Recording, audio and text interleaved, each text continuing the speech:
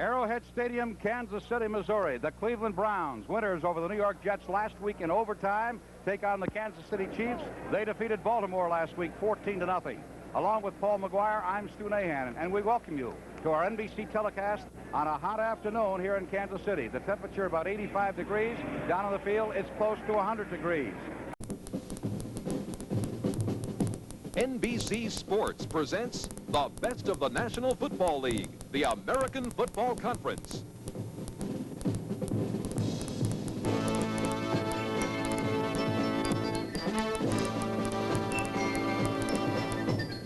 Brought to you by Schlitz. Make the most of now, from the life you live to the beer you drink. Go for it. By Chrysler Corporation. See the mileage makers at your Dodge or Chrysler Plymouth dealers.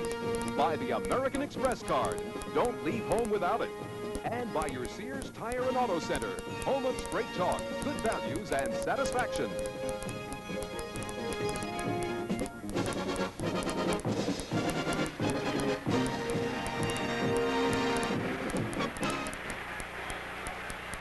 Back at the Orange Bowl in Miami, this is Don Criqui with Bob Trumpy as the Dolphins in white. The Seattle Seahawks in blue deployed now as we await the opening kickoff. The Seahawks have won the toss, and they will be receiving to start the game. Dropping back for them is Al Hunter, number 24 to your left. Third-year player out of Notre Dame, and back with him is a rookie, Jeff Moore from Jackson State, number 32. There is Uwe van Schomen, the rookie from Oklahoma, the place kicker who replaced Gary Premium and caused quite a stir here in Miami, Bob. Got lots of pressure on him today, Don. He's got to perform and perform well. He missed 2 last week, got 1 block. Here we go. The ball is taken by Jeff Moore. He's out across the 15 to the 20 and knocked down hard at the Miami. No, he's not yet. He's still going, and he's out to the 23-yard line. So Jeff Moore brings the ball out close to the 23 or 4-yard line for Seattle. Glenn Blackwood, a rookie, came down to make the hit for the Miami Dolphins, and Seattle goes on offense 1st and 10 with throw-in Jim Zorn. They say he leaves the hotel throwing. Number 10 at quarterback, Sherman Smith, and David Sims is running back. Sims, 35, led the NFL in touchdowns last season, had 15, 14 running. Good pass catchers, McCullum and Largent. Largent had 71 last year, as you mentioned, Bob, and Brian Peets is the tight end.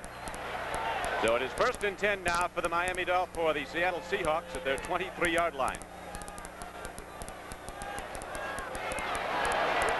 They go straight ahead, and David Sims, a 216-pound back out of Georgia Tech, tries the right side of the Miami defense where Bob Baumhauer, the nose tackle, middle guard from Alabama, knocked him down. Don, quickly, Seattle is going to have to play just about the best game they can offensively. There you see the offensive line. Young guys, but a little bit of experience. Steve August there on Denherter. Lewis Bullard replacing Nick Bebo with back spasms. He's got to A.J. Dewey, which is tough for the young Bullard today. And to maintain an offense against the Miami Dolphins, you're going to have to throw the ball. They've been tough on the run. They had a great preseason and won them all. Sherman Smith comes across the 25 and gets the ball out close to the 28-yard line on a 2nd down and 8 carry. He got about 3. It'll bring up 3rd and about 5. On the tackle for the Dolphins was Vern Denherter. There's the front. Denherter, Baumhauer, and A.J. Dewey. They go with the 3-4 defense primarily. Matheson starts on the left side for injured Tim Bocamper. Chambers and Toll are the inside backers, and Larry Gordon, a very quick outside linebacker on that side. Norris Thomas and Gerald Small are at the corners. Tim Foley, a veteran of the championship years, is back deep, along with Neil Colsey, native of Miami, former Oakland Raiders. Zorn let it go, and he gets it away. Ooh, a man was open. Coming out of the backfield with Sherman Smith. The ball was there. It would have been a 1st down. Very nearly was intercepted back. That's a bad start for him, Don. Last week, that's exactly what happened to him in San Diego. The ball was just a little bit behind Sherman Smith. Smith couldn't hang on to it. So now the Seahawks will have to punt the ball. Tony Nathan, a rookie from Alabama, is going back for Miami. And there is Herman Weaver, veteran from a number of NFL teams. Went to Seattle as a free agent. Nathan was a big factor in Alabama's success the last 3 seasons. As Weaver steps back inside his 15-yard line. Booms the ball, not too deep. He returned. Nathan comes up, takes it as his 39. Good pursuit as the Seahawks sweep down a wave of blue, knocked down Nathan Keith Simpson. Former #1 draft choice was there. Made the hit, and now Miami goes in offense 1st and 10. With good field position. And if this team is anything like I've heard it is this year so far, with Greasy, Williams, and Zonka in the backfield, they'll drive it right down Seattle's throat. Reminiscent somewhat of 1973 and their Super Bowl teams. 3 very good receivers, 2 outside receivers that are exceptional. Duriel Harris and Nat Moore. Hardy, replacement for... Howard McCrary. Yes, broke his leg. Andre Tillman broke his leg. Andre Tillman, McCrary was cut then, so they've got a new look at tight end. Hardy can catch the ball. Now, Greasy at quarterback. In his 13th season, reported to have signed a $400,000 season contract, and he's worth all of it. Here is the throw down the middle on the first play. Delvin Williams swings out of the backfield, catches the ball out at the 47-yard line. And he gains 8 yards on the play. Sammy Green knocks him down. Well, I can't believe that Delvin Williams ever came to the Miami Dolphins from the San Francisco 49ers, but you can't ask this guy to do any more. Excellent receiver, matched with Larry Zonka. That's a fine backfield. He's the only running back in the history of professional football to set single-season rushing records for 2 separate teams, Miami and San Francisco. So Greasy puts it up on 1st down, and now he comes out with a 2nd and about 3, less than 3 actually. Ball out to the 47-yard line. Here is Zonka straight ahead. He was the big back last week, and Zonka drives down inside the 50-yard line and down to the 46. Larry Zonka busts ahead for a 6-yard gain and a 1st down. They love it. He is absolutely a bull. 237 pounds. Don Shula invited him back. He trades Leroy Harris, picks up Norm Bulash. Look at him, dragging him just like he did in 1973. Last weekend, he was the big factor at Buffalo as the Dolphins had to drive down the field in a rainstorm in the 4th quarter to come from behind. They went to Zonka time and again as they went 77 yards, running the ball every play. Zonka took it in, finished the day with 86 yards rushing and 16 carries, caught 4 passes for 20 more yards. So he's back behind the great offensive line. Shula said the more we threw it, the more he wanted it. Well, we gave Look at him. Here's Zonka now in a swing out, and Zonka's inside the 30, fumbles the ball. And Seattle's going to recover, it looks like. Wait a minute, a pile up inside the 15-yard line, and Seattle has the football. Very unusual for Larry Zonka. One of the real attributes of Larry Zonka is all the banging he does through that offensive line. He very seldom fumbles the football. And this is a big game for Larry Zonka. Home opener against the old folks. Fine play, fine catch. They didn't used to throw the ball to Larry Zonka very much, but he is a rambling wreck. There's no doubt about that. Still, never had great speed. Just got hit. Didn't get hit on the football. That's just not carrying the ball very tightly. The NFL on CBS. Today's game is sponsored by the Miller Brewing Company, brewers of Miller High Life. If you've got the time, we've got the beer. Ford Motor Company, building tomorrow's cars today. And by Sperry, we understand how important it is to listen. From Candlestick Park in San Francisco, California, CBS Sports presents the Dallas Cowboys versus the San Francisco 49ers.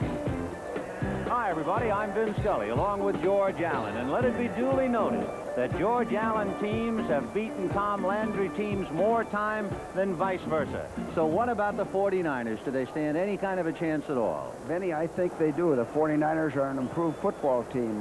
Dallas can't take them lightly. If Dallas comes out here and thinks they have an easy game, starts making mistakes, the 49ers could upset them. The 49ers are going to have to throw the football, I think, to win or have a chance.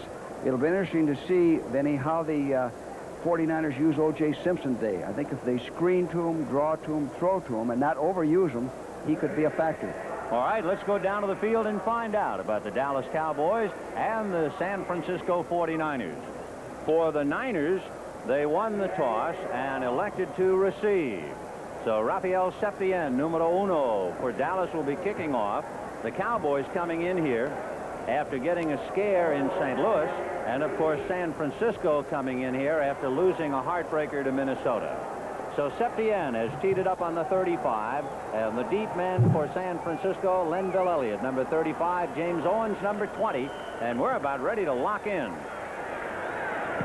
Septien kicking it down to the 5-yard line. James Owens actually taking it on the 3, and the kick from UCLA is across the 20 to the 22-yard line, where the Niners will put it in play 1st and 10. Let's take a look at the 49er backfield with the quarterback Steve DeBerg. O.J. has returned. He hasn't played since November 5th last year.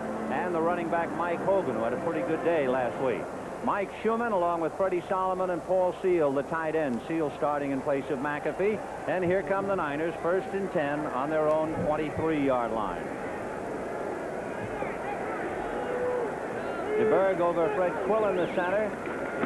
Rolling right with Hogan on the other end of the pass, and he's at the 35 to the 40. Cliff Harris can't quite hold on to him, and Benny Barnes has to knock him out of bounds for a first down at about the San Francisco 47-yard line. Well, this is a good opening call. We call that a waggle pass. The backs go one way, the quarterback goes the other. Dallas was fooled and blew their coverage. Hogan is a hard runner, strong runner, makes people break tackles. A big play to open the ball game. George, you said that the only way the Niners could play would be to pass, and they've started right off.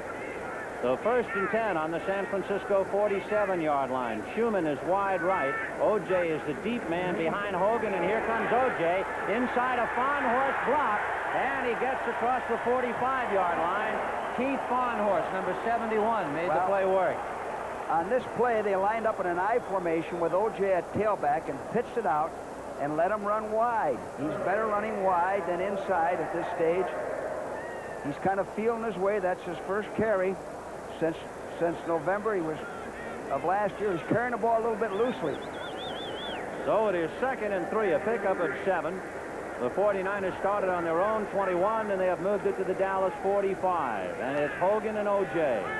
Schumann is wide right, Solomon left, and Hogan running into a gang of people, and primarily as he falls down shy of the 40-yard line. Bob Brunig, the middle linebacker, coming up to make the initial contact. Now this is a slant play with O.J. attempting to block the linebacker. This type of a play isn't going to be too successful against the Dallas defense. It was enough, however, to pick up the first down. So the 49ers have it 1st and 10 on their own 42-yard line. Freddie Solomon wide left, Schumann wide right. Clark is in there on a wingback position, and DeBerg low over the middle to Schumann. He's to the 35 and out of bounds at the 30-yard line. And the 49ers are putting it up, and they're moving, George. This pass is, we call this pass a China pass. It's an underneath delayed pattern where the wide receiver lets the backs clear out, and then he comes underneath. Again, this is a pass that's stopped by the linebackers. The linebackers had their backs turned, didn't see the play develop. So DeBerg picking up his yardage by huge chunks from the 21-yard line to the Dallas 30 now. Schumann again wide right. Paul Seal, the tight end, is on the right side, and Solomon hooks up on the line of scrimmage. Hogan in motion to the left, a draw to O.J. He has nowhere to go, but he gets a block from Hogan and gets out of bounds at the 25. Mike Hogan had to come back to help him out. Mike Hogan made a good block there, Vinny, and this is a good play. We said screens and draws with O.J. would be good. Now watch Hogan come back in, put a pretty good block on, allowed him to pick up a few yards. He's still carrying that ball loosely. And it would appear as if he's carrying it in the wrong arm because he doesn't have his body to protect the ball. There you can see the linebackers, Hegman, Brunig, and Lewis. Hegman playing for Thomas Henderson, at least at the outset. Barnes, Kyle, Hughes, and Harris in the secondary. 2nd and 5 on the 25 at Dallas. DeBerg has him on the move. In motion goes O.J. DeBerg looking right, going down high to Schumann, and he makes the catch at the 15-yard line.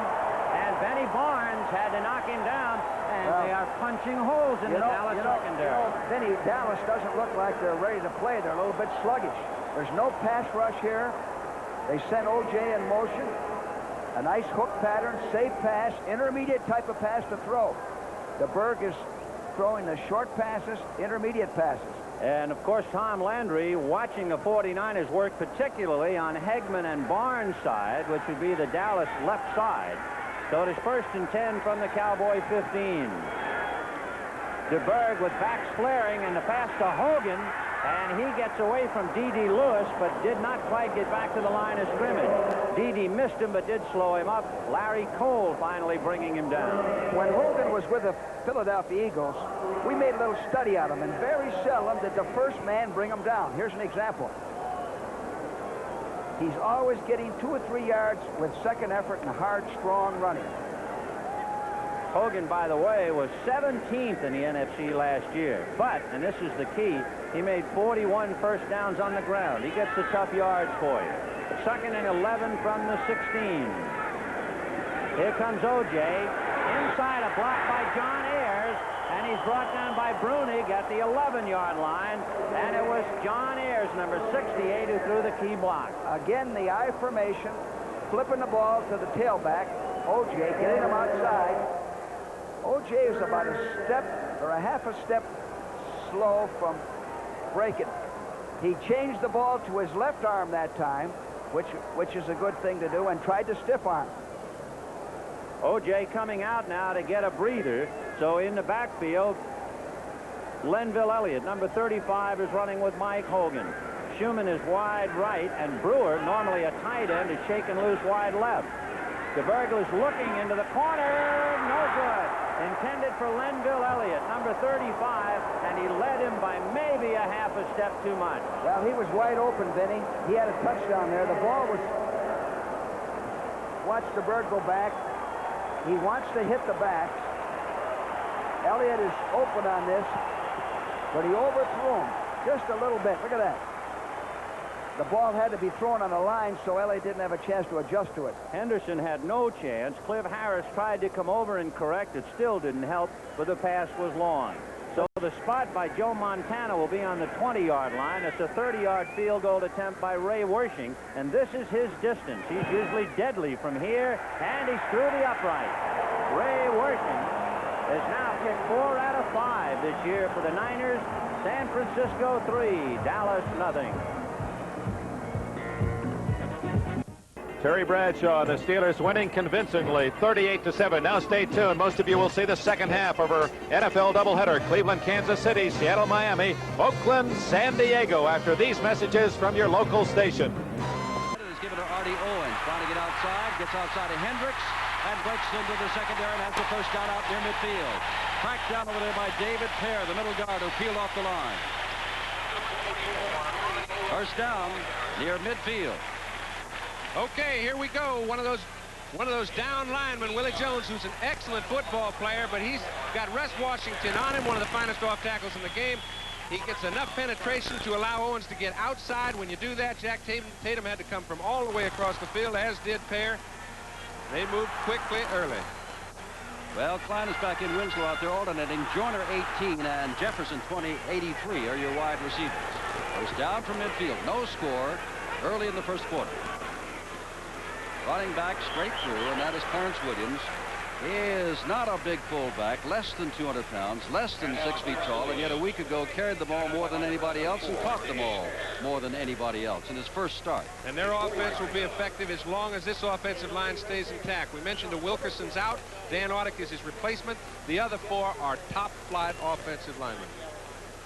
And offensively, Joyner comes out, and Kellen Winslow is in, but as a wide receiver. Klein stays in. You can either say they got 2 tight ends, or Winslow replaces Joyner as a wide receiver. David Casper.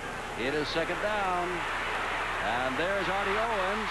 Hey, nice move there, and Owens is near the first down at the 41-yard line, nearly the 40 of the Oakland Raiders, before he is tackled there by Williams, playing on the corner over there. Defensively, Jones is at left end. David Pear, we've seen him make a tackle in the middle, and Dave Browning is on the right side. They use the 34 defense, and that means you've got 4 linebackers, of course. They're familiar names. The Stork, Ted Hendricks, Monty Johnson, Phil Villapiano, and Rod Martin. Here's the measurement. I think he's going to be a little short, but we'll see. No, sir. Wrong again. And in the backfield, it is Lester Hayes and Monty Jackson at the corners, and Charles Phillips and Jack Tatum at the safeties. First down, no score, 11 minutes, 5 seconds to go. First quarter. And now Joyner is going to check back in. And now they're going to have to get rid of somebody, and that is Kellen Winslow, who races out. Both Joyner and Jefferson, J.J., go wide to the right. The reverse fake. Fake. Bouts with all the time in the world. Now has to go to safety. Bob Jefferson over here for a pickup of about 5 yards. Jimmy, that's a sideline, but he ran it from the opposite side that he lined up. Little fake reverse. Fouts wanted to go down the field. However, Monty Jackson had excellent coverage on the wide receiver. He came off to Jefferson. That's what playing 4 or 5 years in this league will do for you. He comes out there innately. He just knows he's out there if he gets in trouble. Jefferson alertly was ready for the ball, and they picked up 7 easy ones. While you were watching that replay, you could see Jefferson actually running behind Fouts, and then later you saw him catch the ball. A pickup of 7. It is 2nd down and 2 inside the 35. San Diego with a slight favor in this. Artie Owens tries to get the first down and does inside the 30-yard line. Artie Owens, a converted wide receiver. David Pear again makes the stop. Don Coryell instead of David Pear. Look out, he is a wild man. Well, David Pear is going to get tested today because Masick is an excellent center. They feel you have to penetrate somewhere in the middle against Oakland. Mentioned earlier, Jim, that the personality of the Oakland down lineman has changed somewhat and that they're going for smaller people. Merrill Moore, the defensive coordinator, is one who came from Denver. You know, their people are very fast and a little smaller and quick. Right in the model of a David Pear. Drive started on the 35. That's their 3rd first down. Ball just over the 30. Fouts. And this is Clarence Williams, their fullback. And he gets inside the 25-yard line. 2nd down and short. Other scores, early games. We gave you Buffalo over Cincinnati, 51-24. There have been some big scores today.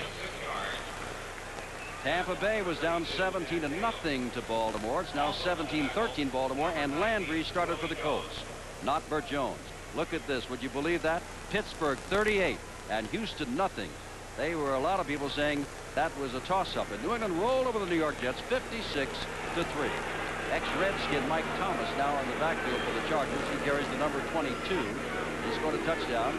And there's the fake to him, and Fouts throws it out. And that is Jefferson on the far side. Look out, there he goes! Boy, those are the kind of quarterbacks love to have. Fouts threw a bad ball. Jefferson made a great play out of it. It was a fake to the offside. A little quick screen pass to the right side. Got good penetration from the offensive lineman. Russ Washington went out there to help. Knocked the quarterback down, and Jefferson just ran it on in there. This guy would have been Rookie of the Year last year had there not been Earl Campbell around. Watch this play. Little fake to the offside. The backs really get the flow going. He comes off to Jefferson. Didn't really throw the ball well. Jefferson made an easy catch of it. Runs it in unmolested, and the Chargers take a 6-0 lead. 65-yard drive, and Rolf Bonerski comes in to add the extra point. He's on a string of field goals. He was 3 for 3 at extra points last week, the opening game, and gets that ball up, and it is good. And we have a first score. Well, they say that the Chargers have Raideritis. They've been thinking that people are lurking in the wood piles and behind closed doors, sneaking in on their practices.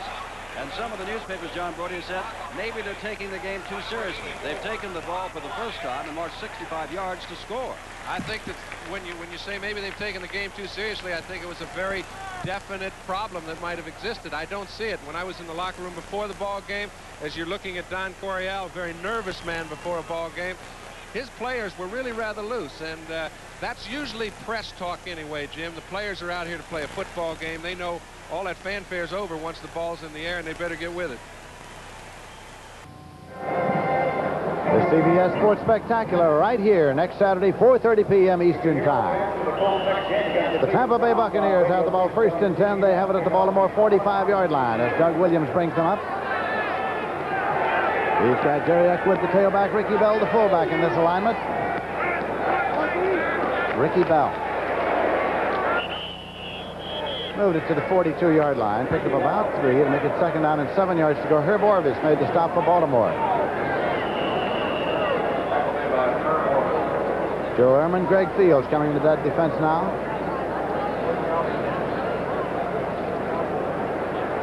Ron Fernandez and Herb Orvis are coming off.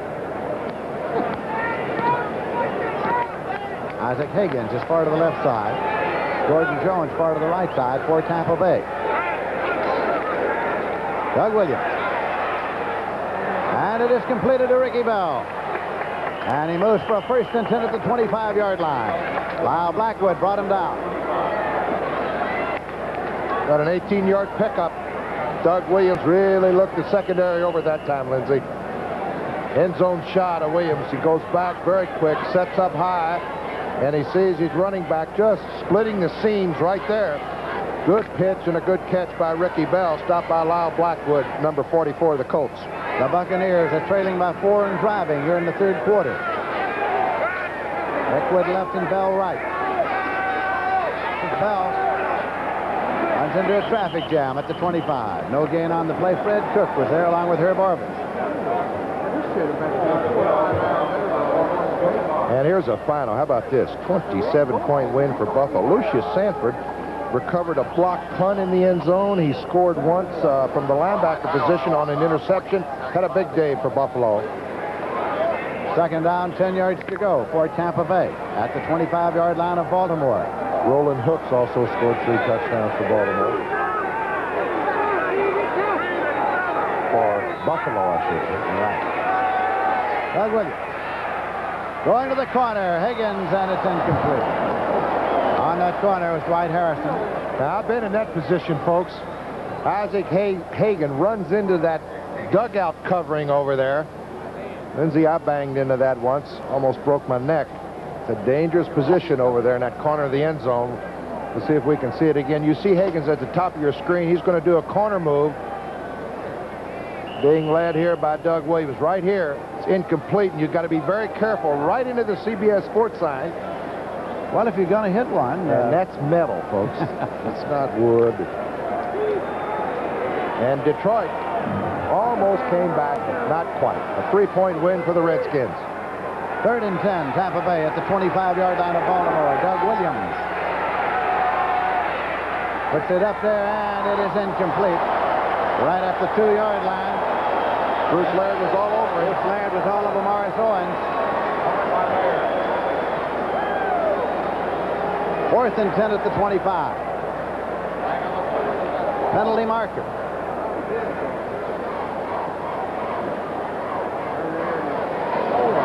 Cal Lepore ready to check this penalty out.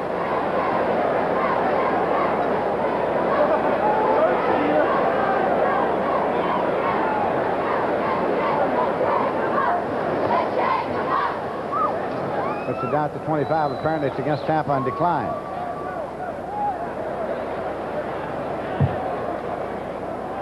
So that'll bring in Neil O'Donoghue. Able to punt. Well, Blanchard's out there, but then he holds in any case, so it's... He did the same thing, but he scored. O'Donoghue's out there. Now, that might change the decision around a little bit, that 10-yard penalty. Yes. Moves it back to the 35. Yes. Okay. And a 52 Holding. yard. Offense. 3rd down. Number 69. Darrell Austin. So it is still 3rd down. And 20 at the 35.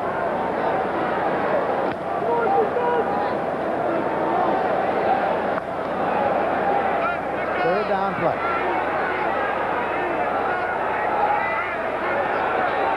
Doug Williams.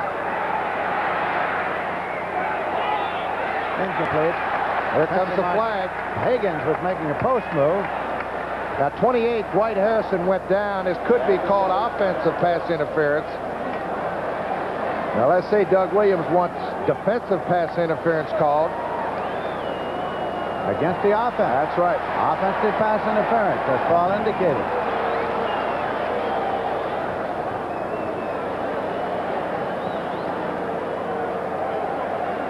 I think it was Morris Owens with the flanker on the left side. Dwight Harrison, well, he was run over, no question about that. Now they're going to, it'll be 4th down instead of a completion, maybe a 7 or 8 yard completion there, Lindsey. Would have given Neil O'Donoghue at least a chance for a field goal. They went for the home run. They tried to get the 1st down. And now they'll have to punt. Pass interference. Offense. Penalties decline. 4th down. Nesby Glasgow has dropped back to take Tom Blanchard's kick. Joe Washington is back there. I beg your pardon. Lyle Blackwood is back there as well.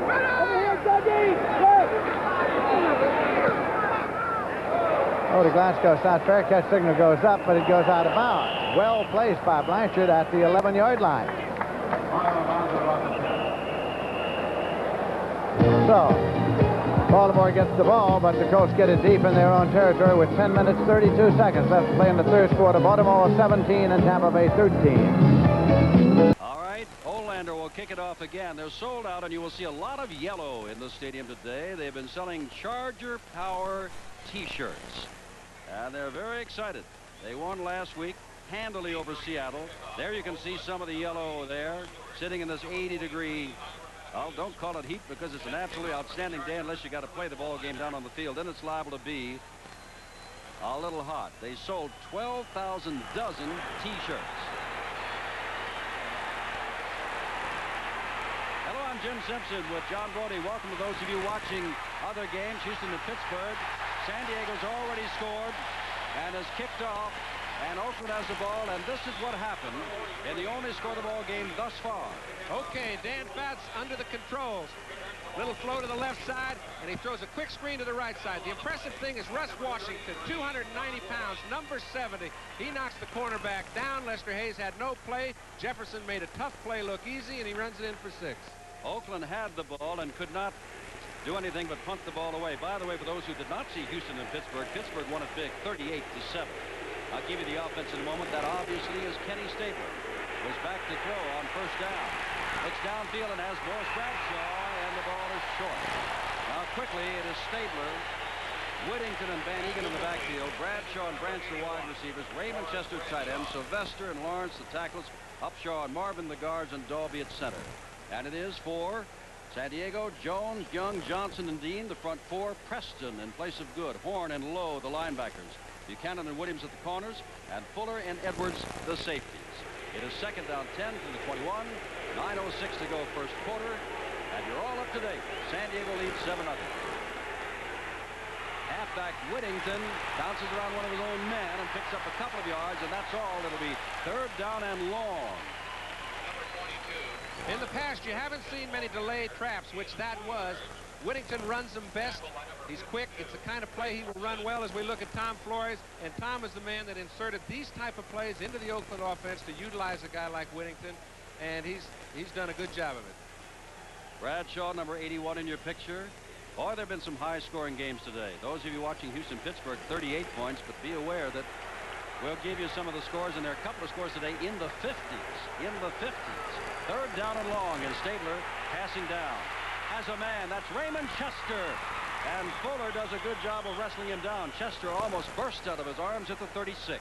I think that's the best man position in the National Football League. Raymond Chester and David Casper at the same position on the same club. Stabler loves to go to his tight ends, and who wouldn't when you have two like this? Casper may play some today. They'll probably use a lot of tight ends. Casper's forced that situation since Casper's been out. It's been a big break for Raymond. He's been up to the task. You saw that Pittsburgh-Houston score. We'll have those other scores for you in just a moment. There's Chester getting a start, not only because he's good, but David Casper was late coming to camp. First down for the Raiders, and Stabler's going to throw on first down. Has his man Van Egan coming out of the backfield, and Van Egan's going to meet a few people as he gets out near the 45-yard line. The lead tackler is Woodrow Lowe. But now for some other scores. We told you about those in the 50s. Take a look at some of these scores. There's the Pittsburgh over Houston score. New England 56, and the Jets only 3. Final score. St. Louis was down 14-0, now leads the New York Giants 27-14. That's in East Rutherford this afternoon. Chicago buried Minnesota 26-7. And there's another in the 50s. Buffalo 51 and Cincinnati 24. Second down short, Arthur Whittington. Whittington threads his way across the 45-yard line. It'll be third down and very short. And you can see Gary Johnson there, along with Mike Fuller, the strong side safety. Final score, Washington had a 24-3 lead, blew the lead with 2 minutes to go. It was 24 all with 8 seconds to go. Mark Mosley, who was called on for a 70-yarder last week, kicked a 41-yarder with 8 seconds to go to give the Redskins a thriller. And Green Bay shut out in the first half, came back to score 28 in the second half, and hand New Orleans its second loss. Third and short. Russell is in there, and that is Van Egan that carries the ball, and I don't think he got it. Do you? I'll tell you, Jimmy, Louis Kelcher being out has really put the heat on the defensive linemen. They've had to make a few changes. However, these guys seem to be up to the task. Wilbur Young has come in, got new life at age 32. Gary Johnson's one of those first draft choices that after 3 or 4 years is one of the top defensive linemen in the league. When you can't make a yard, the defense is doing its job. Ray Guy comes on, number 8, to do the kicking. And this is a spot that Guy would love to back him up. He is excellent at putting the ball out of bounds. He is excellent at kicking the ball great distances. Mike Fuller walks back inside his own 15 to about the 10 to receive the kick. Guy standing his own 32. It's 7-0. Chargers lead. Whoops. There's a very high and very short kick called for by Fair Catch, and that decidedly is not one of Ray Guy's own men. And Fuller's putting on an act there. That was a delayed fall. Hal Stringer knocked him down, one of his own men, as he was knocked into.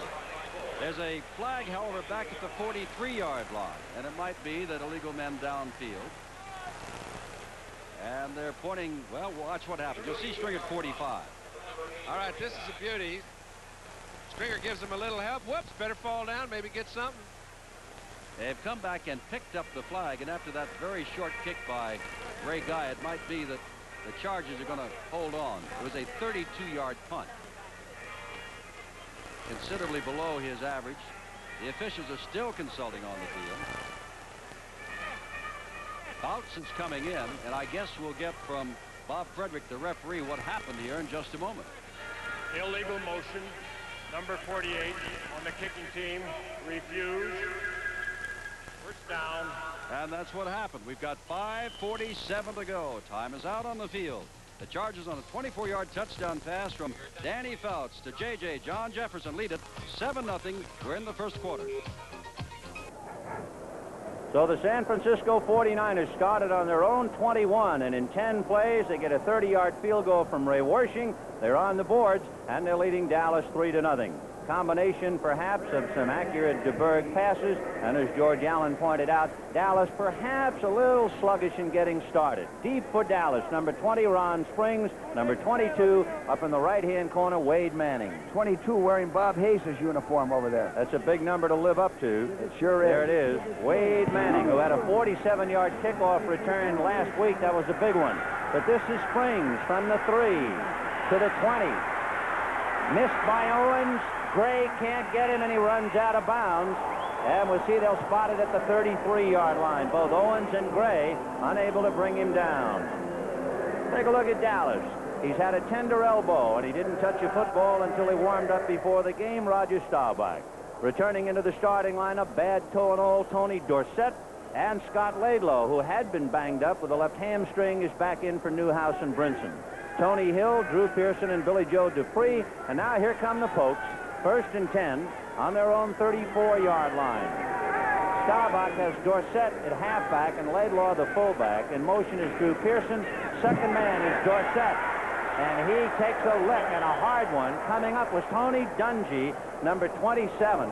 Dungy, a free agent out of Pittsburgh, giving Dorsett a high chop. Take a look at the defense, but look at 27 especially. He'll get his lick in on Dorsett.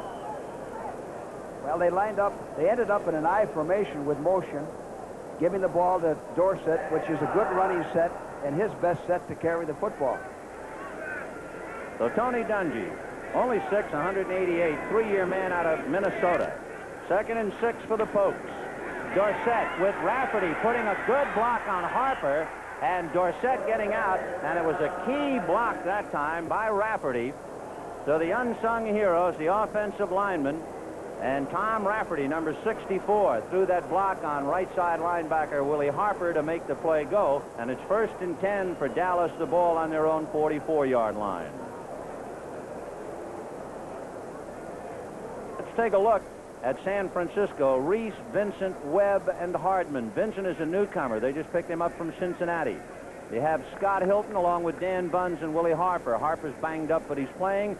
Secondary, they have a meeting just to meet each other. Morgan, Lewis, Gray, and Dungy. Gray coming over from Kansas City.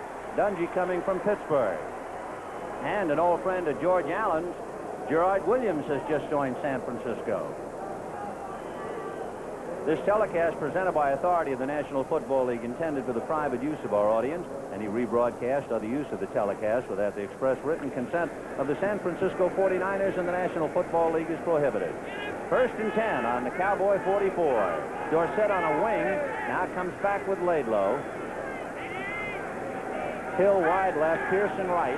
Play action fake to Dorsett, and Staubach, a high pass to Dupree, chased by Scott Hilton, and down he goes as Dungy came over to help Hilton on the San Francisco 40-yard line. Well, this is a fine call by Roger. Play action pass with Dupree coming underneath. Real tough to cover. Your linebackers have to buzz and be in a position to break that up. If this is an interesting series here, because if the 49ers defense can't hold up today and stop Dallas's offense, they aren't going to have a chance. And the way Dallas is moving down the field after that spirited drive by the 49ers offense takes away some of the achievements. Doug Crosby, a tight end in there, number 84 now, along with Dupree. And it's still Dorsett and Laidlaw. Pitch back to Laidlaw with Dorsett blocking. Dan Buns and Willie Harper, the linebackers, along with the ever-present Tony Dungy up there to make the hit. But they've moved it inside the 35. What is it about Roger Staubach that makes him the great player that he is, well, Coach? Vinny, we used to have a running battle going all the time. Our number one goal was to contain Staubach when we defense Dallas. Contain him, mix our coverages, shift, disguise our defenses, try to dictate to him. But he's a competitor. He plays with bumps and bruises. He's a great quarterback. He's never thrown an interception against San Francisco. 76 and now 78 passes. Saldi is in motion, the tight end to the left side, and here comes Laidlaw. Ran around Hardman. Flags on the play, however, and he is smothered at the 30-yard line, but we'll wait on the call. The referee is Jerry Seaman, the umpire Frank Sienkiewicz, and we'll get the call from Jerry Seaman in a moment. And you can see a legal procedure against Dallas. So the rule book will slow up the Cowboys, at least for the moment. The last game that I saw Dallas play in person, Laidlaw had over 100 yards Thanksgiving Day against the Redskins. He's had 2 knee operations, as Scott Laidlaw, bruised ribs. He's had a hamstring. He replaced Newhouse last year and scored 7 touchdowns in 6 games. And he is coming back after a pretty severely pulled left hamstring. That's Scott Laidlaw out of Stanford. And now here's the official call. Illegal shift, number 88, offense. That would be Drew Pearson, who was illegally shifting, and Tom Landry checking his charts. It is 3-0 San Francisco on a 30-yard Ray Wersching field goal, but the 49ers have it 2nd and 10 on the San Francisco 38. Pitch back to Dorsett with Laidlaw trying to block for him, and he goes nowhere. So Dallas trying to keep a drive going that started on their own 34. The 49ers played that the way you want to play it on defense. 59, Willie Harper strung the play out if we can see him. See that? Look at it. He's got both blockers. He's handling both blockers. He's keeping his feet moving. Look at that. Beautiful. And turned it in, and now your pursuit makes the play. That's picture defense. Willie Harper has been banged up, but he made a marvelous defensive play. 3rd and 7 on the San Francisco 35-yard line. And now Preston Pearson is in there. Out of the shotgun comes Staubach, looking deep and going long to Dupree. No good.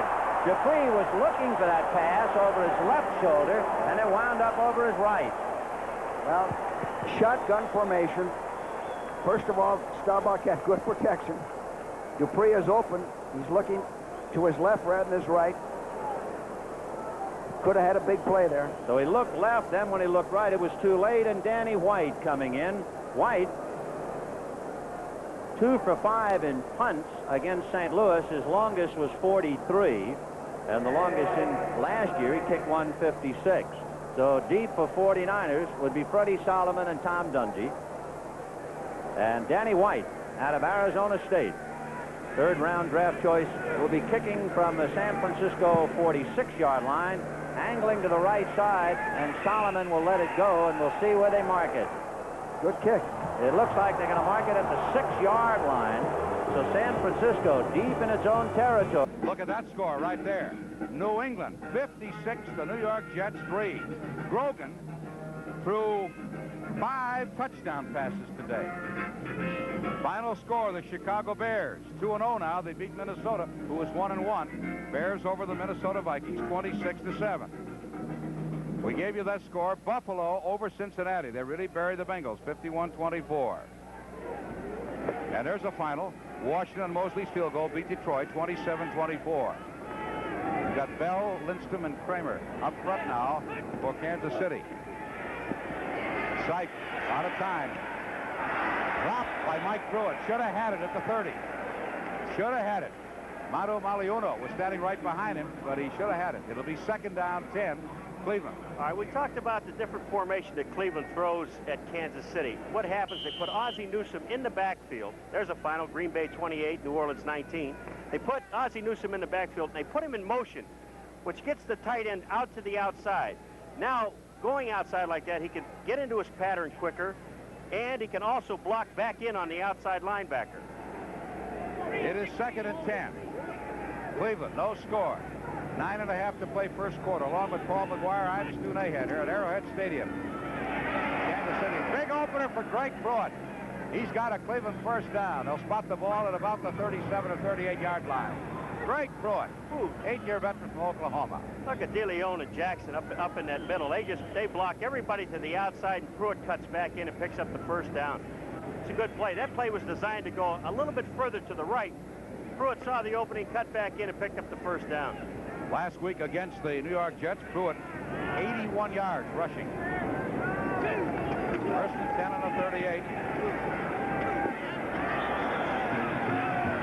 Reggie Rucker caught the ball and then stepped out at the 48-yard line. It was Gary Green covering him. Reggie Rucker, 10-year veteran out of Boston University.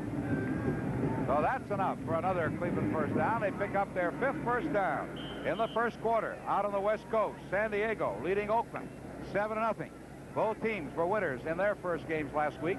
San Diego over Seattle. They beat them big. And Oakland came back to beat Los Angeles. 1st and 10 now for the Browns at their own 48.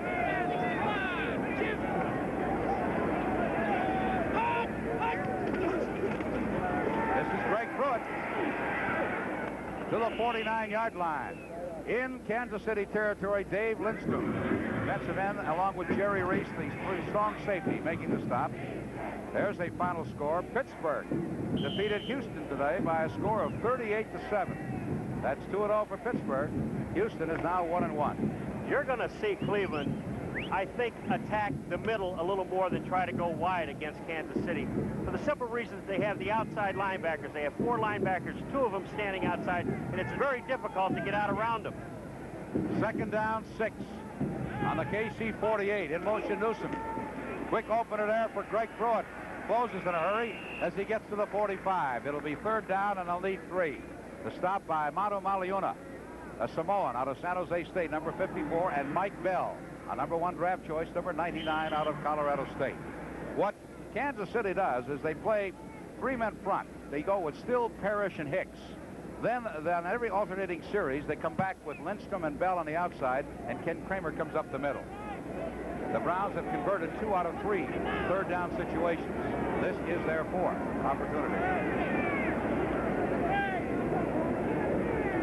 In motion now, Rucker. Mike Pruitt. He's got the first down as he takes it down to the Kansas City 40-yard line. Jerry Reese comes up to make the hit. And Cleveland picks up another first down. That is their 5th. Well, I talked about them going up the middle, and I think that's where you really have to beat Kansas City. You've got to go straight at them and trap them, because getting out to the outside, the pursuit is so strong by the 2 inside linebackers, plus you have the outside linebacker waiting out there. So what you have to do, if you can trap quick in the inside, trap the nose tackle, Parrish or Kramer, whoever it may be at the time, you can move it pretty well inside. Calvin Hill is in the Kansas City Cleveland backfield now as Sipe goes back. Throws long, way down there for Rucker. He's tripped up and a penalty marker goes down. Rucker caught between 2 defenders. Tim Collier was the guy, I believe, who tripped him. It's going to be an interference call, and it'll be first down and goal to go for Cleveland inside the 10-yard line. I don't think this was intentional, but you're going to see Collier. Pass interference, number 44. He tripped up Rucker right there, and it wasn't an intentional play, but he did hit him, and it's a good call by the official. There's nothing he can do about it. But that pass was very well covered, and Sipe could have thrown the ball away, but he ended up with a first down on the 9. Still Parrish and Hicks are up front now for Kansas City as Cleveland is threatening. A first and goal to go on the 9-yard line. Calvin Hill is in there. They got a full house backfield. In motion is Newsom. Calvin Hill stopped as he gets to the line of scrimmage by Manu Maliuna.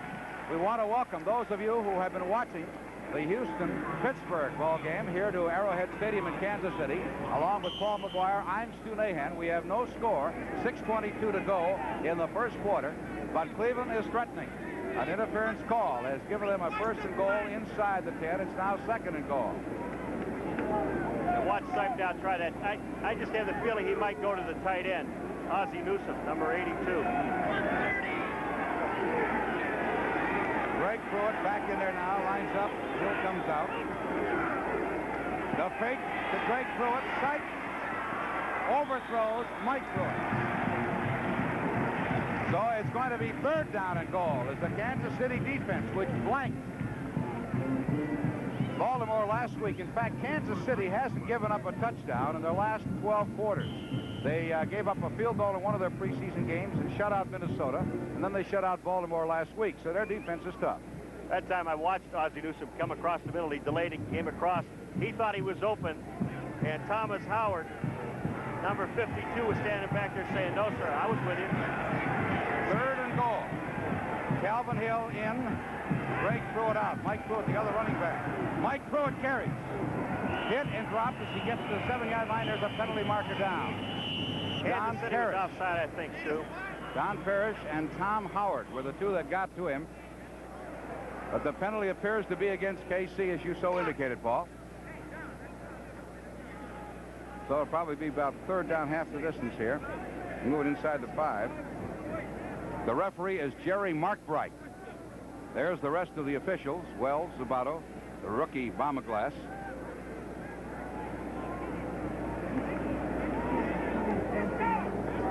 Keith Wright is in the ball game now. Offside, number 67, defense, third down. They got Art Still for being offside. He was the number 1 draft pick last year out of Kentucky. So it's third down and goal, and they're inside the 5. The Pruitts are the running backs for the Browns. Sipe, grabbed and dropped by Whitney Paul, fumbles the ball, and they blew the ball dead back there where he was hit. Whitney Paul last week had a sensational game on defense for Kansas City. They blitzed their linebackers quite a bit.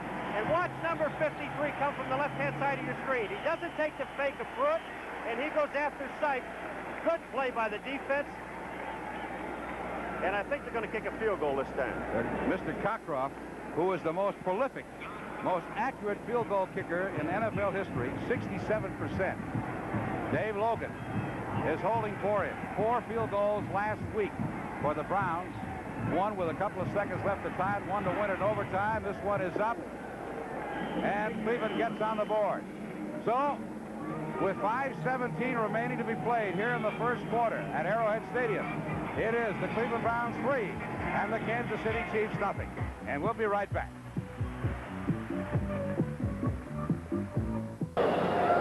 Agreeing, Greg Landry has quarterbacked the Colts throughout the afternoon, getting a little respite here because Tampa Bay has the ball first and 10 at their own 39, and Doug Williams is quarterbacking them.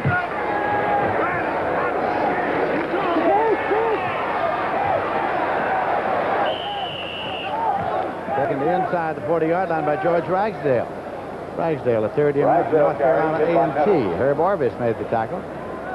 Made his cut a little bit too soon. He could have set up the guard a little bit better for the block that time, Lindsey. And he'll learn that. He didn't have to cut that early, or Robert Pratt would have had a block for him. Second down and 7 yards to go. Johnny Davis and George Ragsdale in the setback.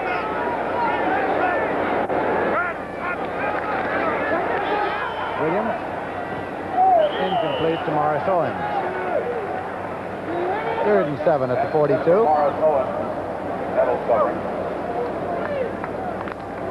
Doug Williams, 6'4", 215 pounder in his second year. He's from Grambling.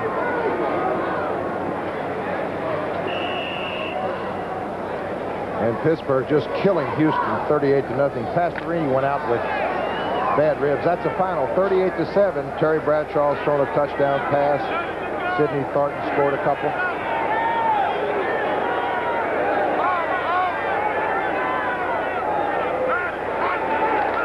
Williams. Got around it. Hits the deck. At the 48-yard line. Short of the first down. Stan White was there defensively. It is short. It'll be 4th down coming up. Very slowed on pile here. I think Doug Williams is hurt. Taken up on the play. Stopped by Cook. You know, I've always felt that quarterbacks were much better off they try to run the football. When they go down, everybody takes that shot at you, and you really get hurt. And you see very seldom a quarterback get hurt when they're really trying to gain yardage. Here he's going to go down. Let's take another look at it. Everybody's covered. He receives pressure from Sanders Shiver, number 54. Now watch Doug. He goes for the deck, and it doesn't look like, anybody hit him very hard. 72, Fred Cook was just laying on top. Mike Ray has begun to warm up his arm for the Tampa Bay Buccaneers along the sideline, but it'll be 4th down when play is resumed. Jim Simpson with John Brody. There's another final, 27-14. The Cardinals down 14-0 have handed their Giants their second loss in as many weeks under new coach Ray Perkins, who a year ago was around this stadium as an offensive coordinator. Jefferson in motion, and Fouts is going to throw on first down, looking for Charlie Joyner, and has him across the 30-yard line and out of bounds at the 35.5-yard line. Mike Thomas made a very good block to help Joyner. Well thrown ball by Fouts. He's got some fine receivers, Charlie Joyner and John Jefferson. Joyner runs patterns with anybody in the league. He's been around for quite a while. Bill Walsh has said for a long time, any team I have, I'd like to have Charlie Joyner with me. I think Walsh knows what he's talking about. That time he got some help from Mike Thomas, who just got here from Washington. That's the old teamwork play. Charlie Joyner. Fouts is 4 for 4 for 50 yards thus far. That is Mike Thomas going in motion, giving instead to Clarence Williams, and I'll see you later. David Pear is in. Now offensively for the Chargers, for those of you who just joined us. Offensively, Dan Fouts already has 7 points on the board in the first quarter. Clarence Williams did a good job last week. He gets the call at fullback, and Artie Owens, 4-year man out of Virginia, is playing at the halfback spot. They've got a lot of backs to shuffle in and out throughout the afternoon. John Jefferson would have been the rookie of the year had Earl Campbell not been around last year. Bob Klein, a veteran, does a good job at tight end. And Charlie Joyner, who we just saw catch that pass at the receiver. 2nd down and 12.5 to go. J.J. Jefferson almost went to the wrong side. He's on the same side that Kellen Winslow, the rookie from Missouri, a tight end, is playing wide. Flags will go down there, but Fouts still has a play and throws it out and throws it short. Intended for Mike Thomas, the ex-Redskin, who last week had 32 yards in 6 plays, including an 8-yard touchdown run. Willie Jones may have caused Russ Washington to jump just a little before the snap of the ball. It happens a lot on pass plays. Tackles know the speed of their respective defensive linemen. Jones has got a lot of speed. He got started a little early, I believe. 4:49 left, first quarter. Out at 7-0, the Chargers. And let me tell you that Bob Frederick is our referee. I've already told you that. Lou Palazzi, the umpire this afternoon. Head linesman is Sid Seaman. Line judge Dave Hawk. Bill Swanson is the back judge. The side judge, that's the new man last year, is Vince Jacob. And the field judge is Bob Wortman. And this is only the 2nd game of the season, but this is about the 4th conference I have seen. And you'll notice Jack Tatum is in the middle of it. He has been voted by his teammates as the defensive captain since Willie Brown retired last year, and they think an awful lot of Jack Tatum. He's taken a lot of reps. you heard Villapiano's reaction. Encroachment is what we have. And let's get back to the offensive line. The offensive line is an outstanding one. Dan Audick is taking Wilkerson's place. He was injured, you recall. Billy Shields and Russ Washington are outstanding tackles. Ed White's been a great one for a long time. Now they're saying it is offside, regardless of what Villapiano said. It is offside. And it is second down. That was funny. Defensively, Willie Jones, Dave Terra, and Dave Browning are on the front three for the Raiders. Hendricks, Johnson, Villapiano, and Martin are the linebackers. And your deep men are Hayes and Jackson and Phillips and Tatum. All right, it's second down and 7. Fouts having a good day early on, throws across the middle. There's Kellen Winslow, and Jack Tatum is hitting him. Ball is across the 40-yard line. It'll be third down and 3 or 4 to go. Kellen Winslow meeting up with Jack Tatum for the first time. Winslow, an outstanding tight end. Those are the defensive backs we told you about, including a great acquisition for the Raiders when they got Monty Jackson to play that right corner spot. Third and short. Winslow goes wide to the right. Jefferson comes to the left, and so does Joyner. Kinlaw, who blocked the kick, is in as they've gone into a 4-3 to get a little pass rush here. As Fouts goes back, has the time though, and has Mike Thomas first down, knocked out of bounds by Rob Martin. Thomas makes the catch at the 49. Rod Martin had the play covered pretty well, Jim. But a guy like Mike Thomas is invaluable to a team that throws the ball a lot. He's an excellent pass receiver. I had a chance to play with his brother Jimmy when I was with the 49ers. He was of the same cut. Very good after he caught the ball and just had a sense for finding the open area. Chargers are walking backwards. Flag thrown at the 39-yard line, and they'll step it off from the 43, the line of scrimmage. And I think we may have a holding penalty coming up. Let's listen to Bob Frederick. Offensive holding, number 60. And so on third and long, they go back to the 34 defense, bringing in, whoops, let's just say leave out the linebacker, keep 4 men rushing, and let's now have a nickel defense in there as they figure that Fouts really is going to the air this time. These are things that Oakland really didn't do a lot of in the past. I think Merle Moore has had a lot to do with that. They play all kinds of different defenses. That's the third one in the last 3 downs they have been in. Here's Fouts back to throw. Everybody knows it. Got a man out there, and Clarence Williams can't hang on to the ball. Right on top of him was Rob Martin. Boy, and he had it all set up, Jim. I tell you, Ed White was out in front of it. When you can get your guard out in front of a good running back with only 1 man between you and that first down line, that play could have gone for a long way. You can see the reaction of Fouts. Jeff West has come on. Cleveland leading Kansas City. Remember, the Chiefs shut out Baltimore last week. That's the first quarter score. And San Francisco over Dallas, 3-0 first quarter. Hang in there, Niners.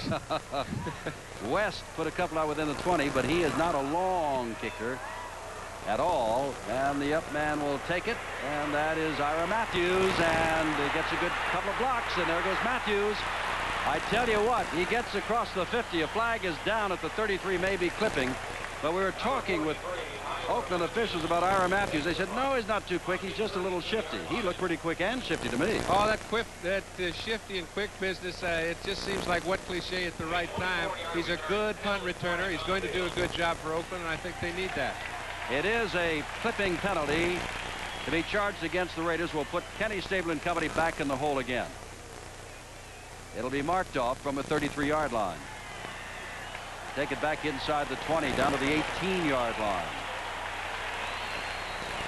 Clipping, number 52 on the kick return. First down. That is Greg Westbrooks. And we've got 3 minutes, 38 seconds to go. A long way to go, folks. San Diego leads it in the early on, 7-0. Dan Fouts hit John Jefferson, the great receiver of the San Diego Chargers. 24-yard pass, 7-0 San Diego. Trying to move the ball against a tough Tampa Bay defense.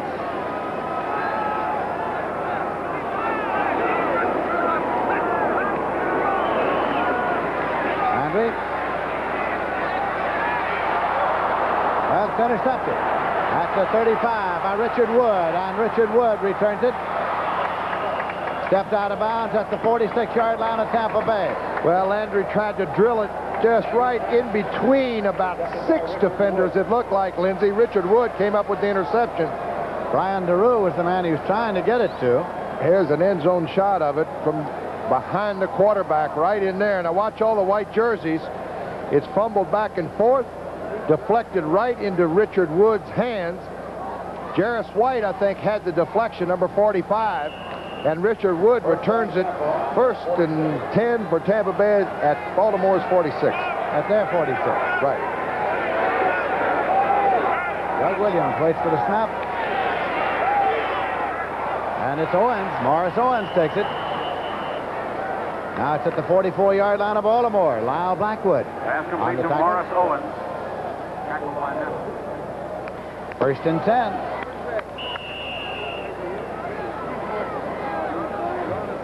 Keep in mind now that Tampa Bay is trailing by 4 points. They have the ball. 1st and 10. And it is spotted at the Baltimore 42-yard line. 12-yard gain, first down. Less than 2 minutes remaining in the 3rd quarter. Larry Mucker's far to the left side. Jimmy Giles is the tight end right. To Ricky Bell.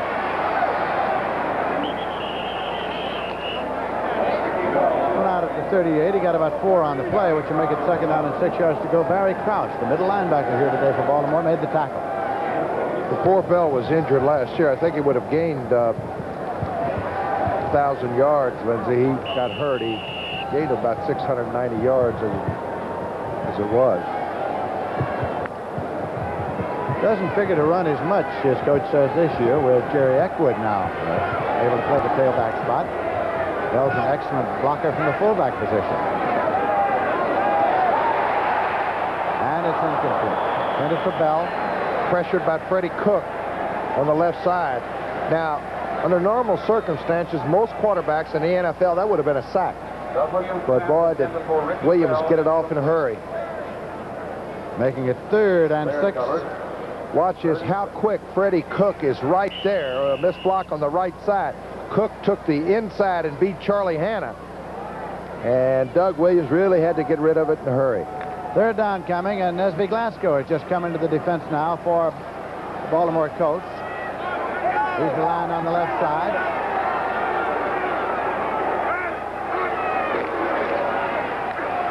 Bell got to the 35. Greg Fields was there defensively. Not a bad call. Passing situation. They tried to take it inside and get the 1st down the hard way. 4th and 3.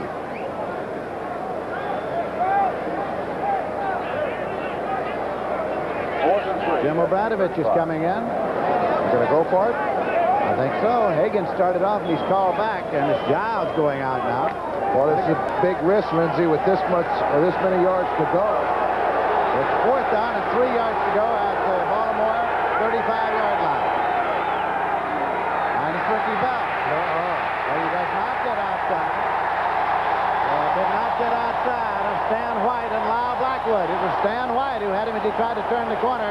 The ball goes over on downs to Baltimore. And the big thing, Lindsey, is that when they do turn it over, they turn it over and give Baltimore beautiful field position. Tom Blanchard, you would have given him a shot to kick it out inside the 10-yard line.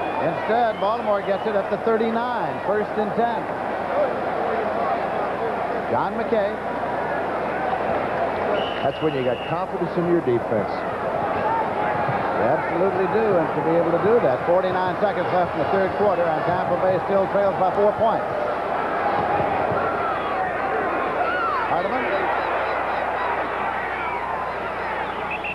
Couldn't get around the corner. Richard Wood on that corner. Greg Landry, the quarterback. Don Hardeman carries. Richard Wood on the stop. It's a gain of a yard on the play. It'll be 2nd and 9, and we have now 25 seconds left in the 3rd quarter.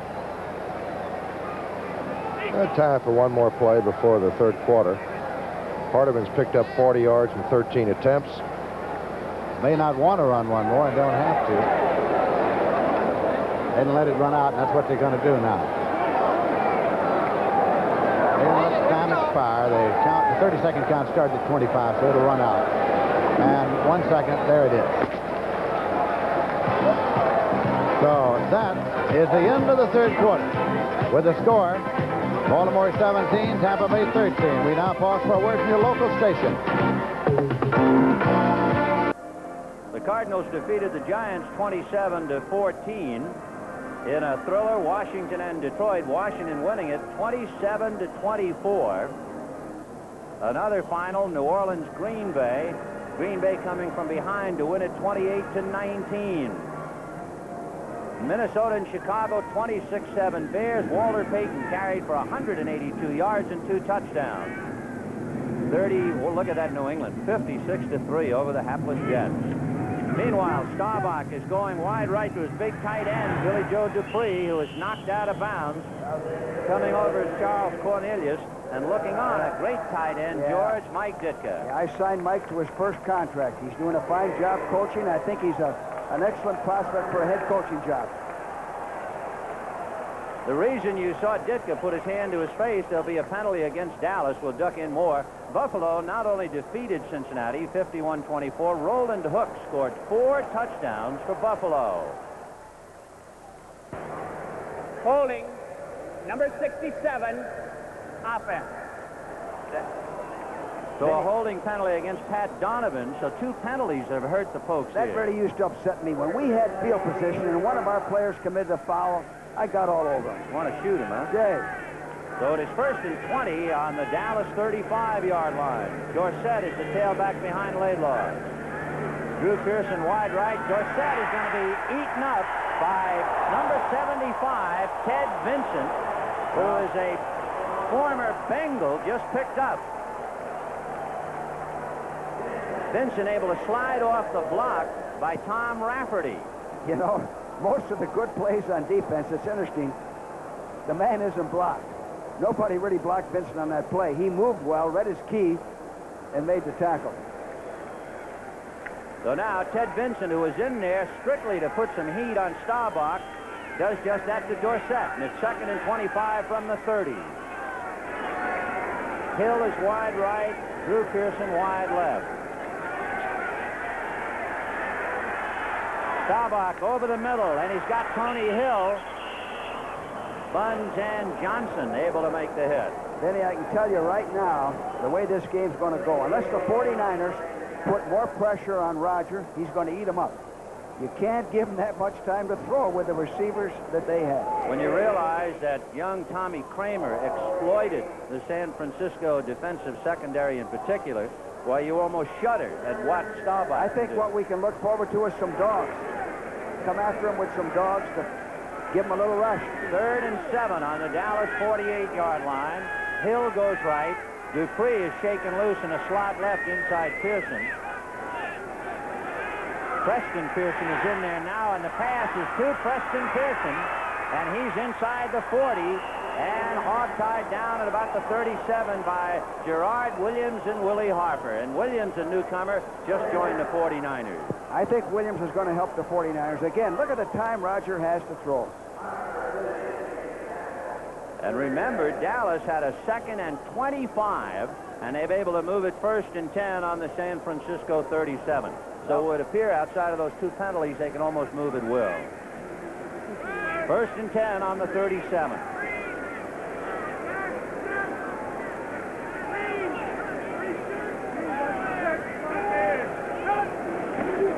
Staubach to Laidlaw. Scott stumbled, and the play couldn't go. Nice Herbert play. Scott fell down. Also a nice play by Gerard Williams. The right corner, watch him come up and fill like he should. Watch him come right up here. There he is. Putting his shoulder in, making a tackle. And had Scott, the pulling guard, been able to stay on his feet, he might have been able to throw the block on Gerard Williams, but once he stumbled and fell down, the door was open for the 4-year man from Langston to come up and make the tackle. Williams is better on the left corner than the right corner. He's played most of his football on the left side. And that's just where he's going right now. It is 2nd and 9 from the 36 of San Francisco. Play action fake to Dorsett. And Staubach deep down the middle, and no good. Charles Cornelius had his hands on it, and the 3-year man out of Bethune-Cookman couldn't quite hold on to it. Well, you know, sometimes you can have too much time to throw. That sounds strange, but Roger has all day to throw. And he was very forced he didn't throw an interception there. If Cornelius had held on to that ball, he would have had an open alley, and he can run. He's been known to do the 40 and 4.5. So Staubach calling a 3rd and 9 play from the San Francisco 36. 49ers leading 3-0. Here's where you get the first down.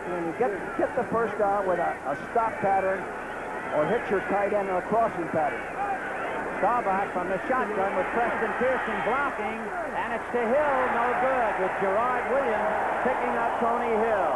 He went for the big play rather than getting the first down. I like to get the first down, 9-10 yards. The big plays will come later. So in other words, really, you second-guess Staubach's call. Yes, I think that to try to get it all in one play, unless it's a broken pattern there. So Dallas first stymied by 2 penalties, a clip and a holding penalty. Still got a drive underway, only to have it fizzle out on the 36, and Danny White will be kicking to Freddie Solomon, number 88, Tony Dungy, number 27. Danny White with a 39-yard average against St. Louis last week, and he had to punt 5 times. Almost blocked, and a flag. Eddie Lewis. It is Eddie Lewis who was the big flaw in San Francisco last week. Stupidity. First of all, you're never going to block the ball going in the way he did. He went, watch him. He goes right into the kicker. You block the ball by getting out in front here. Laying out in front. That's how you lose football games. And, of course, Eddie Lewis was burned twice last week by Ahmad Rashad, and now he commits a guilty play here just when the 49ers were ready to take over the ball. You can't give a good football team like Dallas breaks like that and give them field position. He's a second-round draft choice out of Kansas, and he's looking for a hole right now because there's no doubt about the infraction, and now the Cowboys lick their chops. Number 22, defense. And they didn't even have the block on along with it. Stupidity. And, of course, Bill Walsh would agree with you completely, Coach, because now a fired-up Dallas team has it 1st and 10 on their own 32. Drew Pearson wide left. Dupree, the tight end, on the left side. Second man, Dorsett, looking for a place to hide, and it's on the ground. Archie Reese, who is 6'3", was there to head him off at the pass and turn him inside. You know, when we played Dallas, Vinny, we felt that we had a goal with Tony Dorsett. We didn't want him to have a run over 9 yards. That's the longest run we'd give him is 9 yards. That was our goal. So far, San Francisco's defense in Dorsett's pretty good, and Dorsett's not running with as much aggressiveness as I'd like to see him. Of course, playing with that broken toe as the result of dropping a mirror on it. It's 2nd and 13 from the San Francisco 35.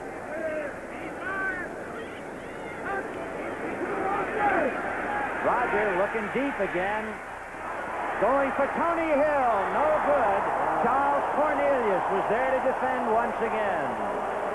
And there's a flag on the play. Good play by Cornelius, but let's find out about the official interpretation of the penalty flag.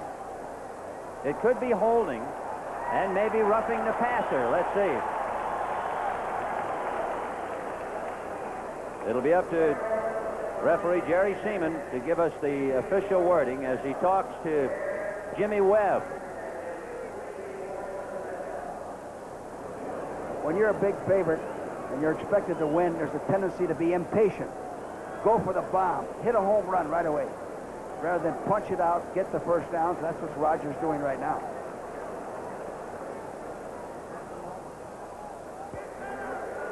Holding, number 67, offense. That would be Pat Donovan, the 5-year man out of Stanford. So he knows this area, and he had a pretty good grip, I believe, on Jimmy Webb, number 74. So the holding penalty sends the ball back to the San Francisco 45, where it is 2nd and 23. Tony Hill is right. Drew Pearson is left. Dupree is on the left side, and it's still Dorsett and Laidlaw. Staubach to Dupree, and Tim Gray will knock him out of bounds, but the big tight end, Billy Joe Dupree, and what a horse he has been. He caught 9 touchdown passes for Dallas last year. Now, this is the type of passing game that will be effective against the 49ers. Intermediate passes. We call that a drag pattern by the tight end. The flanker cleared out. Gerard Williams had to go deep with him. And now Tom Landry has a big call, 3rd and 11 from the San Francisco 32. Tony Hill is right, Pearson left. Dupree is shaken into the slot, and Preston Pearson is on a wing as they go out of the shotgun. Staubach down the right side. All alone is Tony Hill, and he runs out of bounds. He tries to avoid Johnson. Well, big play, first and goal. This is what we predicted that they could do to the 49ers defense. Very little pressure. A blow in coverage. The defense wasn't played properly front and back. And, of course, Tony Hill is from Stanford, and what is particularly galling, when he was at Stanford, he broke all of Gene Washington's passing records, and now he comes back with Dallas to give the Bay Area a bad time. Tony Hill, 3-year man, is a third-round draft choice in '77. First and goal on the 5 for the Pokes, 3-0 San Francisco. Dorsett trying to get outside. Can't quite do it. And you have to give Eric Johnson, number 24, a pretty good chance of slowing it up as he came up from his corner spot. He made him, there's 24, fighting off the block. Pretty good. He got across. That's what you have to do. Eric Johnson got across the line of scrimmage, penetrated, forced them deep. They're in their goal line defense. They took out 2 defensive backs. They're in what they call a jumbo defense. He actually lost a yard thanks to Johnson's play. He's out of Washington State. Benny, they're vulnerable to the pass right here. Second and goal from the 6.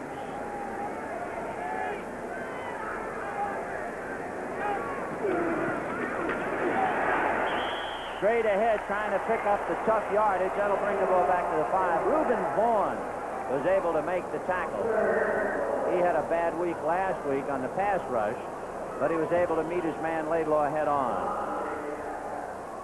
Roger Staubach, to give you an idea, last week passed for 269 yards. What makes it interesting, he has passed for over 200 yards in a game 46 times. Only Jim Hart leads him amongst the active quarterbacks. Hart has done it 59 times. So third and goal from the 5.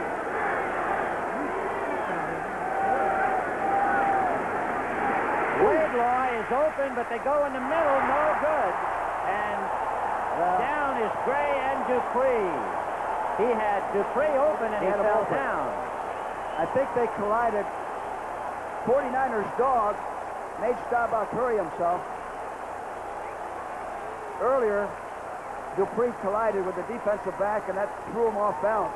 And Laidlaw had peeled off to the left, and he was all alone, but the primary receiver was Dupree, and down he went. So it's fourth and goal from the 5.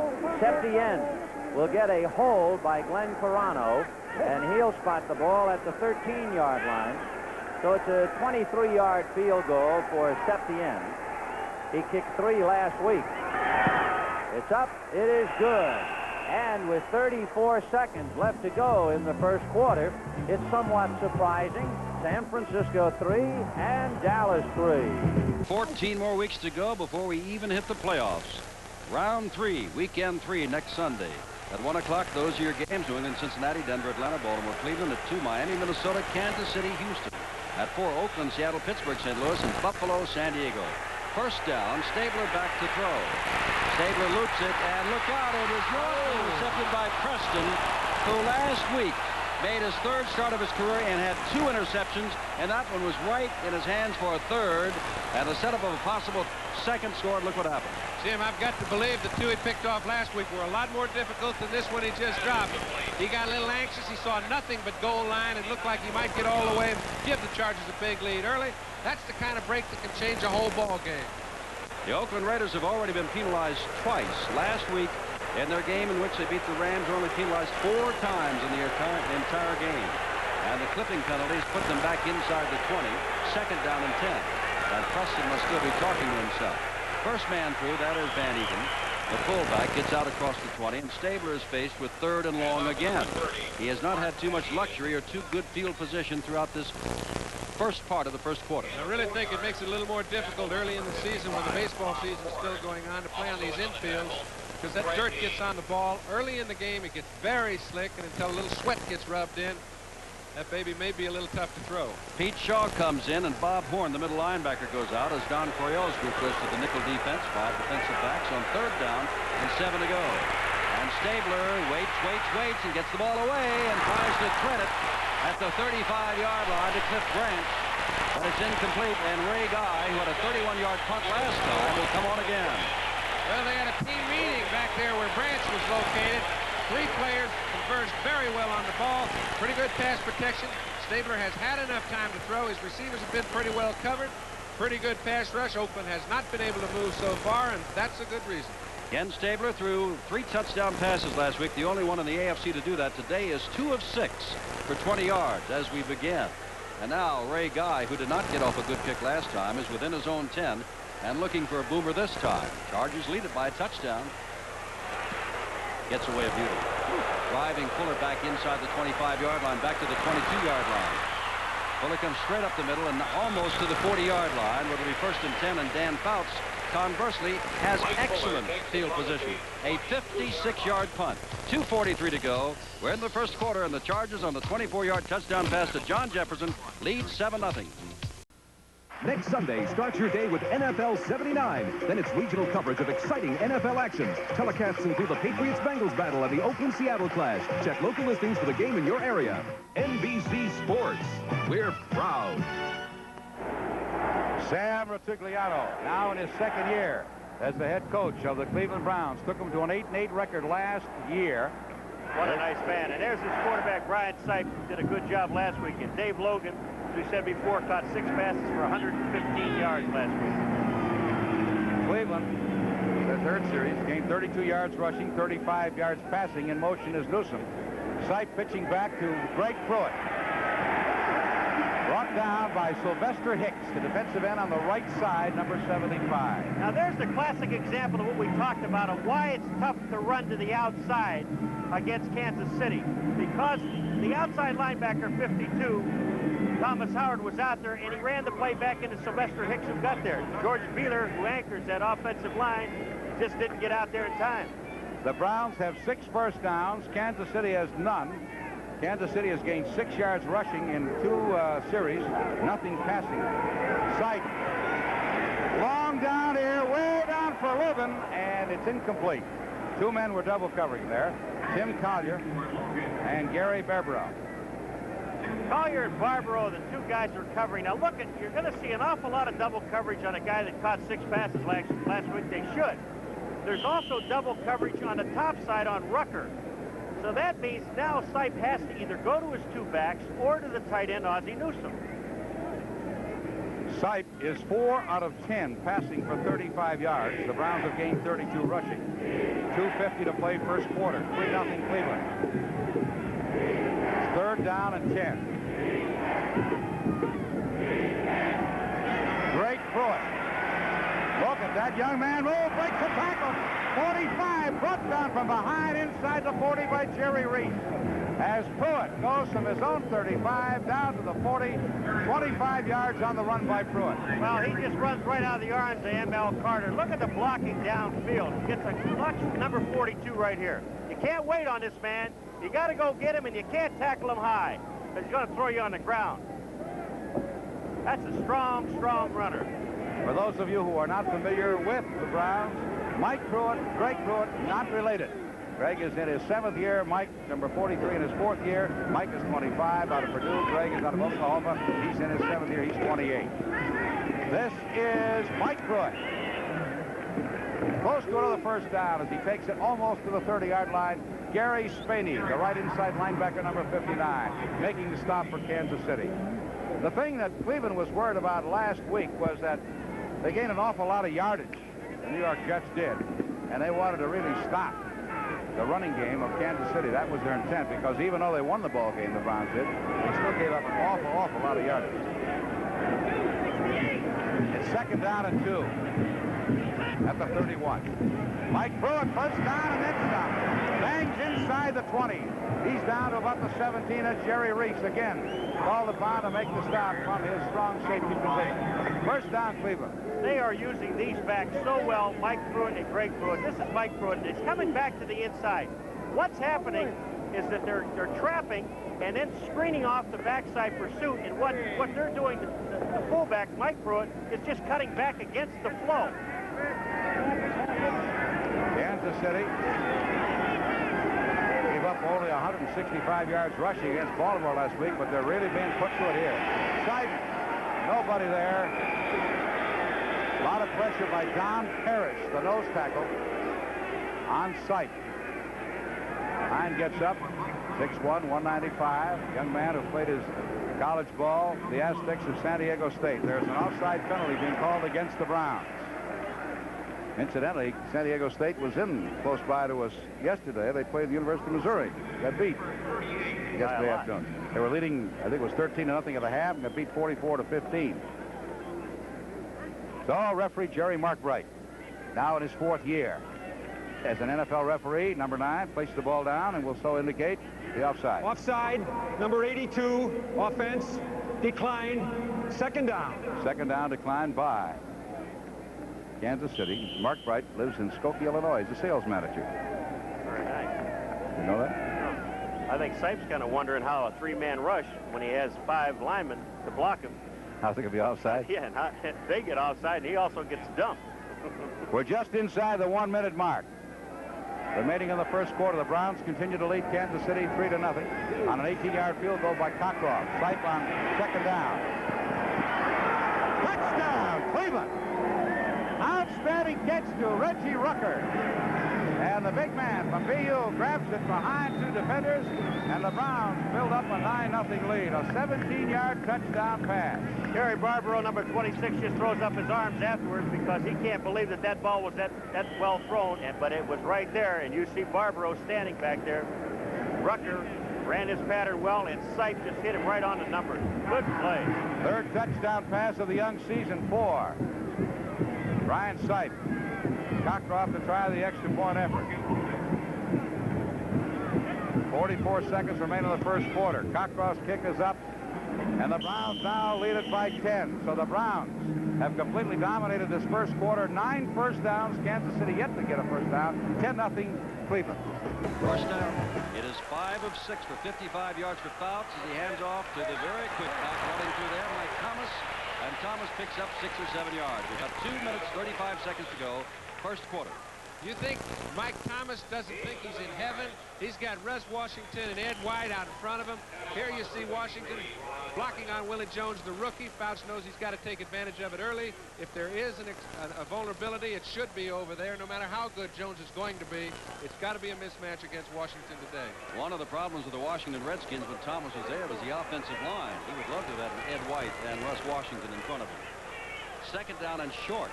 About 3 after the 7-yard gain. Fouts stumbles a bit, and look out, John Jefferson cannot hold on to it at the 27-yard line. Almost an outstanding, leaping, stretching catch. And don't take anything away from Fouts, who had to drill this one on the money, too. Well, it was a double coverage. Tatum was coming up. He had to throw it right where he did. The man really was not open. Jefferson is his man. He's got to go to him covered or not. He figures he can come up with it on enough occasions to make it worthwhile. You'll notice no one is going into a shell. It took these 2 teams 10 meetings before the winner scored less than 30 points. So the ball will be in the air all day. 3rd down and 3. Fouts 5 of 7, 56 yards. Stabler 2 of 6 for 20 yards. Fouts going to the air, has the time. Pumps once and now look out, Bob Klein. Touchdown, folks. No doubt about it. 54 yards on a 3rd and short. I saw Jack Tatum looking back that time. It's very difficult to make one defensive back responsible. I know it was not Tatum's man. It was over the position that Charlie Phillips is responsible for. I do not know if he was sucked in, if he made a commitment, forgot about Klein. We may see it in a replay, and we may not. But Fouts is just going back to throw. Simple little pass rush. Phillips may have bitten. You can see him standing there watching. Tatum looked back to say, hey, what's going on, Charlie? And Klein's got another score, and it's 13-zip. And Erska comes in to add the extra point. And does so. The San Diego fans are thrilled, but they remember a year ago it was virtually the same kind of ball game. San Diego quickly in front, and then with no time left, the Immaculate Deception beat them on that forward fumble. That's not allowed anymore. Anything can happen here.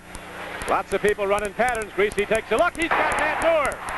But there's a penalty marker down again at the line of scrimmage as Nat Moore breaks it down to the 30-yard line and got a first down. If the play goes, it doesn't look like it's going to. That's not going to go because of offensive holding or tripping against Miami, but that seems almost illegal. Nat Moore on a linebacker, and believe me, that's a tough assignment for a young Seattle linebacker to do. That's going to cost them another 15 yards. They got 25 on the game, but it comes back as Miami now hit with penalties play after play. They're going to mark it off. Personal foul for tripping. 10-yard assessment, and the ball is set back just inside the Dolphins' 40, so it's going to be third and about 16. Time ran out in the first period on the play. Tied at 0. So the first quarter comes to an end with the Dolphins moving the ball and then set back by penalties. When we return, Bob Greasy and the offense will have third and long. This is Lindsey Nelson with Paul Horning at Memorial Stadium in Baltimore, where the Colts have a 4-point lead as we start playing the fourth quarter. Second and 9, they have it at their own 40-yard line. Hardiman and McCauley are the setbacks. Greg Landry drops back. Incomplete, intended for Brian DeRue. Landry now 15 out of 25 for only 89 yards. Most of the completions going short. Cleveland has added a touchdown, a 17-yard pass from Brian Sight to Reggie Rucker. Don Cocker off the field goal. 10-0 lead. Third down play coming now for the Colts. Hardiman and McCauley.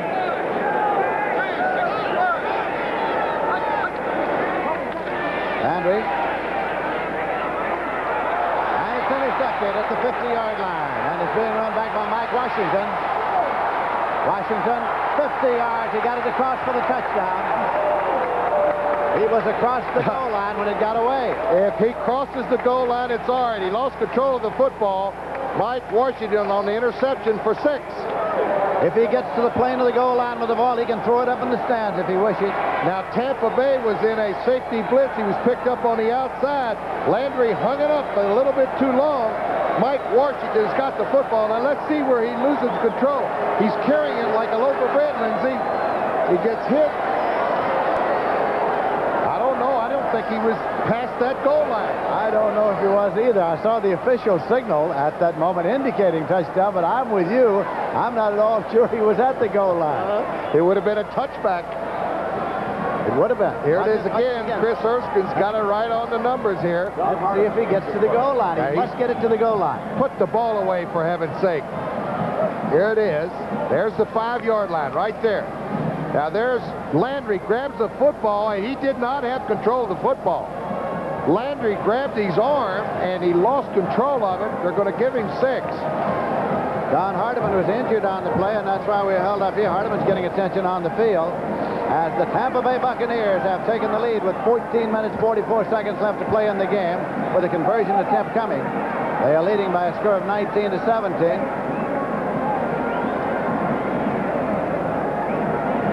Replay from a different angle here. Landry trying to square out. Safety blitz was picked up. He just hung it up there a little bit too long. Tried to hit Glenn Dowdy. Now watch Mike Washington. Now the first thing he's doing wrong, as everybody knows, he's carrying the football out very loose. Anybody could hit his arm and it's over with. Now watch Landry. Here comes the right arm. Now he lost control of the football about the 2-yard line. It goes out of the end zone. That would have been ruled a touchback, right? That's, if he loses control before he gets there and it goes into the end zone with his impetus, it is in fact a touchback. But the official, who was right down there at the time, signaled touchdown at about the time he crossed. The officials in a little conclave, a little talk of their own over there as we have some time here. They're sort of talking things over, and Washington along the sideline, of course, gets a touchdown on the interception and the run back. Oh, it's tough. I tell you, folks, the jobs that Those men have right there in the striped shirts might be the toughest job in all of American sport. You don't have to guess what the subject of that conversation is.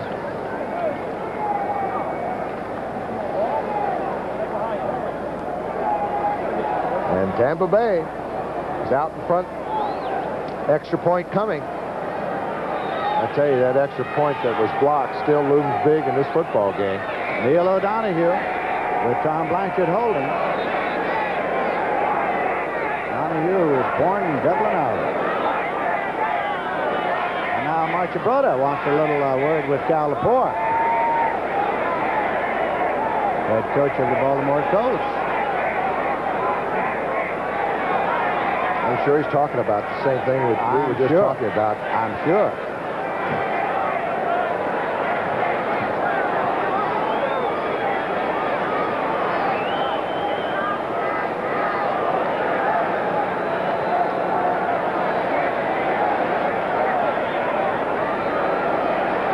Sometimes it'd be good if we could have the microphone on and something like that. And then again, we'd lose the license. Then that's exactly what I was going to say. Then you wouldn't see the rest of the game, too. Conversion attempt coming here.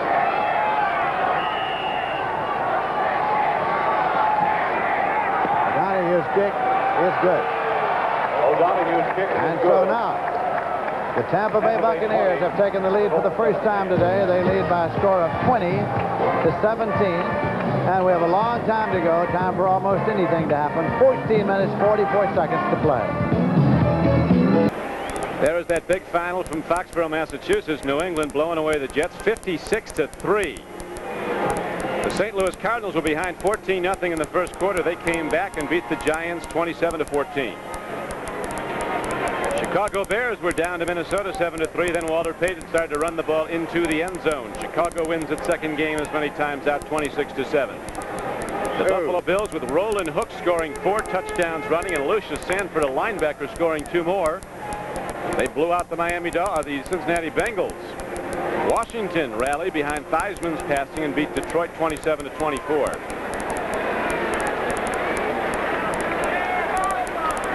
So as we open the second quarter now, this is Don Criqui with Bob Trumpy at the Orange Bowl. No score. Greasy on 3rd and 15. They give him time, that's for sure. Lets it go. Long man is wide open. Duriel Harris catches the ball at the 38-yard line of Seattle for a first down. Backside of his own, as I said earlier in the broadcast. If you give Bob Greasy enough time, he's going to find a man open. And that offensive line gives him plenty of time. He's looking all over the field. He reached a strong safety, rotating strong, throws to the backside of it. Duriel Harris almost man-to-man coverage.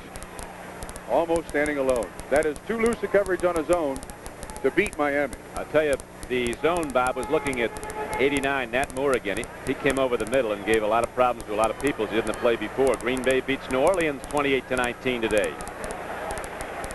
Del Williams and Larry Zonk are the setbacks in the Miami backfield. 1st and 10 Dolphins, 38-yard line of Seattle. Del Williams, he's been having some problems. Those defensive backs are coming up hard on him. Autry Beeman, 27. Came up and filled. And here's the middle linebacker of the Seattle Seahawks, young Beeson, trying to get it in there. Wow, that's a gang tackle, I would say. That's where you stop that power. The first hit goes to Autry Beeman, support on the strong safety.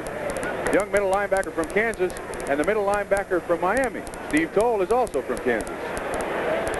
So is Delvin Williams. Yes. Delvin Williams, the guy in the Miami backfield, holds 2 all-time rushing records for 2 NFL teams. That one at San Francisco and here at Miami last season when he got over 1,200. Greasy takes a look on 2nd and 8, and he was just throwing it to the turf. Somebody that was eligible was near there, so there was no penalty call as Beeson came on a blitz and the middle linebacker put the heat on, and Greasy wisely got rid of it. That was a middle screen, but you see the discretion of Bob Greasy. Years of experience. He's not going to get anything, so you settle back 3rd and 9 and let it go at it. Miami goes with some tough formations. They'll bring Nat Moore into the backfield with Gary Davis. They both can catch the ball, then go with wide receivers and Cephalo and Duriel Harris on most long yardage plays. And they have that in there right now. Nat Moore, Gary Davis in the backfield, Cephalo, Harris wide, Hardy at tight end. Cornerback comes up tight on Cephalo. Now he backs off. It is 3rd down, a long 8 for Miami. Penalty marker is down again. Greasy, as the coverage was good, coming over to cover on the play was the free safety John Harris as he took a look at Nat Moore. Flag it down. And there's another penalty marker down on the field. Looks like it's going to be against Miami. Shula was not at all happy with an offensive performance that produced just 9 points last week at Buffalo after a high-power offense in the preseason. Even though it was in the rain. That could be that case again here today. It looks like rain. It has. We haven't had any so far. It rained earlier in the day. Illegal motion against Miami, declined, 4th down. I'm really surprised at Seattle, what they're doing at 5 wide receiver set. They're blitzing. So that means single coverage in the backfield. Somebody is going to get burnt somewhere on the field here today for Seattle. Now Miami's punter comes in there as Jeff Moore going back for Seattle, the rookie back from Jackson State. He's standing inside his 10. George Roberts, now in his 2nd year from Virginia Tech. Doesn't hit the real long ball, but he hits a high ball. It's tough to return. 14 minutes to go in the first half, and there's still no score up. Roberts hits it very nicely. It'll carry down close to the end zone. And again, the Dolphins will down it low. They could not down the ball. They're saying they touched it, but official there says it was batted back. The ruling was a touchback. So we have a pause in the action here at the Orange Bowl in Miami. Seattle again goes in offense, but inside. Let's see, it'll be at the 20-yard line when we come back. 34 seconds to go in the first quarter. And a reminder, the finals U.S. Open tennis immediately after football. Everett Lloyd versus Austin and McEnroe and Gerolaitis. Tennis coming up after the football game. Rafael Septien ready to kick off in a 3-3 tie. And he'll kick it to James Owens, and the world-class hurdler is off to the races to the 25 and belted there. Aaron Mitchell made a good play to bring him down. Oh, with his speed, he'd have picked up a ton. There's a flag on the play. You know, Benny, one thing with the new rule that you can't block below the waist, you get a lot of people standing up on these returns, all standing up, afraid to throw a block because it'll be clipping, you see. And here we got a clip. Too many penalties on the kicking game because of that rule change. George, it looks like the rule book is going to play an even bigger part in the 1979 season than ever before. Well, I hate to see the officials having to call so many penalties and taking over the game and prolonging the game. It's really hurt the return game, the punt returns and kickoff returns. Personal foul, clipping, number 58, receiving team. So San Francisco will be moved back to its own 13-yard line. Gordy Saraceno was guilty of the clip. He's a linebacker in there on special teams duty. First man juggling is Mike Hogan, but he held on to the ball and got out to the 16-yard line. Hogan didn't have too good a grip. Well, it looks like the 49ers, when they want to run the ball so far, they're using the I formation, whether they line up in it or get into it by motion or shifting. So it'll be 2nd and 7 on the San Francisco 16. Mike Hogan picked up by San Francisco, and he's going to be a workhorse. And the first quarter has run its course, and it's a battle of field goals at the end of the first quarter. They may not be able to get this play off before the gun will sound in the first quarter. No, they don't. So that is the end of the first quarter here on a warm afternoon at Arrowhead Stadium in Kansas City, Missouri. And at the end of the first quarter, the score is the Cleveland Browns 10, Kansas City nothing. We'll be right back after these messages to your local station. It is 2nd down and 17 to go, and Stabler's back to throw. And in trouble, and gets the ball away. Just underthrown, intended for Whittington. No chance at all to say that ball was thrown away because Whittington was right there with a possible reception. That was an excellent play by Stabler, Jimmy. He gets a safety blitz from Glenn Edwards. Both safety men came. He has to get outside. As he gets out around, he knows he's got nowhere to go with the ball. Fred Dean, being as fast as he does, ran Stabler down. He does a good job just to get rid of it. Derek Jensen, number 31, comes in on 3rd down. Second quarter, Cleveland and Kansas City still 10-0. 3rd down, 17. And there goes Derek Jensen on the draw play, and he's not going to get enough, but maybe enough to get inside so that Jim Breach can come in and at least get Oakland on the scoreboard. Breach is coming on. Breach was drafted by Detroit a year ago, lasted through 8 or 9 games, and then they cut him. But he's out of the University of California, where he set all kinds of kicking records. We've had a real situation where we've got a lot of new kickers. I can't believe that Roy Girella, Garo Yepremian, and Errol Mann are all looking for work. Girella was in the Pro Bowl last year. I guess that doesn't mean much. Well, how about Yepremian? He wound up last year with 16 straight field goals.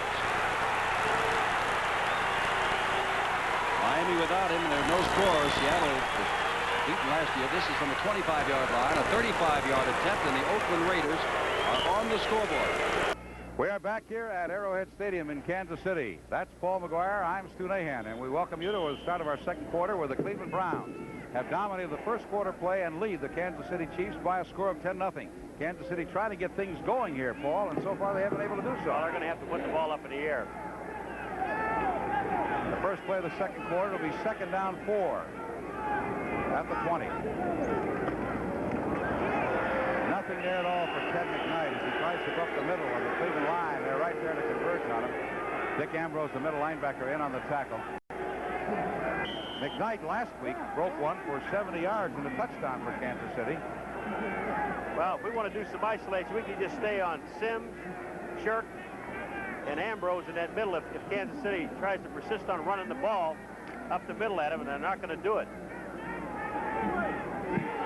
Henry Marshall comes wide to the left side. It's 3rd down 3. There's a great try by J.T. Smith. Got behind the defender that time, Oliver Davis.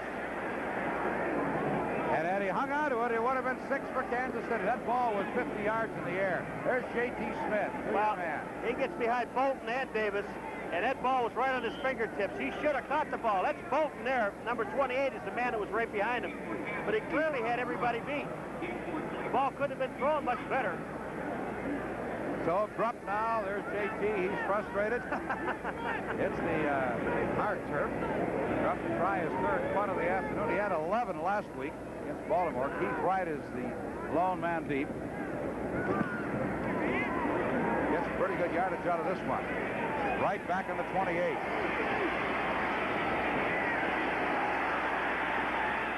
And he gets back to the 29. Hit a lot of yardage, but most of it was laterally. I thought I saw a penalty marker go down after the tackles. Ed Beckman was in there to make the hit. There is a penalty marker down. There's also an injured Kansas City player down. First, Clinton Burrell is the guy for Cleveland that they threw the flag at. And I think the man that's down is Elmel Carter. Penalty's going to be against Cleveland. But I'll tell you, I thought that was a good hit. He hit him high. While they're examining and marking up the penalty, bring up to date on some of the baseball races going on. Carl Yastrzemski, who needs 2 hits to go to 3,000, went 0 for 3 today. Baltimore is leading Boston 13-3. Dodgers trying to knock the Reds out. Personal foul. Clipping number 49 on the run back. First down. They got Clinton Burrell on the clip. All right, we're going to take a look at it here. It looked pretty good from up here. They're moving back to the left. That's not the clip. That's not the call. The call comes in right here, and M.L. Carter's the guy that gets hit. Watch 42. That's a good hit. I'm sorry. He hit him high, and he hit him clean, and that's a bad call. All right. We have a timeout on the field early in the second quarter. It's 10-0 Cleveland over Kansas City.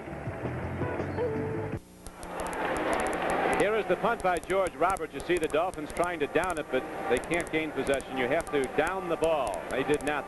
Babb knocked it into the end zone for a touchback, so Seattle was benefited by that, and to get the ball at their 20. They would have had it downed inside the 5. That's a bad mistake. I mean, everybody did it exactly what they're supposed to do, except you should have a designated guy down there to try to catch the football, to keep it from going in the end zone. Charlie Babb a little too anxious. Here we go. Let's see if Zorn comes out gunning the ball. He's been throwing on first down. Goes to the run. David Sims is going to throw the ball. He was a high school quarterback. Larkin is open. And David Sims, who has a big gun, let it rip too long. That's one of the things I like about the Seattle offense. They will try just about anything to get it in the end zone.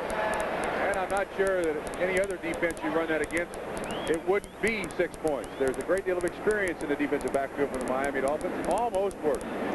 Miami's a tough team to score on. They gave up 7 points last week at Buffalo, and that was actually on a blocked field goal attempt and a run back by defensive back Charles Rones. But in their last 4 regular season games dating back to the last 3 of the 78 season, they've given up a total of those 7 points that were scored in Buffalo. That's it. That's the discipline from Bill Arnsparger. He is a very disciplined coach, and he coaches the defense, and he has specific design for that defense. So apparently Zorn knows that they're going to have to do some tricks, try to get the ball down deep against Miami. This time they go to the run. David Sims runs with it. Larry Gordon made the stop. Both the running back, the starting backs for Seattle, quarterback. Sherman Smith was a fine quarterback at Miami of Ohio. Had great record, lost only 2 games in his 3 years as a starting quarterback. And Sims was a high school quarterback and went to Georgia Tech. They made him a runner. And both those guys missed 4 games last season and still gained about 800 yards apiece. Smith says his goal at the outset of the season was to gain 1,000 yards, but then he said he reconsidered. Said, my goal now is to play in 16 games. Get the whole season in. Jim Zorn takes a look. Here comes the rush. He triggers the ball. It's going to be intercepted. Ernest Roan. He's not done yet as Ernest Roan takes the ball down to the 26-yard line of Seattle. So the Dolphins intercept Jim Zorn for the first time this day and now have their best field position of the afternoon. Well, that's what they've got to do to Seattle in order to break up the timing of Jim Zorn and Steve Largent. They got to get pressure on Zorn. Here you see it from the end zone. You'll see who tips the ball. He's got time to throw it. He's got to rush it a little bit. Gordon comes in on a linebacker blitz, just hits it slightly. Roan, the open receiver, and he turns running back a little bit. Miami now has plus field position against Seattle. Here's where they look the toughest. Zorn has now thrown the ball 7 times. Has completed just 2. 1 was intercepted, as you just saw, and so Miami now challenges. 7, they had 6 last week. Greasy takes a look at his wide set. Here we go. Either out. Greasy lets her rip. Uriel Harris has the ball and goes out of bounds at the 6-yard line. Uriel Harris, one of the good hands people, goes up and gets it on his fingertips, turns upfield, is knocked down at the 6-yard line. And that's experience between quarterback and receiver. Bob Greasy threw this ball just ever so slightly, and I think on purpose. Cornell Webster was right there to intercept it. You see Uriel Harris go back a little bit and catch it. Mistake by Cornell Webster. Look out now for Miami. So now the Dolphins will be tough to stop as they grind down. Here is a 4th quarter score. The Colts leading Tampa Bay 17-13. 4th quarter score at Baltimore. At the 6-yard line, 1st and 10 Dolphins. There's no score in a penalty marked first half.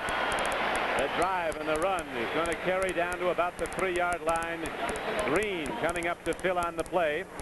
Delvin Williams got the ball down close. He's 2nd and goal now from the 3, Bob. And with a 237-pound fullback named Larry Zonka blocking for you, you're going to eventually get it in the end zone. Zonka will take out a linebacker. He's bigger than most of them. And he loves to block. Greasy, that's what Greasy said when he came back. He said, I like him as a runner. I also like to see that blitz coming and some guy get knocked flat with Zonka in there. They think again about blitzing. Dolphins are challenging now. No score. Greasy takes a look, takes his time. He throws.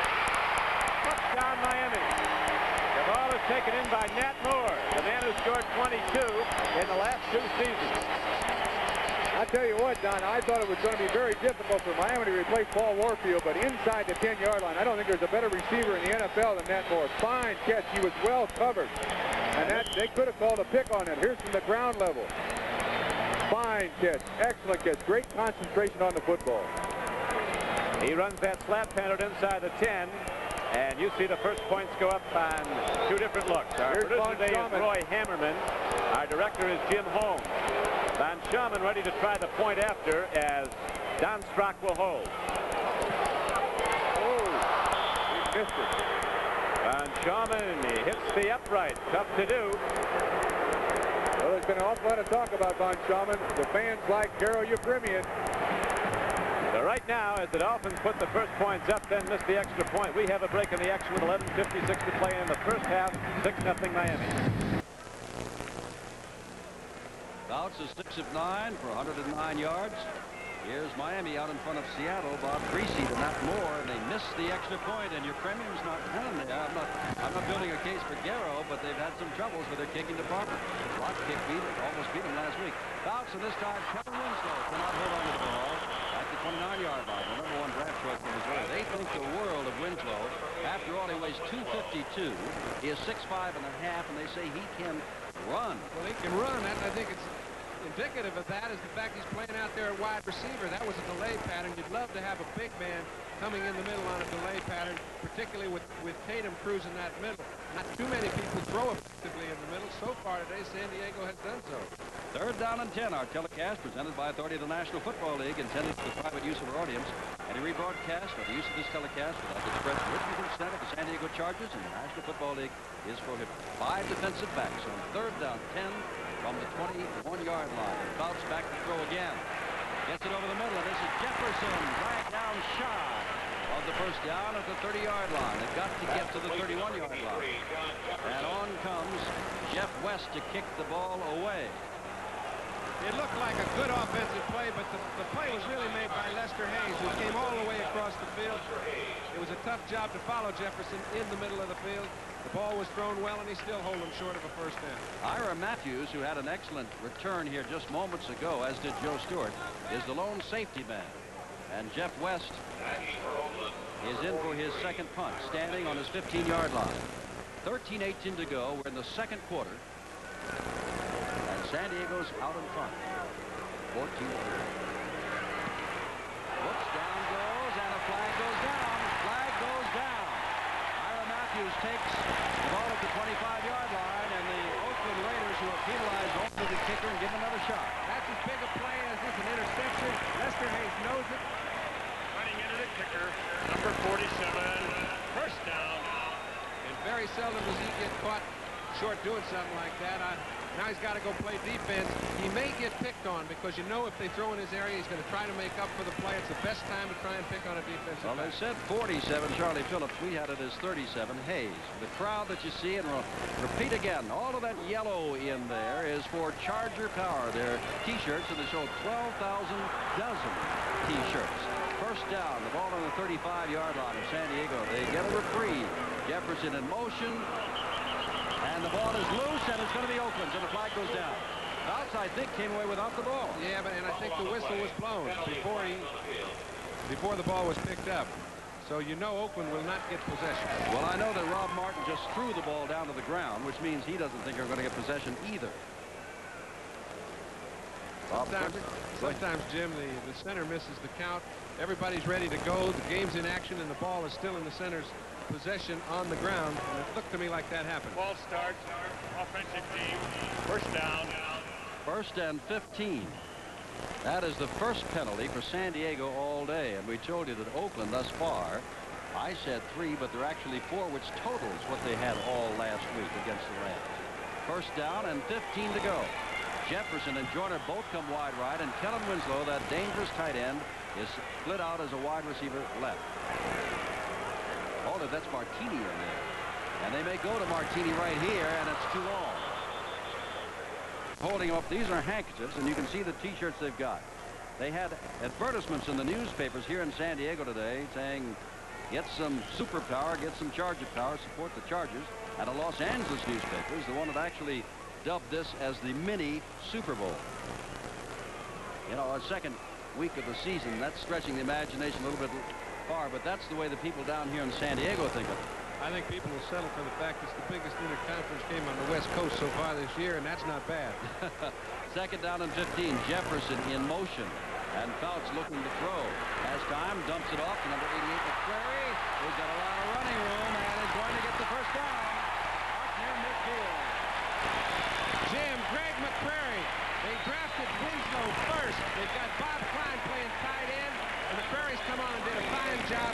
Indicative of these tight ends' speed is the fact that they play both McCrary and Winslow at wide on occasion. That means after you catch the ball, you can do something with it. And at 245 pounds, when you can go after you get the ball on a screen, you're pretty good talent. First down, and remember, running into the kicker, enable the Chargers to hang on to this ball and set up this play by McCrary and Fouts. 12:15 to go in the half. 14-3 Chargers. They were slightly favored in this game. Fouts having a good day. Pitch back, and this for the first time today is Bo Matthews in there, and Matthews picks up 7 yards down to the 45-yard line. And again, Fouts has the ability now to work with a second and short situation. And he loves that second and short situation. Any quarterback knows that when you have the luxury to work with a second and short, by that we mean 2 yards to go, 3 yards to go. It's a real big play down if you utilize it, not just throwing for a touchdown, but 15, 20-yard out patterns. All types of screens will be effective in that situation. Right now, Fouts has got his pick of the litter. He can do just about what he wants. I can't figure out what he's going to do next, and neither do the Raiders. Well, Coryell knows because he sent the play in with Charlie Joyner. On second down and short, he's going to give it to Bo Matthews, and they're going to have third down and short inside the 45-yard line. Willie Jones and David Pear made the stop as the clock continues to run here in the second quarter. And now Bob Klein comes on. There's Rolf Benerski, and he has had since last year a stomach problem. And I wouldn't tend to get into the medical profession's business, but the best I can understand it is he doesn't want to eat. It makes him nauseous to eat. And last year he went from 175 to 150. Someone interviewed him last week, and he said, this isn't going to be about my stomach again, is it? I stay off the scales, and I don't want to read about it. Well, he may not like to eat, but he better do a little bit of it because the body does need some. All right, Matthews tries for the first down, and that's going to be close. He may have it. He may not have it. I think he got it with his second effort, Jim. At the 42-yard line. Jack Tatum is the one who gave him the hit. Tom Flores across the field. Okay, short yardage situation. Ted Hendricks holds his ground. He comes inside on the play. Matthews has stopped at the line of scrimmage. Good defensive play. However, not good enough, I do not think. Now the question is, as they come on, no matter what happens first down, I would believe they're going to go for it. They think they've got the first down, and it's certainly, well I was wrong one more time. Yes, sir, both of us are. And so Clarence Williams has come in, and the crowd here wants them to go for it. Tampa Bay, well, things are going bad for Baltimore, aren't they? They're going to get another one. Jim, this is a situation. If they're going for it, there is some short yardage weakness they think that they can take advantage of. You don't just say all of a sudden, okay, let's go for it. Just everybody hit somebody and see what we can pick up. They will try something that they have rehearsed and rehearsed and rehearsed in this situation, and they think it will work. Well, Hank Bauer is the man who usually gets the ball. He is excellent in short yardage situations, number 37, and he is in there. He usually gets the ball. Let's see what happens. Now, it is the second man through, and that is Clarence Williams. And he's down near the 40-yard line, and I think he's got the first down. He's got it. Credit Ed White and Russ Washington. You see Coryell looking to the bench saying, yeah, we thought so. When you have Russ Washington, you've got a luxury that a lot of teams don't have. It has been all San Diego thus far. You see Ted Hendricks doing his job again. He slips underneath Bob Klein. Russ Washington doing his job on Willie Jones. You don't have to pick up much. They didn't, but they've got enough. Mike Thomas had an outstanding quarter, but Artie Owens, who started, came back in, and he is in there now. Miami still leading Seattle. Second quarter now, 6-0. Cleveland over Kansas City, 10-0, also in the second quarter. First down. And that is Jefferson. And there's a ball thrown past the outstretched hands. Oh, boy. How about that? Look at that. Charlie Joyner getting up. You don't get very many opportunities like that. Joyner got inside of Jackson. Tatum was going to try and pick the ball off as he tried to make his move, and he was crouching down to hide from Fouts' vision. He slipped. If it had been a well-thrown ball, Joyner was in the end zone. All the scores, you're watching some of them now. Special features on NFL 79 at halftime. And it has been a surprising day, and the points that have been scored, and some of the teams that have won, and some of the teams that have lost. 9:34 to go. We're in the second quarter, and it's 14-3. Fouts loops it and looking for Jefferson, and what a play! He goes down, and he is knocked down there by Lester Hayes, who has his hands full today. But I want to tell you, that is the second catch we've seen him make today of that leaping variety. Well, that is a play. When you've got a man one-on-one with his back turned to the quarterback, All the quarterback has to do is get it high enough and let the receiver take care of the ball. Fouts gets it up in the air. Tarkington was a master at that. There are a lot of quarterbacks. When you have a receiver like this, I can remember in the old days I had a David Parks. If he gets one-on-one with somebody, put it up there and let him do the work. Jefferson will get it done for you. Jefferson got the job done there, and of course that Oakland defense, you almost know the numbers by heart now. They've been out there a long while.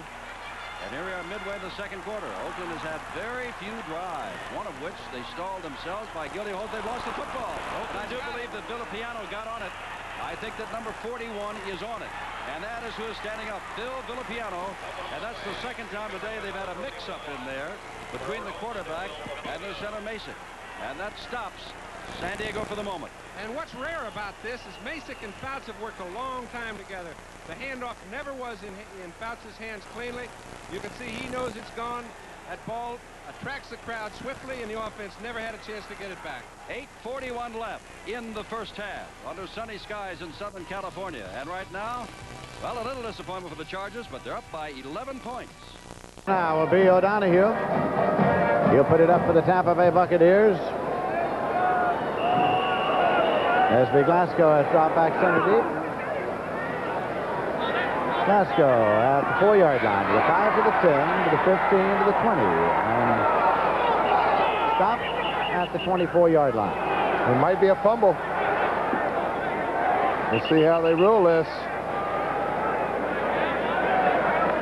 Might lost control of it. That's what some of the Tampa Bay Buccaneers were saying. But nope, it's cold football.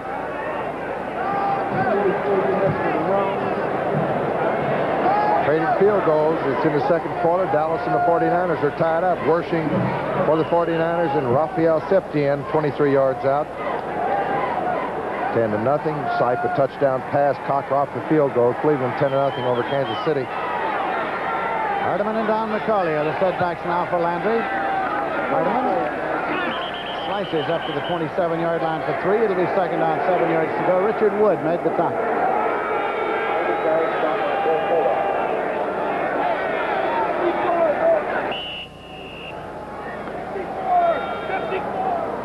Kohler goes out of the ball game, and Randy Crowder replaces him now as the nose tackle in the 3-man line of the Tampa Bay Buccaneers. Well, Oakland's going to have to do it again. They got behind in their first game. San Diego, 2 touchdown passes from Dan Fouts. San Diego 14-0.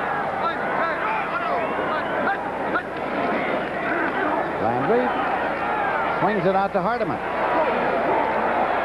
But it is Mike Washington out there on the tackle, number 40. Yeah, they're going to have to go downfield, Lindsey. It's going to be very tough to start throwing the ball in the flat with the way these linebackers and defensive secondary react to the football. They've got awful quick linebackers. Natives are getting a little restless in the stands with their reaction to the play calling. There's a loss of 2 yards on that completed pass in the left flank. 3rd and 9. Ben Gary's gone in now in the backfield along with McCauley. As Hardeman has left off, Dowdy is being doubled to the right side along with Brian DeRue. Well, the Colts put the first 17 points on the board, and Tampa Bay is stormed back. Look at that. Landry is sacked. Crowder is there. All 3 of them were there. Chambers, Leroy Selman, Randy Crowder. 4th down. The punting unit comes on, led by Bucky Dawes. Let's take a look. Here goes. Landry knows he's in trouble right here. There's number 60. Wally Chambers from the opposite side. Leroy Selman, and Randy Crowder makes the tackle. Dilts is deep to punt, standing at his own 2, waiting for the snap, and Reese is standing at his own 39 to receive it. Danny Reese for the Tampa Bay Buccaneers. A high snap. Pulled on by Bucky Dilts, the left footer. Gets it off. Reese has it at his 46. He's at the 50. He's at the Tampa Bay 45, 44-yard line. Bob Van Dyne made the tackle. And when play is resumed, it'll be first down and 10 yards to go. For Tampa Bay, the ball is spotted near the 45-yard line of Baltimore. San Francisco 3, and the Cowboys will put it in play 1st and 10 from their own 34. Benny, Dallas is a good first down team. We felt we had to stop them on first down. We had to stop their passing game, their play-action passes, and hold their runs to a minimum of 3.5. Well, we'll see what they do first down on their own 34. In motion is Drew Pearson. Stumbling is Newhouse, and so Staubach recovered the fumble, and down he goes. So Robert Newhouse having trouble with the handoff. Busted play. Well, he slipped on the infield. Stumbling resulted in bad timing. They're very fortunate to have the football. Ball bouncing back to Roger, as you see, and all he could do is get it back to the line of scrimmage. So it is 2nd and 10 on the Folks 34. Tony Hill is wide left, Pearson wide right. Dupree, the tight end, on the right side. Dorsett, fumble. San Francisco recovers it. Danny Buns, the middle linebacker, recovers the ball and moves it inside the Dallas 30-yard line. Danny Buns, 2 years out of Cal State in Long Beach, on that recovered fumble. Well, it looked like they're trying to run a fast trap. Nobody touched them. Except Jimmy Webb, and Webb made the hit that caused the fumble. Yeah. In fact, it's not Webb, it is Ted Vincent. Vincent, 75. So a big break for San Francisco. They have it now on the Cowboy 28 line. 1st and 10. Phil Francis is the setback behind DeBerg. DeBerg leading his man Francis, who makes the reception inside the 15-yard line. Phil Francis with Cliff Harris bringing him down. When you get a break like this, you got to take advantage of it. Not by 3 points, but by 7 points. DeBerg did a good job on that. He read the defense. He saw Francis open and drilled it in there. Francis caught that ball well. You can tell he's a good receiver the way he put the ball away. He was the #1 pass receiver in the nation last year, even though he hurt his ankle and missed 4 games. In motion is Schumann. Here comes Mike Hogan. Inside a block by Randy Cross, and he got to the 11-yard line. Coming up was Cliff Harris along with Mike Hegman to bring him down, and Larry Cole playing on the left side, stacked up things. Dallas is tough to score on in here. Here comes McAfee in. He's a better blocker than the other tight ends. It's a big surprise to see McAfee in there at all. Last week, he went off the field on a stretcher, turned up with a bad ankle, but he's in there, and the ball brought to the 19. Motion, number 84, offense. If you remember the start of the play, Mike Schumann, a wide receiver, was in motion, and evidently he got too far away from the count and broke towards the line of scrimmage. So that slows things up a little bit. It is 1st and 15, and the ball is spotted on the Dallas 18-yard line. Schumann is wide right, and McAfee, the tight end, on the left side. Here comes O.J., and there goes O.J., stacked up just about at the line of scrimmage, and a good play by number 58, Mike Hegman, 4 years out of Tennessee State. Yeah, Benny, as we said at the top of the show, they're going to have a lot of difficulty running against this Dallas defense. Mike Hegman went to school with Cleveland Elam and Too Tall Jones at Tennessee State. You might remember he's the man who stole the ball from Terry Bradshaw in Super Bowl 13, and he's playing for Thomas Henderson today. The running backs are Lenville Elliott and Mike Hogan. It is a 2nd and 16 on the 19-yard line. Over the middle and deflected and through the hands of Lenville Elliott.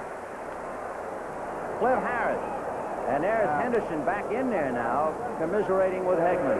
Well, they had their prevent defense 4 underneath. Stops that short passing game. That ball was there's Thomas Henderson. Very easily could have been intercepted. And you remember that 68-yard touchdown interception he turned in against the Rams last year in the playoffs. He came close to picking one off now. It is 3rd and 16. From the Dallas 19-yard line, we'll see DeBerg's call. Freddie Solomon wide left. Hogan on a wing, and Schumann is wide right. Lenville Elliott, the only running back. And Hogan with the pass to Elliott, and Thomas Henderson just slings him out of bounds.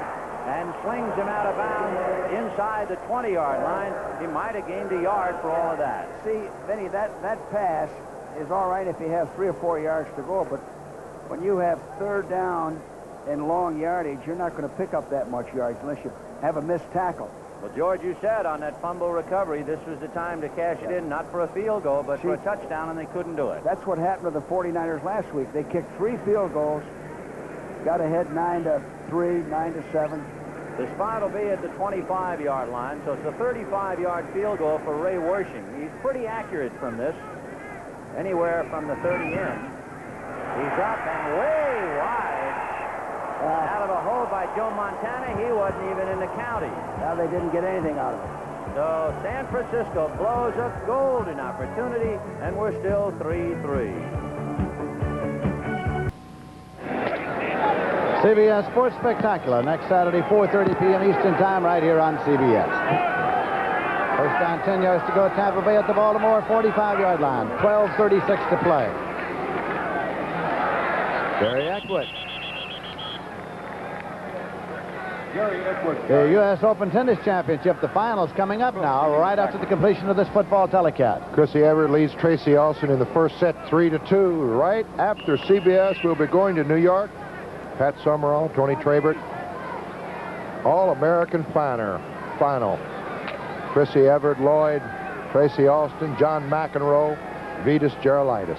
2nd and 9 at the 44-yard line. Bell and Eckwood are the setback. Doug Williams.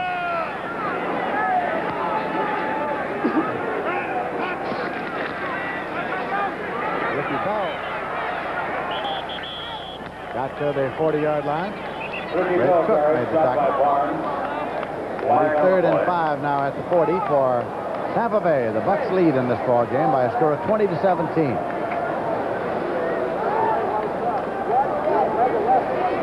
Penalty marker on the play, and Williams is being consulted. Cal Lepore, the referee.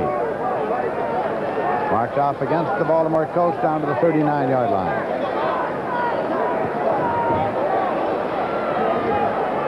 Offside, lining up in neutral zone, 3.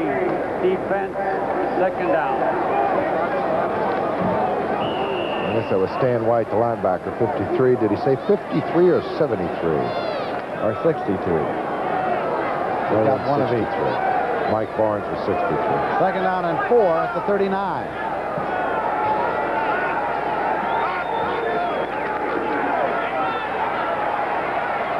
Eckwood got the first down.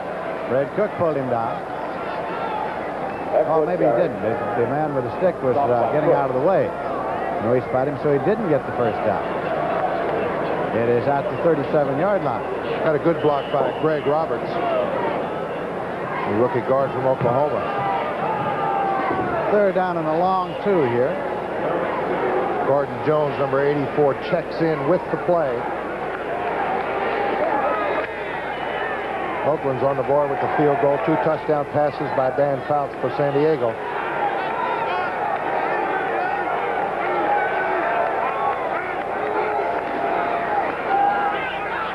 Oh, he's gone. Long, and he's gone. And backs in for a touchdown. Gordon Jones, now back with the defender. Gordon Jones took it in for the Tampa Bay Buccaneers. A 37-yard touchdown pass. Well, I think it's the best play in football, Lindsey. 3rd and 1 to throw the football long. Everybody can be suckered with that play action. It wasn't that good a fake. But Gordon Jones with his great speed, the good quick release of Doug Williams, he just beats everybody. Number 44 was Lyle Blackwood. Now, that was not his man on coverage. He came from the offside. So it's 26-17, a conversion attempt coming now for the Tampa Bay Buccaneers, and Neil O'Donoghue is in there to try it. Blanchard will hold for it.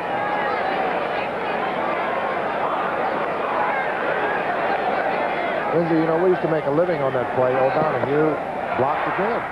Yes, blocked, deflected wide. It's no good. I was going to say, Lindsey, we used to make a living on that play, 3rd and short. And I always kidded Bart, you know, now that he's the coach of the Packers, they don't use it too much. So next week, Tampa Bay won't have to worry about it too much. Here's O'Donoghue, and it's blocked. We pause Pause briefly for station identification. This is the NBC television network.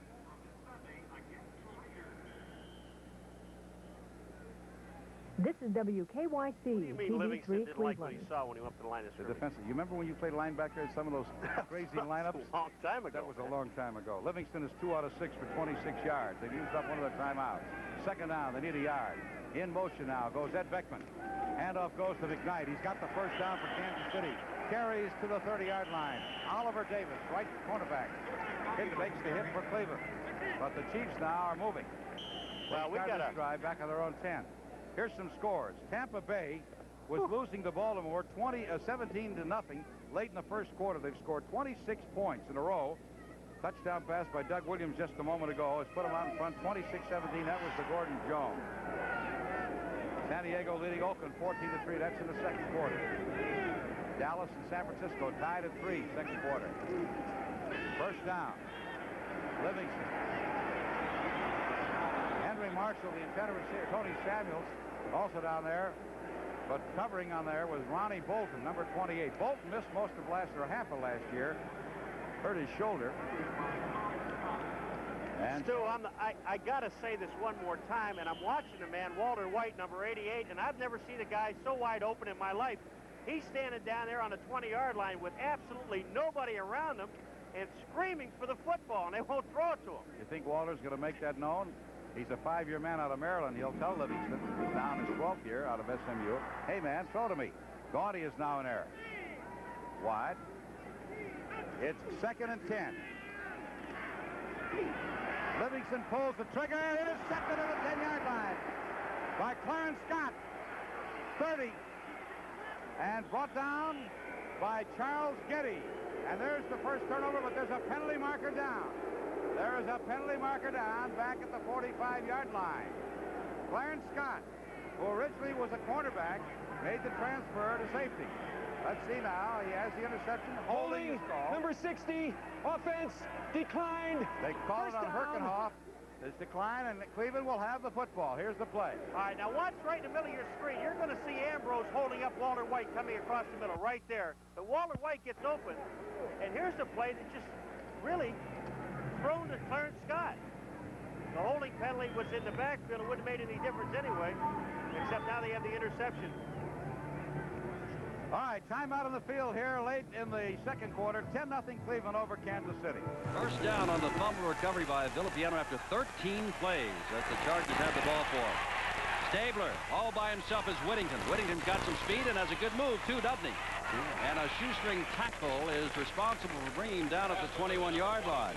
Bob Horn just got his hands around his ankles to send Whittington down. Okay, Oakland has to do something. They haven't been throwing the ball on first down as much as they might in a little bit if they don't start moving better. Stabler's back doing what he likes to do best, gets the ball to Whittington, and he almost breaks loose. This is when a guy like Whittington is really valuable. Get him in the secondary and let him do his thing. A gain of 6 yards, second down and 4 to go. Stabler again, going on nearly every down. Look out, down he goes. Boy, he had to snatch after that ball, too. It almost got away from him, but I'm sure he was down before it scored him loose. This time it was Wilbur Young, who last week against Seattle had 8 sacks and also picked up a fumble. Let's pause briefly for station identification. This is the NBC television network. 7:49 to go. It's 14-3. And, you know, their offense has played very well, Jim, but San Diego's defense has been extremely tough to penetrate. In the past, it was easy to score on San Diego. They say they've got a lot of more depth defensively. It certainly shows today. Third down and 13. Stabler now 5 of 10 for 53 yards, and he's going to have to put up yet another one, and has the man out there, and it's intercepted by Woodrow Lowe at the 21-yard line. He's going in. Lowe has excellent blocking, and he does not go down. How about that? He stays on his feet and stumbles into the end zone. I'll tell you something, one man's opinion. Chargers are going to be tough to catch today. You think an offense can't bring a city alive? San Diego is dressed in orange, and they're all waving their towels right now. Woodrow Lowe on a beautiful return. Excellent interception. You can see the dismay of Stabler. He fires the ball, gets a good pass rush, and it really gives Woodrow Lowe a chance to get to the ball. When he does, all of his blocking forms and reverses his field. He catches all the Oakland linemen in hot pursuit on the other side of the field, and all the way in. Barneske comes in to add the extra point. Stabler was not intercepted last week against the Rams. Stabler and the Raiders last week benefited by a couple of blocked punts and a recovered fumble, and now their own penalties today, and a flag goes down. Now Hayes is in there, and you can see Barneske is down on the ground, and they threw a flag.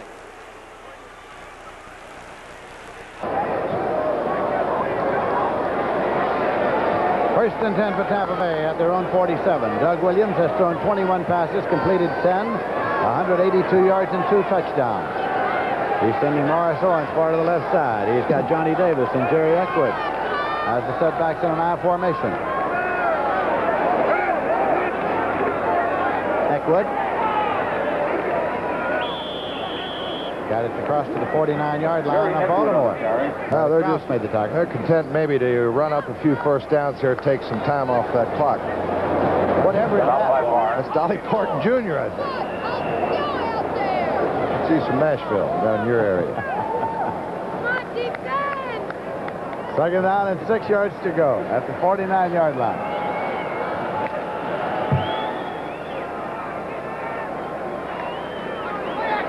Morris Owens again to the left side. Ricky Bell and Eckwood. Williams. Eckwood's intercepted. And being returned now by Sandy Shiver.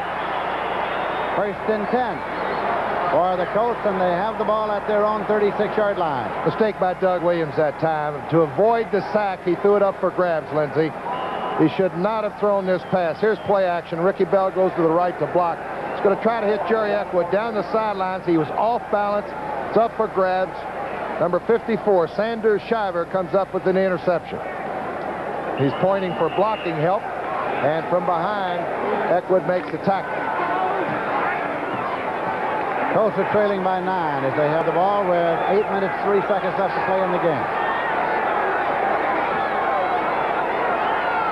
Greg Landry steps up, flips it out there, although the whistle had blown. He was in the grasp of Leroy Selman, and the rules this year say if he's in the grass, blow the whistle. And the key to it, Lindsey, is exactly what you said. This year. Last year, he probably would have got away with that little flip. But soon as the quarterback is in the grasp of the defensive lineman or linebacker, they're going to blow the whistle. It's dead. And Tracy Austin has gone in front of Chris Everett Lloyd in the first set. Remember, U.S. Open tennis right after this football game. Second and 13 at the 33-yard line for Baltimore. Greg Landry. Selman. He's unreal, Lindsey.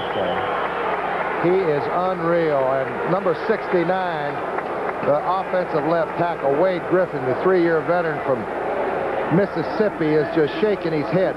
Watch how quick Selman comes into view. Before he even sets up, Selman's there. He beats the quarterback back to the set. Third and 13 now at the 33-yard line. Danny Reese is coming to the secondary as they set up 5 back there. You know, it's not so tough. They've only, most of the times, they're only in a 3-man rush, Lindsey. The offensive back, Greg Landry, ought to tell one of them, help out Wade on the left side. Help with Leroy. Landry again. Giroux. Giroux to the 50, to the 45, Giroux to the 40, to the 35, and Giroux is on his way. Can they cut across? He got in for the touchdown. Brian Giroux all the way for the TD. And we've got ourselves a ball game.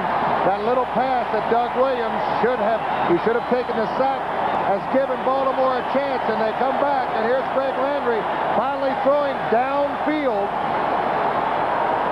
Billy Giroux, a rookie from Redlands University, gets free from Curtis Jordan on the one tackle. There's a good block. That was Glenn Dowdy, and DeRue goes down the sidelines, and he barely gets in. He's running out of gas here, Lindsey. Jarris White barely gets him, but not in time. 67 yards on the pass play. 26-23 with a conversion attempt coming now. Tony Lenhart with Landry holding, and it is blocked. It is blocked, although it came back to Lenhart. The rule states when it's blocked, the play is over. Conversion is no good, and the score is 26-23. Well, that's a big conversion block now. Puts it back to 3. Tampa Bay by 3. We've had 3 extra points blocked. And this time, I think it was Leroy Selman in the middle there. First and 10 for the Cowboys on their own 20-yard line. So the Cowboy defense stiffened, and now Staubach back at the wheel. Robert Newhouse is in there with Tony Dorsett. In motion is Jay Saldi, and here comes Newhouse. And Newhouse gets it out to short of the 25-yard line. A little surprised to see Newhouse because he has a strained tendon of the ankle. Yeah, I like Newhouse. We really respected him. He's a hard running back. He doesn't lose yardage very much. He's tough to tackle. And he's committed only 5 fumbles in 3 years, over 436 carries. Now, the 49ers went to an even defense. They're really an odd defense. When they go even, they're thinking pass to rush the quarterback. 2nd and 6 on the 24 for Dallas. All tied up 3-3. Staubach pitching back to Dorsett. But they stack him up pretty well as he got out across the 25-yard line. Tony Dungy helping him up. But at the bottom of the pile was Archie Reese. He was the man who stacked up the play. That toss was just a little bit behind Tony. He had to wait for it. Forced him to lose a step.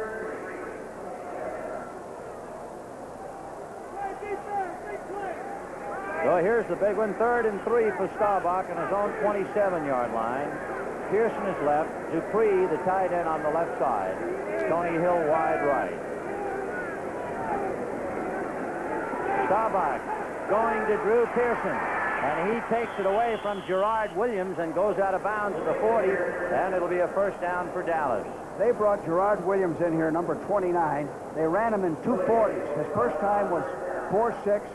His next time was 4.55 on grass. He's been here about a day and a half, and they started him. How can he play? George, he just joined the team. Tough. Real tough. Tough got to be an understatement. So the ball spotted at the 39-yard line, and look at Rogers, 6 for 10 for 100 yards. DeBerg is 7 for 10 for 76 yards.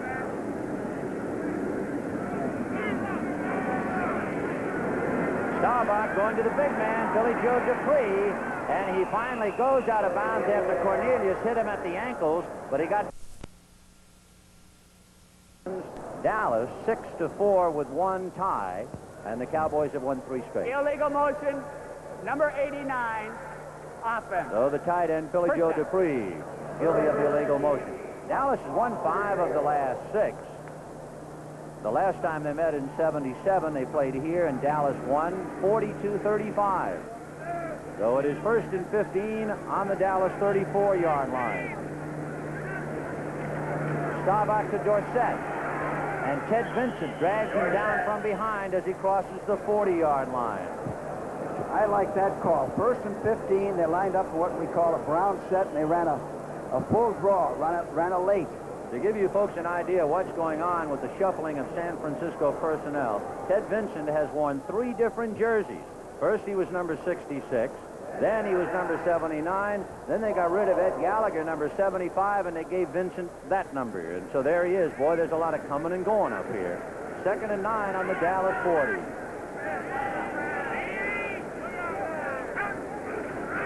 Dorsett going wide. Gets away from Cornelius, and Scott Hilton knocks him out of bounds, and there's a flag on the play. Another flag. When we get our tabulation on penalties this first half, it's going to be very interesting. That's what Dorsett does well. Personal foul, a clip is the preliminary signal. So Dorsett trying to go wide. Look at that 22. That brings back memory. Every time I see that number, I think of Bob Hayes. When we played Dallas, one of our top priorities was put 2 men on Bob Hayes. What a receiver he was.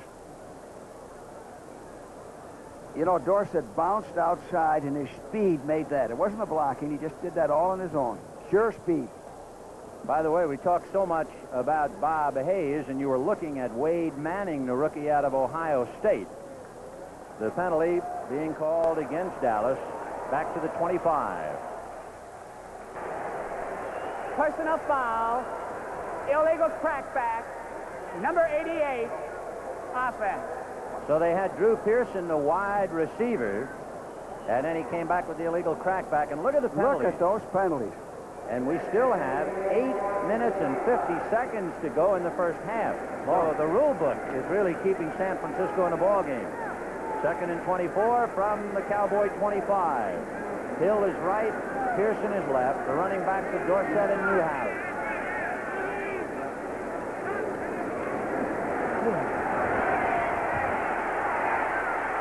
Starbuck with all kinds of time, and he hits Tony Hill across the 40-yard line to the 42. And Cedric Hartman might as well have been in Oakland as far as the San Francisco Cat was. They went to a defense that I don't believe in. It's all right in certain situations. A 3-man rush. Roger can eat his lunch. He's got all day to throw the ball. And he actually ate San Francisco's lunch on that play. So there is Cedric Hartman. He is supposed to be the one-man pass rush, but coming from the outside, he was a long-distance phone call away from Starbuck. 3rd and 8 from the Cowboy 41, out of the shotgun. Over the middle, and a completion across midfield. That's Willie Harper, and a man at the bottom would be Preston Pearson coming out of the shotgun to handle it. And they just pick up the first down when they need it. Good. This was a good sound pass. We talked about getting the first down on a stop pattern. Easy to throw, difficult to defense. Threw the ball kind of low. It's difficult to break it up. 1st and 10 on the San Francisco 48-yard line. Starbuck is 8 for 12, 128 yards. But it's 3-3 with 7:24 to the half. Both backs flaring out, and the pass is to Newhouse. Scott Hilton has him by a leg and brings him down at the 45-yard line. So Scott Hilton, a rookie who did not play, in fact, he didn't go to college. He played semi-pro football in Pennsylvania. He was the last cut of the Philadelphia Eagles last year. And like so many defensive people, picked up by San Francisco. He's a big, strong guy, a little bit inactive, has a little trouble covering on passes. So it is 2nd and 7 on the San Francisco 45-yard line. Play action to Dorsett, and juggled and broken up. Tony Dungy. Tony Dungy had it go off his fingers. Boy, he is gone for a touchdown on the pass intended for Dupree. 49ers are dogging here. The dog puts Tony Dungy in position to intercept that. That could have been a score right in his hands. It went through Dungy's hands and hit the startled Dupree on the left shoulder. And Dungy knows, you know, he led Pittsburgh with 6 interceptions. He was 2nd in the AFC last year. That story tells it all. You can't miss those. So it is 3rd and 7 from the 45. Boy, they let Dallas off the hook, so they load up the shotgun. No good intended for Drew Pearson, and Gerard Williams will be penalized for giving him a push. I think it's a good call. If we can see that again, Gerard had his hands on his back. It was a good call. The official was right on the ball there. It looked like he gave him a shove. Right there. You see that? Kind of blurred. You can't have contact until he gets that ball. It's a very close call. You can call it one way or the other, but the official did the right thing. Pass interference. Number 29, defense. So Gerard Williams, who just joined the ball club 2 days ago and is playing in there on the right side, is guilty of the infraction. And it is 1st and 10, the ball on the San Francisco 30. 6:27 to go to the half, all locked up 3-3. Hill is left, Drew Pearson wide right. And you have Dorsett and Newhouse out of the eye, but now they check. Staubach on a quick to Dupree, and he can't hold it. He got his left hand on it, but that's all. Benny, that pattern, that wide drag, that tight end in the flat or down 12 or 14 is open all day.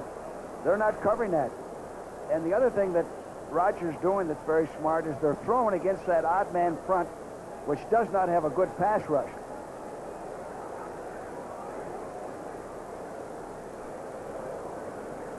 Six minutes, 23 seconds to the half. It is 2nd and 10 on the 30-yard line. Staubach is 9 for 15, 131 yards. Pitching back to Dorsett, and Dorsett is off to the races on a gamble. They had a safety blitz. Tim Gray was coming in, and when Gray wasn't able to get him, the door was open on that side. Another smart call. They lined up in the eye and ran the ball. 49ers were expecting pass. They were dogging. Almost broke it for big yardage. They've got the 49ers on defense. 3rd and 4.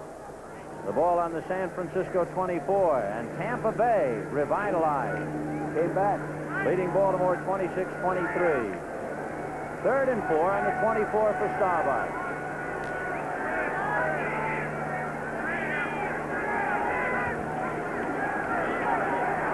Staubach on a turn by Hill, and he made the reception.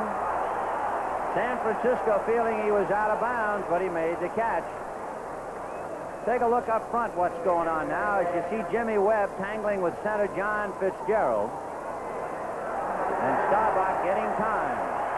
And there might be a penalty on the call, a holding penalty against Dallas.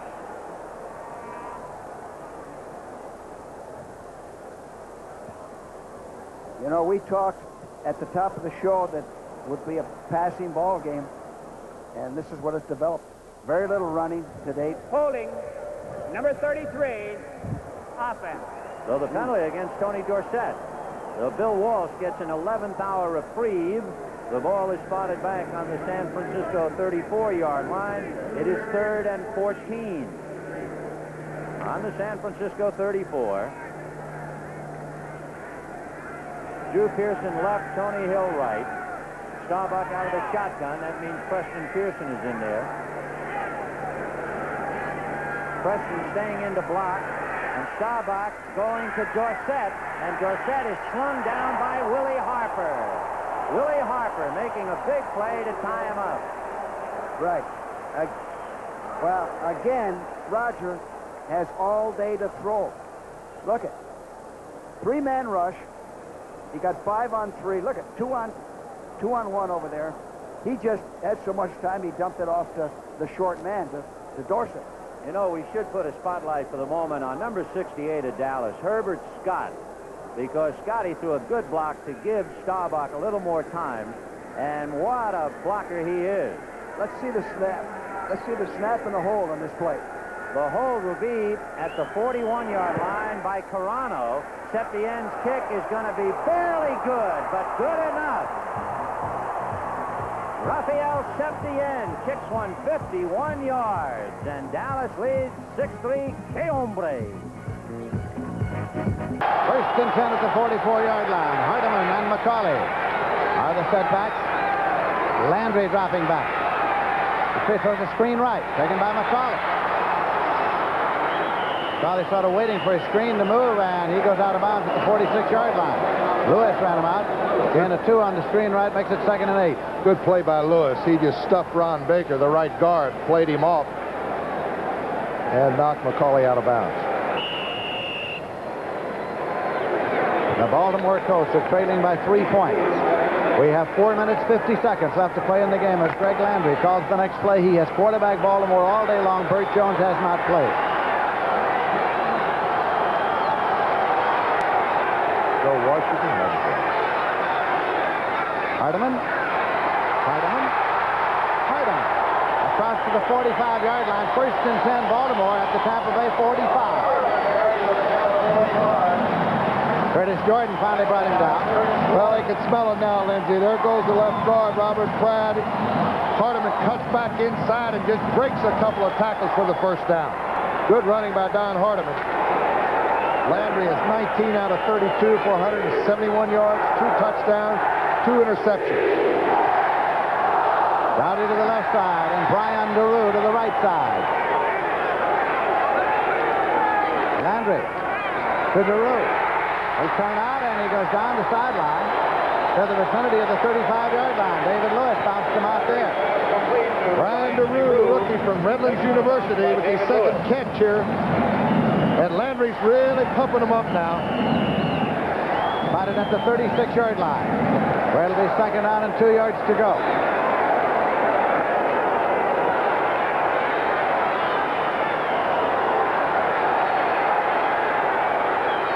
Landry's got to keep in mind to get off the football in a hurry. Don't want any sacks under this situation, Lindsey, when it's a passing football. Hardeman's got the first down, and he's all the way to the 30-yard line. Jarvis White made the tackle, but the Baltimore Colts are moving the ball now against the Tampa Bay defense. Keep in mind that Baltimore is trailing by 3. Well, the running attack for about 3 quarters was kind of dormant, Lindsey. They weren't making too many yards, and now they've just knocking it right down Tampa Bay's throat. 3 minutes, 40 seconds left to play in this game.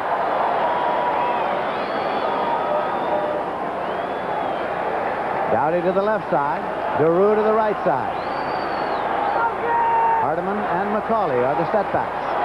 McCauley gains 5 right down to the 25-yard line. They use him up and chucks to 5. Leroy Selman brought him down, but it's 2nd and 5. Hardeman 56 yards and 16 attempts.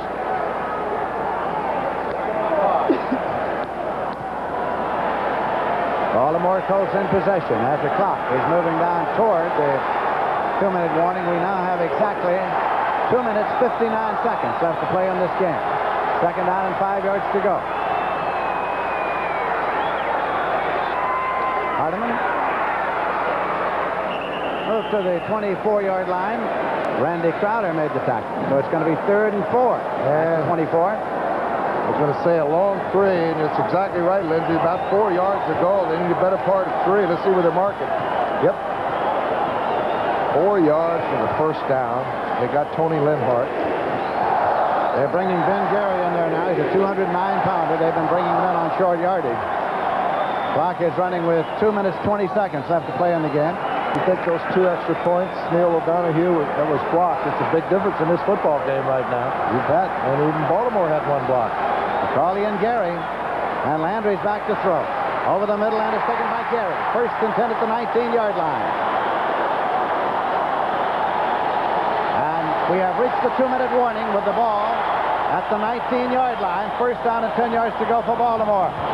So the automatic timeout that comes with the 2-minute warning. Baltimore trails by 3. They have it 1st and 10 at the Tampa 19. Imagine as you take a look at us on this warm day, Colts fans are liable to take a high dive if the Colts keep on going like they're going. Hey, this baby has the makings of a rout if Stabler doesn't get him back in the game pretty quick, because everybody's so enthusiastic down here, and you know that San Diego's offense is not going to take any of the heat off if their defense keeps playing the way they are. It may be a long one. 32-yard return by Woodrow Lowe. And Bernarski came off under his own power, and the fans have been booing since we left you. And Olander was the man who San Diego defense is playing fine football this afternoon. Ira Matthews at the 6-yard line. To the 20 and gets out to the 25-yard line. And now with 7:10 to go in the first half. If the Raiders are to stave this off, remember the Raiders were down 14-0 last week against the Rams and pulled it out, and now they're down by 18 points, 21-3. First down at the 25. Matthews, after the 20-yard kickoff return, goes to the sideline, and Stabler comes on again. Tempers are getting a little bit close. Bauer just thought he'd give him a little extra nudge, make sure he knew he was around, and the game is getting a little exciting. Branch to the left, Bradshaw to the right. And Stabler does not pass the ball. Van Egen's got it, and he's not going very far. And that's what John is talking about right there. They are now winning the game at the line of scrimmage on either side. Now that's just the way San Diego's been doing it, and I guess the score is an indication. There's that Charger power we've been talking about. San Diego scored 33 last week. I told you that. That's the most points in an opening game for them in 14 years. And they've already got 21 today, so I would have to say they're slightly for real, don't you think? In their ability to score. There's Stabler. Oh, he got the time and now drills it to the man coming back, and it's near a first down. I believe that's Raymond Chester when they get everybody up out of there that brought the ball running into the kicker that gave the Chargers another chance. Third down, 3 to go. And it's a short 3 at that. Stabler, indication what he's got to do. If he can get it away, and does, and he's got Van Egan, and he's got the first down. And Van Egan is across the 50-yard line, and it is first down as Oakland moves into San Diego territory. Here's a good look and a great move that really goes unnoticed oftentimes. Stabler's back in the pocket. He's got a pretty good rush on him. Look at Dalby. He moves somebody around. He just takes a step up. He finds his primary receiver covered, has the presence of mind to come off to Van Egan, and he picks up a good gainer out of a bad play. Ball at the 49-yard line. Again, Branch left and Bradshaw right, and this time Derek Jensen replaces Van Egan, who was shaken up a little bit after making that fine run.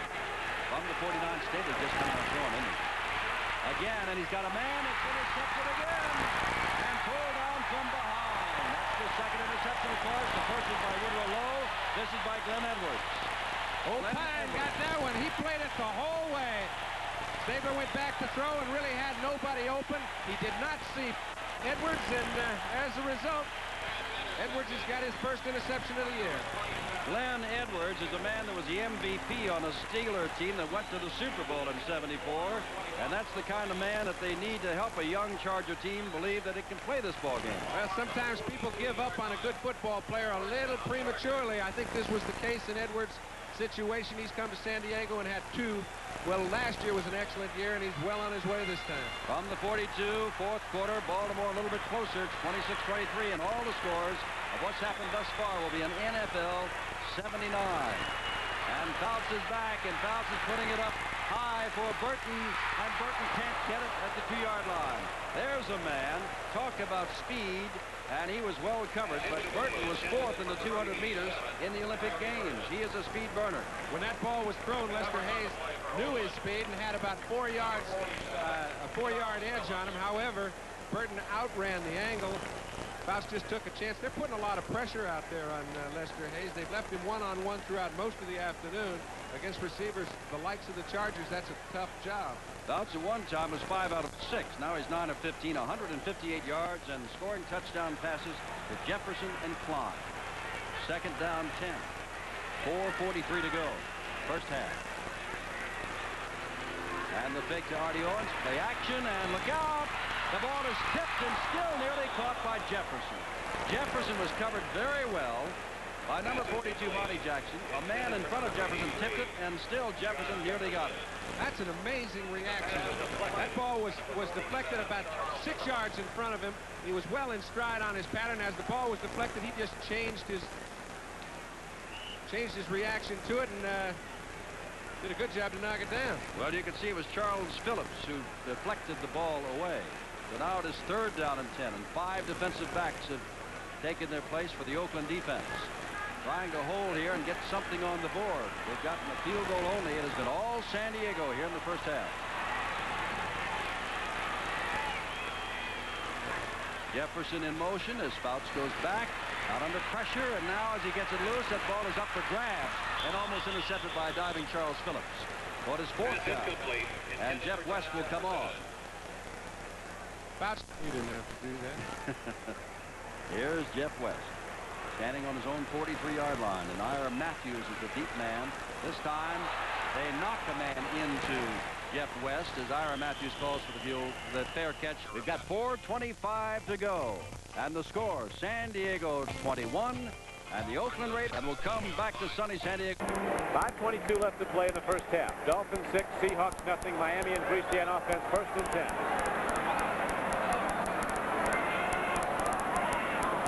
Nat Moore in motion. He makes them nervous in the secondary. Oops, there's a free football. Seattle has the ball.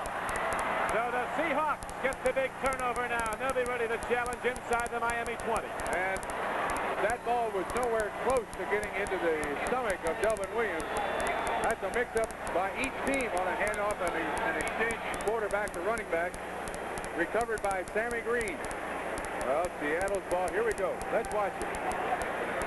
He gets it through his arms. The quarterback is supposed to put it between the 2 and the 4. He just reached in there too far. Green on the recover. Seattle's ball inside the 20-yard line, and all this young team needs is a little confidence.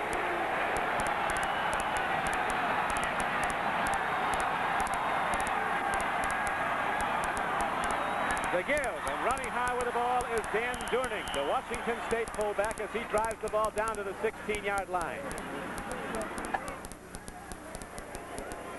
He gets it down to the 16-yard line. A second down carry coming up after a pickup of 4. Bob Matheson was on the tackle. Bob Matheson, he must have played for 25 years. They named the 53 defense after him. Bill Orangeburger did. Here we go. So now Seattle is mounting a challenge. Larkin is wide to the left. Dolphins give up the run very begrudgingly. In close. Zorn might be pumping, but the rain has started to fall and fall hard.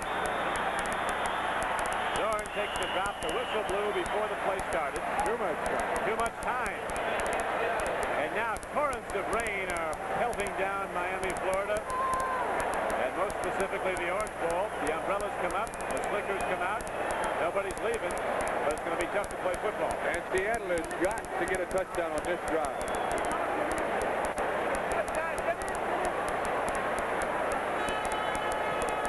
Producer Roy Hammerman has just checked with the Seattle locker room, and David Sims, we're happy to report, has x-rays being taken, but as a precautionary measure only. They think he's going to be all right. He was taken out earlier. If you joined us late after a hard hit, he fumbled the ball. Miami got it. Now the rain driving down here at the Orange Bowl in Miami. It's going to be second down and 11. Zorn starts to run. He's not going to get there. Baumhauer runs him down. I think that was a design play. Quarterback draw. He wasn't pressured that much. And as I said earlier, no defense in professional football, college or high school, is set up to protect against the quarterback running. And with a rain like right now, 6 points with an extra point would be a very, very big score right here. All along, there has been the specter of a hard rain going to fall here in Miami, and it's coming down now as the Seahawks have their best field position of the game. They're trailing 6-0, 4:05 to play in the first half. Third down and 12 coming up from the Dolphin 22. It'll be tough to handle the ball, to throw it or to run with it. Well done. Here's a free football. Miami might have it. Dolphins say they got it. The official says the Seahawks have it. Now Jim Tunney steps in. Let's peel off some of these guys and see what's at the bottom. Well, they still haven't decided exactly who's got it. Oh, they say Seattle keeps it. So with a wet ball in this humidity, Don, it is very, very difficult to keep your hands dry enough to try to hang on to the football. Here comes Efren Herrera for a field goal try, and it does appear that it's going to rain here for quite a while, Don. Very overcast, driving rain falling at the Orange Bowl in Miami. It was threatening all morning. And now with 3:49 left to play in the first half, and the Dolphins in the lead 6-0 on a Greasy to Nat Moore touchdown pass following an interception. The Seattle Seahawks will be looking for their 4 points on an Efren Herrera field goal attempt. Yes, but if you're Jack Patera in a rain like this, would you be willing to try a fake? And you look who the holder is, number 10. Absolutely, I would. We'll see what happens. They want points, and Herrera got it nicely. Efren Herrera drives it up and through, and so the Seahawks are on the board with 3:33 left to play. In the first half, it is Miami 6, Seattle 3. I guess that's why nobody's ever asked me to be a head coach. That's J.J. at his goggles, which are not unusual in the National Football League. And as I recall, it's not because there's anything wrong with his eyes that he has gotten a finger in the eye more than once and said, nuts to that. I'll wear some goggles. Hasn't seemed to impair him much. First down, ball handed off to Whittington, and Whittington scoots across the 20-yard line.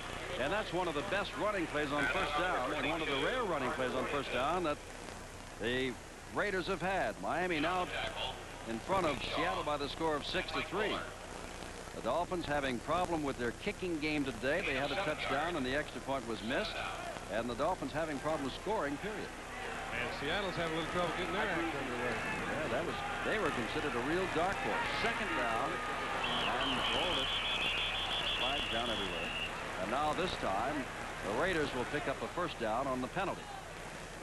Gary Johnson, I think, jumped up a little bit too quick. Ball will be moved from the 24-yard line out to the 29-yard line. Bob Frederick is saying, what number is it, please? He'll tell us. Encroachment on the defense, number 73. First down. That would be DeJournay, and I'm looking out there for DeJournay, and he is in now as the right defensive end, as Dean is taking a seat for the moment. They're having some problems with injuries. Kelcher, the biggest injury. We don't know whether or not. Well, here comes Van Egan, and Van Egan pulls for 5 or 6 yards, and the Raiders all of a sudden, instead of lying down and playing dead, have had a good running play by Whittington, a penalty against the defensive line of San Diego, and then Van Egan runs off a nice game. Actually, I think we alluded to the fact that that's what they have to do. You get good running plays on first down when your offensive line wins their game at the line of scrimmage. That's happened on the previous 2 plays, and it's going to have to continue to happen for them to move the ball, because their linebackers are just dropping back off the line of scrimmage at the snap of the ball. 7 people are very hard to throw through. Well, what they're pointing at is there was a fan over-eager who raced onto the field, and he is less eager now, and he's being taken off the field. And that's why, because he was heading right for the huddle of the San Diego Chargers. Next weekend, NFL 79 kicks it off at 12:30 Eastern Time. A bundle of games at different times at 1, 2, and 4 o'clock. So check for the games in your area. There are some big ones. Oakland will have to wrestle with Seattle, and Pittsburgh at St. Louis. St. Louis is down by 14 points today and came back to win it. Buffalo will be here in San Diego.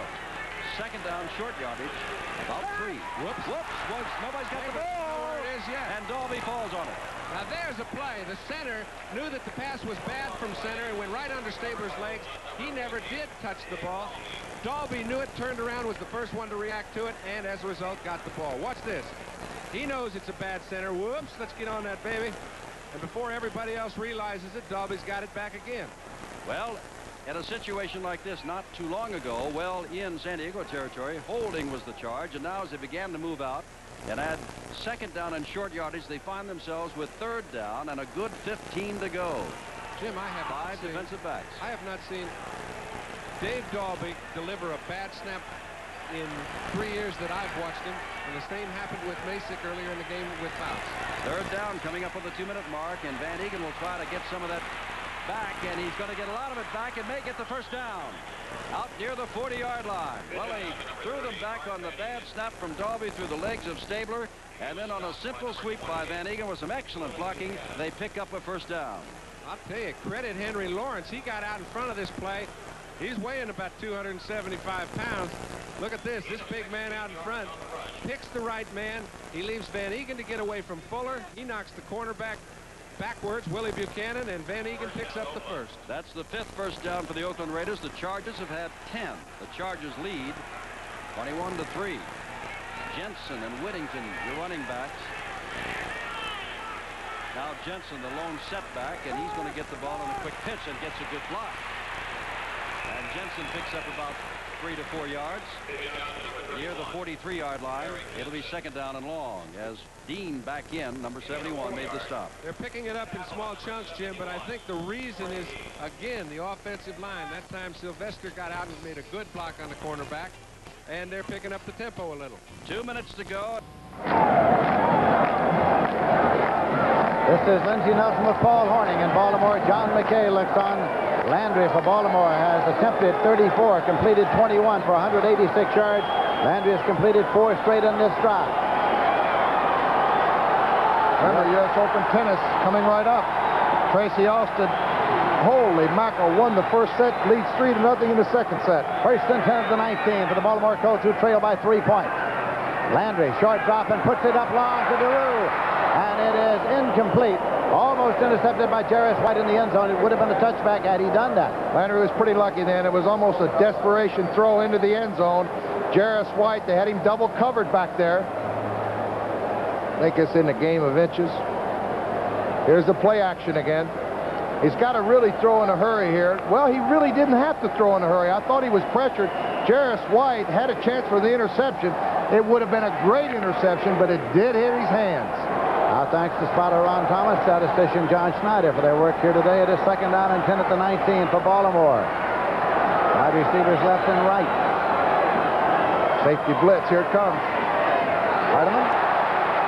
Nowhere to go, and he is gone for a loss at the 22-yard line by David Lewis. Well, they shot the gaps with everybody. 3rd and 13 at the 22.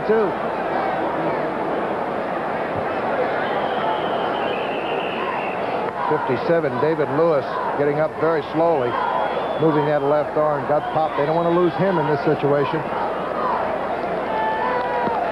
Says he's all right. Here is a Tampa Bay timeout. Stops the clock with 1 minute 35 seconds left to play in this game. So when play is resumed, Baltimore will have the ball. 3rd and 13 at the 22, trailing by 3. 2nd and 15 from the 38, and DeBerg going to the air. And it's to Wilbur Jackson coming out of the backfield, and he runs for the first down. All right, the Cowboys were in a 34 defense, 3 down linemen and 4 linebackers. This is a underneath pattern to Wilbur Jackson. Picked up a first down. He just ran over Cliff Harris, and that's pretty high-priced area to do that. Randy White, no better football player in the Cowboys than this guy. Every week he plays a good ball game. Does everything. Look at him. Look at the strength he has. Runs right over over Fornhorst, number 71.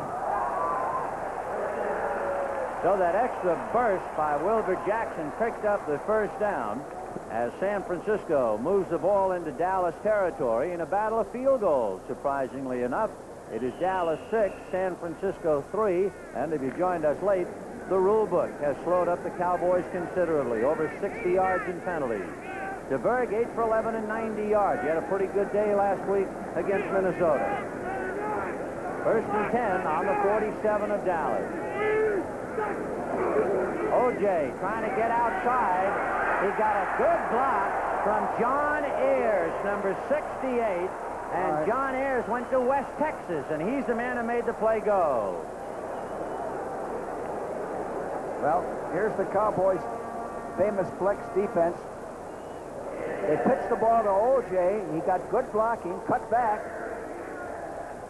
broke a tackle. John Ayers threw that key block on Aaron Kyle, and that opened up the avenue for O.J. So it is 2nd and 3. The ball just shy of the Dallas 40-yard line. Wilbur Jackson fighting his way in the marketplace down there. Be close for a first down. What the 49ers are doing, they're making a lot of yardage from the 20 to the 20.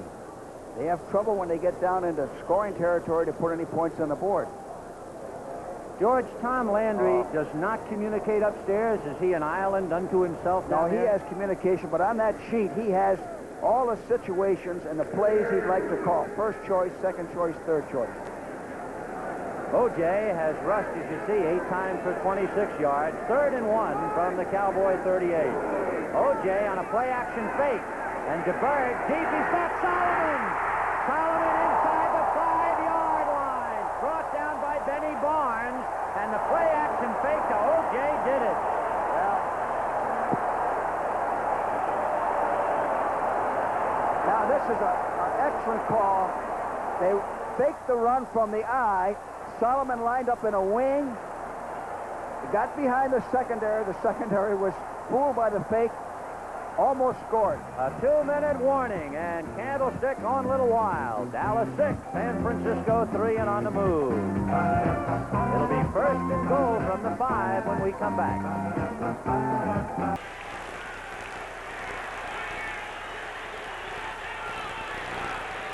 Stabler is going to wing. Nope.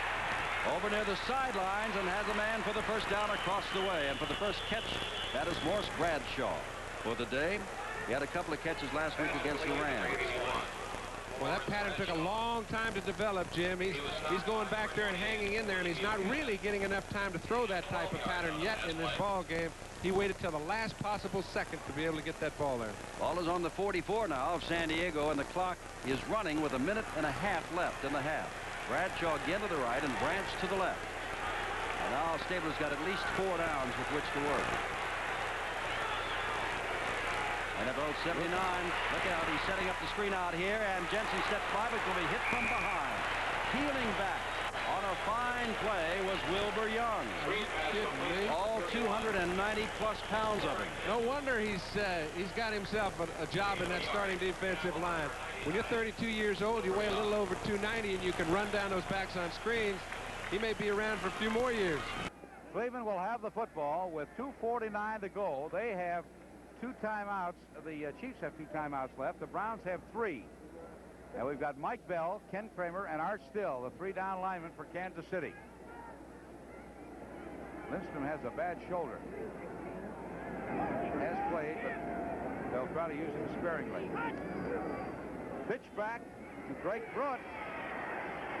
Wide, 40. Finally run out of bounds at the 42-yard line. Pruitt being chased over there on the far side by Jerry Reese. Well, Thomas Howard, 52, really does his job. Watch Mike Pruitt get a block right there on Thomas Howard. He does his job to turn the play in, does not make the tackle, and does not get any backside pursuit. And I'm not taking anything away from Greg Pruitt's run because he's a super athlete. That was a good play. Well, he gained 19 yards on that play. He's got 62 yards now in the ball game. He had 81 in his first game last week. First down, Cleveland. Big opener for Greg again, and he gets out to the 43, 44-yard line. Hit over there by Mike Bell out of Colorado State, number 99. Art Still, number 67. Oh, gain there of 2. It'll be 2nd down and 8. Kansas City has 4 first downs in this first half. The Browns have 12. The Browns lead it 10-0. We're climbing down now to the 2-minute mark, about 18 seconds away. And there on the sidelines is Steve Fuller, the backup quarterback, rookie out of Clemson.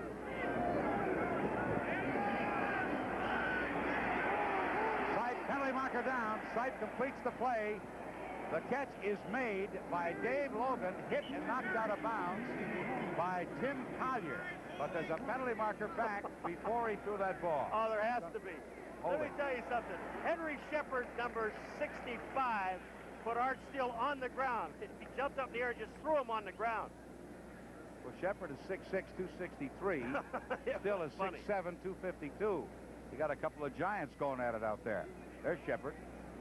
Henry, a 4-year man out of SMU.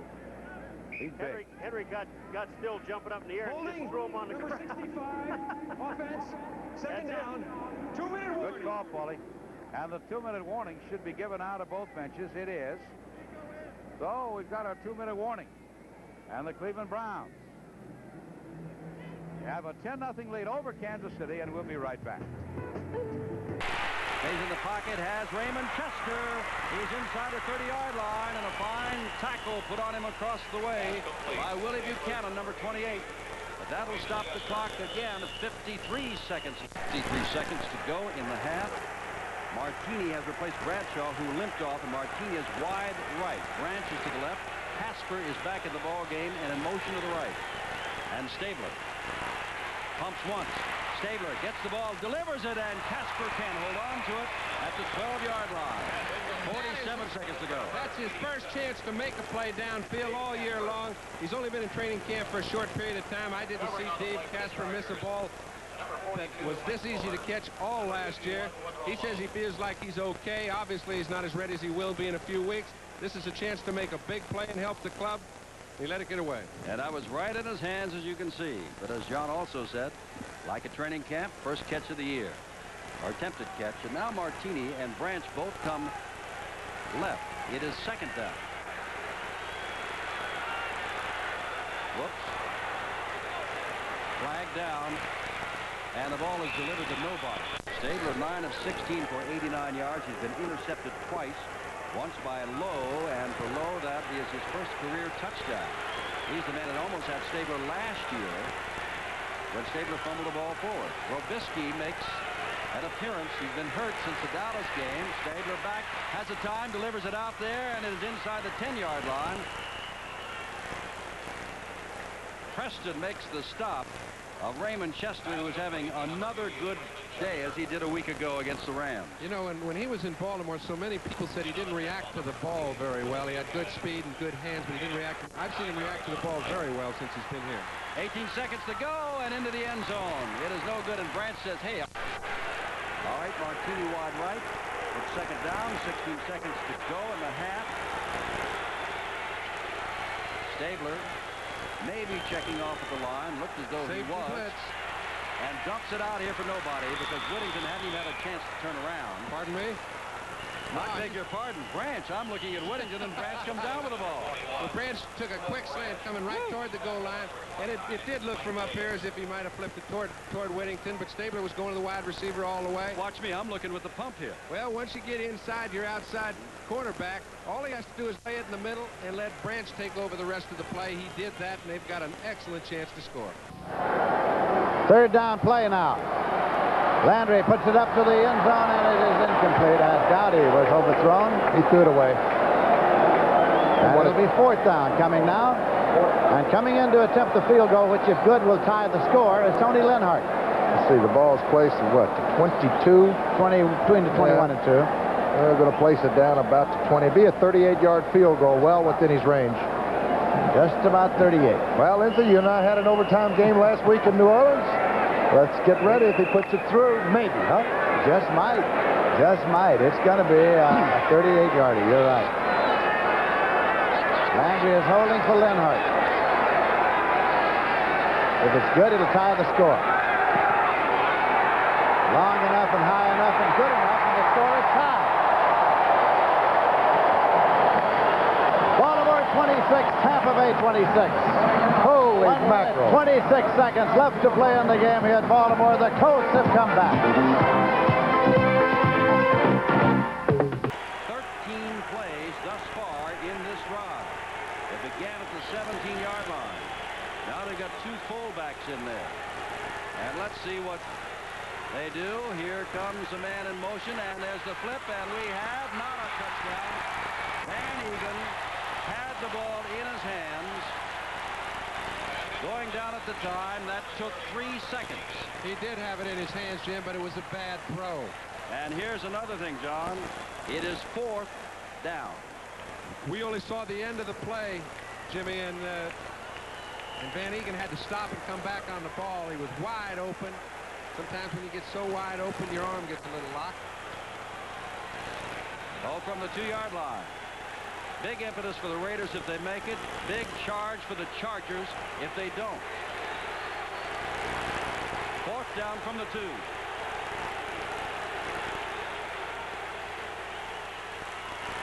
Stabler is going to try to run it in and not make it. Can he make a first down, and does he have time? Clock shows nothing left. Everybody's leaving. There goes Efren back. He was a Dallas Cowboy. Wanted more money than they were willing to pay. Was traded to Seattle for a draft choice. Had a big season last year. Soccer player. Spends his time at practice working out with a soccer ball. And appears to be very, very good, too. He does. So we got Major League Baseball next Saturday. It'll be at 4 o'clock Eastern Daylight Time. Cincinnati at Los Angeles as the Reds again regained the top spot yesterday in the National League West, going against their arch rivals, the Dodgers. Houston and San Francisco, the other game on Saturday. And of course, Major League Baseball, an inside look, the pregame show prior to it. That's at 4 o'clock Eastern Time next Saturday here on NBC. That'll be following Sports World, the team bowling competition from Texas, and the world record high dive attempt live from Baltimore. When it rains here, it doesn't kid. Yes, it is really raining, but that field should stay pretty dry. We should have good footing. It's just going to be tough to hang on to the football, Don. Now that it's got to favor Miami with those two big running backs that can try to run it down Seattle's throat. We'll see what happens. Boy, these people in Miami are ready for rain now. Doesn't bother them. It doesn't bother them at all. Here's the kickoff, but we're going to see a lot of football squirting loose. Tony Nathan protects the ball, put two hands on it, or it's going to be somebody else's. He does not. Nathan holds on going down. He gets to the 17-yard line. Good play on the special teams by Rabel and Mark Bell. An absolutely unbelievable torrent of rain falling.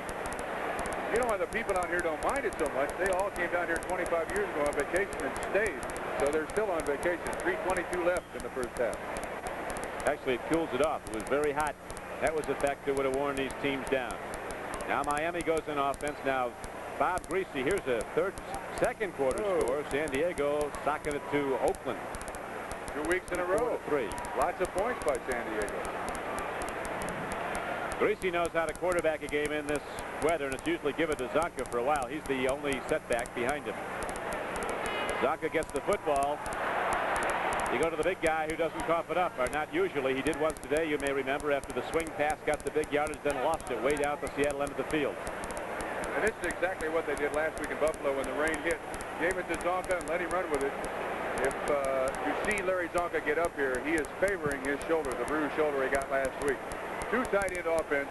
They're just going to try to run it down the field, giving it to Larry Zonka. When he gets tired, they'll give it to Delvin Williams.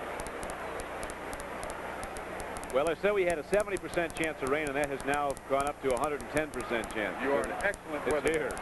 Zonka's run with the ball 4 times for 25 yards. Greasy's going to throw. Lets it go. Out there is Jeriel Harris. And off a wet uniform and perhaps off an outstretched hand of Dave Brown, one of the cornerbacks, 22. The ball is knocked free. Excellent play by Dave Brown. Tampa Bay holding on at Baltimore, 26-23. They're having a lot of fourth quarter there. Tampa Bay scored twice in the fourth quarter to come from behind. You can't keep them away from football in Miami. You just can't. Miami had to stay in New York for 2 days until Hurricane David left the Miami area, then came home, kind of swept up, went to work. There was a time to keep them away from football. They had a bad team here as an expansion club. Then came Shula. Yes, I played against the Dolphins pre-Shula. You're absolutely right. From 3-10-1 the year before he came, they went to 10-4 his first year. Another pass. This one's caught. Gary Davis gets it, but there is a penalty marker down at the line. In the area of offensive holding. Big Robert Hardy is signaled holding. That's right. 2 rookie defensive linemen in there for the Seahawks. And playing in the Kingdome. They don't get much rain up there. At halftime, it'll be NFL 79 from New York. An update with Bryant Gumbel and Mike Adamle on all the scores around the National Football League on this, the second weekend of the 79 season. 2:28 left to play. 71, 10 yards, still third down. Mike Current, the right tackle, was tripping. We've had that call twice against the Dolphins now in the first half. And Bob Greasy scores. Bob Greasy still throwing the football in this rain, although it has let up slightly, not very much. He's got to throw it this time, 3rd and about 16. Carl Eller is in at left end. He'll be coming at Greasy on a 3rd and 15 play. Greasy often goes to his backs this down in yardage.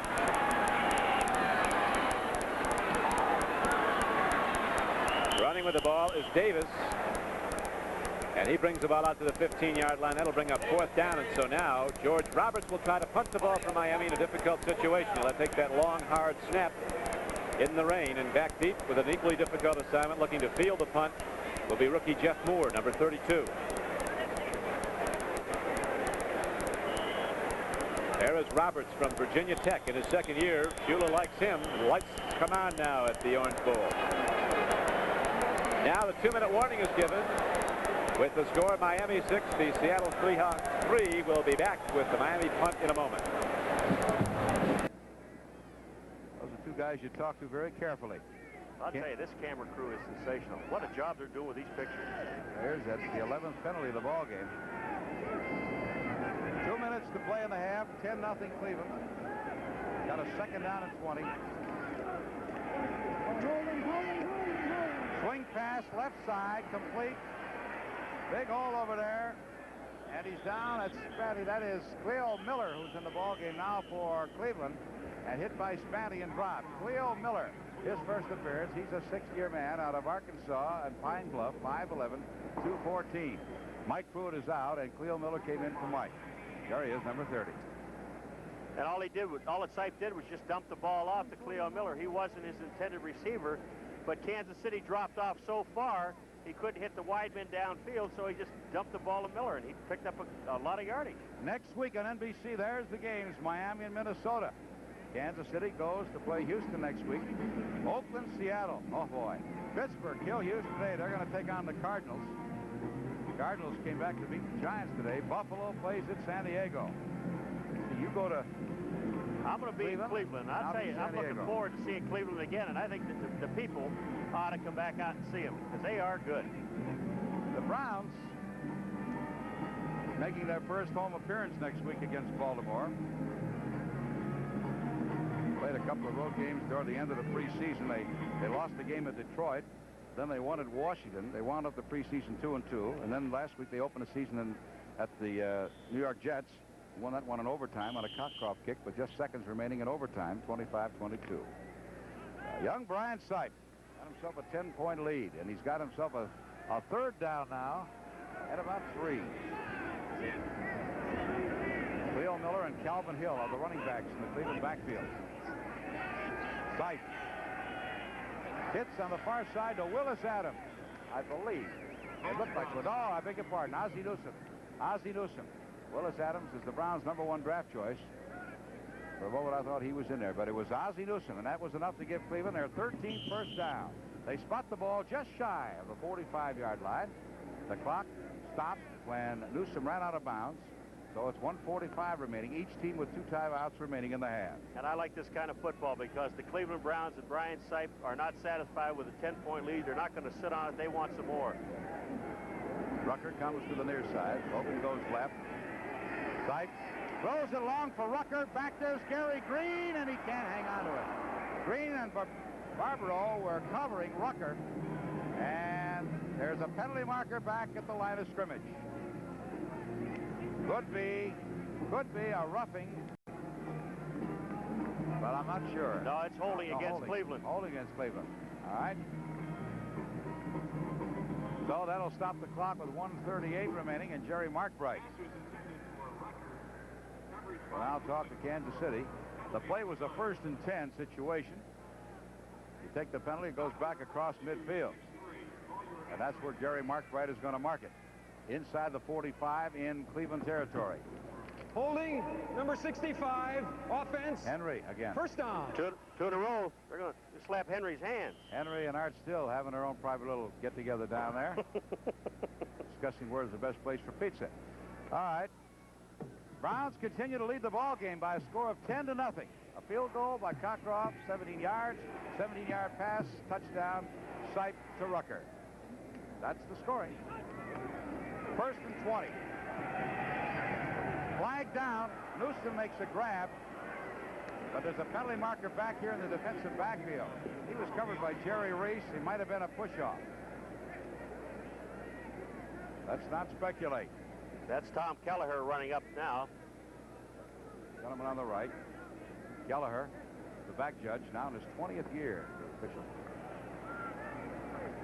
Against Kansas City.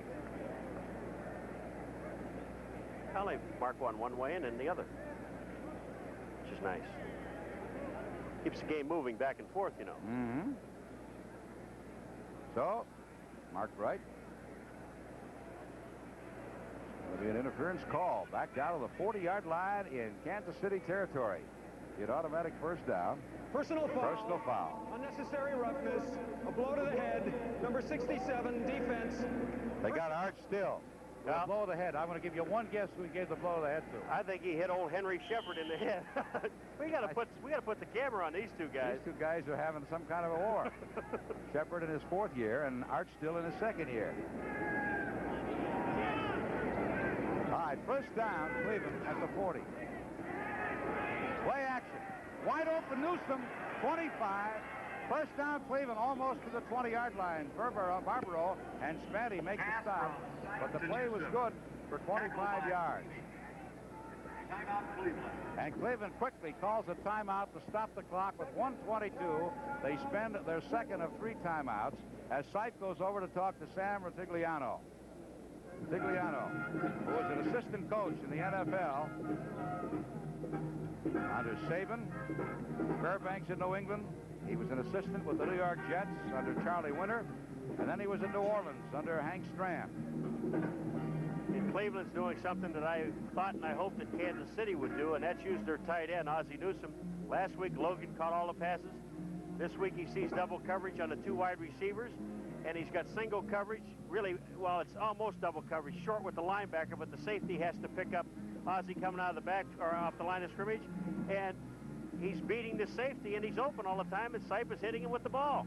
Retigliano got a little heat from some of the newspapers in Cleveland. Even though the Browns beat the New York Jets in overtime last week, there were 3 occasions in which the Browns needed inches for a 4th down. One was from their own 35-yard line with about 7 minutes to play in the game, and Sammy elected to go for it. They didn't get the 1st down, and the Jets came back to time at 19, and then they went to overtime, and Cleveland won it.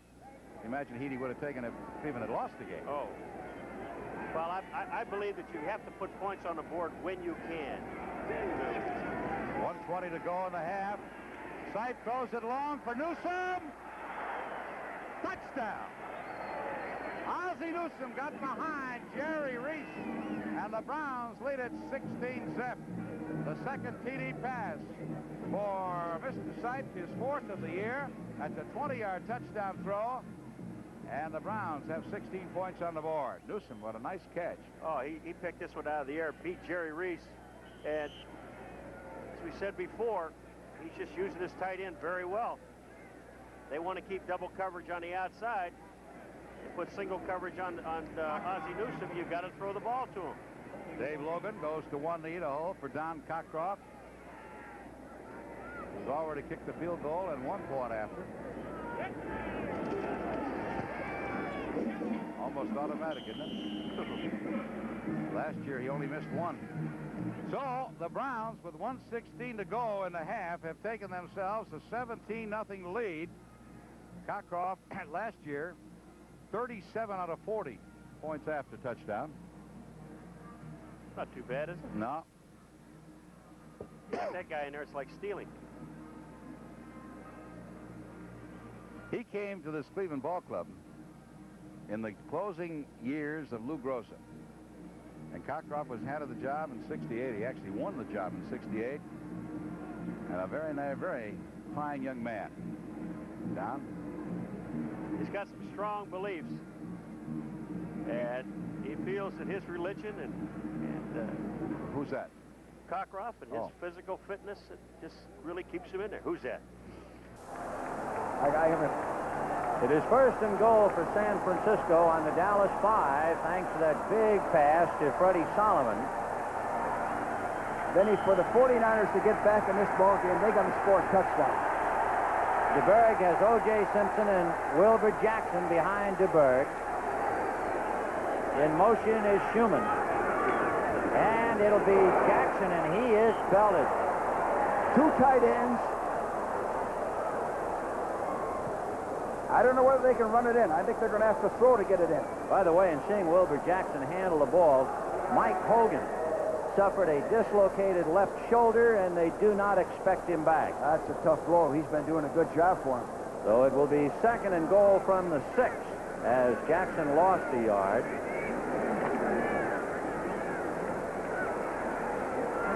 6-3 Dallas. We have 1:23 to go to the half.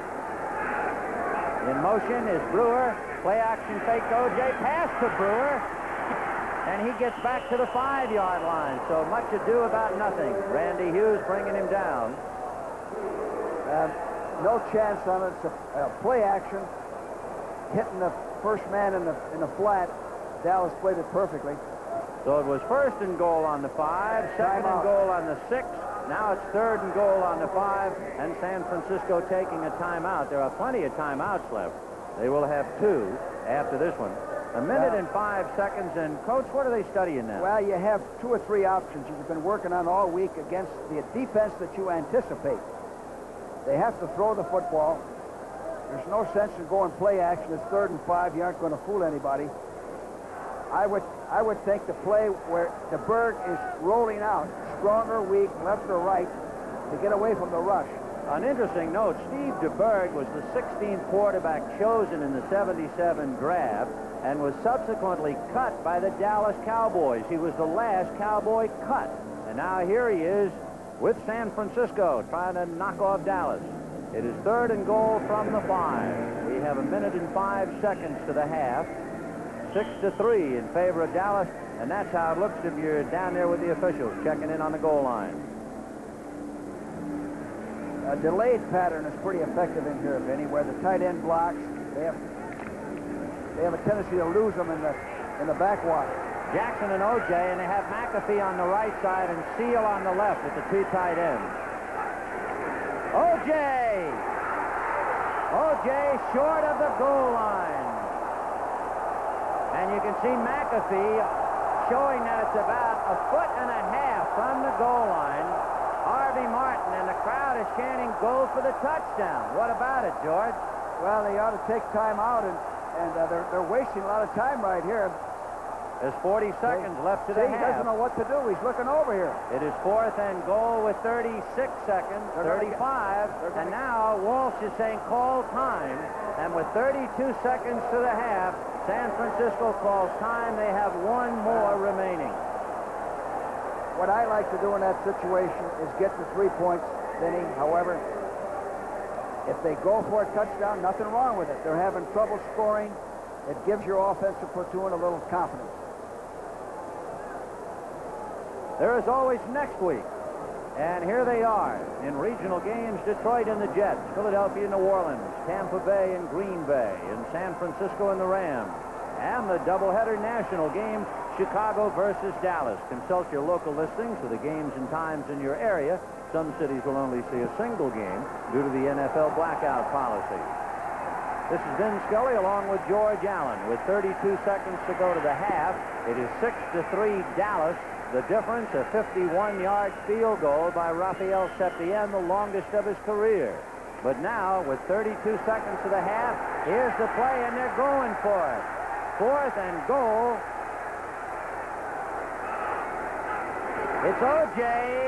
He's in there.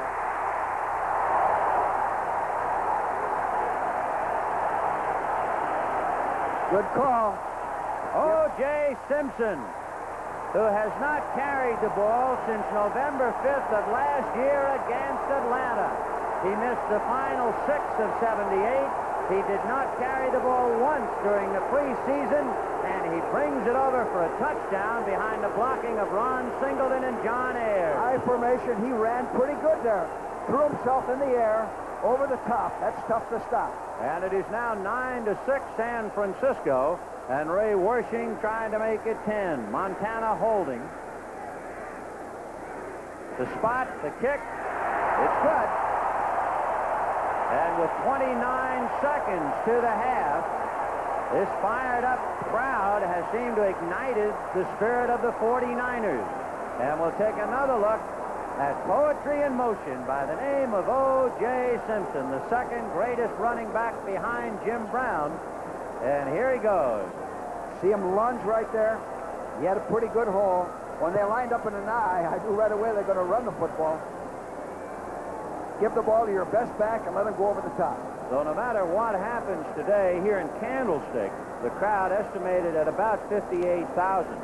They got the thrill that they were almost afraid to hope for. They not only saw O.J. Simpson play, they saw him score on a 4th and goal from inside the 1.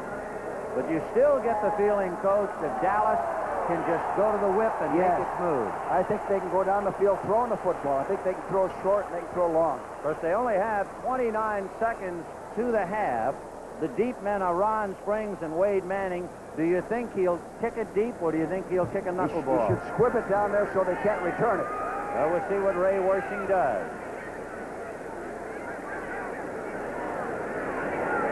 He's going to roll it, and it is going to be picked up by Huther, a linebacker, and Huther gets it across the 40-yard line, and down he goes. That would be Bruce Huther out of New Hampshire, and according to the clock, 23 seconds to the half. All right, is Staubach going to gamble and go for the touchdown? I'd go with a shotgun and go deep.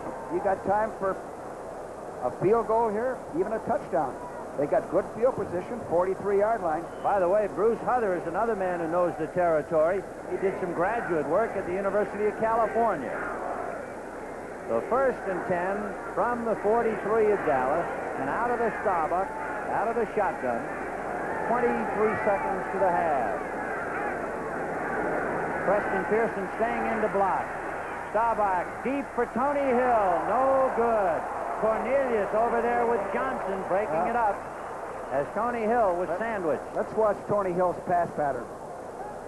He avoids the front man, bends it out. They're trying to get a sideline pattern and stop the clock.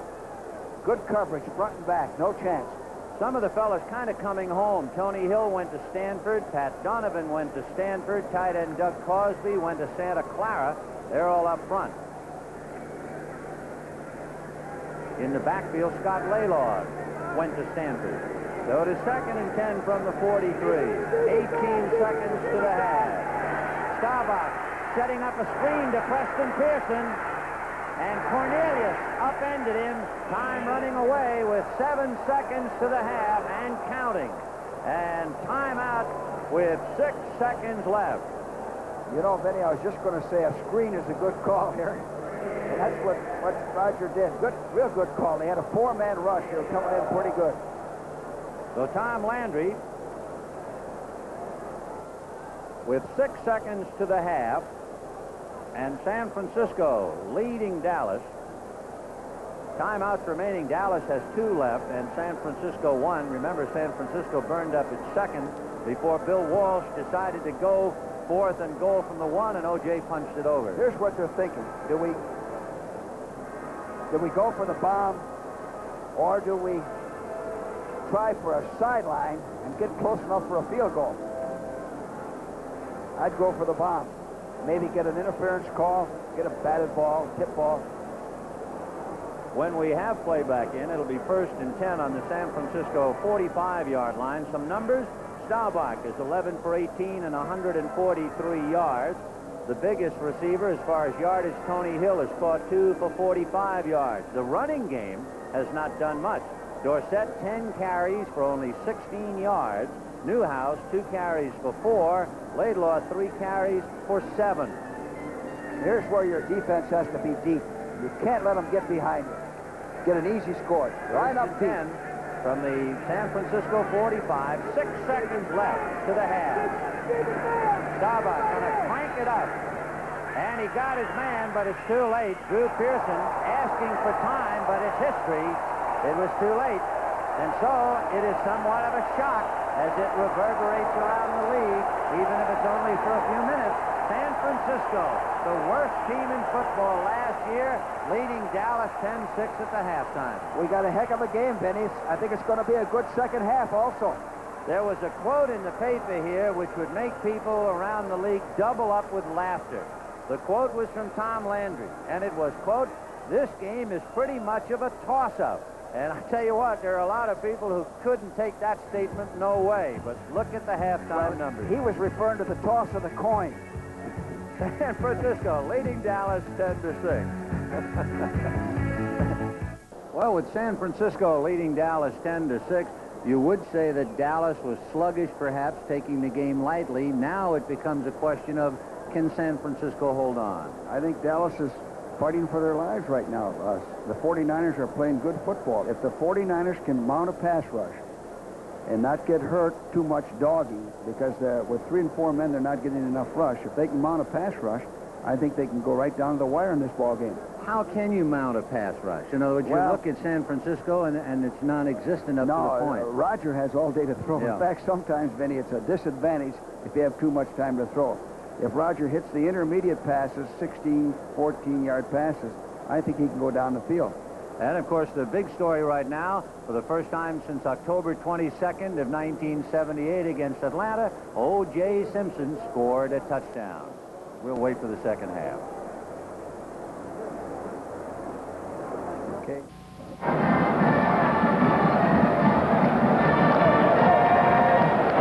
Lenhart has teed the ball up. He's checking it now on the tee at the 35. He'll kick it off to the Tampa Bay Buccaneers, and of course Tampa Bay has to defend against the onside kick possibility here. I think he'll kick it deep. Boy, what a difference those extra points makes. Tampa Bay's had 2 blocked. Baltimore's had 1. He's going deep, and the deep men are on the 20. They're retreating in a hurry. Taken back there by Ragsdale. He's back to 19-yard line. Great tackle by Larry Brazil on the special teams. There he is. So you see the clock in set. The time remaining to be played in this game. We've got a Tampa Bay. Ragsdale, I think it is, who returned that kickoff, is still down. Brazil being congratulated. That's a big tackle. It's got him back inside the 20.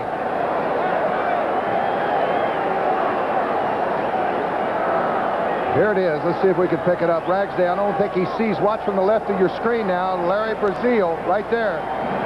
Ragsdale didn't even see him. Gave him a good pop. Lucky to hang on to the football, especially, Lindsay, when you get blindsided like that. However, he is up and off the field under his own power, and the Tampa Bay Buccaneers see what they can do about moving the ball to within field goal range. They have 1 minute, 22 seconds to see what they can do about that. They have the ball at their own 19.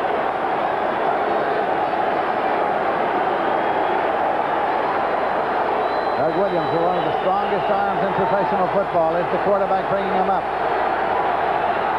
He's got Ricky Bell, and he has got Jerry Eckwood.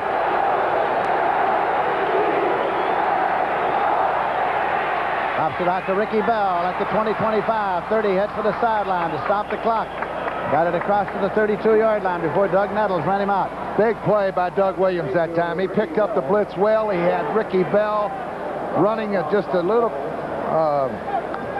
play in the right flat right here, and he picked it up real well. He's wide open in the right flat. Nobody's out there covering. He only had a cornerback, and he's got to go back with the flanker, and Bell picks up the first down. First and 10 now. Tampa Bay at their 32. 1 minute, 16 seconds left to play. A score tied. 26-26. Doug Williams wants to let it out this time, and he does. Contact penalty marker. Penalty marker. It was Isaac Hagen.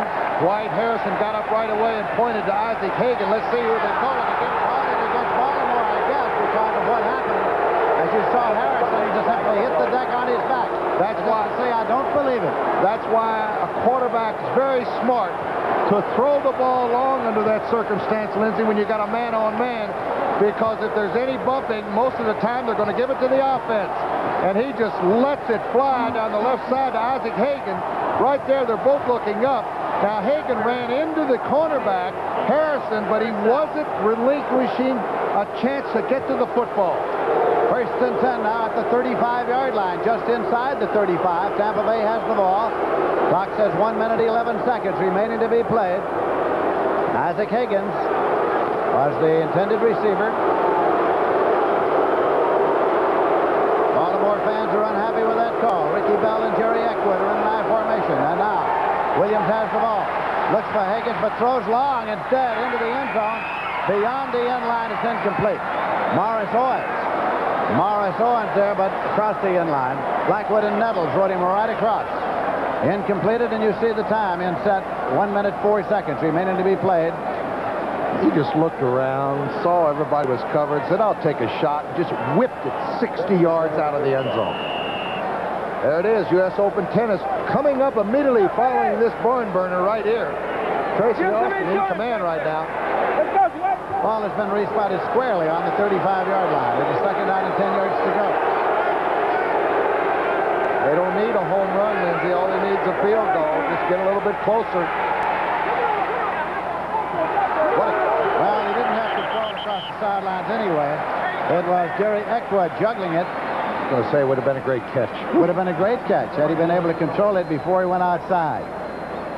They need to get a little bit closer for a field goal attempt. He went for the home run, wasted it.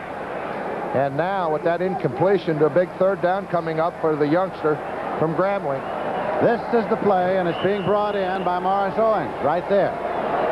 He has brought it in. The clock says 58 seconds left to play. Score tie. Tampa Bay 26, Baltimore 26. All they got to do is run a turn in. It'll be open against that Baltimore zone. Double coverage on the left side here. Now, the whistle stops play. Pass out into the flat to Ricky Bell, but there was a penalty. And the whistle stopped play before the pass. Apparently the penalty is against Tampa Bay. Illegal procedure. It'll cost them 5. It'll be 3rd and 15 at the 40-yard line.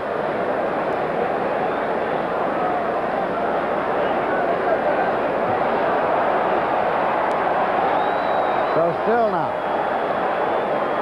A big 3rd down play coming for the Tampa Bay Buccaneers. False start. Move them before the snap. The whistle killed the play. 75. Offense still 3rd down. Dave Revis.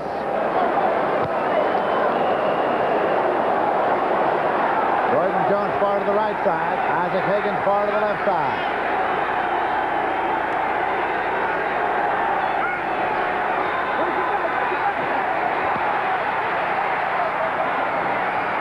Incomplete to tight end Jimmy Giles. Well, they went to the home run. The first play got him in trouble, Lindsay. All they needed was maybe a first down. Instead, he goes for the home run on 2 out of the 3 plays. Here goes Doug Williams back. The first one was a 60-yard flip out of the end zone, incomplete. Then he goes over on the left side. Now he goes down the middle to Jimmy Giles. Just barely hit him right on the hands. Couldn't control it. And they're going to have to punt. Bill Nelson talking to his quarterback there. Punting unit is in. Tom Blanchard is back to do the kicking.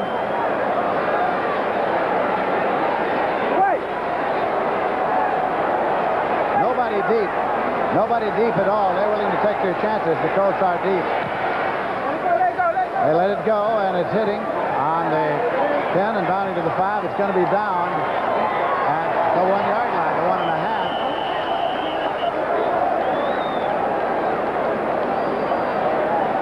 I don't know what Stan White was doing exactly, but the ball is taken over 1st and 10. Now, Lindsay, offensive linemen, they better be aware of one thing. If for some reason here, one of those linemen, if they call a pass down here, which is very unlikely, they better not be caught holding in the end zone. That is a penalty that would give Tampa Bay 2 points. Exactly. Any infraction in the end zone by the offensive team, it's a safety. It is, in fact. You see the time remaining, 41 seconds. And it's down here in be oh so careful territory as Tampa Bay is looking toward the sideline. And now the Tampa Bay Buccaneers have called a timeout. They get straightened out about their defense. The reason I say that, I was talking to Eddie LeBaron last week, and I think he threw a 99-yard touchdown pass one time when Eddie was the quarterback of the Redskins, and one of his tackles was caught holding in the end zone. And it was brought back from a touchdown to 2 points. Safety. That's exactly what happened. That could happen last week in one of the games.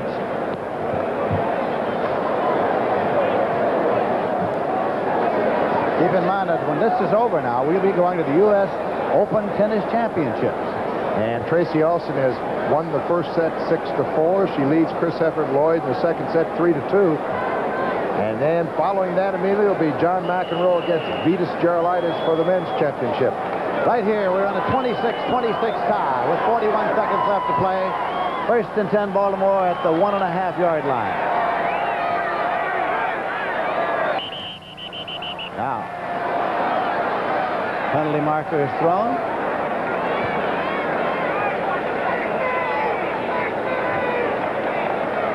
Offside. Holy mackerel, what a big break that was. He must have made contact.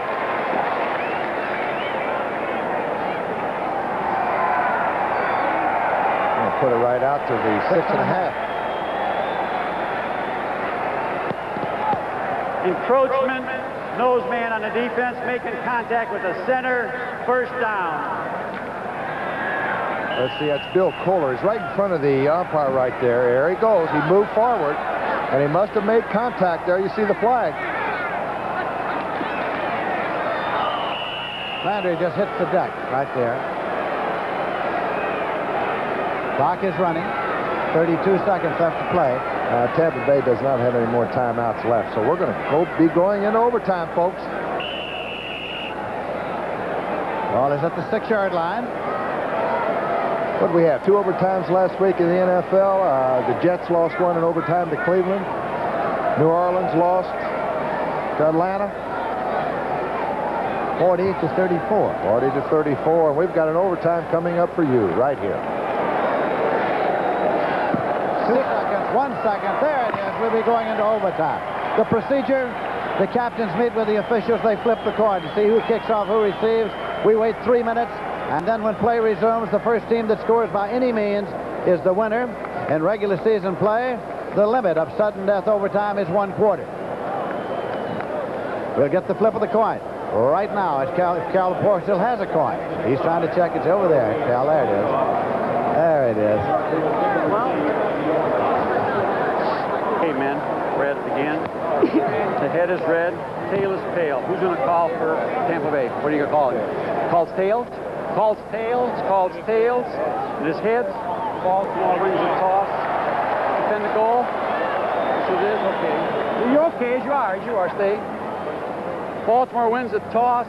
Elects to receive. That's it, man. Have a good one. Oh! Let's go again. We've had a good one already, Cal. We're just going to have more of this one. Tough situation. Play 60 minutes, and sometimes flip of the coin means everything, right? Get a hold of that football, move it down, kick a field goal, go home. And sometimes it just doesn't work that way.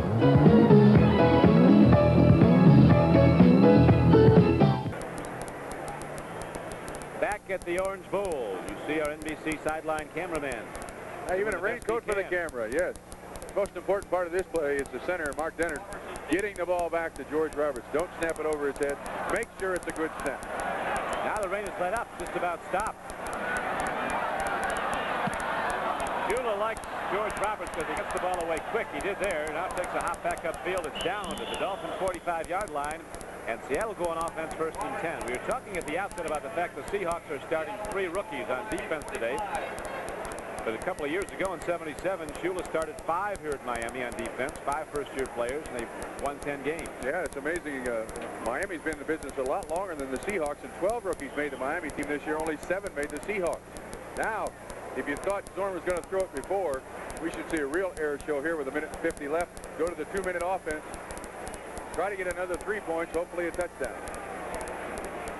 Seattle offense now with less rain to contend with. The sun's still falling, but not nearly as heavy as it was, and Zorn's going to fire it right up into the water. Here's a knockdown and almost an interception. Denherter had the ball. Denherter would have taken it some 40 yards straight ahead if he had held on. I don't know how he could have with the thing thrown right at his numbers. Well, that's one of the jobs of the defensive lineman. Once you get control of the offensive tackle, he was coming in on August, is get your hands up, make it difficult for the quarterback to throw over you. Here you can just see Denherter getting by August on the top, and Denherter, the veteran, gets his hands up. Sherman Smith was wide open. There he is. Very little publicity for that gentleman, but a good player. 9th year from Central Iowa, Vern Denherter. Zorn takes a deep drop. Looking long, he fires down the middle, and a nice reception is made, but a penalty marker goes down. The penalty marker down at the Miami 40. Rabel went up and got the ball. Rabel's the team comedian. Once again, 8 guys in coverage here. They rush just the 3 defensive linemen, and Zorn taking advantage of it, throwing it underneath the linebackers. I think the penalty is going to be a little extracurricular activity. Oh, blocking on Seattle. No penalty. Steve Rabel, who caught the ball, and then it came back. It'll be 3rd and 10. Says John Thompson, the general manager, negotiates the contracts at Seattle, is the best general manager in football. I was just telling Mr. Thompson that Rabel said this morning when I was shining his shoes. What more you can do.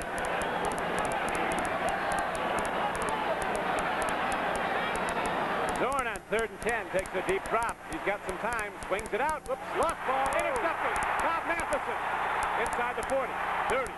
Bob Matheson trucks on down, not done yet. He's down inside the 20. So Bob Matheson, a 13-year veteran from Duke, who was called on to start today because of the injury to Kim Bokamper, comes up with a 2nd interception of Zorn. Another linebacker, Ernest Roan, got the 1st. Once again, that's on the receiver. That was a fine pass by Jim Zorn, just out in the flat. Just trying to take advantage of the defense that Miami had up against him.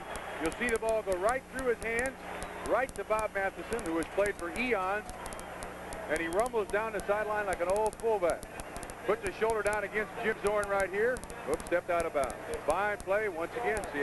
Miami's got a chance to put a score on the board. Greasy comes in to direct the offense. He's thrown 12 times, has completed 7 for 90 yards and a touchdown. Zorn is 5 for 17 for 67 yards, and of course has been intercepted twice. Now the Dolphins are challenging. Mulas in the backfield. Greasy takes a look, has to hurry, go downfield.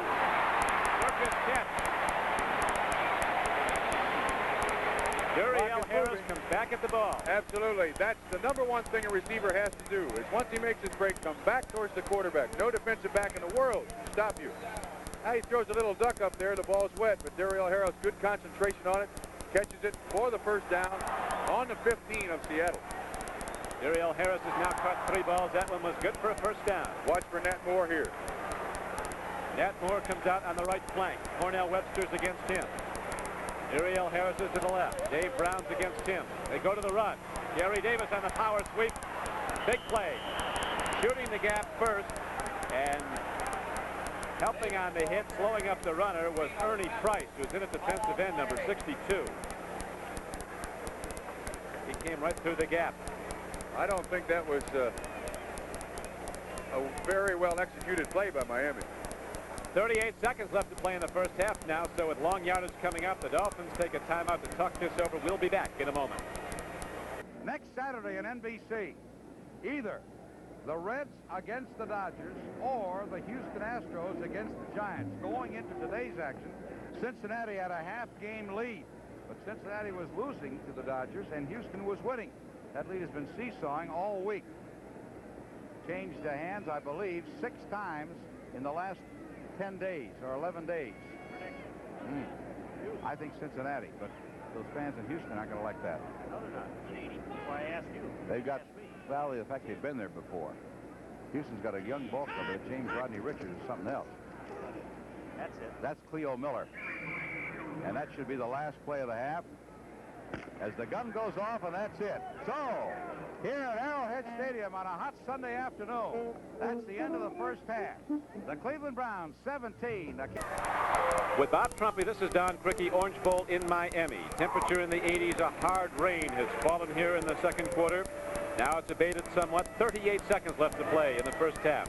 The Dolphins scored the game's only touchdown in a Greasy touchdown throw, but the extra point was no good. Hit the upright. Seahawks scored an Efren Herrera field goal. Now Miami with 38 seconds left has the ball. Second down and 13 on the 18-yard line of Seattle. But just 38 seconds left in the half. 3 downs to go for Miami in this sequence. Throw! Nat Moore had it and lost it. He took a hard shot. John Harris, the free safety 44, and Dave Brown combining on the coverage. They're playing total zone back there, trying to keep Nat Moore out of the end zone. 33 seconds left. I imagine Bob Greasy will now call 2 plays in the huddle. In case one works, they won't have to line up again, but we are approaching a situation where Mr. Von Schaumann once again must try to kick a field goal, possibly. Cephalo in. He'll have 4 receivers in now for Miami. Coming up next, NFL 79, an update on the second weekend of the 1979 season with Brian Kimball and Mike Adamle. Right now we have 31 seconds left. Greasy takes a look. He's going to have to do something in a hurry. Let's a rip. Ball was in the arms and then out of Duriel Harris down at the 10-yard line. Now the noise starts up as 4th down arises, and Von Schaumann, the rookie place kicker, comes out. Half the fans are rooting for Von Schaumann to give him confidence, and the other half remember Garo Yepremian. Von Schaumann can take pressure, though. When he was at Oklahoma, he made 125 extra points in a row. In the big game at Ohio State, he had a 41-yarder to beat Ohio State at Columbus. Woody Hayes called 2 timeouts to get him to think about it. The chant was going block that kick, and during the timeouts, he was waving his arms, directing and singing. But that doesn't count now. That doesn't count now, Don. But tells you something about him, though. Agreed. He's into that one. He's got it. Hugo Von Schaumann hits his field goal attempt, and Miami takes a 9-3 lead. Look at the Dolphins come out and say, "Hey, guy, you're one of us." Well, if Garo Yepremian has a seat in the stadium, the stock in Garo Yepremian just went down. I feel good for the young man. He is an excellent kicker. Watch his arm. Keep your eye on Von Schaumann. Finally. Come on, you Uwe. There you go. I love it. Uwe van Schumann, drafted in the 7th round. Out of Oklahoma. He was born in Berlin, Germany. Well, that takes some of the pressure off of him. It's very difficult for a place kicker in the professional ranks. It's, you know, you just come in maybe twice a game, and you got to do it, and you got to do it every time. Well, when he went home that day, the cuts were going to be made. One of the writers asked him, what are you going to do? It's either going to be him or your premie. They're going to fire the next morning. He says, I'm going to do what I do every day after practice, drink beer. What can I do about it? I'm not cut. Shula makes that decision. Al Hunter is back deep. Back with him is Jeff Moore. 9-3 Miami. 20 seconds to play in the first half. Van Schumann into the ball, and here comes Al Hunter. 3-yard line. He's to the 10. He's to the 15. Breaks upfield, turns to the outside. He's a 9-300 man. He turns the corner, gets across the 25, out of bounds to the 26-yard line. Jeff Grote, rookie special teams player from Bowling Green, ran him out of bounds. Talking about that Rabel earlier, Bob. Time he's at a speaking thing, and he was talking about how much Jack Pateri says teams as coach, the more we win, the bigger he gets. Big Jack's up to about 270. Got a lot of laughs. Patera got up after. He says, Rabel, I'm glad you finally found a business you can make a living at. Yeah, there are several things you don't do in professional football. One is take on the head coach. That's for sure. One. Shula and Jack Patera were teammates on the Baltimore Colts in the late 50s. Zorn's got people wide to either side. He's going to swing out 5, and he takes a look. He's got some time over the middle. Ball is caught by Largent. He's ahead for a first down, but time is of the essence now, and it's winding out on the Seattle Seahawks. 6 seconds to play. They signal for and are allotted a timeout. So Zorn will have time for a home run ball. Why not? He could throw it down there, maybe get an interception. Stranger things have happened. Tell you what, that extra point looms very, very big. The Seattle Seahawks are certainly within striking distance. Only 6 points behind. Efrain Herrera is a consistent kicker from placement. Don Shula on the sideline knows that very well. So 6 seconds show on the clock. It is a 9-3 game. Miami moved the ball very well the first 2 times they had it. But Zonk, after catching a swing pass, fumbled the ball to drop what looked like it might be a scoring drive. Then later, Ernest Roan intercepted a Jim Zorn pass. And shortly thereafter, Greasy threw to Nat Moore in the end zone, where the touchdown gave Miami a 6-0 lead. Extra point hit the upright. Then the Seahawks came back. They got the ball on a turnover, and shortly thereafter, Efrain Herrera kicked a field goal. And now Miami, on Van Schumann's long hit, has taken a 9-3 advantage, as we're almost at halftime and almost ready to go to New York for NFL 79. An update on the scores and stories of this day in the National Football League. Some big, big numbers racked up. Buffalo routing Miami with a 51-point day. The Jets with 56-3 loss to New England. Zorn takes a look. There's the home run ball. There's more Dolphins than there are Seattle Seahawks. And the clock runs out. Zorn took a shot, too, just as he released it, but he's up like a greyhound running off the field. Baumauer hit him. So the first half comes to an end. The rain has stopped. It'll be an explosive second half if we have dry weather. We'll be back with NFL 79 after this. We're about set to go into overtime here at Baltimore's Memorial Stadium. Bill Nelson talking to the Tampa Bay Buccaneers. I beg your pardon. There is Bill Nelson with John McKay. And it will be Tampa Bay kicking off. Well, the Colts have been in some good overtime games I can remember. How about the first sudden death? Maybe really the game that brought the golden age of football, I guess, in the 50s. That Giants victory with Alan Amici slashing off the right side. Steve Meyer kicking the field goal to put it in overtime, the championship game. 1958, Yankee Stadium in New York. What a game. You think there weren't some horses in that football game. Leonidas, Lenny Moore, Gifford, Connolly. And of course, we had Green Bay Packers had an overtime game with Baltimore in the playoffs. That's why you see these goalposts extended up about 30 feet. I thought Don Chandler made a beautiful kick, but the Colts said it was wide by 4 feet. We had one last year in Green Bay that ended in a 10-10 tie because nobody scored in the full quarter of sudden death play. And last week, Don Cockroft kicked a field goal with only 15 seconds left in the overtime period to win it for Cleveland over New York. O'Donohue will kick off. Nesby Glasgow is deep flanked by Gary and McCauley for the Baltimore Colts as we start sudden death overtime. Clock does not start till the ball is touched in the field of play, and it is not going to be run out. It's a touchback. It'll be put in play 1st and 10 at the 20-yard line. All rules applicable to the final 2 minutes of play in the first half and the second half are applicable to overtime play.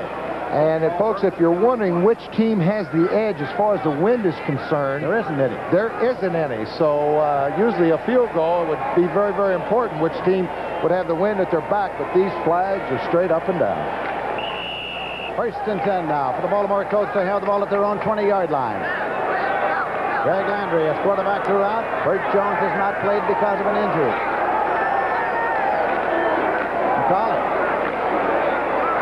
For 2 yards to the 22. Will make it 2nd down and 8 yards to go. Cecil Johnson made the stop for the Tampa Bay Buccaneers. The Buccaneers, of course, hope to use their vaunted defense to hold, get the football in good field position. On the other hand, Baltimore hopes to move downfield to get within field goal range. You know, a point I haven't said all week, all day, is Baltimore has been running off to the left side.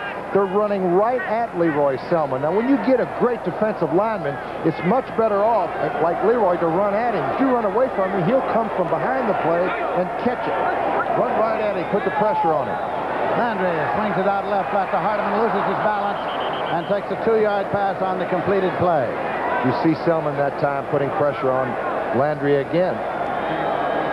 Mike Washington there on the stop. It's 3rd down and 10 yards to go. Baltimore at the 20. If they have to kick from down here, of course, it would give Tampa Bay excellent field position. Clock is running with 13 minutes, 48 seconds remaining to be played in this sudden death period. Then use the draw all day long. Gary's in the left set. McCauley's in the right set for Landry. Greg Landry. And his arm is hit. Ball is down. Scramble is on. Tampa Bay recovers the loose ball at the 14-yard line. That looked like his arm was going forward to me, Lindsey. I thought the same thing. And if his arm goes forward, it's a pass play. However, look at it. Let's take another look. Here's Greg Landry. Goes back to throw it. He steps up into the pocket. Randy Crowder, number 71. I don't know if he had the football. Let's take another look at it. Now, Landry thinks it may be a fumble. You can see how he looks around. Let's run it right back for you, right here. You see Randy Crowder, 71. He grabs. Arm has to be going forward. Comes back. It is not going forward. Good call. Good call and a correct call. It was a loose ball, and it was recovered by the Tampa Bay Buccaneers. They have the ball at the 14-yard line. Chris Erskine, David Fox down the truck doing their job right on top of it. 31-yard field goal. If good, it ends the ball game right here. Neil O'Donohue with Blanchard holding. They're going to go for it right here. A 31-yarder. O'Donohue boots it, and O'Donohue's 31-yard field goal is good. The ball game is over. 13 minutes, 19 seconds remaining in the overtime period. 29-26. Tampa Bay is undefeated. The undefeated Tampa Bay Buccaneers, and we're through the second game of the season. It has never happened before to Tampa Bay. Next week they'll be in Green Bay, and we'll be there as well. And many of you in the Tampa Bay area will be seeing that one right here on CBS. There's a hero right there in the overtime. Neil O'Donohue with that pressure field goal. John McKay said, no, sir, we're not going to handle the football or even try to get it in for 6 or even closer. Neil, take over. Final score, Tampa Bay 29, Baltimore 26. Stay tuned for U.S. Open tennis coverage after this word from your local station. It's been for for the Oakland Raiders. Stabler has them in scoring position, has Mark Van Eegen wide open. Van Eegen cannot hold on to it. The Raiders go to the half, trailing the Chargers 21-3. Meanwhile, in Miami, it's the Seattle Seahawks out, trailing the Miami Dolphins. That one stands at 9-3. Hello again, everyone. I'm Brian Gumbel, along with Mike Adamley. We will get you caught up on all the events of Sunday number 2. We've got scores, we've got highlights. We'll get to it all right after these messages from your local station. Back live in New York, I'm Brent Musburger with James Kennedy and Irv Krog. Baltimore and Tampa Bay have just gone to overtime, but we have received several telephone calls from women down in Texas who want to know what's going on at the U.S. Open. Let's take you live right now. Tracy Austin beat Chris Everett Lloyd, there you see Chris, in the first set, 6-4. They are now in the second set, and I believe this is break point for Tracy Austin. Let's pick up the sound with Pat Summerall and Tony Traver. Down. Austin. New ball. Tracy Austin has broken again. He's serving a new balls at 4-2 in the second set. Austin leads. She won the first set 6-4. Miss Everett in quest of her 5th consecutive title, something that's never been accomplished. Every time Chris has broken Tracy, Tracy's come right back to get a break back.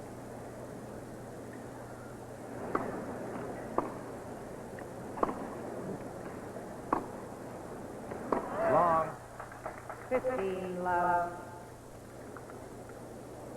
Chris has got to really work hard to keep it together now. Tracy Austin would be the youngest champion of all time. Pam Schreiber, by the way, was the youngest finalist ever last year when she lost to Chris Everett Lloyd.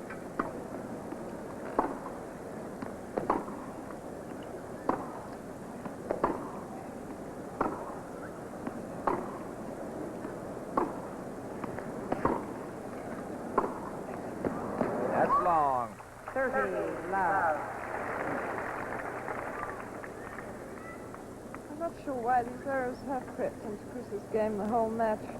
She's certainly made more than I expected she would.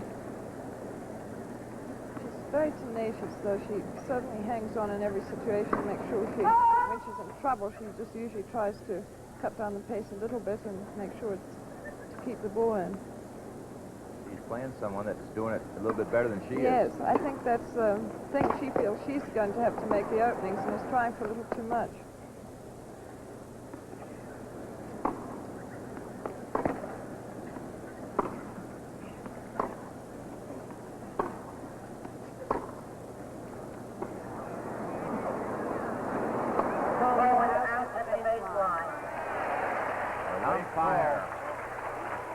Call by Anita Schukow, who called the baseline ball out. 30-15. She actually overruled the call on the baseline. Chris hit it and thought it was out and didn't play it, but she did hit the ball back in play, and then it was called out.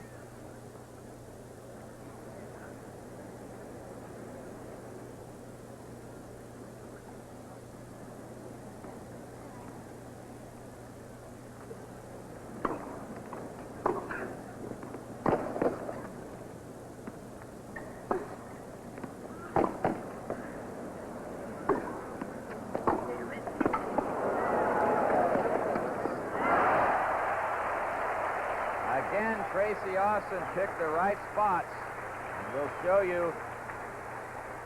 Watch Chris now recover to the middle and then guess down the line. And once she moved that way, Tracy was holding her racket ready and just went back cross court. Austin at 40-15, 4-2 in the second set. Austin won the first set 6-4. Game Austin. And now 5-2 in the second set. After Tracy Austin won the first set 6-4. So, Tracy Austin, at the age of 16, can become the youngest champion in the history of the U.S. Open. We're going to get everybody up to date now on the football scores. They'll have a commercial to tennis. We'll take you back for the next game. Jane, let us now start with Seattle and Miami. 9-3, the Dolphins lead it. 3-yard pass. Bob Greasy to Nate Moore. The kick was missed, and then Von Schaman came back later with a 29-yard field goal. And look at what San Diego is doing, an offensive explosion for the Chargers. Sprouts with 2 touchdown passes, and Woodrow Lowe a 31-yard run with the interception. The Cleveland Browns, a winner last week in overtime, doing it again against Kansas City. Brian Fife with 2 touchdown passes, one to Reggie Rucker, the other Ozzie Newsome. This is live. In overtime, the Tampa Bay Buccaneers have just won the game on a field goal in overtime, 29-26. Tampa Bay now 2-0 on the season, downs the Baltimore Colts in overtime on O'Donoghue's field goal. So the Buccaneers jump off to a quick start in the NFC Central, and again the score, Cleveland 17, Kansas City nothing. That game is at the half. And, of course, the contest you're watching, how about O.J. Simpson? Touchdown, 10-6. Even if you're the greatest of Cowboy fans, you got to pull for the juice this year to come back and close out his career in glorious fashion. All right, the final you just saw live, 29-26, Tampa Bay downs the Baltimore Colts. Elsewhere in the league, Buffalo 51, Cincinnati 24. Featuring 4 second-half touchdowns for running back Roland Hook. Another final, 38-7, the world champion Pittsburgh Steelers. Pittsburgh dominated this game offensively. Pastorini injured right arm, but the x-rays showed negative. And Jane, look at what Steve Grogan did. 56 points for the Patriots. How many touchdown passes did he wind up with? We've been having fun with this one. 5 touchdown passes for Grogan. 3 to Harold Jackson, 2 to Stanley Morgan, and 1 touchdown pass by the substitute quarterback Tom Owen to Tom Westbrook. And Jane, they had 597 total yards offense. This was the game. Those of you who are watching Dallas, San Francisco, you saw the end of it in our pregame show. 27-24, Mosley got a second chance and cashed in the field goal. 28-19, Green Bay downs New Orleans. All 28 points for Green Bay were scored in the second half, led by Steve Atkins.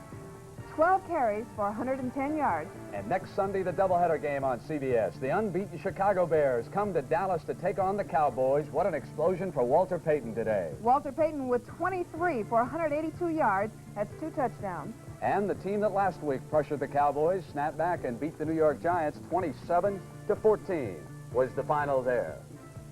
And the NFL, I'm sorry, Jane, what did you start to say about the rookie O.J.? I was just going to say that he's done it again. He's got another 100-yard game. 32 carries for 111 yards. Oh, he is some player. The NFL Today will continue on CBS after these messages from your local station.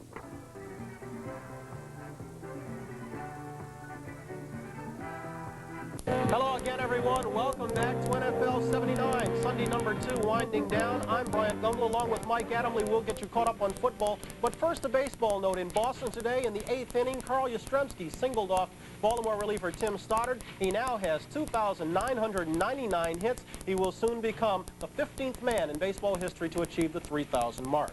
Back to football. You know, there are some days when the Pittsburgh Steelers are so good, it's almost like they're playing a different game from everybody else. It must have appeared that way to the Houston Oilers today. The Oilers could generate only 124 yards of offense. Earl Campbell was held to just 38 yards. The Steelers walked away with it 38-7. Mike Adamley, it's only 2 weeks into the season, but boy, the Steelers look great. You know, I was just going to say that. I don't want to give the Steelers the kiss of death, but they're rivaling Miami's super 17-0 season. If they keep playing like that today, like they did today, they got a good chance to go undefeated.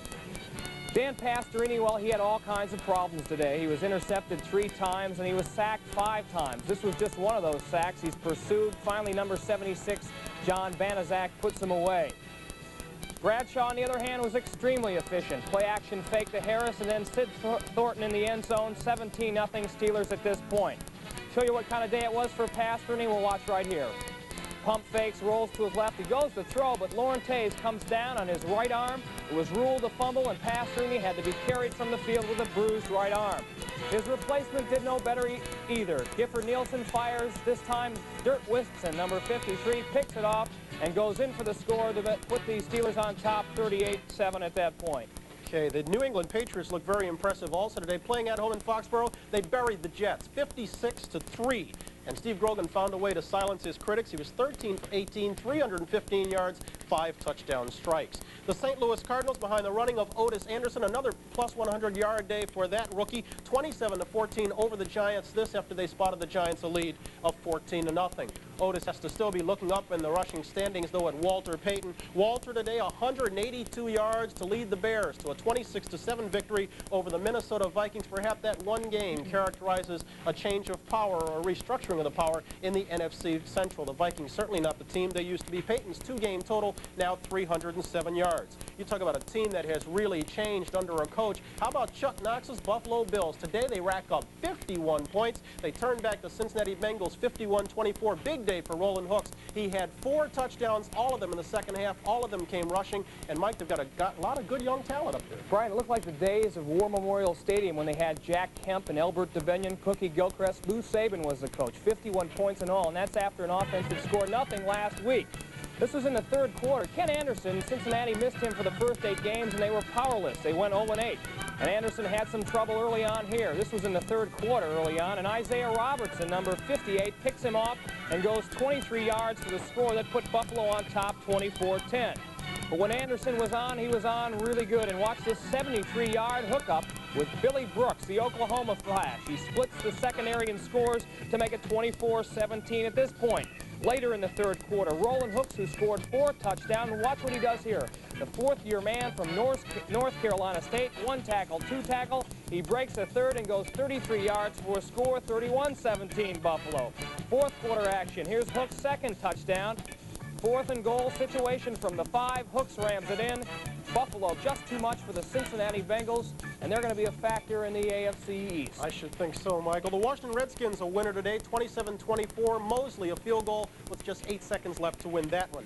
Green Bay turns back the Saints 28-19, but a tremendous performance by Archie Manning, 28 of 35, 291 yards, best losing quarterback around. Tampa Bay, they used to laugh at the Buccaneers, but laugh no longer. They are now 2-0. They turn back the Baltimore Colts 29-26, this one in overtime. Oakland, San Diego, it's been a whale of a game. It was the fumble game last year, but only the Raiders are fumbling out there today. The Chargers reigning supreme 21-3 at the half. Dan Fouts leading another big afternoon for the electrically charged Chargers. Well, the Chargers have so many offensive weapons, John Jefferson and Charlie Joyner wideouts, but they've been taking advantage of their tight ends. Jefferson did get a chance to hook up with Danny Fouts. There's a good look at Oakland's new coach, Tom Flores. But Fouts did get a chance to hook up with number 83, John Jefferson. Great grab here. Already he's 3 for 40, and watch him scoot 24 yards to make it 7-0 Oakland. Here's the tight end utilization I was talking about. Bob Klein beats a mixed-up Oakland secondary and goes 46 yards to make it 14-0 in favor of San Diego. In the second quarter, 1st and 10 ball on the San Diego 40-yard line. Stabler hooks up with number 88, Raymond Chester, down to the 15-yard line, and then set up a field goal to make it 14-3. Stabler had problems, though. First interception of the year. This one's picked off nicely by number 51, Woodrow Lowe from Alabama, and watch him go. Not bad for a linebacker. 32 yards in all to put the Chargers on top 21-3. Not bad for a lot of running backs in this league either. San Francisco springing a surprise at home against Dallas. It's 10-6. Dorset against OJ. Tony has 16 yards. OJ has 31 and a touchdown. Seattle against Miami. It's the kids against the veterans. Veterans outdoing them 3-1 right now. It's 9-3 at the half. Mike Adamle been a battle of the feet. Well, Miami was the least penalized team in the NFL last year, but they're having problems with the yellow flag today. It's bogged them down a little bit, but they do lead 9-3. Larry Zonkum has helped them out a lot last week. He had 87 yards, and he's been very tough today. This is an example of his bullish power as he rambles 8 yards up the middle. In the second quarter, Zorn, who is having some problems, not being as effective as he usually is, goes back to pass. He's going to be hit here. The ball is deflected, and number 55, a reserve linebacker, Ernie Rohn, who comes in on passing situations, picks it up off. Later on in the second quarter, Miami ball, 2nd and goal. Nice diving grab by number 83, Nat Moore. Von Schumann missed the field goal, probably much to the delight of the extra point, much to the delight of Garo Yepremian. And he's watching on. Juve did go on to kick another field goal for the Dolphins. We talked about Garo in the pregame. Interesting, Von Schumann hit 59 of 59 extra points in college. 0 for 2 he is now as a pro. And one other game, this one at the half, the Cleveland Browns out in front of the Kansas City Chiefs. This one stands at 17-0. And Livingston has been lifted at quarterback for the Chiefs in favor of quarterback Steve Fuller. He the #1 draft pick out of Clemson. Brian Sipe has thrown 2 touchdown passes, one to Reggie Rucker of 17 yards, another one of Ozzie Newsome reduce them of 20 yards. So again, the Cleveland Browns leading 17-0. The Browns trying to make it 2-0. If things remain the way they are right now, the Chiefs will drop to the 500 level. This 1979 National Football League game is brought to you by Toyota. See the energy-efficient Celica Supra. Powerful pleasure at your local Toyota dealer. You got it, Toyota. By Michelob Light. Good taste runs in the family. By Hilton Hotels Corporation. Wherever you go, there's no place like Hilton. And by Merrill Lynch, a breed apart. Welcome back to New York. For those of you who lost us for a few moments, let us get you caught up very briefly before going back for a second half of football. These scores today. The Steelers a winner over Houston, 38-7. Steve Grogan, 315 yards, 5 touchdowns. Patriots win big over the Jets. St. Louis, another 100-plus day for Otis Anderson. They beat the Giants 27-14. Walter Payton, 182 yards. Bears a winner, 26-7. Buffalo scores big, 51-24. 4 touchdowns for Roland Hooks. On a last-second field goal, Washington wins 27-24 over Detroit. Green Bay a surprise winner by New Orleans 28-19. Tampa Bay in overtime beats Baltimore 29-26. At the half, San Diego 21, Oakland 3, San Francisco 10, Dallas 6. That one in the second quarter. At the half, Miami 9, Seattle 3, and Cleveland beating Kansas City. This one at the half, that one stands at 17-0. I do believe you're caught up for this Sunday. Right now, we've got a second half football to come. It'll come after this commercial break. Virginia Wade and Pat Summerall.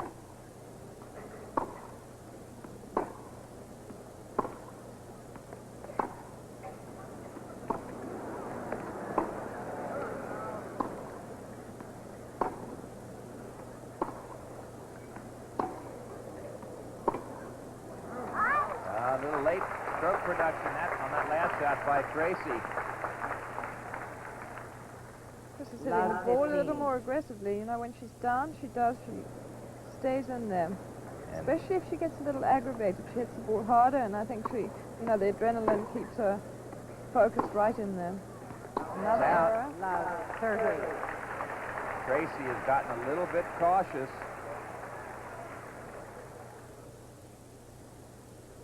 Chris is never going to give you a match, never.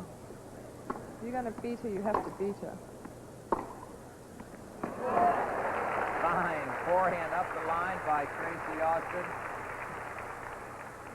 We're going to go back to start the second half. The remote will tell you how Tracy makes out in this second set. And then, of course, you will see Gary Ulitis and McEnroe for the men's final. But right now, let's send you back to Candlestick in San Francisco.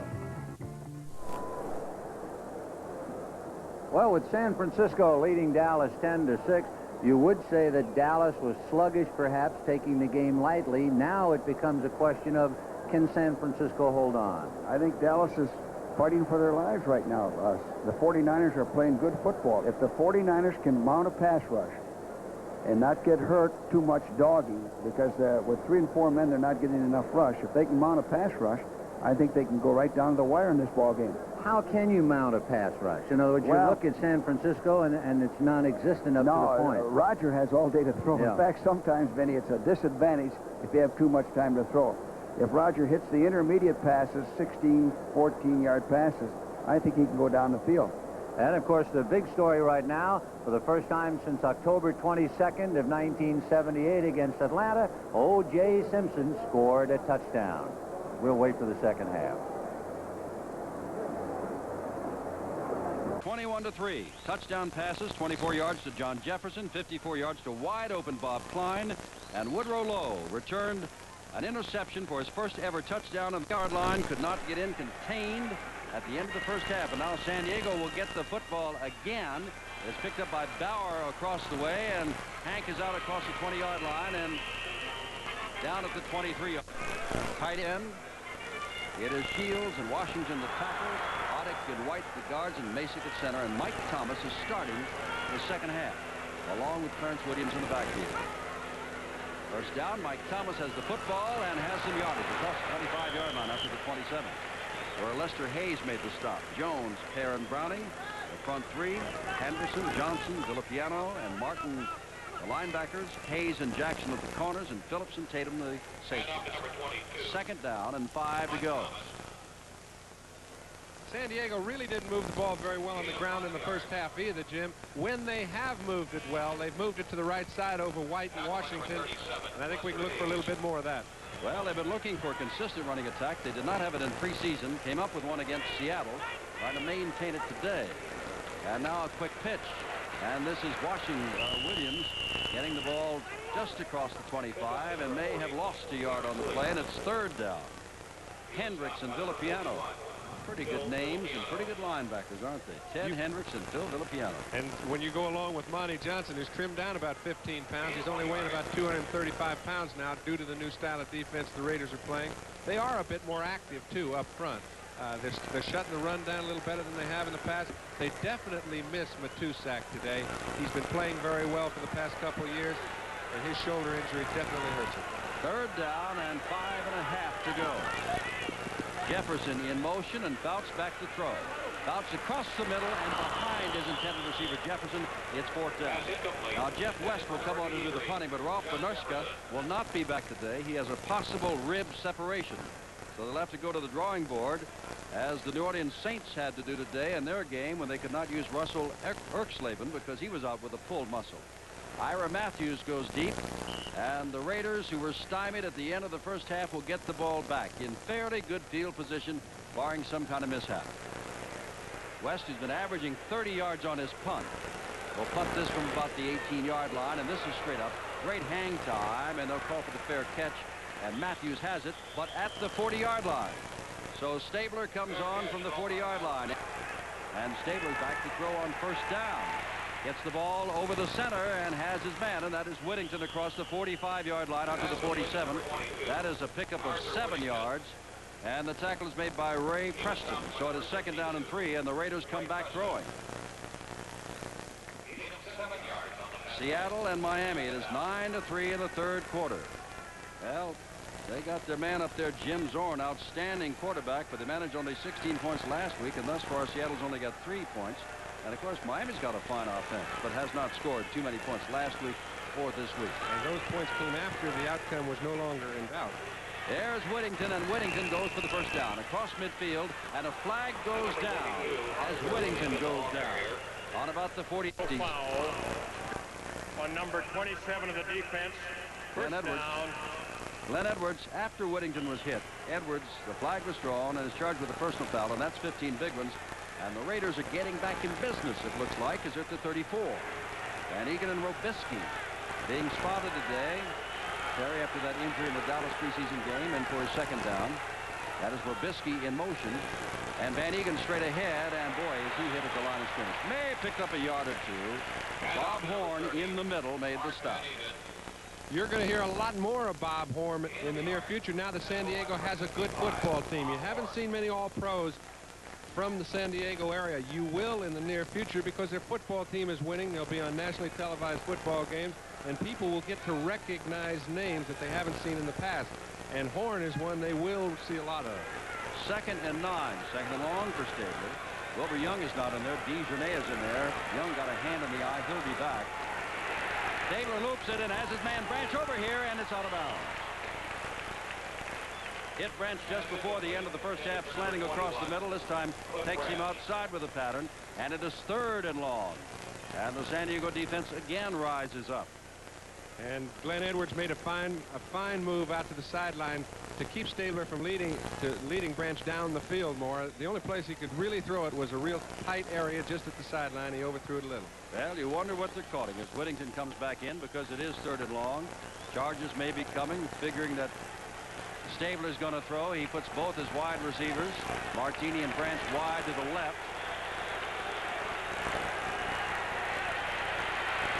Has time and has the man, and that is Raymond Chester, first down inside the 25-yard line. Chester has yet another catch. Raymond Chester.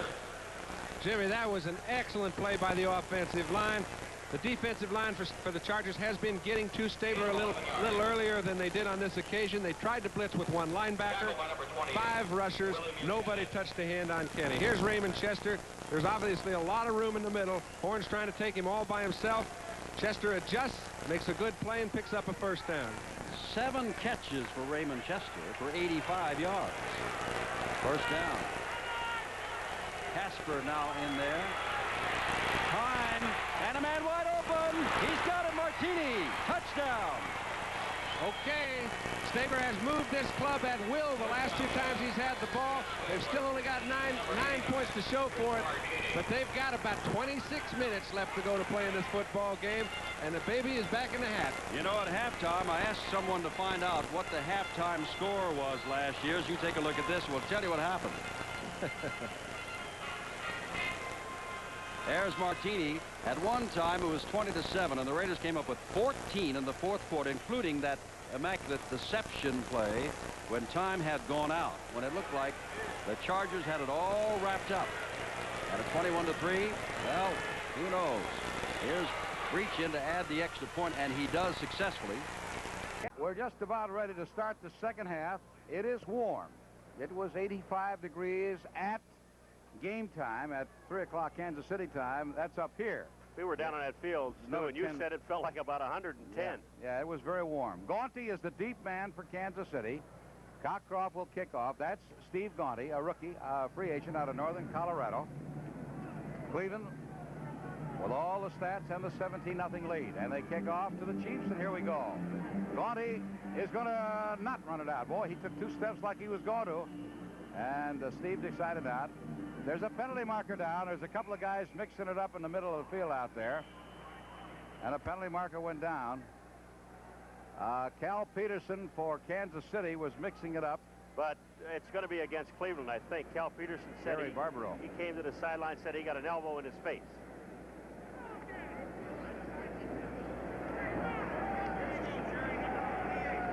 Oh, referee Jerry Markbright.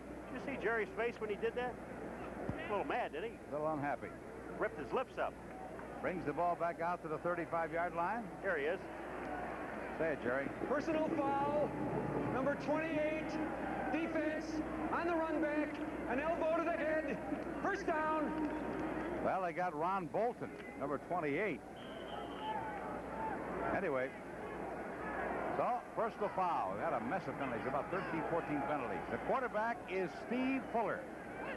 In motion now is Tony Samuels. Fumble! Did the quarterback get it back? We'll see. Quick reflexes by the young man from Clemson. He did. Second down.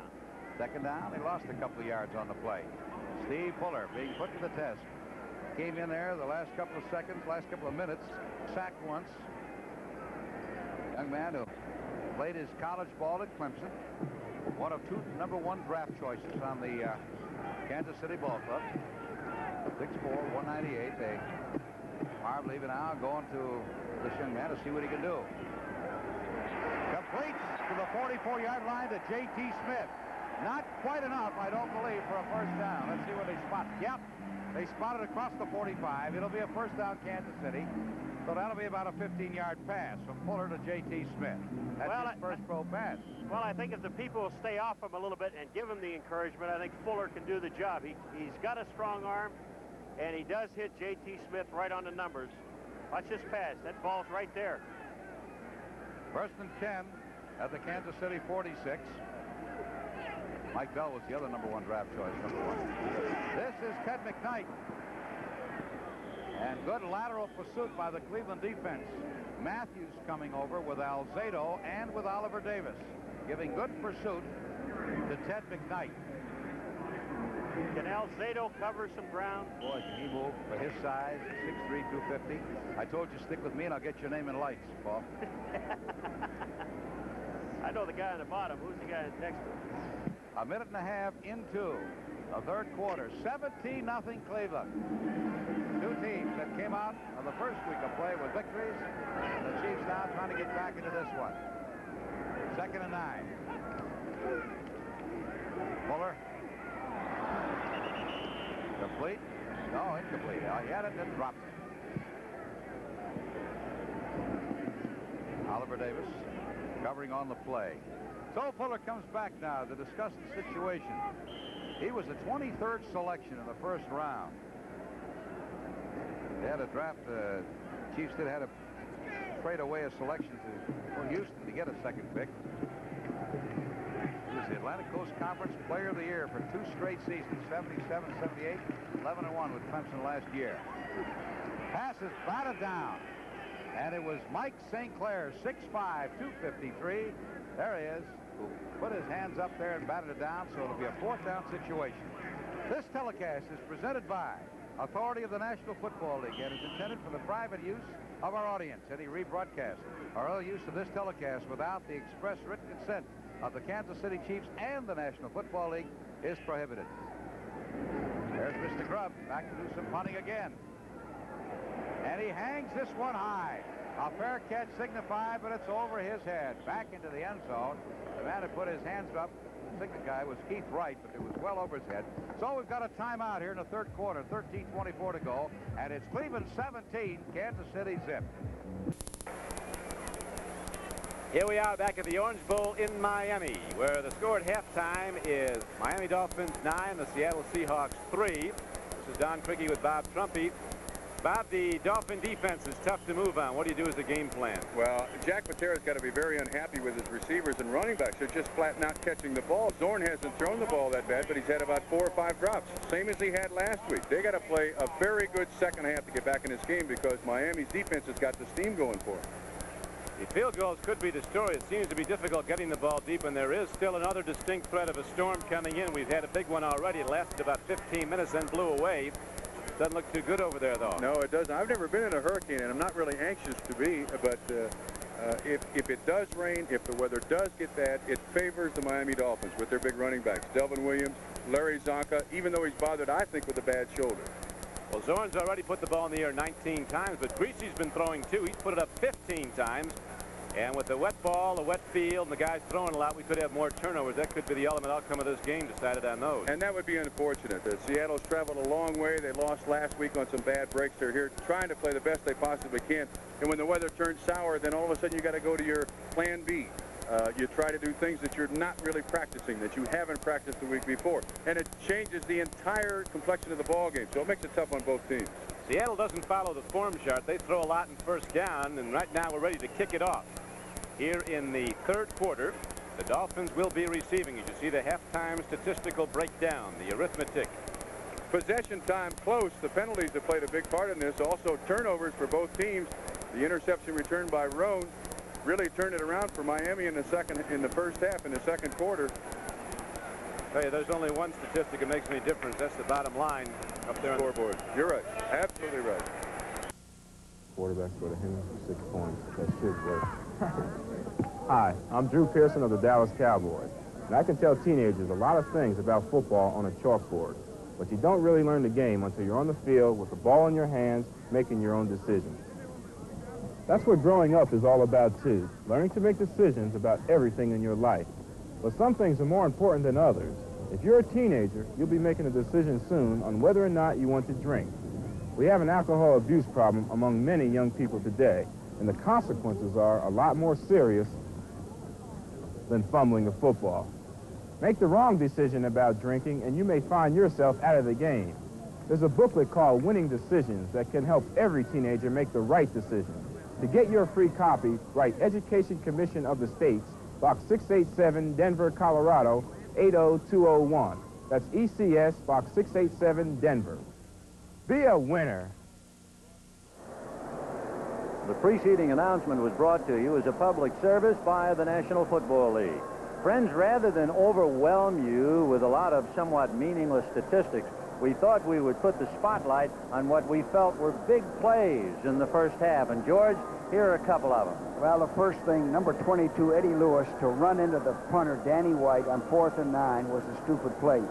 You just can't make a play like that at any level of competition. And it gave Dallas possession again, and Rafael Septien finally cashed it in with a field goal to get the game even. Then in the 2nd quarter, Ted Vincent, a defensive lineman formerly with Cincinnati, laid a good hit into Tony Dorsett, who fumbled, and middle linebacker Dan Buns recovered Dorsett's fumble.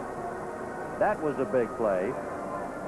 And in the 2nd quarter, Gerard Williams was called for pushing Preston Pearson on 3rd and 7, gave him a first down. And that led to the longest field goal of Rafael Septien's career, a 51-yarder to give Dallas a 6-3 lead. And then here was the big one, Steve DeBerg on a play-action fake to O.J. Simpson, and Dallas really went for it, and he hit Solomon. And the reason that was so effective was in short yardage, and Solomon was lined up as a wing, and he got behind the secondary. So those were the big plays the first half. And now we go to the second half, and Ray Wershing kicking off to Ron Springs and Wade Manning.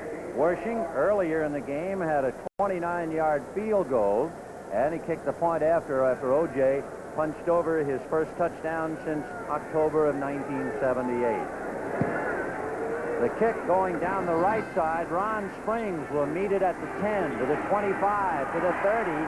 Spun and still on his feet and got to the 40-yard line. He was hit by Saraceno and then Cornelius, but he wouldn't quit. And finally, Bobby Farrell had to take him down. I'm going to tell the Dallas fans one thing right now. This Ron Springs is going to improve their return team, their kickoff return team. He's going to make a lot of big plays.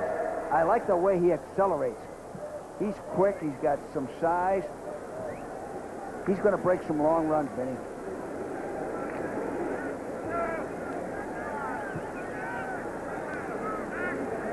First and 10 from the Dallas 40-yard line. Drew Pearson moving to the left side. The running backs Dorsett and Newhouse. And there's Jay Saldy going to the right side. And Dorsett with Scott and Rafferty out in front of him, but he's dragged down by Danny Bunds. And there'll be a flag on the play.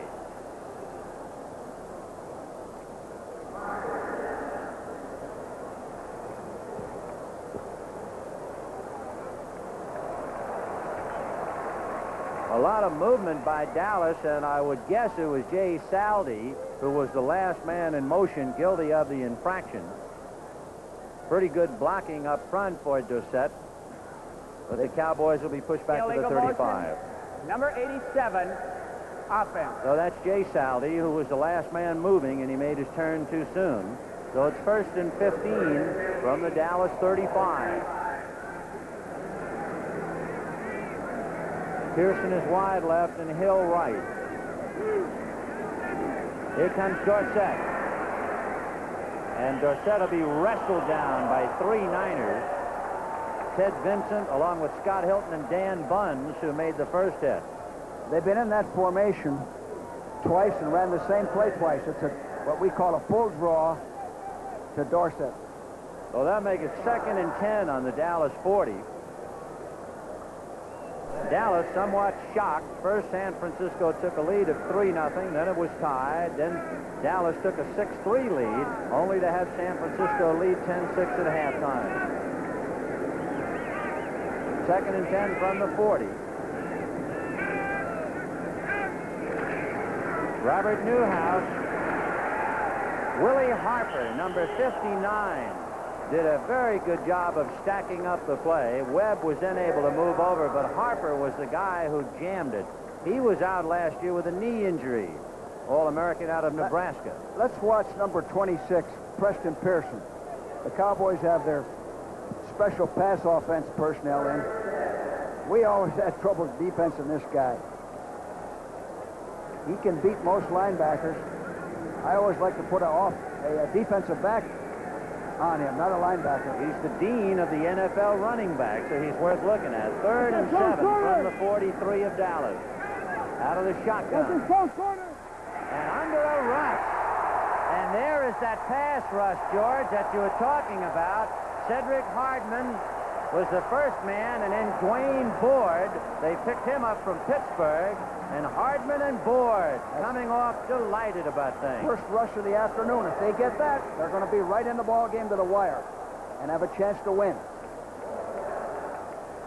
Dwayne Board was a 5th-round draft choice this year by Pittsburgh. And look at Tom Landry. Anything but plastic. He looked a little angry over there. Well, I don't blame him, because that first series on offense, the second half, when you're behind, you want to fire it up, get them going.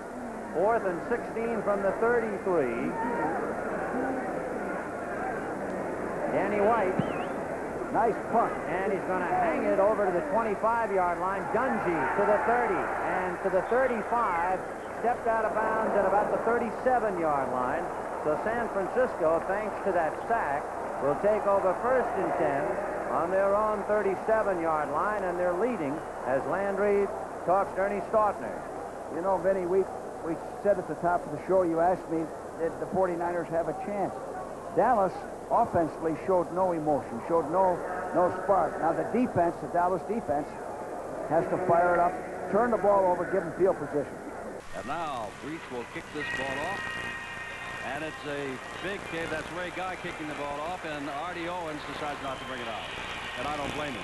That ball Guy, I talk about his punting. We forget the fact that he does kick off, and he can really put the ball in the air. Now, they're going to have another little altercation apparently down here. Jones is in the middle of it, and the officials are moving into the middle of it. Well, that's a good idea because this game is on the brink right now. Oakland has moved the ball very well the last 2 times they've had it. San Diego has not touched the ball for a long time.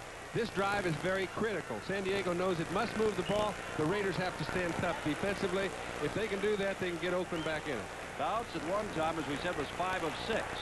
But lately, his totals read 9 of 18 for 159 yards. And remember, the third Charger touchdown came on an interception. The Raider defense, without Matuzak, must be doing something right, but the Chargers have looked awfully good. And there's a whoops off the hands of the intended receiver. And he'll pick himself up very slowly. Charlie Joyner out there.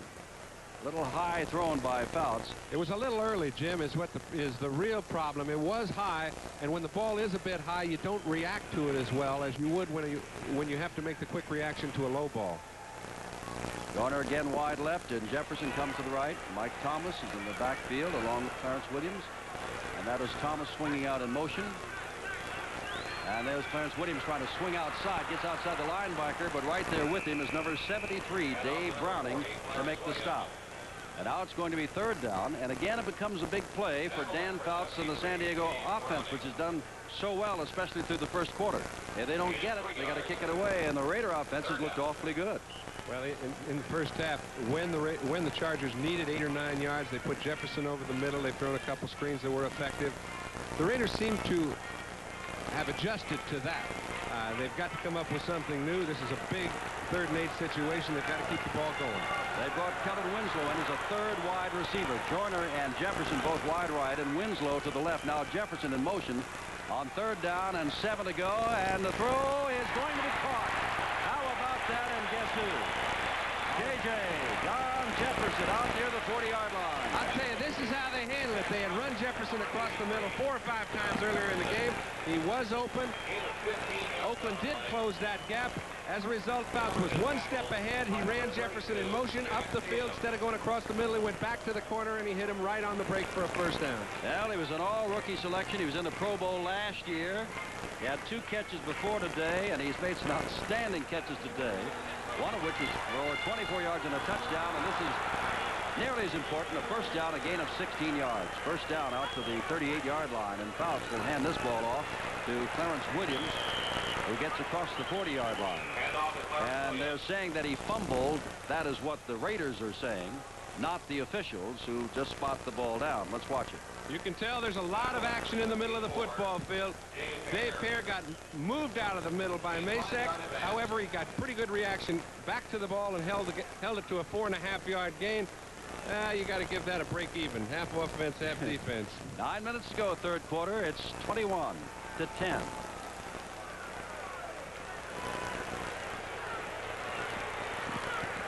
And San Diego leads it. Jefferson in motion. The ball is given to Mike Thomas, who threads his way out to the 45, perhaps the 46. It's going to be 3rd down and short. From San Diego, let's pause briefly for station identification. This is the NBC television network. KCST TV, San Diego. Temperature at 3rd quarter. 3rd down and short. And a flag goes, and who did what? Offside, and that's going to give it 1st down, San Diego. That was a well-cadenced call by Fouts. He held up just a little bit. Raiders got a little anxious, and it's a 1st down for San Diego. I guess they figure turnabout's fair play. Stabler did the same thing to them. You bet. And while we're watching this, I'd I'd like to congratulate a couple of our pals in the camera area. Both George Loomis and Brian Sharif were given Emmys last night. It was voted for on the Dick Clark Show. They're also doing a fine job today, along with our producer George Finkel and director John Gonzalez. And there's a lot of action yet to shoot. First down from the 49-yard line. 21-10 the score. San Diego's got the lead and the ball. And they've lost it again. That's about the third time on the exchange from center. You can see Oakland got it. That is the third time. It happened once to Oakland.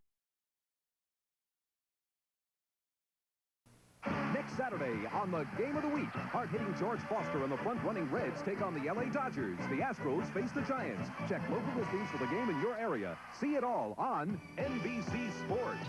We're proud. John Yarno, the setter, Lynch and Newton, the guards, August and Bullard, the tackle. Zorn got a problem. Baumhauer's after him. Lets a rip. Penalty marker flies into the air. Offensive lineman across the line of scrimmage. That was the setup screen. Miami defended it well. Number 78 happened to get across the line of scrimmage for the Seattle Seahawks. Bob Newton, a guard out there leading. Illegal man downfield.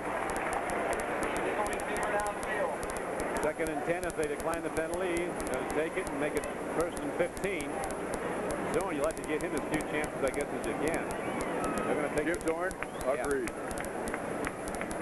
Kind of surprising. Here's the call. So the ball, yep, the legal man down. So there is now an interference call against the offense. The ball is set back to the 26-yard line. One of the real strengths of the Seattle offense is the fact that Jim Zorn is not afraid to run the football. He has not run the ball very much at all today. I'm rather surprised at that. That's a good offensive weapon for Seattle. Last week he ran it 4 times against San Diego, gained over 12 yards a carry. Now it's 1st and 10 Seattle as the Seahawks are set back to their 25. Zorn in the flat, sings it out, makes the strike to Dornick, turns the corner, knocked out of bounds to the 31. Bring up second and long yardage, second and about 15. Larry Gordon, number 50, one of the 4 Miami linebackers, was on the stop. Ernest Roan is in the game, 55. Excuse me, Bob, along with Matheson and Chambers. Changing people back there, too. I was going to say, Seattle's got a real problem in that they haven't been running the ball very well at all, so they've got to go with the pass. And there's a third quarter score, 21-3, San Diego over Oakland. They've got to go with the pass, and of course, when they don't respect the run, the linebackers are out there to stop the short pass. So now on 2nd down and 15, Zorn sets people wide to either side. 3 of them are out. 2 setbacks in an open backfield. They swing out, and Zorn takes a deep drop. They give him some time, and he makes the strike. Not enough for the first down. The ball is completed, though, out to the 43. It's going to bring up 3rd, about 4.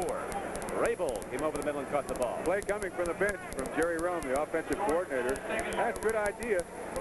Just get back about 2/3 of it, and then you got 3rd and what is it, about 3 or 4? They got an awful lot of possibilities here to pick up the first down.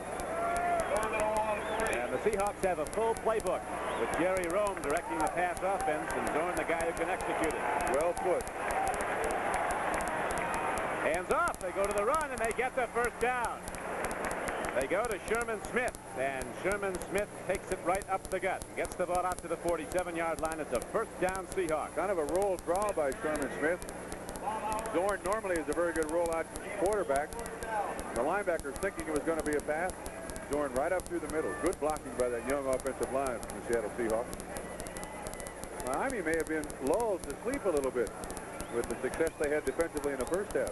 Seattle's coming on here. Dornick is the up back. He can block. He comes in motion now. They go again to Sherman Smith. He rides the ball across midfield down to the 49.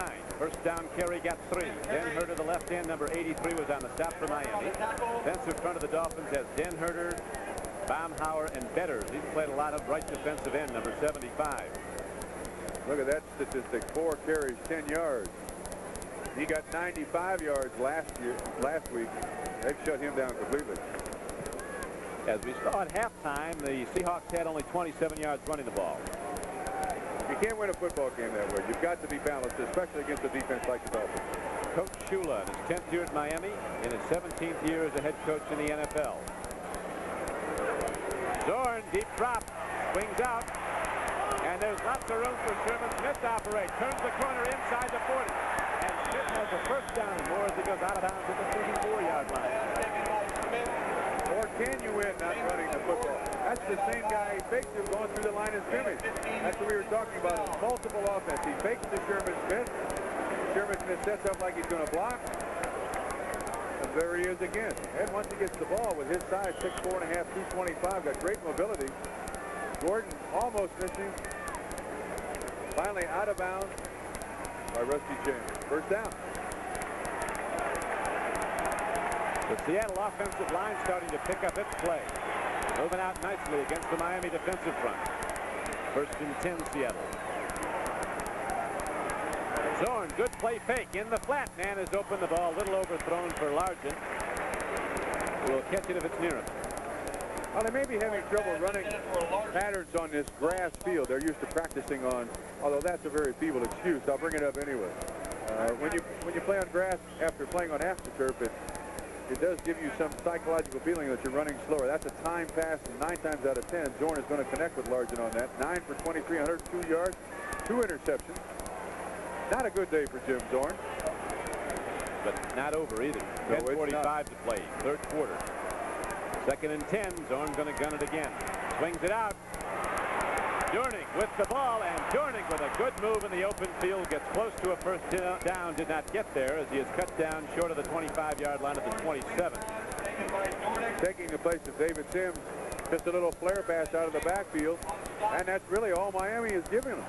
One man out there to block for him. Good move here, as you said, for a guy his size, and he's driving for the first down. Good tackle, too, by Vetters. It rained hard in the second quarter here in Miami. Rain has stopped now. We're in the third quarter. Temperature about 80 right now. Very humid. As Zorn and the Seahawks starting to mount a challenge inside the Miami 30. Third down and 4. Another fake, and did it get enough for the first down? Apparently it did. Just about enough. They drive the ball down inside the 25-yard line. Denherter was the tackler on the play. Sherman Smith carried the ball. Same play that got him the first down before. What they try to do on that 3-man defensive line is you ask your offensive linemen to cut one man off, and that produces a void in the defensive line, and you give Sherman Smith enough yardage, enough time in the backfield to get through that hole. That's exactly what happened. It's worked twice in a row now for first down, or maybe a first down. The missed extra point following the first score. There's the first down for the Seahawks. It'll ultimately be a big factor in this game. If the Seahawks can get it in to the end zone, they could go ahead on an extra point. You know, Don, coming out in the second half, all the years that I've played, the most important drive of the game is the first one of the game and the first one in the second half for your offense. And Seattle has established the fact that they're not going to roll over and play dead here. Miami's got to come up with a big play. Look for a blitz or something really funny coming from Miami on this particular play. Zorn is sending his backs out on almost every passing play. They do come with a blitz. There's nothing back there to help him except his own wily elusiveness. He's back there. Throws, end zone, Rabel, touchdown, Seattle. Perfect play by the Seahawks. Rusty Chambers was covering, and Rabel, who dropped the ball earlier, comes out and makes the big play. Look at the strike by Zorn. That's the ability of Jim Zorn. That's a feather-like touch, putting it over the outstretched arm of Chambers. Bad coverage by Chambers. There you see it again. Inside outside on the tight end, who comes out of the backfield. 6 points, and that extra point. Here we go.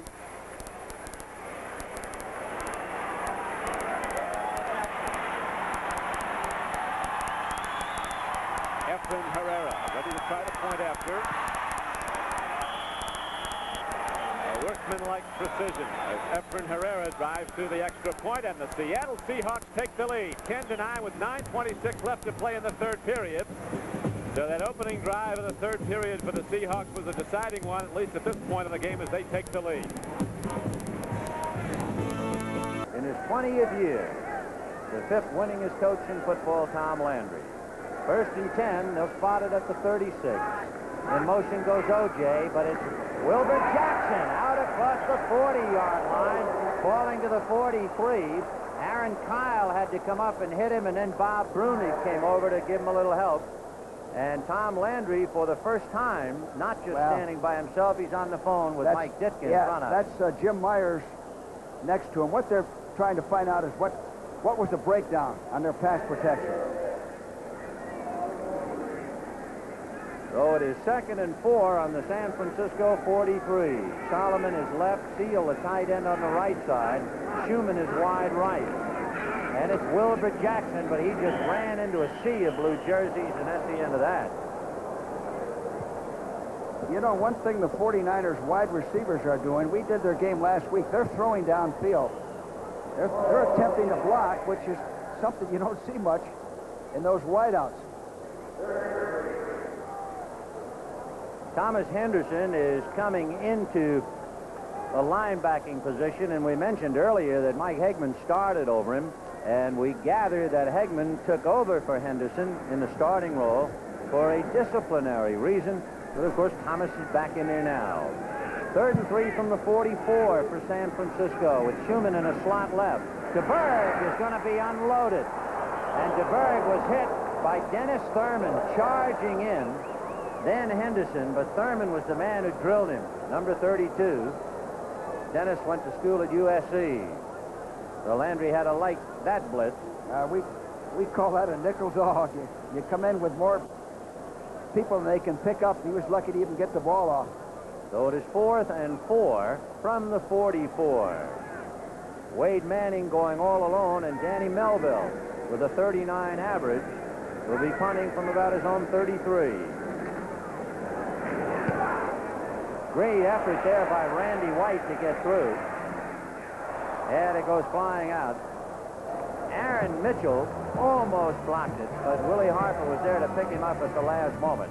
So it is San Francisco 10 and Dallas 6. A lot of people think using Federal Express is complicated. But really, it's so simple, even a vice president can do it. Hello, Federal. All you do is pick up the phone. We come to your office and pick up the package. Well, even a president can do that. Hello, Federal. In fact, using Federal Express is so simple that even a chairman of the board can do it. Hello!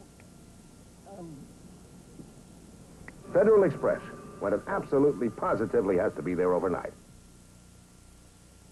Antifreeze. You never think about it, or how it has to protect somebody beside you, or what could happen without it.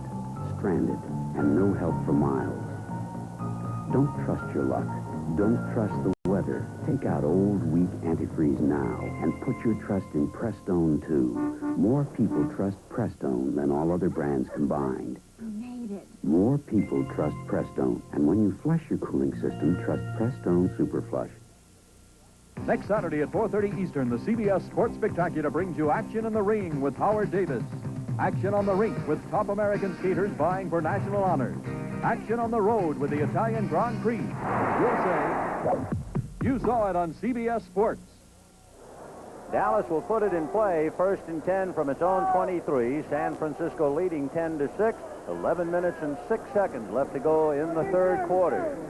Well, it might be a day of upsets. Keynoted in Forest Hills, Tracy Austin defeated Chrissy Everett Lloyd 6-4, 6-3. And remember, actually make it Flushing Meadows, and we'll be going to the U.S. Open Tennis immediately after football. That's Robert Newhouse getting it out across the 25-yard line. You know, we talk about the passing attack of both clubs.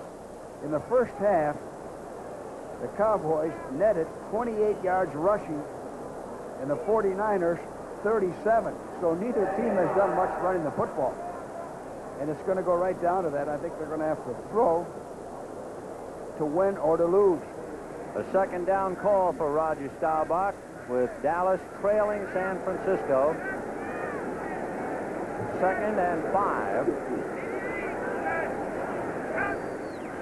Staubach to Dorsett. Dorsett inside, a good block by Herbert Scott, and he moved it out to the 35-yard line. Now, Tom Landry's doing a smart thing. He's got 2 tight ends. He's forced them to run the football.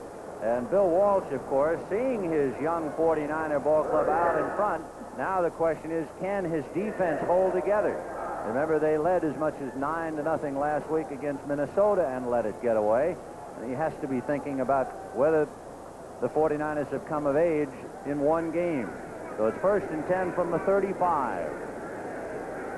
Hill wide right, Pearson wide left. And it's still Dorsett and Newhouse. Staubach going to the left side, and Billy Joe appeared to be a little surprised. Willie Harper was there with him, and he looked a little startled. Well, there's another upset as Tampa Bay upset Baltimore 29-26 in overtime. Neil O'Donoghue, a 31-yard field goal to win it. 2 weeks from now, we'll be in Tampa Bay. The Rams will be going against John McKay's crew. They're tied for first with the Bears now. Both teams 2-0. So 2nd and 10 on the Dallas 35.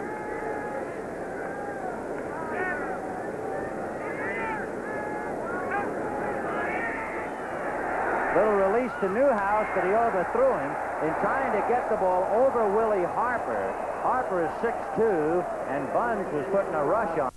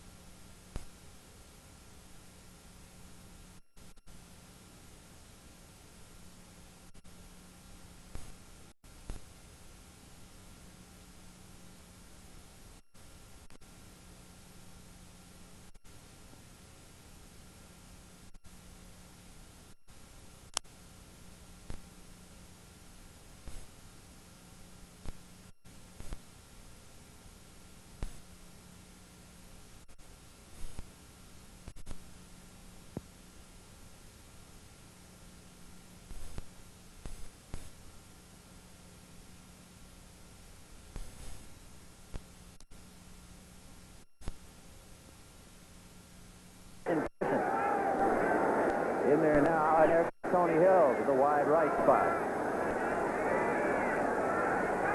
Staubach out of the shotgun. Chased by Harper, and throws it, and it's out of the hands of Billy Joe Dupree. I don't know whether he was blinded by the sun, but it was right in his hand. You know what I think?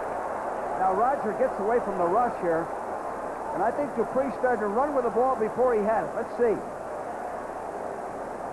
See that? He didn't look at it. He started to turn and run before he had the ball. He's had a tough day so far, has Billy Joe.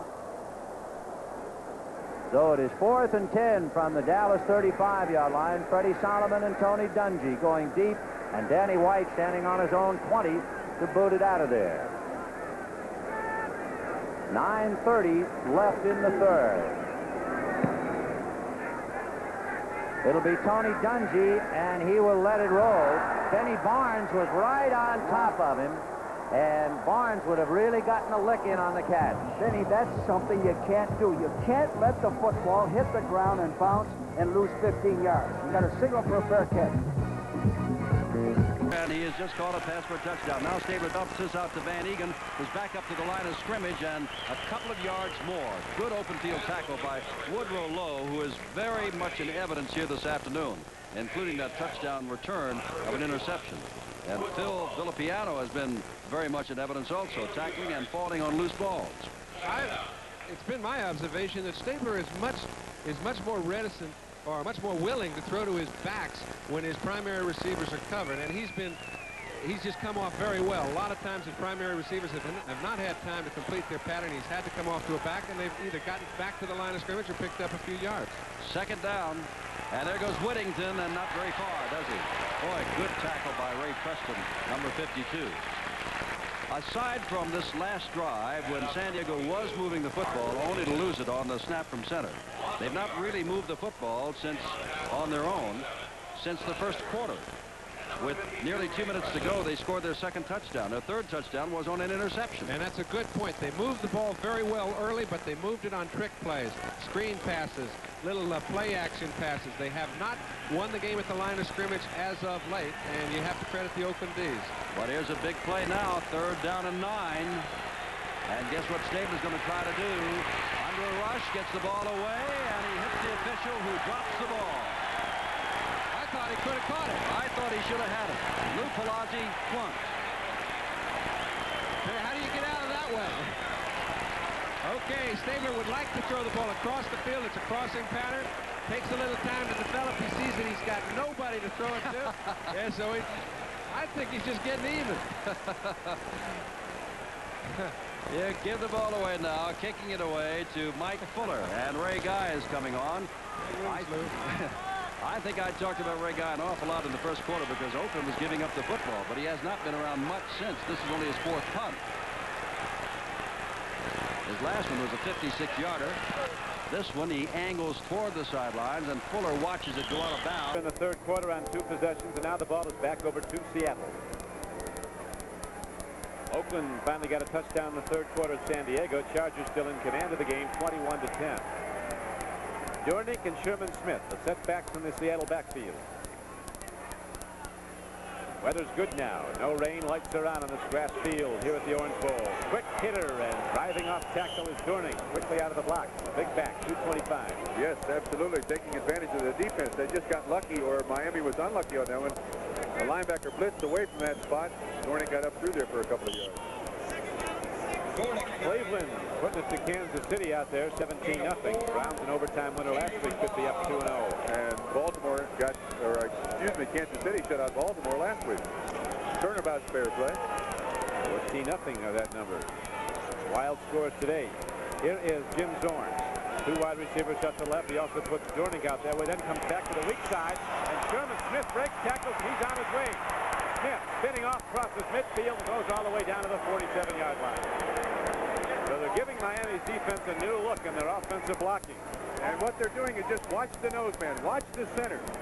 See how he pushes. Oh, that's somewhat legal. On Baumhauer. Controls him good. Sherman Smith gets up through there. Good blocking on the middle linebacker. And then it's up to the tank. Sherman Smith. Good yardage for a guy his size. 6'4", 225. Smith goes out for a rest behind tackle. But that's a first down, and the momentum has changed. It's now on the side of the Seahawks. It is indeed. Sherman Smith has now gained 42 yards and 6 carries. He just got 29 on that last one. That's 72 yards and 6. Zorn looking long. Home run ball. Largent is out there, and it's just a little too much on it. As Seattle wants more of the same, Zorn looking to strike long. Norris Thomas, the left corner, 41 was covering on the play, but Largent had 2 steps on it. Not good defense by the Miami Dolphins. Not good defense at all. They are not playing well defensively. Seattle is doing a lot of things. Largent is not supposed to be quick, but he blew by a very fast cornerback to get deep. 6:52 left to play. Third period. Seahawks have rallied back, trailed at the half 9-3, and they're now up 10-9. Rabel comes in. He's wide to the right. Gives Largent a rest. McCullum comes out to the left. Second down and 10 for Seattle. Zorn called his own number. And he got plenty, and Jim Zorn's all the way down to the 31-yard line. As I told you, there's no defense in professional football to stop the quarterback from running. It's a design play. Center takes the nose man out, Baumhauer. He's got 2 escorts up through there. Excellent runner. That's a quick 12, 13 yards. 2 carries, 15 yards. And here's a look at the defensive side of the line of scrimmage. They thought it was pass. Started to lock onto their receivers, and Zorn is on them before they realize what happened. Tell you about it. This game wears on. You become more and more impressed with Seattle's offensive line. They're really playing good football. Here's Zorn. Looking, looping. Could be picked off. It is. The ball is intercepted. Gerald Small, the right cornerback, had position, saw the ball underthrown, stepped back, and so the Seattle drive ends. And Jim Zorn was very, very mad at himself. That was a bad, bad throw. He has now been intercepted 3 times in the game, but Seattle is holding to a 1-point lead. Miami will have the ball when we come back to the Orange Bowl. Against Miami, and they're pressing for the goal, and they're ahead 10-9. That is a big game there, and Fouts and company looping it down the sideline for Kellen Winslow. Drops the ball, and they'll say it's incomplete, that he did not hold on to it long enough. Winslow has made one big catch today and dropped another. That's the second ball he's dropped. He took quite a shot after taking about a step and a half. We mentioned that he weighs over 250 pounds. He's 6'5". Bounced through that ball right at the proper place. And he came out of his pattern in good shape, had the ball on the dead run, and trying to stay in bounds, just got a good lick and dropped it. Well, I tell you, if Sandy, a lot can happen between now and the end of the game, but if the Chargers go on to win this ball game, their defense at the end of the first half, when they stopped Oakland, had a lot to do with it. A lot to do with it. It's 21-10 now. It could easily be 21-17. And the game up for grabs. Second down across the middle. And wrestling with it is Kellen Winslow, who does not drop this one. And he was hit pretty well. And it's third down and 3 to 4 yards to go. We'll wait till they spot the ball. Gain of 7 yards. They love this fella. 6'5" and a half and 252. Well, usually, Jim, when you get, you know, when these wide receivers are coming in on delay patterns, the linebackers are just licking their chops. However, in this case, this guy's like an offensive guard pulling, and then the linebackers are not going to get the best of it very often. You see Monty Johnson, he's a big man. He's hanging on for his life. Third down. Last time in a situation like this, they drew Oakland off sides. This time they do not, and Fouts goes back to throw. Has the time, and whoops. Is that a catch by Charlie Joyner? Is that a catch? First down. They keep coming up with that first down. They were all over Charlie Joyner. All over him at the 37-yard line, and he came down with a catch. First down, San Diego. 5:29 to go, third quarter, 21-10. That's called making up with execution, what you got beat on defense by. Down in Houston, they were singing that song Super Bowl Itch, and Houston took it on the chin from Pittsburgh today. Here they're calling this a mini Super Bowl, and at the moment, the San Diego Charger fans are not upset at all. Not at all, the way they handled Seattle last week and what's going on today. And now Mike Thomas dances outside. Good-looking run by Thomas. Turns it into something special and picks up a first down. They've been looking for a running attack, and this young man is going to help them a lot. You bet. That's the way Mike Thomas used to run when Washington was going well. In his rookie year, he was an exceptional back. He played for Billy Kilmer, and Kilmer couldn't say enough about the guy. They got down on him in Washington. San Diego was happy to have him, and he's been a fine addition. Got that little extra as he ducked inside and got across the 50-yard line to the 48-yard line, and now the San Diego Chargers offense is livening up a bit. You got it. It's also livening up with 5 minutes in the third quarter down in Miami.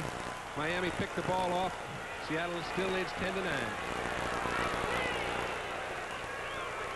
Outs on first down. They haven't been running too much, have they? He gets this one out of there. And he goes to Clarence Williams this time, is fullback and picks up another first down near the 35-yard line. Lester Hayes and Dave Pear came back to make the stop. Those yellow T-shirts are Charger power, and right now they're showing some power. Helps to have a lot of good backs on a day as hot as this one is, Jim. And Fouts is throwing equally well to all of them. This time Clarence Williams picks up a first down on a little layoff. Linebackers were back in their drop, and Fouts took advantage of it. Fouts is back on the beam again. He's now up to 13 of 24 for better than 200 yards. First down from the 36-yard line. Jefferson, what a day he's had. Here's Williams again. Whoops, hello there. A yard or so to the 35-yard line. It is second down and long. And Dave Browning, who limped off injured some time ago, is back to help out on that stop, along with Dave Pear. And Tom Flores looking along in Cleveland. An exciting winner last week, remember, in overtime, is now shutting out Kansas City. This might be called tit for tat, because Kansas City has been shutting out everybody, and now they are getting shut out by Cleveland. Cockcroft has kicked a couple of field goals, and Brian Sipe has thrown 2 touchdown passes, one to Rucker and one to Newsom. Second down from the 35.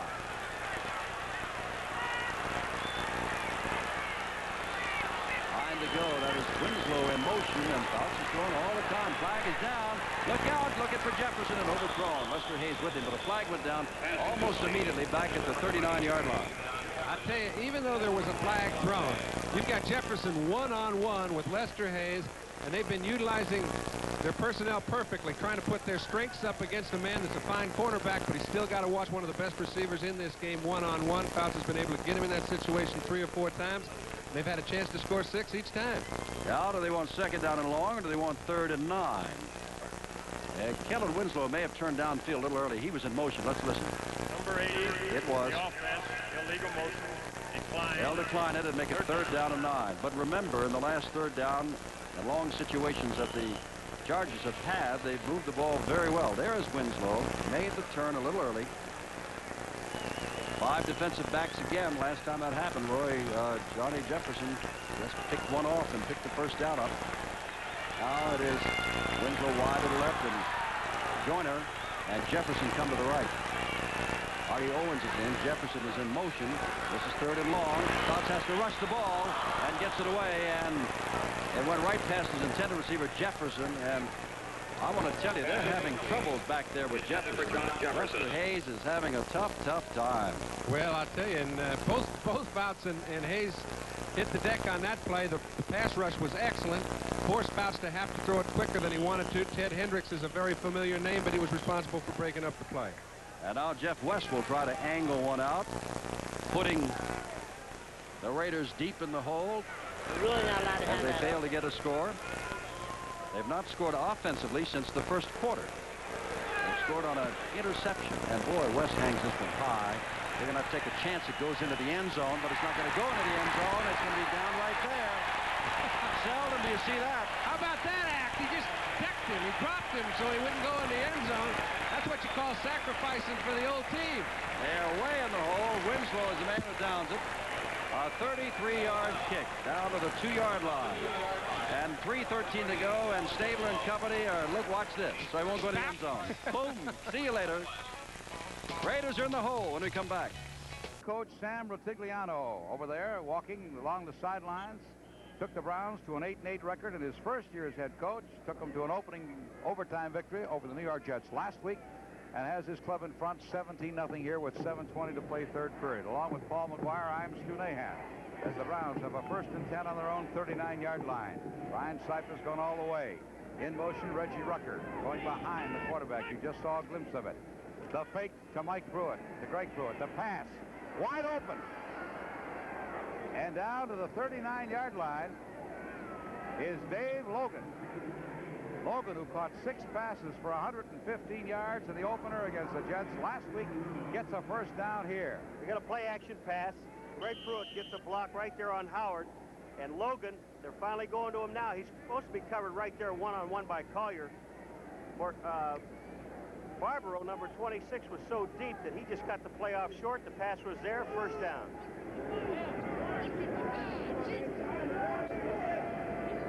Play good for 20 yards. Now Newsom in motion. Goes to Mike Pruitt. He reps off 5 more. Gets down to the 35-yard line, hit there by Mike Bell. Defensive end on the right side of the Kansas City defensive line. He's also a youngster. He was the first draft pick of the Chiefs. They have 2 number 1s. They went for the quarterback as the 2nd pick in the first round. Fuller. That's Mike Bell, number 99. 6'4", 255. Young man who played his college football for Colorado State. Nobody over 3 years NFL experience in this defensive unit for Kansas City. A young club building. Again, Newsom in motion on a 2nd and 5.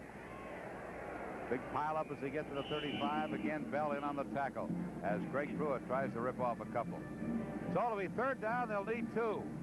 And we'd like to remind you that coming up on Saturday mornings on NBC, something new in children's programming, a new series called Time Out that deals with physical fitness and health through sports. And you'll see such personalities as Merlin Olsen, Donna DeVerona, Bruce Jenner, Mike Adamley, John Neighbor, Harlem Globetrotters. That's Saturday mornings at NBC for the youngsters.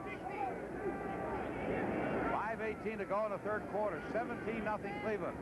3rd and 2 on the 33. I saw some movement on the inside. So did everybody else. Well, the man, number 91, Ken Kramer, is the guy that hit the center. And so Mark Bright, who's had a busy afternoon, brings it back to the 39-yard line. Illegal procedure, number 17, offense, head bob. Well, they said Brian Sipe did something before he got the snap. Just watch it. Look at the picture. I don't see the head bob at all. All I see is the defensive lineman coming off the ball. He can move his eyes, but not his head. I don't see his... We'll save that. Take a look at it again. In any case, instead of a 3rd and 2, it's 3rd and 7 now. As Sipe sends Rucker in motion. Newsom, 20, 18-yard line. Newsom hit by Barbaro, Gary Barbaro, but it's a first down for the Cleveland Browns. That play was for 25 yards to Ozzie Newsom. All right, here we'll watch it. Let's watch Sipe now. You show me the head bob. All he does now is turn his head. Now, I'll tell you right now, he didn't move his head. The only thing he did, he looked to his right, called an audible, called the play. But they got the first down anyway. They have the first down now, the 17-yard line. Sipe is 19 out of 22 for 168 yards. He sends Keith Wright in motion this time. It is Greg Pruitt. Mile up as he gets close to the 15-yard line. Make that statistic on Sipe 13 out of 22. Yeah, he's missed about 9. 168 yards. He's thrown 2 touchdown passes, 1 to Newsom and 1 to Rucker. How many has Newsom caught? How many catches for Newsom? 5, including the touchdown grab. That's moving your receivers around. Last week, Logan. This week, Newsom. Next week, Rucker. Newsom's caught 5 for 81 yards. That's Greg Pruitt. That's his story for the afternoon. 2nd and 8. Greg Pruitt, one hand up in the air, couldn't bring it down. Well covered by the linebacker, Whitney Paul. So it'll be 3rd down and 8 for Cleveland. And Cleo Miller comes in with a play from the Cleveland bench.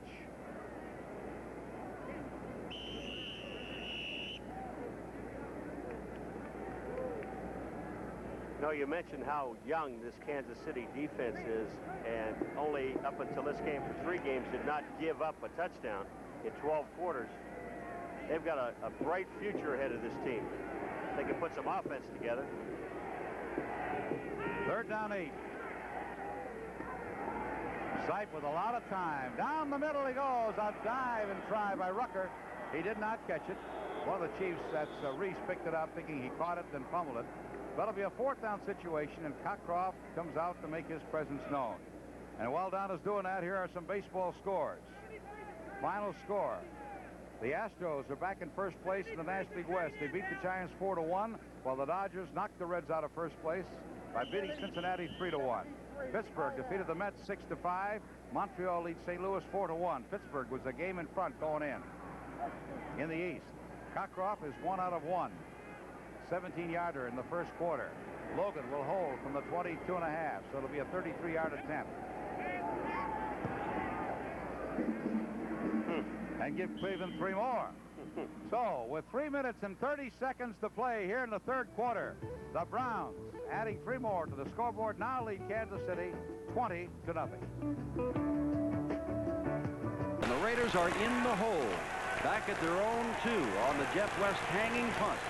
Down by the rookie, Kellen Winslow.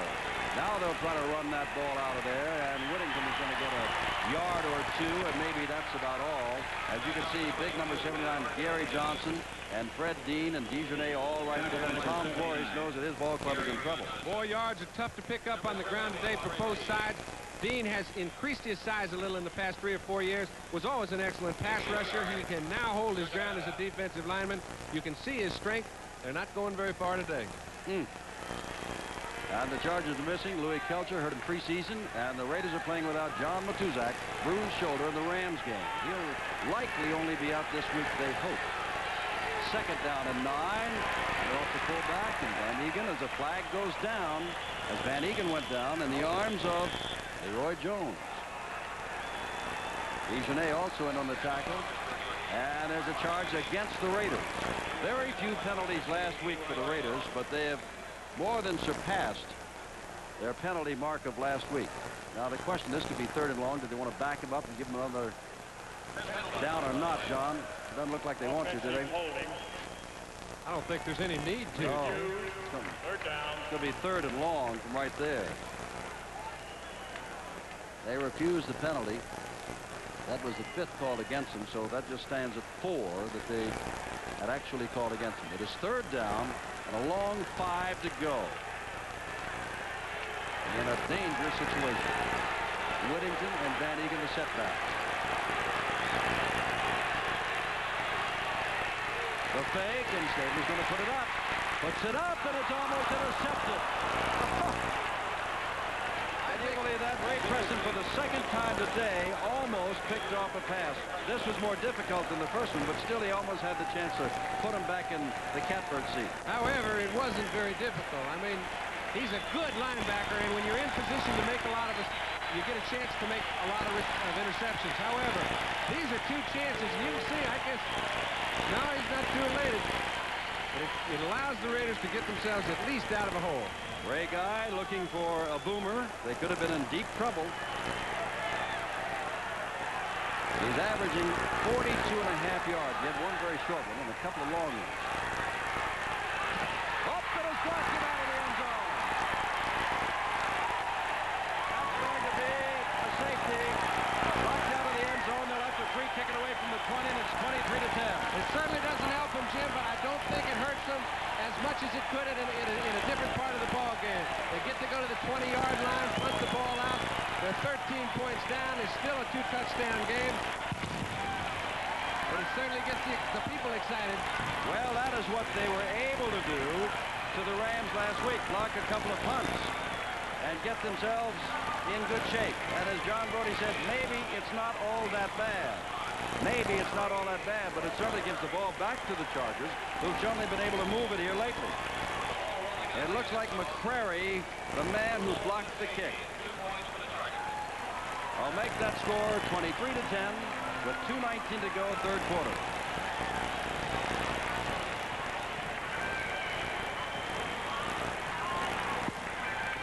Crowd here this afternoon, earliest sellout in history until they announced yesterday that their Steeler game coming up has been sold out. Now the radios here in Southern California were saying, get here early. We've only got 17,000 parking places. They expected to fill the place up and have some parking problems. Whether or not they've got the problems, I don't know, but they've got all the people they expected anyway. And they're having a good time. Guy to punt it away. Fuller will have a chance to return it from the 28-yard line. Fuller gets a hold. Fuller breaks through, and Stewart brings him down from behind at the 30-yard line. Jim, you know, that's one of the worst kicks Ray Guy has ever punted. He kicked the ball low. He gave Fuller a chance to catch it on the run, let everybody set up just right, and it was just one of those wedges. Somebody had to take it on, but it gave him an opportunity to pick and choose as he'd like. Take a look. He caught this ball on about the 30-yard line, and that is not very deep by Ray Guy's standards, and you can see he picked the hole that developed. One came clear, and he made a good return. No rush, and he kicked the ball only 33 yards. Fouts with the ball, handing off to Clarence Williams, who gets inside the 30-yard line. Well, we have seen some unusual things here happen. Ray Guy have a punt blocked out of the end zone, and then with an absolute free kick, this boomer that astounds everybody in practice and in games, booming the ball better than 50 yards, got off a kick of 33 yards. It is 2nd down to go, and about 8 yards from the 28-yard line. Fouts, 13 of 26 for 201 yards, and Fouts is going to come to the sidelines. He wants timeout. 1972 of any kind. Out for safety or not. 2nd down and 7 to go, and Fouts trips coming back and steps up, and look out, down he goes. That's the first time he's been sacked today. Back at the 35-yard line, and now it is 3rd and nearly 15 to go. Hare and the blitzing Hendricks got to him. And you can expect to see a little more of that. They're at a point in the ball game where they have to make things happen. They can't just sit back and play defense. And when they have to do that, you can bet Hendricks is going to be in somebody's hair. Well, you know, it is 23-10. 2 touchdowns can go ahead. Chargers know that, but Vinerski will not be back today.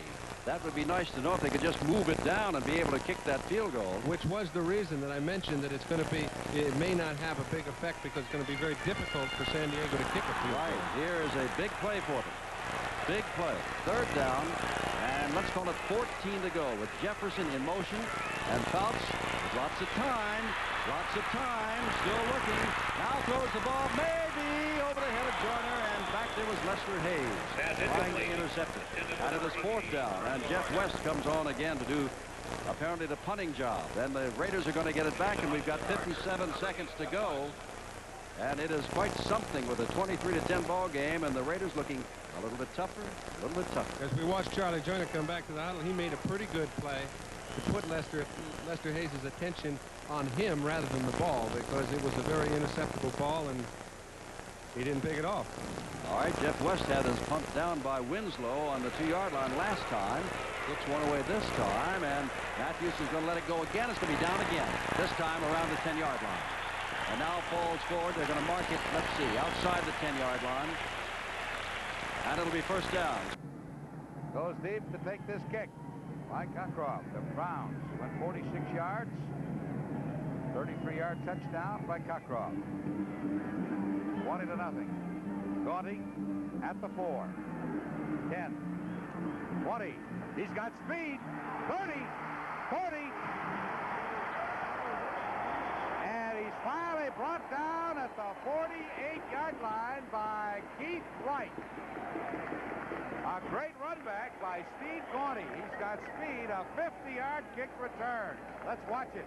Gaudy makes the play to the outside. The wedge blocks. He cuts back.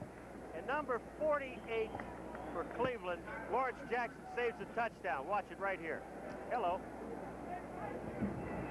Man out of bounds, saved the touchdown. So Gaudy, who got the job with the Chiefs as a free agent out of Northern Colorado, started his college career at the Colorado University. First and 10. Fuller continues to be the quarterback, and that is Tony Reed. And Jack Rudney has some words with Rich Dimler out there. Rudney, the center, is signal. Rich Dimler, the rookie, inside tackle, 5th-round draft choice of the Browns, number 92, is 6'6", 260. He comes from Bayonne, New Jersey. I'll tell you right now, Rudney's still talking to him all the way back to the huddle. Rich, a tough cookie. Yeah, well, so is Rudney. The big man, you bet. Fuller on 2nd and 8. Almost picked off. Right through the hands of Walter White. Walter should have had it, but he dropped it. So it'll be 3rd down and 8. Let's look at this one again. Here's Ambrose, the middle linebacker, who's doing a good job today. He sees Walter White coming out of the backfield, off the line of scrimmage, and strips him of the ball right there. You think Walter hurt him? Well, now I've been wondering why they didn't throw the Walter White. Now I know why. Now you know why. He's got hands like boards. 2:45 to go, 3rd quarter. It's 3rd and 8 on the 45. The Chiefs are down by 20. Fuller.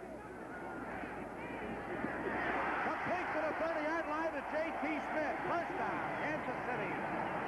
Kansas City today, they've been able to move the ball with the 2 wide receivers, the tight end, playing the pro set. Why they don't stay in it, I don't know. Now look at it again. Walter White goes across, cleans out, and you see J.T. Smith come underneath right there and makes the play. Just a good execution by a pro set instead of fooling around with that wing T.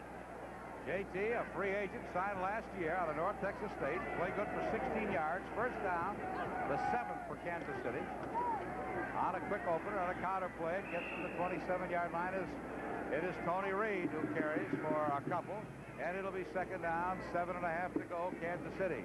We're just under the 2-minute mark. The attendance here in the 3rd quarter. The attendance at Arrowhead Stadium, 42,181 on a hot afternoon. They had a little over almost 1,300 no-shows. Next week, Cleveland is home to Baltimore. Next week, Kansas City, after 2 here, goes to Houston. And they wrestle him to the ground again. Tony Reed looked like he was originally stopped at the 27-yard line, but Tony kept those legs going. And, of course, the Browns making their home debut next week against Baltimore. Kansas City now faced with a 3rd down situation, 6 to go. Have been able to convert only 2 out of 10. 3rd down conversion plays in this ballgame. Well, Fuller could throw the ball, and I don't know why he's on the ground. Get it up in the air where it belongs. Minute to go, 3rd quarter. Browns lead at 20-zip. Big rush, safety blitz. Down he goes. The big blitz by Tom Darden, and there's a penalty marker down. Tony Reed started something after the play was down. And a penalty marker is down. Personal. That'll be intentional grounding. No foul on the play. There was a receiver in the vicinity of the pass. Oh, he got a reprieve. He said there was a receiver. He said there was a receiver there, Tony Reed. Well, it was either Reed or McKnight. Now watch what happens here. Darden's got the play. He stopped. He stopped. And there's Reed. Yeah, he's there. It's a big neighborhood, they say, you know, if there's a receiver in the neighborhood, but it's a pretty large neighborhood. 50 seconds to go in the third quarter. 20-0 Cleveland. Fourth down play, and the Chiefs are going to go for it.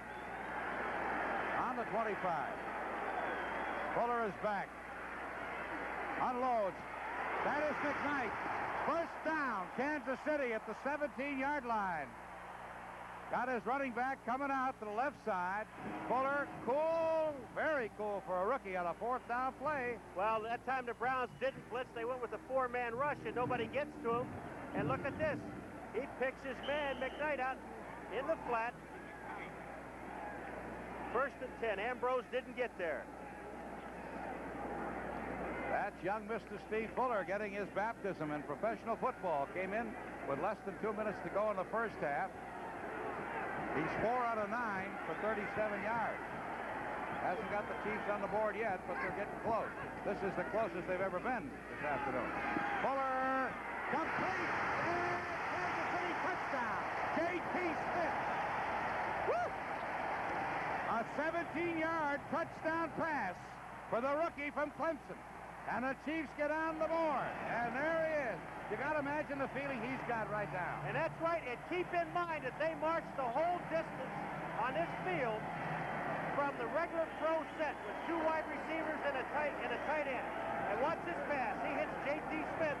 Good play action in the backfield. The rush is not there. That ball's right on the money. You better tackle that man. Look at J.T. maintain his balance, too. Outstanding effort. The try for the extra point. Jan Stenerud with Fuller to hold. And the Chiefs have 7 points. So that is the last play of the third quarter. The score at the end of 3 quarters of play here. Cleveland 20, Kansas City 7. Following the game, CBS Sports presents live coverage of the finals of the U.S. Open Tennis Championships. You'll say you saw it on CBS Sports. Well, we've had an upset in the world of tennis. Tracy Austin upsetting Chris Everett Lloyd. A reminder, as soon as our football game is over, we will join in progress the U.S. Open Tennis Championships, and McEnroe and Gerolaitis will be battling it out for the men. First and 10, Dallas on their own 35-yard line. Tony Hill in a slot left inside Drew Pearson. The running backs are Newhouse and Dorsett. Staubach looking and throwing left, and Tony Hill gets a bump, and he was bumped by Gerard Williams at the 44-yard line. Here's the guy, 88 Pearson. We had to stop him first. We thought we had to double him. He's a fluid receiver. It's hard to knock off. Look at him catch that ball and put it away. He's the guy that Roger likes to go to in a clutch. You got to stop him in the passing game first. He was 3 for 57 yards prior to that pass, so he just picked up another 9. So Drew Pearson, as George mentioned, the man on the spot when they need the tough yardage. It's very close. He might have made the first down by the time they marked the ball. Let's see. It looked like they were marking it on the 44. Then they put it down right on the 45. So we'll see.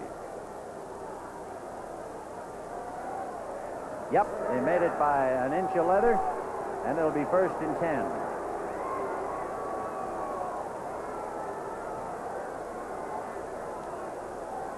Staubach is now 13 for 22 and 173 yards, but he has not been able to get his ball club on the board yet. 2 field goals by Sepien.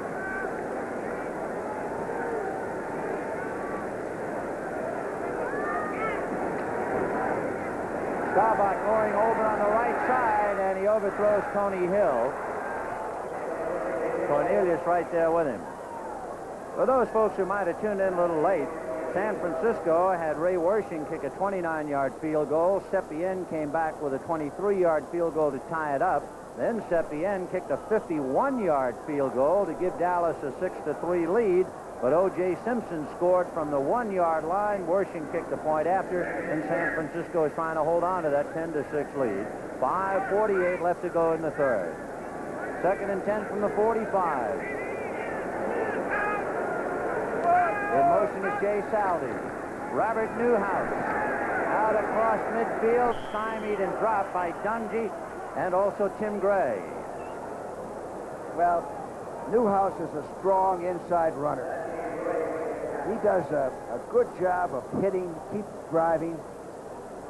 One man usually doesn't bring him down, the first man. See him hit and keep going, picks up a couple of more yards. Tough inside runner. The ball is in San Francisco territory. 3rd down and 5 yards to go. Staubach trying to keep his drive going. He started on his own 35. Hardman trying to get in, got back. Tony Dorsett has Scott and Rafferty out in front of him. That's all he needed to pick up a good chunk of yardage before being knocked out of bounds. And boy, that is a nice sight to see a couple of guys pull and really move. Yeah, really, it's a play off of a sort of a shuffle to the wingback coming around. It lets Dorsett do the thing he does well, run outside and turn on his speed, use his racehorse ability. So Herbert Scott and Tom Rafferty pulling and letting Dorsett open up. And Dorsett finally knocked out of bounds at the 35-yard line. Tim Gray had to come up and give him a shove. And Dallas on a move. 1st and 10 on the San Francisco 35-yard line.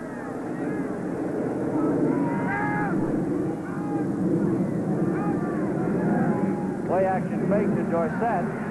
Staubach down the middle, and it's got Tony Hill. And Hill is boxed in by Scott Hilton at the ankles and finally dropped. Well, Rogers doing the things now that he does well and that are effective. A play action pass. He's got the tight end coming across underneath.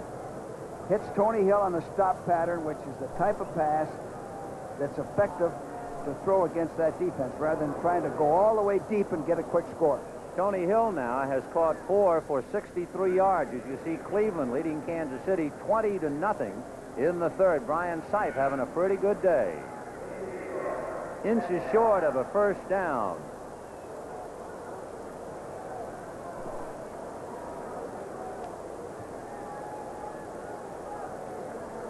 Benny, here's an interesting down. 2nd and 1. You can do a lot of things here. You can go for the bomb. You can go play action. You can go for the 1st down. Dallas is going to go back in the huddle. It's a down that allows the offense a lot of options. You can duck in another score. San Diego and Oakland figured to be high scoring, and San Diego leading 21-10 in the third. The 2nd and inches, really, for Roger Staubach. And it'll be Robert Newhouse. Scott Hilton came up, number 55, not to tackle him, but to hit him and slow him down. Ted Vincent finally dropped him, but he needed only less than a yard, and he got it. So they'll spot it at the 23-yard line. Well, they did the safe thing, the sure thing, get the 1st down. They're having trouble moving the football. First things first, get the 1st down. 3:57 left to go in the third quarter. This drive started on the Dallas 35. Meanwhile, Seattle nosing Miami 10-9 in the third. 1st and 10 from the 23. Dorsett behind Newhouse, and Newhouse, the first man, is stacked up. He was trying to go behind a block from Pat Donovan, but it didn't quite materialize. Cedric Hartman doing a little good job of submarining, and Hilton also came in. Well, in analyzing the Cowboys right now, it's Newhouse inside and Dorsett outside from the I formation. So they picked up 1. It'll be 2nd and 9 on the 22 of San Francisco. Drew Pearson wide right, Tony Hill wide left.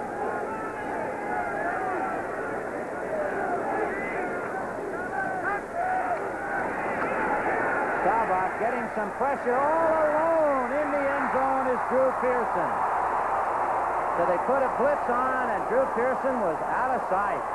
Yeah, and it looked like the left corner slipped and fell. Take another look at it, especially for the Drew Pearson Marching and Chowder Society. Tim Gray was coming in, so was Gerard Williams, and look at Pearson. It looked like the left corner slipped and fell.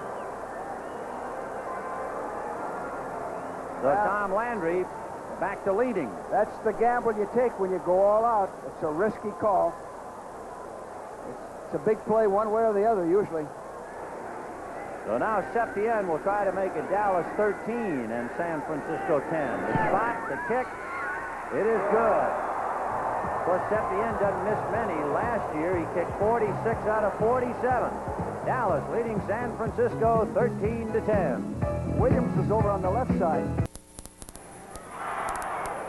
We are back at the Orange Bowl in Miami. Here is Zorn looking for points, but they go to the wrong number. Well, he was open, there's no doubt about that, but he was standing right there and he was wearing the wrong colored jersey. And Jim Zorn has had 2 weeks of very, very poor play on his part. 3 interceptions last week, 3 this week. That's not Jim Zorn. The great line that Greg Cook gave Paul Brown when Brown asked him why he threw the interception. Coach, he was the only guy open. The only one open.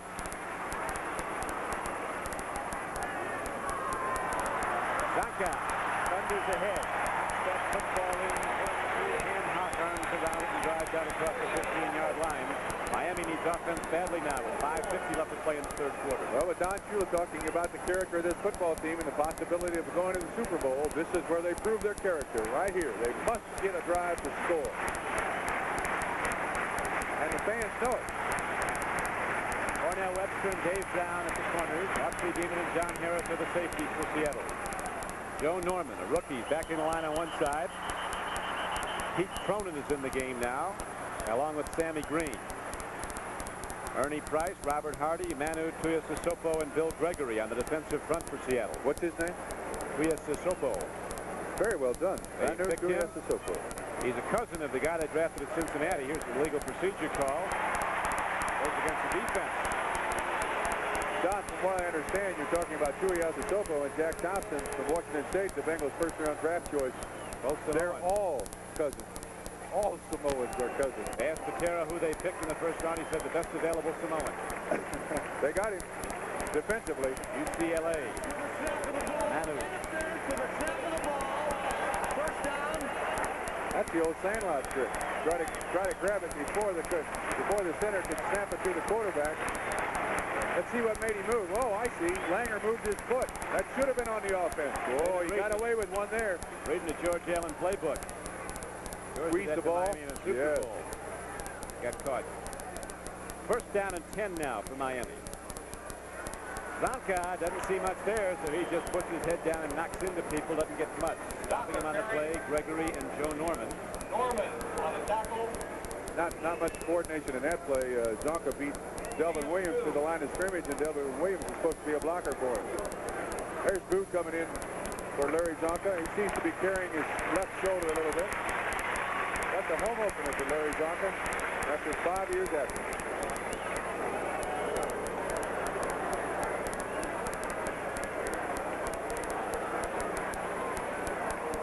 Second down and 8 now.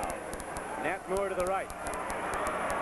Single cover. Donovan Gleason's going for the long ball to Nat Moore. He comes back. He had a step on Webster. Came back at the ball. Webster saying he was pushed by Nat Moore. I think he was. Nat Moore was very lucky to get away with that. Came back for the ball. The great quarterbacks in professional football down through the years have done that. Joe Namath, Kenny Stabler, Bob Dreese, when he sees the guy running side by side, normally the defensive back is looking at the offensive receiver is looking at the ball. He underthrows it, and it's a sure reception. Simply dropped by Nat Moore, very uncharacteristic. Here we see it once again. Looking at Nat Moore all the way, looking for the coverage. He underthrows him, I do believe, on purpose. Nat Moore, well, I think Cornell Webster just slipped. Nat Moore should have caught that pass. Now Carl Eller, number 71, comes in the game. He'll play left end. Passing down, 3rd down and 8 for the Dolphins. Big play. Here comes the blitz. Greasy gets it away. It's caught by Duriel Harris. He got a first down, and Greasy took a thunderous hit. Joe Norman, a linebacker, was coming. The back could only pick up 1 or 2 linebackers. He blasted one, but Norman had a free shot. That's part of the problem of being a quarterback. You got to stand in there and throw it under a lot of pressure. As you say, the weak side linebacker comes and hits him right dead in the almost Jackson on the play also. Yes, Duriel Harris on a fine catch, and he was down. That was a 3rd and 8 play. So Miami converts the first down. 4:20 to play in the 3rd quarter. You understand why the quarterbacks make all the money. They normally take most of the money. Some of it anyway. Yes, Greasy 10 for 21, 107 yards. Zonka and Dell Williams are the six-backs in the first down play for Miami. Dell Williams weaves ahead, gets the ball out to the 40. Got almost 5. Bill Gregory knocked him down. Clock winds on. 3:50. They're still not going with the sweep that much, Don Cricky. They're breaking it back inside, but I'm kind of surprised with the speed of Delvin Williams. That loosens up defensive line an awful lot when you can sweep outside with a guy with the speed of Delvin Williams. There's been some good defensive adjustments on the part of Seattle. Matt Morton caught a ball hit in the second half. It's been close. You want to wear that clock you see ticking down to 7-6. It's a 30-second clock. Out of town, offense is allowed to get the ball in play. Swing pass goes to Hardy, the tight end. And Hardy gets some more yardage, got the first down. Looked like he was going to go out of bounds, and then he turned upfield. Finally knocked down by the strong safety Oxley Beeman. Well, I think we can account that pass reception to Hardy because of the coverage on Nat Moore. Nat Moore runs that little slant pattern inside, and they're looking for it. Hardy comes out underneath, and he's standing there wide open for about a 15-yard gain, a touchdown. I like that kid's number. What is it, 84? 84. Yeah. They didn't retire years ago. No. In fact, they barely washed it before somebody could come in and get it. It is first down and 10 now. Miami with the ball, trailing by a point, 10-9. Greasy play faking. He takes his time. He lets her rip. Oh, what a catch. Delvin Williams. Earl Toller on top of the play says, now let's see another official is going to roll it in. I think what the other official is going to say is that he was knocked out of bounds by the defender, and that is a pass reception. Good play by the other official. I like that. We jump on those striped shirts a lot, but that's nice. There he's telling him right there. The defensive player knocked the offensive player out of bounds. Therefore, it is a pass reception inbounds. Fine throw by Bob Greasy over the head of Harris, 44. This is now a watch. receiver, though. 1 foot, 2 Oh, feet. he's got both feet in. Excellent reception. Excellent reception. So now the Dolphins advance the ball down to the 21-yard line of Seattle. 2 minutes and 4 seconds left to play in the 3rd quarter. Miami trailing by a point. Delvin, you got it. And that extra point miss looms very large.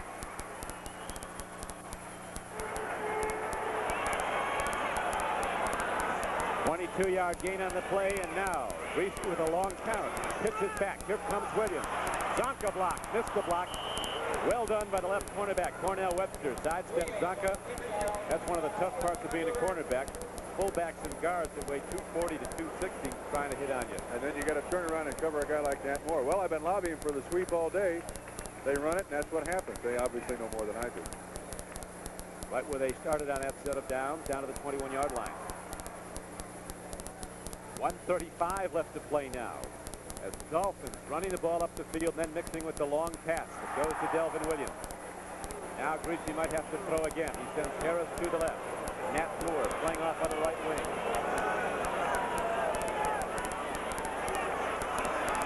Julio Sissoko almost got him. Greasy's going to run the ball. Very wisely. Bails out.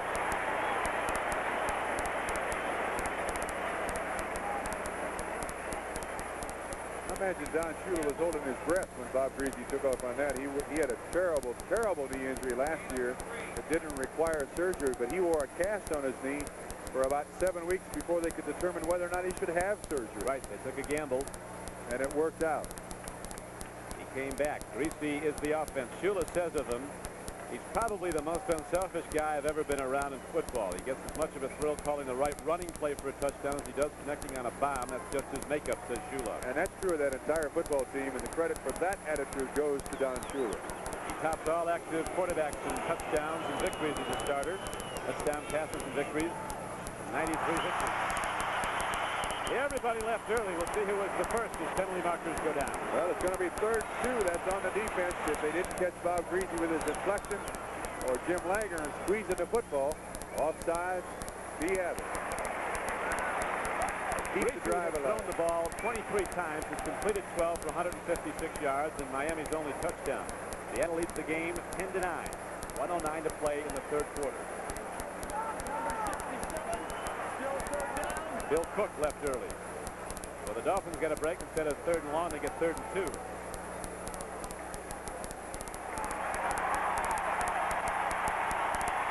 Here comes the heavy horses. Delvin Williams, Larry's uncle. Difficult to stop, 3rd and 2. Greasy, one of the most remarkable statistics in his last 5 seasons. He's completed over 60% of his passes.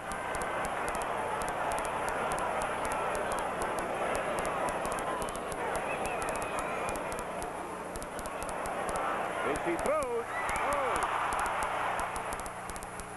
Net lower. Turning out would have had the first down yardage, but now we have Uwe van Schomen coming back out onto the playing field to try another field goal. He hit his only one of the day, missed his only extra point, hit the upright. He would give Miami a 12-9 lead if he hits it. Line of scrimmage on the play is the 13, 7-yard drop to the 20 would be his 30-yard field goal. And we understand the guy he replaced, Garo Euphemian, who is an institution in this city, is in the stadium watching, I suppose, hoping that Don Shula will call him in like some Ronald Reagan movie in the 4th quarter to put on his uniform and kick the winning field goal. I don't think it'll happen. Not with Shula coaching the team. That's right. I agree. Van Schomen hits it well. Right on the money. He's rubbing it in. Uwe van Schomen hits his 2nd field goal in as many tries. And now the Dolphins rally back with a minute to play in the 3rd period, and they have the lead 12-10. We've got a long way to go, though. Stay with us. 48 seconds to go, 3rd quarter. That's Stabler. Back to throw again. And now Branch is looking for it, and Branch makes the play and cannot hold on to it. A cut in front of number 29, Mike Williams, and the hand of Williams was in there, and the ball squirted loose. And Branch had every opportunity to make a fine catch. He had Williams back turn, and Williams made a pretty good, just a reaction to grab one of Branch's arms and keep him from catching him. Stabler now has hit on exactly 50% of his passes, 13 of 26. He has thrown 2 interceptions, and Ray Preston thinks it should be 4 because he dropped a couple of chances. And he's also thrown for 1 touchdown to Rich Martini, who never played a down of football in the NFL the last 2 years because of injury.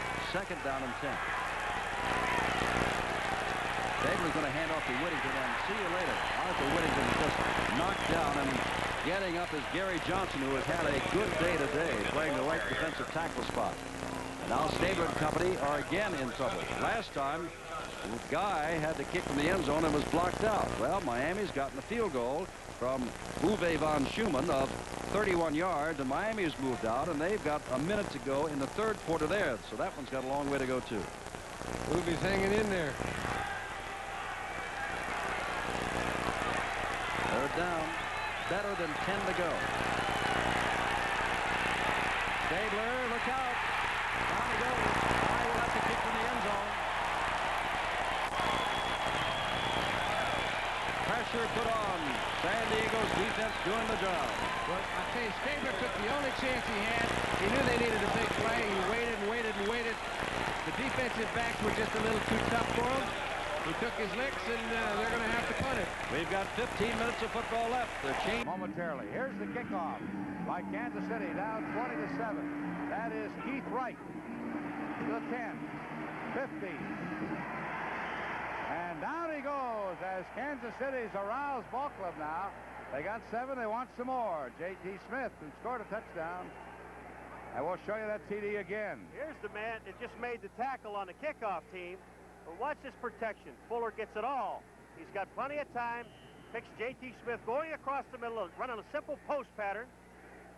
Touchdown.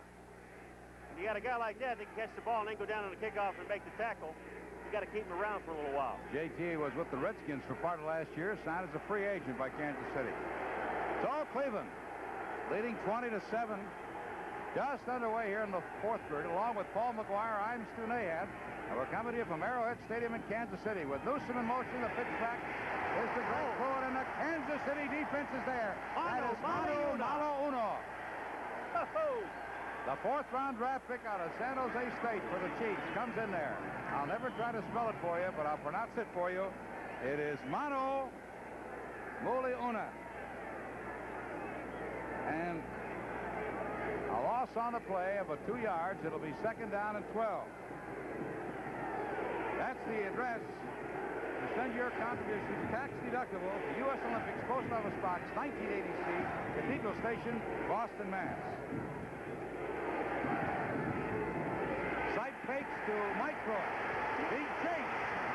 Completes to Newsom. And Whitney Paul runs him out. Almost getting the sight, was Sylvester Hicks. Boy, that was a heads-up play by both the quarterback and the tight end, Ozzie Newsom, because Sipe was trapped in the back. I hope he heard the footsteps of Sylvester Hicks, but he just dumped the ball off, and Ozzie turned around to help out. Boy, they're fired up. That defensive line, they are coming.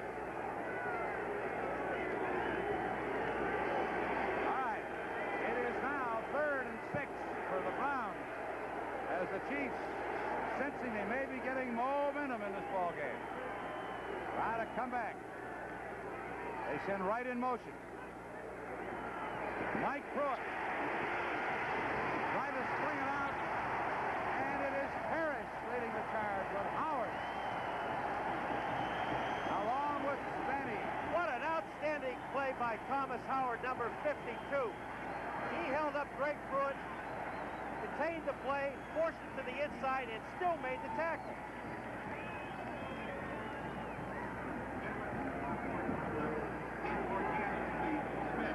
All right, so the Browns have to punt away. That is Johnny Evans. It is J.T. Smith who caught the touchdown pass. From Fuller, deep to receive. Evans gets it away, hangs it high, and I mean it's high. J.T. dropping way back. About the 17. And look at that Cleveland Ball Club. The charge there. That was Curtis Weathers, number 87, the first man down there. And we've got a timeout on the field. 13 minutes to play in the game. The score, Cleveland 20, Kansas City 7. They were in their game last week until late. Guy from the end of his end zone gets away a beauty. Fuller trails it down and almost misjudged it, and now picks it up and gets another good return on his way, and it gets across the 40, and Fouts and company will have a good shot from there. Let's give you that address again a little bit later. Get your pencil and paper for that Olympic address. I'll give it to you after the first play.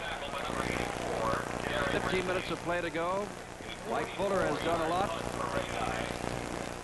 At one time, it looked as though the Chargers would really just blow out the Oakland Raiders. They had them by the score of 14-3 and then 21-3 after the interception. And then when Stabler was stopped on the 1-yard line as the half ended, they thought, well, but the Raiders have come back. But it's 23-10, and we've got almost 15 minutes of ball to go. But the Chargers have the football at the 36 of Oakland. Fouts, quick pitch back. This is Thomas again. Mike Thomas turning the corner, getting inside the 30-yard line, and picks up another 7 or 8 yards. Now that tax-deductible address for your contribution to help our American Olympic athletes. It's not too far away, remember. U.S. Olympics is the address. Post Office Box 1980, C as in Charlie, Cathedral Station, Boston, Massachusetts, 02118. Give Mike Thomas 8 additional yards on that play. And it is 2nd down and 2. Jim, there have not been very many 2nd down and 2 situations. Not many second shorts, and that means both defensive lines are playing pretty well. Straight ahead for the first down goes Frank Williams. Down to the 25-yard line. Chargers want to come away with a score here. Things have been getting a little tough for them. Villapiano came in and made the stop. Put the ball down inside the 25-yard line on the 24. Blue skies in sunny Southern California. Fog this morning. It was not an omen for the Chargers, at least does not appear to have been, because things are bright and rosy. You can see some of the blue in the background. And there's the up man, Williams, fighting for yards. That's the kind of back they say he is. That was not a quick slant in the line. He got there and then just struggled and pushed and shoved and got himself a couple of more yards down to the 21-yard line. Well, it'll be 2nd down and 7. Jones and Martin put the stop on him. Artie Owens began today, but Mike Thomas has come on and given them some nifty running and pass catching. But the Chargers, we'll say again, have not scored offensively since the first quarter. And now the whistle has been blown for some specific reason. I believe an Oakland Raider has been hurt. I think it's Monty Johnson, and so John Huddleston will come in. Johnson walking off in 57. Huddleston, second-year man out of Utah, comes in, and Villapiano and Hendricks, the linebackers on either side of him, do some talking to him. Well, it's been very hot, Jim, and all of both defenses have played very well, and it's got to get a little bit trying down here near the end. And I'm surprised they've all hung in there as well as they have. Gaudy comes out. So does Marshall. 2 tight ends are in there. Belton is in there. They've got 3 running backs in there. Reed, McKnight, and Belton in the Kansas City backfield. It's 1st and 10 on the 37.5-yard line. In motion, Belton to give a reverse. Reed to the 34-yard line. Gain about 4. Charlie Hall made the hit. Charlie Hall's having his problems. He played the play extremely well that time on the reverse. Just didn't make the tackle. That's the 2nd time that he didn't make a tackle. And 4 down. We have 10 minutes, 48 seconds to play in the game. That's Mr. Charlie Hall, if you were just speaking about. Charlie, a 9-year veteran out of Houston, all of his career with Cleveland. He's shaking his hands. He's mad. He'll be there. Give you a roundup on all the scores in the NFL this afternoon. A big, they look like a safety blitz. Fuller being chased. He throws it, and it's complete at the 28-yard line to J.T. Smith. Tremendous pressure on Fuller. There was a blitz coming on from Tom Darden, who really shot the gap. Also back there, almost making a hit, was Mike St. Clair, and the rookie scrambled, and he hit the man for 9 yards. They didn't quite get the 1st down. They need about a half yard. Look at this play. We got plenty of time left. Plenty of time. Cleveland doesn't have this one in the refrigerator yet. 10:25 to play in the game. Each team with 3 timeouts. 3 tight ends are in there now. They need a yard. 3rd down play. In motion is Beckman. McKnight's second effort fell forward. Let's see where they spot it. The momentum of Sperry obviously has gone over to Kansas City now. They were down 20-0. They've come back to score 20-7. They're driving. A little bit short. They started this drive in their own 16. They'll set it down. The yardage marker. Give me some good eyes. What do you think, kid? He's a little short. No. I say they made it. He's a little short. You got better eyes than I do. That's why you wear glasses and I don't, pal. All right, babe. And of course, the fans say go for it. Now, the last scoring drive by Kansas City toward the tail end of the 3rd quarter, they had a 4th and inches on about the 17-yard line. They went for it, and they subsequently scored on a TD pass. Well, they've got inches here. Morgado comes into the Kansas City backfield. McKnight comes out. Morgado, 3-year man out of Hawaii. Just a simple quarterback sneak gets it, you know. Big play.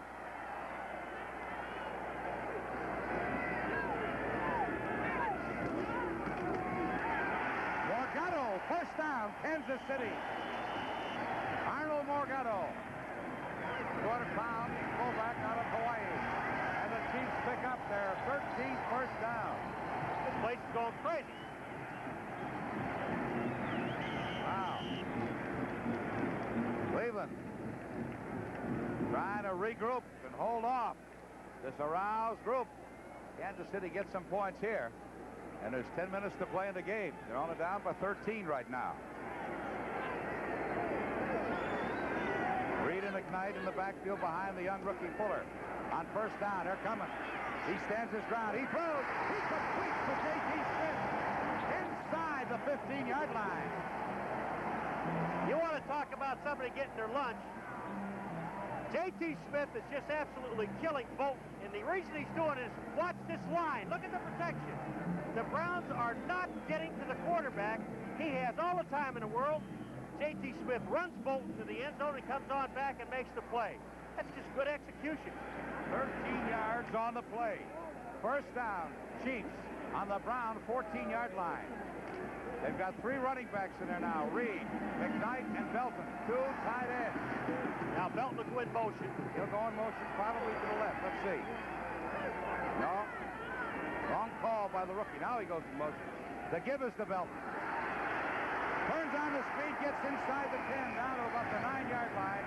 Ridden down by Alzado. Condon gave him a heck of a block on the far side. Condon. Also a gutsy play by the safety, Tom Darden, because he just forced the play. He stuck his head in there, and that's tough to do. When all those people are coming at you, you find out what kind of a football player you have back there when that guy comes across and takes on the guard. All right. Second down, 6. The ball on the Brown 9. The clock, 9 minutes to play. The Browns lead it 20-7. The Chiefs trying to climb off the floor. Reed. Touchdown, Kansas City. We got ourselves a brand new ball game now. Condon gave him a heck of a block. Oh, Stu Bob Simmons, number 73, gets a block on Ambrose, and he also knocked another guy down. What a play he made. Let's see it Watch again. the left guard, number 73. He'll pull out. Watch the block he gets in the hole. You'll see Condon out there, but watch 73. Look at this block. He took 2 people. Ambrose is one of them, and there's the touchdown. Take a look at that. 9 yards for Reed. Now the all-important extra point. Center road. Flag is down. Kick is good, but the flag is down. You know what this rookie kid has done? 10 out of 15 for 114 yards. Wait a minute. Mark Wright is talking because this is a very important extra point. If they make it, they're only 6 down. If they don't make it, they're 7. Let's see, naturally. Mark Wright indicates to us.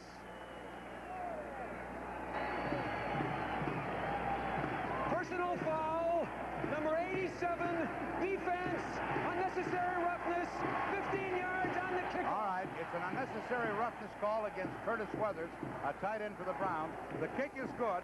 The 15 yards we marked off on the ensuing kickoff. We've got a timeout on the field. 8:52 to go in the game. It's 20-14 Cleveland. There he is. The man who Von Schaman replaced, Garo Yepremian. Yes, he's the bald fellow in the yellow shirt, the Cypriot. And I don't imagine he's very happy now. Became an American citizen right in this field. Yes, that's Al right. Hunter, as the rain starts again, takes the kickoff for Seattle. Cut back. Hit, struck, knocked down, 24-yard line. Down on the special teams was Cleveland Green, number 61. Anyway, one of the positive things about Don Shula, he's an astute judge of talent. I read in the paper during the week here in Miami that he had second thoughts about keeping Von Schaman and was thinking about maybe bringing Yepremian back. He is a good enough judge of talent that I think he's going to stay with his initial thought, a younger, stronger leg. Garo Yepremian has done a lot for this football team, but everybody's time passes.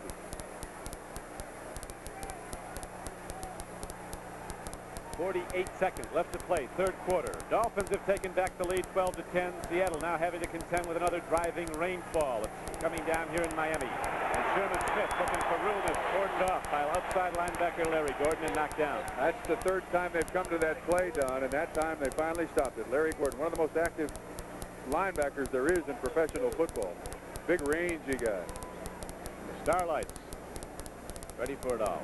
Don't seem to be bothered by the rain. Dornick now. Looks like the rain shrunk their outfits there a little bit. I may be wrong.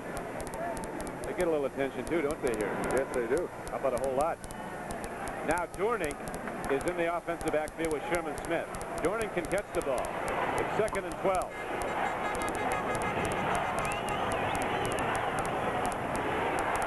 But now he stays in the block. Dorn waits, throws to Dorn. Dornick said, who, me? Didn't expect it. Betters was putting a big rush on. Betters can play. He's coming hard from that Very right well. Right now, the third quarter has run out. So we'll be back with the rest of this game, and it's going to be a good one as it has been in a moment. Jefferson wide to the left.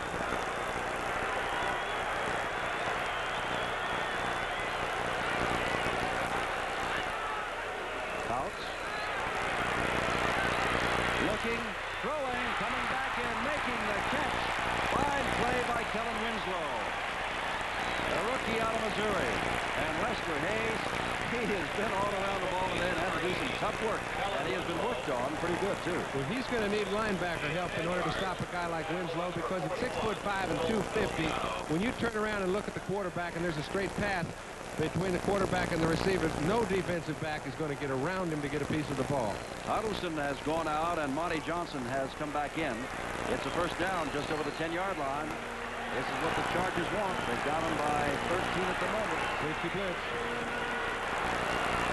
You see it, I'm sure Fouts sees it. He hands the ball off to Clarence Williams. He gets a yard or so inside the 10 to the 9, and that's about it. Hand off to Clarence Williams. Time a factor now. We're in the fourth quarter, early on, about 12-15 left. Monty Johnson, who went out, has come back to make the stop. Williams is out of South Carolina.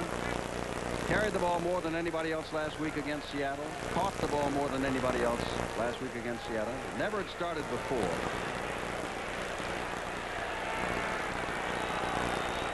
Jefferson wide left on second down.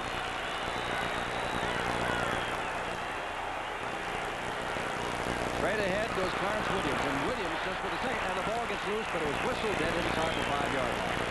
It was picked up very quickly by Charles Phillips, but Williams was down, and it is third down, and 4 to go for the first down, and 5 to go for the touchdown. David Pear's the man who put the hit on him. Now Charlie Joyner comes back in. Coming out as the tight end. Oh, it is third and about 3.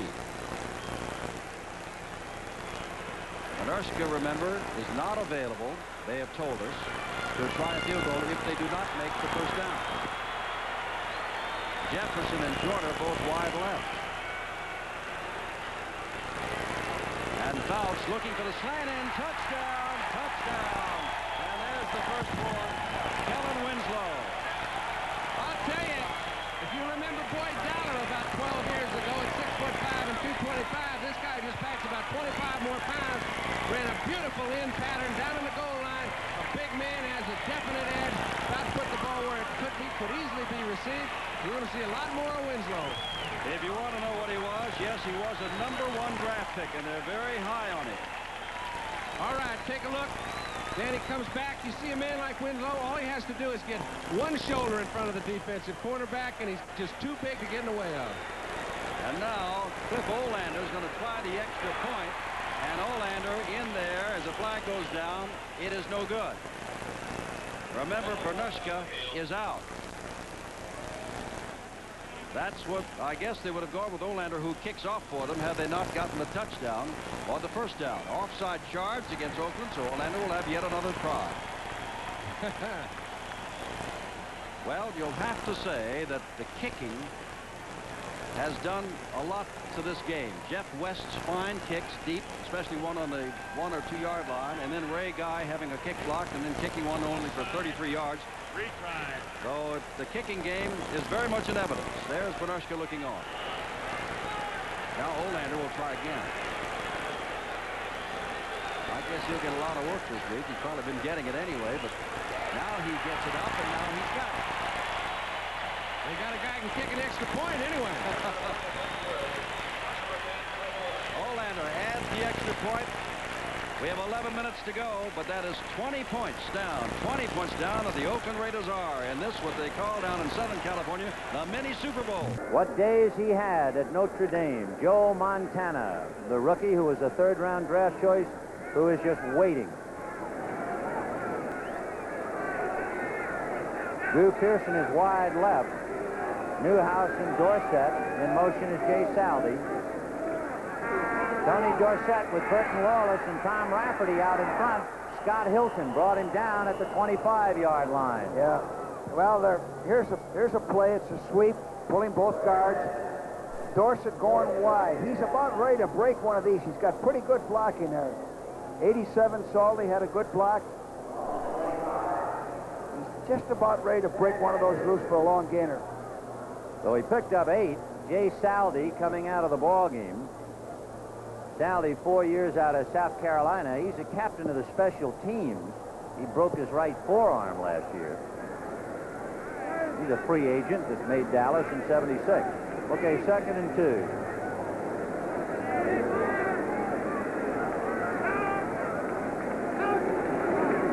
Dorsett. Good play by Ted Vincent from Wichita State. He fought off the block, slipped it off, and brought his man down. Big play. What Vincent's going to give the 49ers, number 75 here, is a little more action. Much more active than 72 Reuben Vaughn. Got rid of the blocker, came in and made the play. He's bigger than Vaughn as well. He's 6'4", 265, and he's only 23 years old. Third-round draft choice last year for Cincinnati, so he might develop into quite a ball player. That's the end of the third quarter with the score. Dallas 13, San Francisco 10. We now pause for a word from your local station.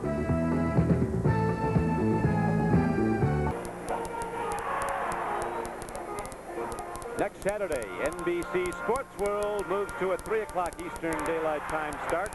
A special show with the great and the greatest bowling tournament, team competition from Texas, and then live coverage of a world record high dive attempt by Doug Jones from Baltimore, Maryland. The existing record 158 feet, so Doug will be doing the equivalent of going out a 16th floor window into water, and he does a flip. That will be live on Sports World. Baseball at 4, and here is Seattle's defense shooting the gap. Mano Tuiasosopo put the shoulder into Larry Zonka, and Tuiasosopo wins that one. I got a question for you on Sports World next week. How do you practice diving from 158 feet? That's right. What makes you go up there the first time? I don't know what it's an unusual man, this Doug Jones. Is he waiting for parts, or is he all there? He has his own divers who check the water for any cars or whatever might be down there. Does he use soft water? He uses Chesapeake Bay Saturday. Oh, okay. Norm Bulatz in the backfield. Greasy dropping to throw on 2nd 11. Home run ball. Uriel Harris is there. And Harris is all the way down to the 27-yard line. Big play by the Dolphins. Greasy throws the strike, and Harris has been the prime receiver today. Makes the big catch. And the Miami receivers are big play receivers. Fine protection. Greasy's looking at Harris all the way. I think that's all the power that Bob Greasy can generate in a football. He's got him beat, Autry Beeman beat. That's a fine reception by Dariel Harris. Watch this protection by the Miami offensive line. Seattle runs the stunt, but they still keep him out. Greasy's got plenty of time. Harris, fine reception. Great concentration on the football. But now the Dolphins could be challenging. As Greasy takes a look, throws again. Hardy, the tight end, has the ball. And Bruce Hardy, in his 3rd year from Arizona State. They like his hands. Gets the ball, gets ahead for about 5 yards. Autry Beeman, the strong safety, and Cornell Webster, the left corner, knocked him down. And I think everybody was looking once again at that strong side receiver. He looks like you, that 84. A little younger. Dariel Harris, 5 catches guy. for 117 yards. The age is the difference, the most important difference. I said before that was on Autry Beeman. Excuse me, that's not true from Seattle. That was on Dave Brown, one of the most consistent defensive backs from the Seattle team. 2nd and 5, Miami. Dolphins lead by 2, 4th quarter, 12-10. Greasy goes to Zonka, and Larry Zonka hits down inside the 20 to the 19-yard line. He's knocked touchdown there by Bill Gregory. Don Shula, the coach of the Dolphins, likes players who will play hurt. Somebody said Shula has a high threshold for somebody else's pain. Yes. Yeah, there are a lot of coaches like that in professional football. He demands a great deal. There's the bespectacled Bob Greasy. No, he is not a history professor. He is a doctor of quarterback. Got an unusual eye condition. That was been taken out of football a couple of years ago, and he got special glasses prescribed by the former Olympic sprinter Dave Sine. Looking to throw is Greasy. Oh, interference is there. There is. Good ball. Nat Moore's only caught one ball today, but it went for 6. That time, he was the man interfered with. Beeman hit him before the ball got there. Good call. That touchdown reception by Nat Moore incidentally tied him with Paul Warfield for touchdown on the Miami Dolphins with 33. That's rather impressive, isn't it? Very impressive.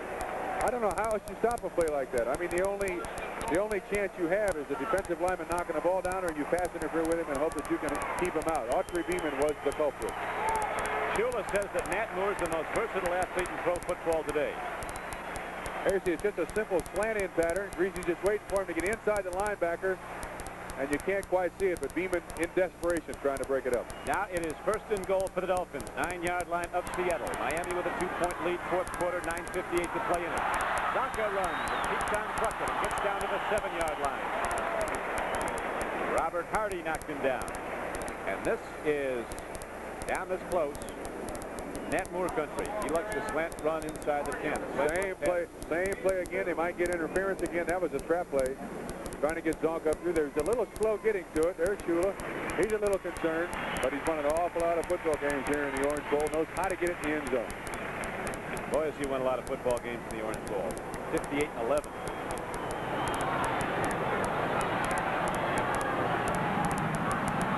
Nat Moore's to the right. Cornell Webster's cutting off the inside out. He knows where he likes to go. Greasy takes a look. He's looking at tight end. Touchdown is Norm Bullock, who's swung out of the backfield. So Big Blue returns after retiring, being summoned back. And a salute from the sidelines with a standing ovation from the Miami Dolphins fans. Living here in Miami, and Shula called him and said, "We need you." Always an excellent receiver, great power through that tackle, just pure leg strength, and he gets it in the end zone, and that's the kind of intensity that Shula likes in his football players. Always an excellent receiver, runs right through the tackle. And Beeson is no slouch. He is an excellent football player. So now Bob Greasy has hit 15 of 27 for 208 yards and 2 touchdowns. Don Shulman trying the extra point. Right there. 9:08 to play, and the Dolphins take the lead 19-10. So right now, Seattle and Jim Zorn need touchdowns. They'll be out throwing when they get the ball back when we return in a moment. Like that.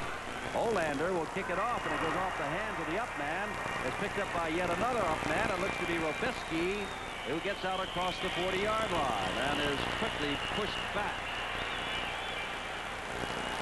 Miami having a tough time with Seattle now has moved out 19-10. Bob Greasy hit Harris for 53 yards, and then Norm Bulash pulled it in, and Miami has moved out 9 points ahead of Seattle in the 4th quarter.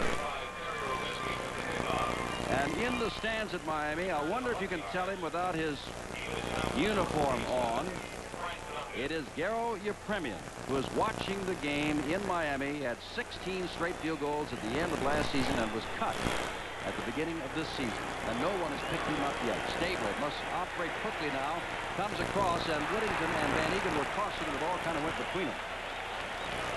And it'll be 2nd down. This has been a game that the San Diego Charger fans have been anticipating in a very excited manner, and the Oakland Raiders have approached it in a very calm manner. Normally, I would say, Jim, that the Raiders' case is closed, but because of the fact that San Diego does not have a kicker, okay, they really don't have a kicker at this point. Oakland could get back into pretty good field position if they could score a couple times. Who knows what can happen with Stabler at quarterback, but his task is definitely an uphill battle. Well, we have a lot of time left, 10 minutes and 47 seconds, but this is 2nd down. Stabler goes, and on a comeback pattern across the way, are they going to give it to him? Yep. They say that he is good. That is Martini making his second catch of the day. And that'll be a first down inside the 50-yard line. They'll move the sticks to the 48-yard line. There's Martini, out with a groin, out with an ankle these last 2 years. Fourth quarter, look at Kansas City. They were being blanked, but Steve Fuller, the rookie out of Clemson, hit J.P. Smith with 17 yards in the score, and then Tony Reed. Now they love him in Kansas City. A 9-yard gallop to make it 20-14, and they've got nearly 9 minutes to go in Kansas City, so it's not over. And they're giving everybody all they can handle. Marv Levy has done an outstanding job here. Look out, he gets the ball away and off the hand of Van Egan. And picks himself up. Marv Levy, who used to be a coach in Canada. Jim, I'll tell you, Sylvester got hurt, and that's in a position they can least afford. And that is why Gary Johnson got back on Stabler so fast. I believe Sylvester pulled something when he was trying to get out of the line in pass protection. Johnson had no one touch him, and he got to Stabler before he could even get back there. Martini is in there because Morris Bradshaw limped off late in the first half. 5 defensive backs now. We've got a second down 10 situation. And Robisky has come on. Whoops, jump. Don't see a flag. Stabler back has Casper. The ball is knocked away by Fuller on a fine play. And is picked up by Shaw, who's going to continue running with the ball, and he's wrestled down. And that is going to be the third interception, and they say, no, it is not an interception. I don't know. One official's back there saying it was caught. And the other saying it's not, and I'm betting on the guy that says it's not, because they're all walking back to the line of scrimmage. Let's watch it. Well, shouldn't they talk about it a little bit, says Shaw? Well, let's see. There he goes, and he's down, and now picks it up off the ground. Very good call. Now here's Stabler. What happened to him? Well, this is Casper, rather. Casper's trying to get out. It's taken some time for that pattern to develop. Needs good protection. Throws the ball just a little behind him as Casper looks back for the ball. It had already been released. And let us not lose sight of the fact that the incomplete pass makes it third down and 10 from the 48. With 10:25 to go, and the Chargers up by 20 points. Stabler has a man open, and he can catch it. Yeah, he caught it. Well, he didn't start to get up. That's why I wanted it's Chester there, and he's caught 8 balls now.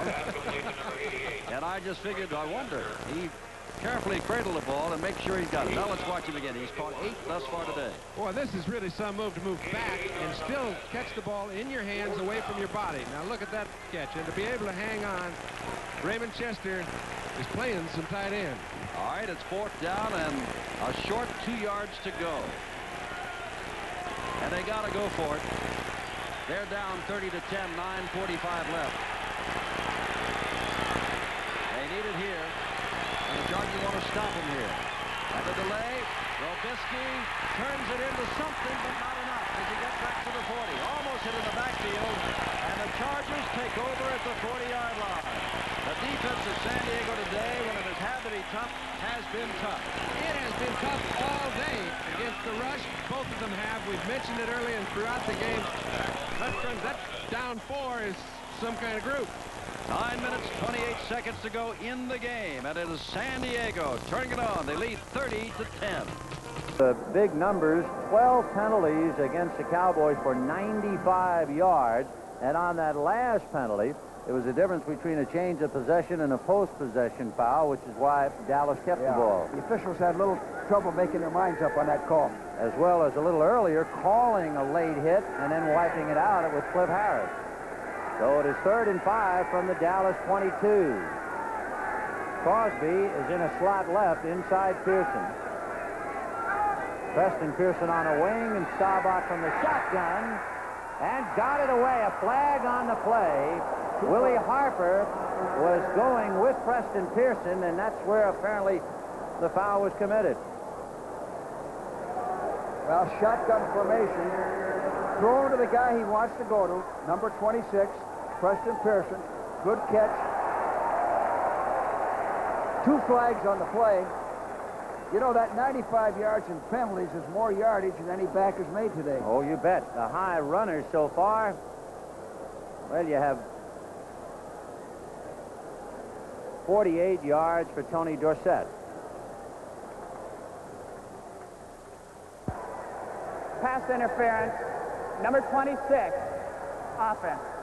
So Preston Pearson was pushing off Willie Harper, and he is guilty of the infraction. That's a call that can go either way.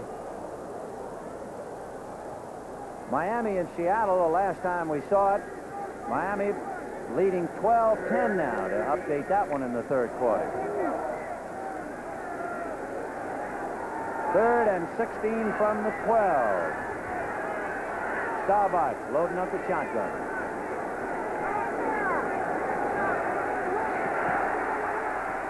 Roger down the left side. He's got Tony Hill, and Hill is stopped at the 30-yard line by Eric Johnson.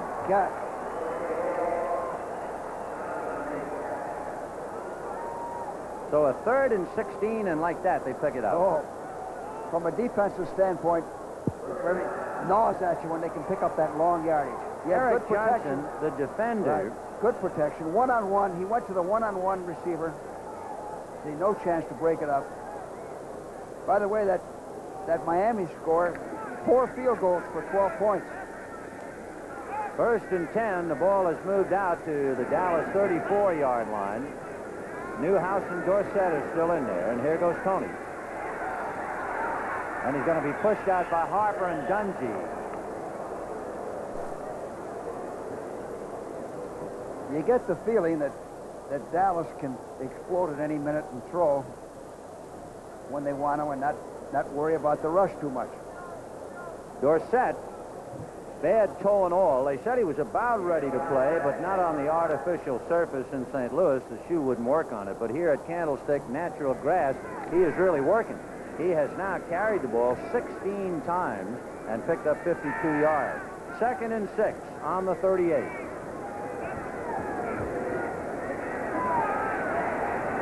And now Dorsett is on the end of a pass from Staubach, and he gets to the 44, and that is the first down area, so it just depends on whether they spotted it. It would appear that he picked it up. Gerard Williams and Tom Seaburn brought him down. Yeah, Seaburn just came in for Willie Harper. Harper went off holding his arm.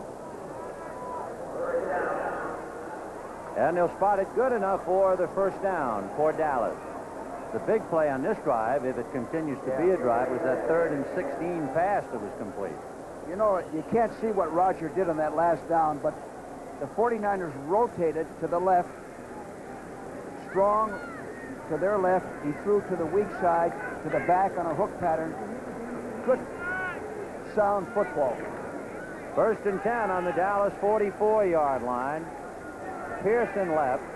Saldi, the tight end, on the right side. Saldi in motion left.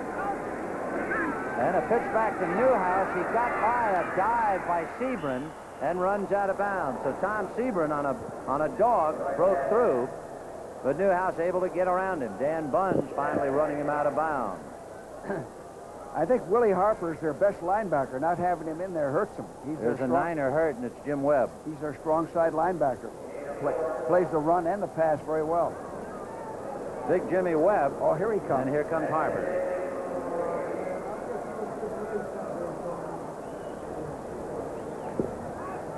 It is 13-10 Dallas with 12:54 left in the game. And for the intermission at halftime, it was Camelot here by the Bay as San Francisco was leading 10-6. Staubach, for the 47th time in his career now, has passed for over 200 yards. Straight ahead to Newhouse, and then he decides to go outside, and Tony Dungy wraps him up just shy of midfield.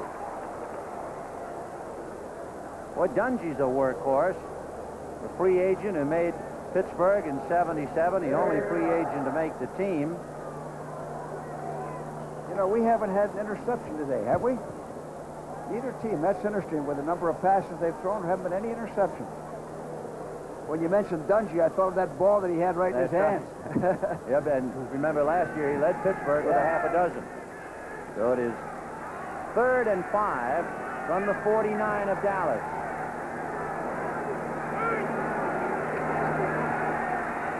Hardiman turned him around, but he had gotten rid of the ball, and it is incomplete. Tim Gray on the ground was trying to make an over-the-shoulder catch.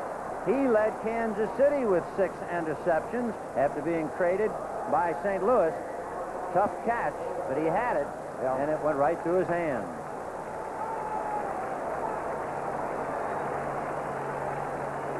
The 49er defense deserves a lot of credit today. They're staying in there.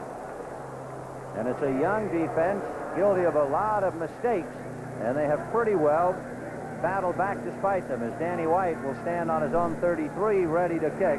Freddie Solomon and Tony Dungy are the return men for the 49ers. And a fair catch by Freddie Solomon. Dungy is going to pick it up with flags on. Solomon did not want any part, and it looked like Dallas actually brought the ball into the end zone. The ball should be from where we see it on about the 1 or 2 yard line. Right. There's the fair catch by Solomon. We got another conference.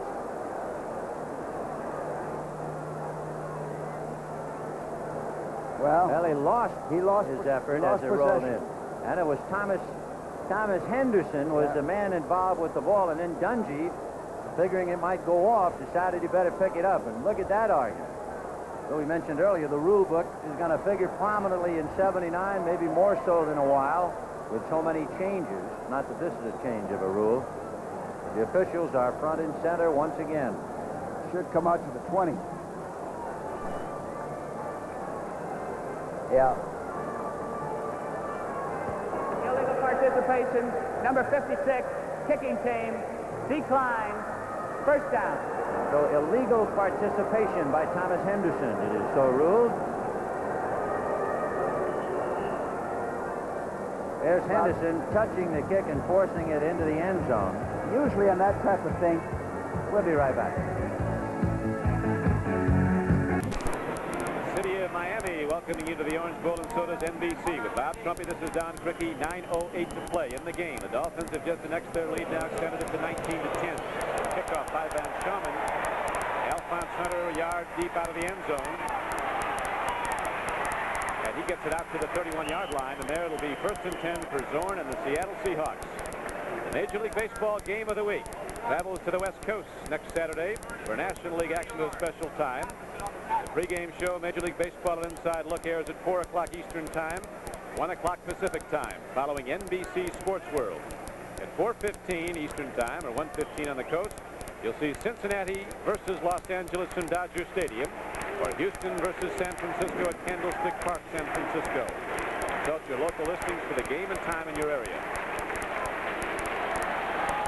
The Astros and the Reds cranking it up for a run down the stretch for that National League Western title. Cincinnati has it going into today's play. Here's Sherman Smith breaking free.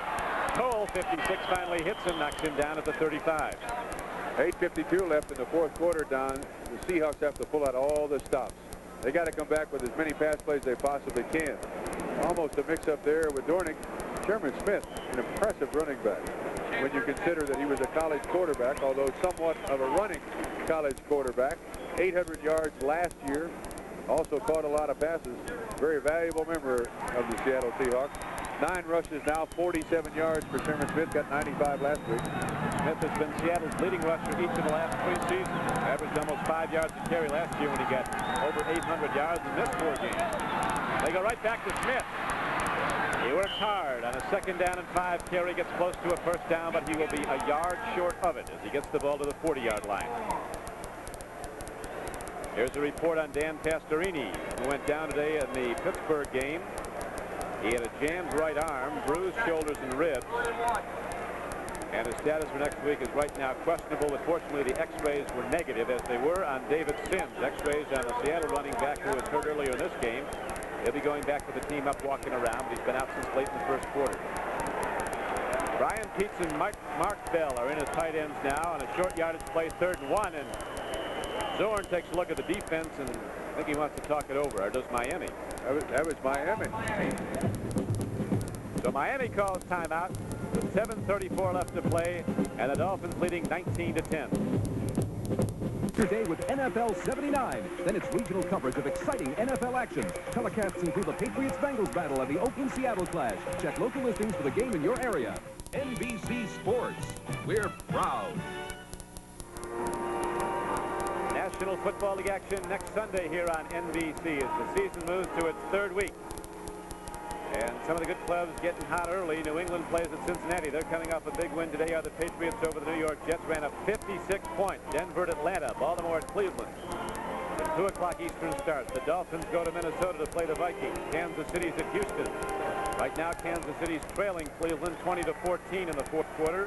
8:50 to play. 4 o'clock games, Oakland at Seattle. Pittsburgh at St. Louis. Buffalo at San Diego. 3rd and 1 to the run, and Sherman Smith gets the money yards for Seattle. He has a first down up to the 43.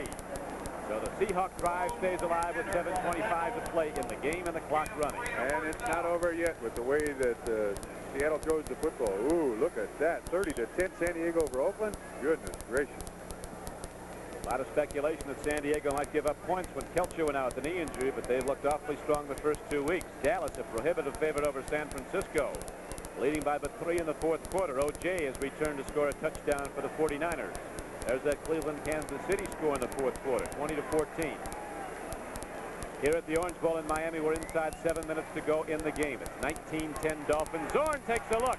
He throws, and he's got his man. It's again Sherman Smith. He has been the wrecker for Seattle as he drives the Seahawks down inside the 45-yard line of Miami and down to the 43.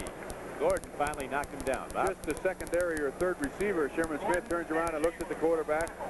Zorn in desperation throws it to him, and Sherman Smith showed me some real acceleration when he got that football up the field. Another first down there driving. 6:25 left in the fourth quarter.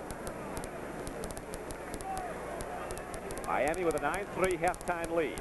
And then the Seahawks struck. Took the lead 10-9. Dolphins came back. Field goal gave them a 12-10 advantage. Touchdown throw to Norm Bullock. Bob Greasy. Here's a good play fake. Gave them the current lead. Zorn fires in the flat. Durnick. Let's see if he can elude the tacklers. He does. Dan Durnick is close to a first down. He has the ball inside the 35-yard line. He'll be close to a first down. Short of it is Matheson, who intercepted Zorn in the first half, you'll remember. Was the man who made the stop on the play for Miami. Dornick has played an excellent game in replacement of David Sims. He's a little worn out somewhat, but doing an excellent job, I think. Second down. This is the passing down, and try to get it in the end zone right here. Sherman goes over to that sideline. Give me some juice or some oxygen or something. Howell. Jeff Moore comes in. They like him. Rookie running back out of Jackson State. He's the deep back in the I set. First back through gets the football. Durnick runs hard. He's going to be close to a first down. On 2nd down and 2, he might have it. He gets down to the 32-yard line. Official timeout now as we spot the ball. Bob Baumhauer, the big middle guard, number 73. Baumhauer got rid of his pet lion today. They get the first down earlier this week. Wait a minute, what, his pet lion? They're saying the players he had a pet lion, but Baumhauer said they thought it was cute for a while, but I found out I wasn't boss anymore. How old was it when he got rid of it? He was about 5 months old. Nice outfit. He was big as Baumhauer. Al Hunter is in the game now, along with Jeff Moore, lighter backs but faster ones. And Zorn's looking to call his number. Let's get there. Doug Bader, who's played a big football game for Miami at right end. A.J. Dewey's been out since the first quarter. We haven't had an injury report on him. Bader's got him, but the guy that caused all the problems was Foley on the blitz from the safety spot. 5 defensive backs in there, and Foley came in to kind of mess it up a little bit. 3 carries, 16 yards. They got to get the ball in the air. 4:34 and counting down. Jim Zorn will keep it in the air. They say, and sadly walks out of the house Sunday morning throwing. 6'2", 200 pounds. The last cut of the Dallas Cowboys, who thought they had him hidden in Los Angeles. Vic Mansbarger, though, had a scouting for Seattle from the Dallas organization. He knew where to get him. On the blitz on the play was Neil Colsey, the free safety. So Zorn has now put the ball up 35 times. 184 yards, 1 touchdown, 3 interceptions. all things considered, that was a bad choice on Jim Zorn's part. What he's got to do is keep control of the football. Yeah. Don't throw it in desperation. At least get out of bounds to stop the clock. That's the best thing to do. The worst thing to do is throw it up for an interception. There's Jack Patera. He's not in charge of the offense. He's the defensive genius. Jerry Rome up here in the booth is the guy calling the plays.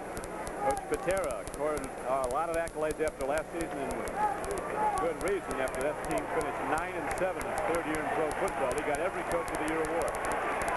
But now they got to live up to that 9-7. That's tough. You remember that from Cincinnati? Yes, I do. Zorn gets it away. Boy, Zorn, he was really hammered just as he released the ball. Glenn Blackwood, a hitter from Texas, was covering on the play. He came on a blitz, and he caught Jim Zorn just after he released the ball. So now it's 4th down. And Efren Herrera is going to try a home run ball. Against the wind. 32-yard line, 48-yard attempt, 50-yard attempt.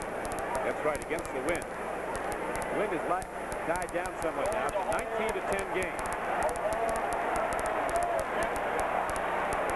Miami takes over the ball now. They'll look to run it, protect the lead. Zorn will hold. He might get up and throw the ball. You know Zorn. Herrera hits it. Wide to the right. So the count holds. It is 19-10. Miami in the lead. 4 minutes left to play. And when we come back, the Dolphins will have the ball 1st and 10 at their 32-yard line as Coach Patera looking on a dim situation. Cards are supposed to do 65-73. Condon Simmons. Now watch the hole that they make. Everybody blocks down. Here they go into the hole. They just blow everybody out of there. Touchdown. That's nice. That's nice. That's good football. 85-yard drive. There it is. 11 plays. Took them a little over 4 minutes to do it. So now, with 9 minutes to go in a game, it's a 6-point ball game. No effort to return the kick. Said to heck with it. That was Randy Rich. And so, let's see how this Kansas City defense, it's a young defensive ball club. San Diego now leads Oakland 30-10 as Fouts has thrown his 3rd touchdown pass of the game, and that's with 11 minutes to play in the ball game at San Diego. 30-10 Chargers over Oakland. And Cleveland now has to go back playing the same kind of football they played in the first half. They got to start throwing the ball. That's what they came out here to do. They did it very well, and they should go back to doing it again. Brian Sipe trying to regenerate. Some activity here for the Browns, who at one time led it 20-0. It's 2014. That is Cleo Miller, hit by Gary Spaney after a gain of a couple. 2nd down, 7.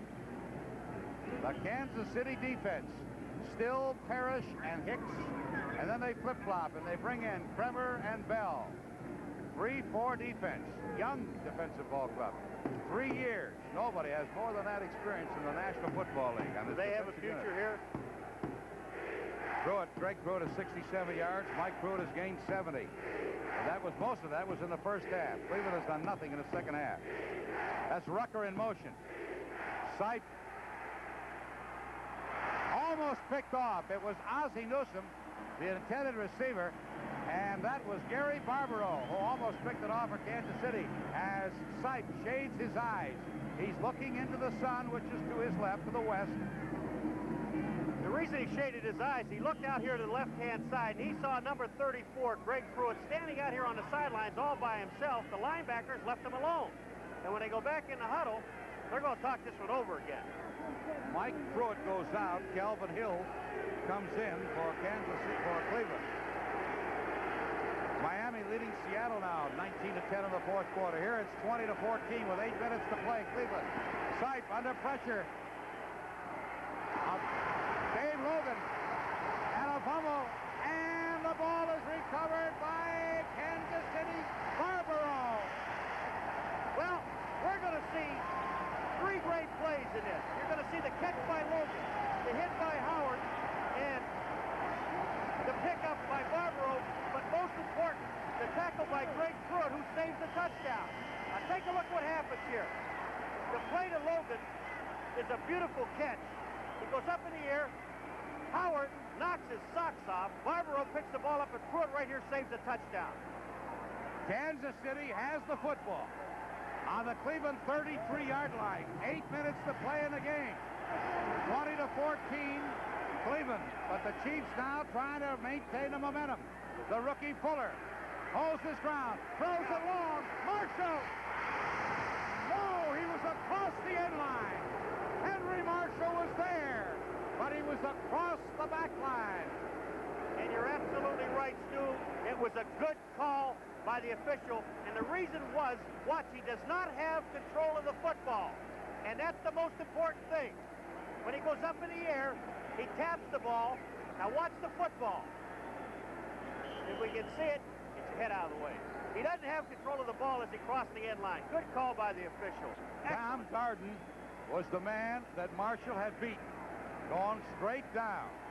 Second down, 10, Kansas City. Cleveland 33, 7:52 to go. Each team with 3 timeouts. It's a 6-point ball game. The Browns lead it by 6. Fuller flips out to the running back, Reed. And Tony inside the 30 to the 28 where Jerry Shirk makes the hit. In that Miami game against Seattle, 9 minutes to play. Greasy hit Boulash with a 7-yard touchdown. It's 19-10 Miami over Seattle. It's San Diego 30-10 over the Raiders with 10 minutes to play. And our game here, a corker. Give you all the other scores in a moment here, but there's too much going on right here. That's right. Marshall comes to the right side. Fuller. Wide open, he got the ball. Wide open was Walter White. You asked earlier why they didn't throw to Walter White, but was he looking in the sun? It's the second time in this game he threw the ball to him, hit him in the hands, and he drops it. Now you know why they don't throw it to him. I couldn't understand why. Now, we talked about it. Hold it right there. Now, we'll go back just a little bit. Let's take a look at it. We're going to tell you how open he was all day long, and that's the kind of coverage they've had on him. They've left him alone doing absolutely nothing.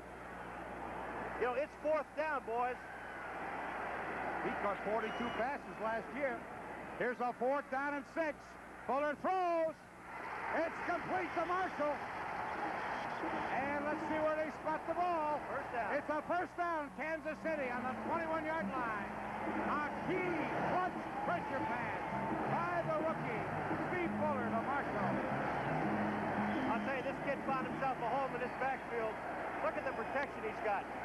Henry Marshall runs off the corner man, Clarence Scott, and catches the ball. Clarence is the safety man, excuse me. You know who's got to be watching this game and thinking, oh my, Peter Hadhesi. He's in Cleveland, waiting the birth of his 3rd child, saw his club take a 20-point lead, and look at this. First down play by Fuller. Plenty of time. Complete. 5-4-3. That is Grunty. First and goal to go, Kansas City. Well, let's give some of the credit where the credit is due, and that's to the offensive line. They came out of this game, into the second half, and they said, all right, we're going to start blocking some people, and look at the protection he has. And all Fuller does now is just waits for Gotti to clear. And once he clears, the safety men and corners are so deep, there's no way they come up and make the play. First down. That's a 17-yard play. Fuller's now 13 out of 20 for 143 yards as Marv Levy looks on. First and goal to go from the 3. 3 backs in there. This is McKnight to about the 1.5. Got to ask you a question. Yeah. Don't you feel that we've watched 2 separate football games? The first half. The Chiefs had 4 first downs in the first half. They didn't pick up a first down until there were 8 minutes left in the first half. They now have 16. Cleveland had 17 first downs in the first half, and they've only had 2 in the second half. Well, that's what you say. We've seen 2 ball games here. There's McKnight's story. It is now second down and goal from inside the 2. In motion. Beckman, there goes Beckman. Touchdown, Kansas City. Rudney and Condon open the hole, the center and the right guard. And McKnight scores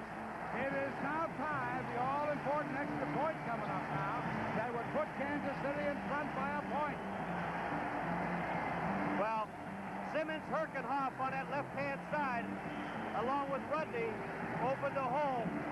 And there's the touchdown. Dibbler, number 92, just didn't get across fast enough. 6 points. All right, Fuller will hold for Center Road. 13-year veteran puts it up, and the Chiefs have taken the lead. And Mr. Steve Fuller has put his name indelibly into the Kansas City Chief fans here. 5:30 to play in the game. Kansas City 21, Cleveland 20.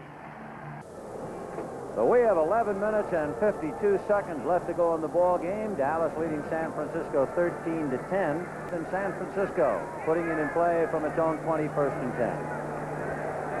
Freddie Solomon wide left. Jackson and Simpson, the running back, play action, and DeBerg going deep. For Solomon, no good. Aaron Kyle was right there battling him for the ball. Now that's good defense by Aaron Kyle, and this is also a good call by DeBerg. However, the ball is thrown a little bit short. You want your receiver to go get the ball, make him run for the ball. He still should have had it. Freddie Solomon took a lot of heat here in San Francisco last year. A lot of folks were suggesting that he dropped a lot more passes than he should have, that he was vowing to change things in '79, but it's been a struggle for him. So it is 2nd and 10 from the 20.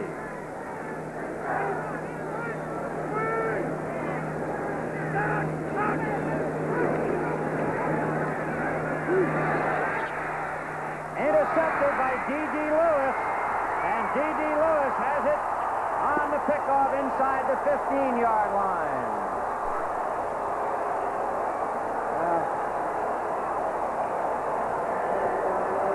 And there is that interception we were lacking for the day, George. Yeah, they dogged. D.D. Lewis, 50, is dogging there.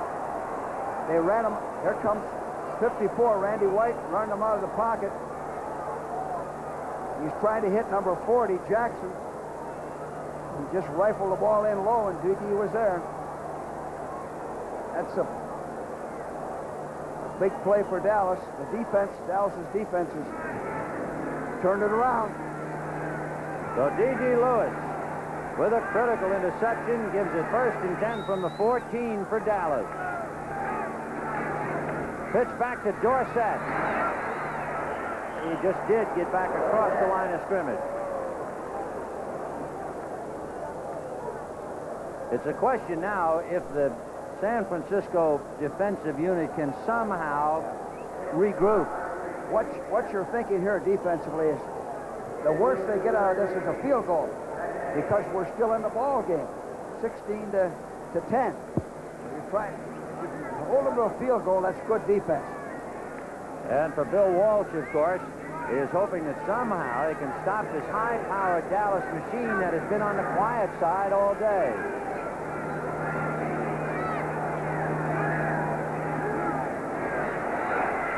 Staubach pumping once, then going into the corner to Hill, who is long out of the end zone. Well, he just threw that away. He was rushed. Threw it away where it was safe, wouldn't be intercepted. Smart play by Roger. Staubach is 17 for 29, 232 yards, 1 touchdown. Remember when Drew Pearson was all alone? All of Rogers' plays are called for him. They're all sent in and out with a tight end or a back. He has the option to audibilize, to rub that play off that's called in the huddle and call something else. So 3rd and 9 yards on the 13. Preston Pearson in at running back with Tony Dorsett. And to Billy Joe Dupree, and the tight end took it away from Tony Dungy, and the big man busted loose for the touchdown. You know, it looked like he caught the back half of the ball. Roger has good protection, and he drills it right in there. Watch if he catches the back half of the ball. Dungy going for the ball, missed it, and that left Dupree all alone. Look at that. He's got those big, long claws, and he made up his mind he was going to go into the end zone. He had to fight off Willie Harper to go barreling into the end zone. So Billy Joe Dupree, who scored 9 touchdown passes for Dallas last year, picks one up now. And coming through is Ted Vincent.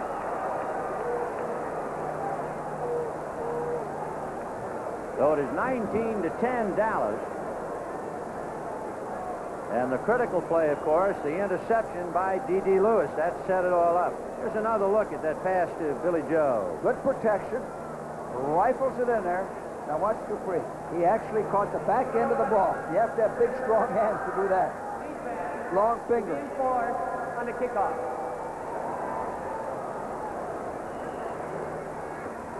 So Septien trying to make it 20-10. The kick is up, and it is no good. So Septien, who missed only one all last year, misses one today. And the Cowboys leading 19-10. 21-20, Kansas City. Along with Paul McGuire, I'm Stu Nahan. And wherever you may be on this Sunday afternoon watching us on NBC, we've got ourselves a heck of a ball game. Pruitt is deep with Wright. Wright takes the kick to the 10. Still on his feet at the 20. And that's about it. Jerry Blanton hit him there. Quickly, let's give you a recap of all the other NFL games that were played today. If you joined us late, Pittsburgh beat Houston 38-7. It was the New England Patriots over the New York Jets 56-3. First down for the Cleveland Browns on the 19-yard line. Now all of the momentum has gone to Kansas City. Now the defense has to hold the Browns. The Browns have to fight their way back now. They led 20-0. He's got to go back. He's got to go back to Ozzie Newsome again. Brian Sipe has the Pruitts behind him. Rucker is split to the right side. Sipe rolls. Sipe throws. Intercepted on the 30-yard line by Ken Conley. Kansas City on the 25-yard line. There might have been a tip. It might have been a tip by Spanny. And Kansas City, which was down 20-0 in the third quarter, has come back. I think you're absolutely right. I think there was a tip at the line of scrimmage to set up this interception because the ball wasn't thrown badly. Let's see it. Take a look here. Takes a rollout play-action pass. The ball is thrown and it's tipped right there. You see the ball start to wiggle a little bit. Art Still, I think, got a hand on it. Now, there's Mike Thomas, who's having a good day, and he just picks up a couple of yards here. Last year, in the last 8 games, the San Diego Chargers won 7 of them. The one that they did not win, Dan Fouts did not play in. They won the first game this year, and they're winning the second game, and that is a pretty good track record over the last 9 regular season games, especially those that Fouts has started, because he would have won, if he wins today, every one he started in the last 9 games. He started 8 of them. Here's Jefferson out wide left. They say he is fast moving to the top couple among the quarterbacks in the National Football League. He's there. Second down and 9. And this is Thomas again. Thomas has the first down.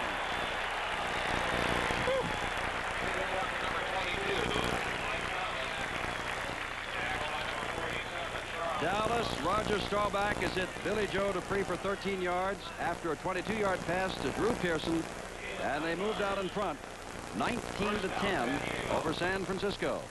Hey, that's not really playing too bad for the 49ers, and it won't be very long before you see the Niners on the top side of the ledger. First and 10, the 48-yard line of the Oakland Raiders, and that clock keeps grinding down. It is 8:09 and counting. And Fouts hands the ball to the up man, and that is Clarence Williams. We've been calling the name of Mike Thomas today, and we'll check to see what he has done, because he has ripped off some pretty good runs and also caught a pass. And he was spotted today as he was last week. He comes out of there. Thomas has carried 7 times for 49 yards. He came out of last week's game with better than a 6-yard rushing average, and he's averaged exactly 7 yards per carry today. And now Lydell Mitchell. Knee surgery followed by staph infection. Brought along very slowly. Baltimore's big gun, and the big gun here last year, is in the ball game. You don't have to lose much, Jim, before you go from one of the best running backs to an ordinary running back. And Lydell's trying to make a comeback, and very few of them do it. He may be one of the exceptions. Williams again running hard, may have the first down inside the 40-yard line. And with a 30-10 score and Fouts keeping the ball on the ground and being able to move it, time continues to run on. Lydell Mitchell has very seldom been asked to do much blocking. He carries the ball so often. However, he does a pretty good job here, keeping the cornerback outside, allowing the ball carrier to cut up inside and pick up about 5. The biggest margin of difference ever of San Diego over Oakland was in 1960, 19 years ago. That was back when they were just getting the American Football League underway, and that's when San Diego was in Los Angeles. That was 58-28. The officials are now bringing the sticks to this side of the field. Do you think they might have forgotten at the end of the first half? Here it is. I'd say stranger things have happened. Well, they just brought them over here. The reason? I'm not sure. How's that addressing the issue? Well, it certainly wasn't closer to the sideline. From the 48, first down. Lydell Mitchell now set out to the left. He hasn't touched the ball yet this year, and on the block again for Williams, and it does no good because San Francisco was penalized 5 yards, which they exact after the point after. So Septien kicked from the 40-yard line. James Owens will handle it on the 3 to the 20 and to about the 24. So San Francisco, with 10 minutes and 28 seconds left in the game, down by 9, and Steve DeBerg carrying a heavy load now, trying to bring the Niners back. Now here's where the Dallas defense plays pass defense and pass rush. 10-28. They're going to have to throw the ball to get back in the ball game. This is what you like on defense. Schumann and Solomon go in a slot left. Lenville Elliott is in there with Wilbur Jackson at the running back. DeBerg has Elliott to the 45, to midfield, to the Dallas 45. Lenville Elliott coming out of the backfield. And Hughes and Harris brought him down. Elliott, last week, had a big game. He's going to help this ball club. He's a good receiver. He can block. He's a good hard runner. He took the position away from 50, D.D. Lewis. So San Francisco striking quickly for a sizable amount of yardage out to the Dallas 46-yard line, 1st and 10. Plenty of time, 9:47, but they have to move and use it. Second man is O.J., and he's grabbed, and down he goes. And the man who hit him is Bruce Thornton, the rookie out of Illinois. Thornton backs up Larry Cole. Last week, the 49ers got behind 21-9 and came back and took the lead. Same situation. Big fella, 6'5", 266, only 21 years old. Bruce Thornton is a saxophonist who declined music scholarships to play football. And he was a second-team academic All-American. He's quite a prospect. 2nd and 9. DeBerg has got his man Schumann inside the 35-yard line. Barnes brought him down. That's the type of passing game, possession passing. 5-step passing. You don't need a lot of protection for it. It's fairly safe. Get the first down. So they picked up 12. It'll be 1st and 10 from the 34. And DeBerg now is 15 for 24, 177 yards, but he has thrown the only interception of the day, and it was a killer. O.J. And O.J. moving nicely is inside the 30. He's running well, isn't he, George? He's looking better. He had a nice hole there. Good block in there. John Ayers has been springing him. Ayers, the guard on the left side, pulling and leading his way. Another report on that Miami game. They're leading Seattle 19-10 in the 4th. Same score we have. Paid attendance, 56,728. Second and 3 from the 27 of Dallas. Jackson, nowhere. D.D. Lewis met him head on. San Diego and Oakland should be a dandy, and San Diego under Don Coryell leading Oakland and Tom Flores 30-10 in the fourth quarter. There comes Seals in. That usually indicates pass. 3rd and 3. 3rd and 3 from the 27. And, of course, DeBerg, to make this drive go, has to hit and hit quickly. 7 minutes, 16 seconds left in the game. 19-10 Dallas. Solomon is left, Schumann is right. Inside handoff to O.J. And he did not make it. And he was juggling that handoff. Yes, he was. You like that play? Well, I'd rather throw the ball. I think in that down, I would rather throw the ball. Oh, they got to go for it, yeah. The crowd is saying go. Walsh has already shown he will gamble.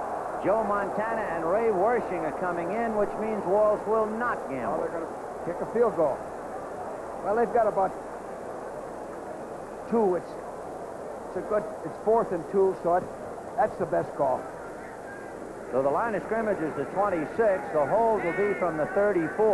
A 44-yard field goal attempt is not Wershing's distance. He has not been effective at all from this far out.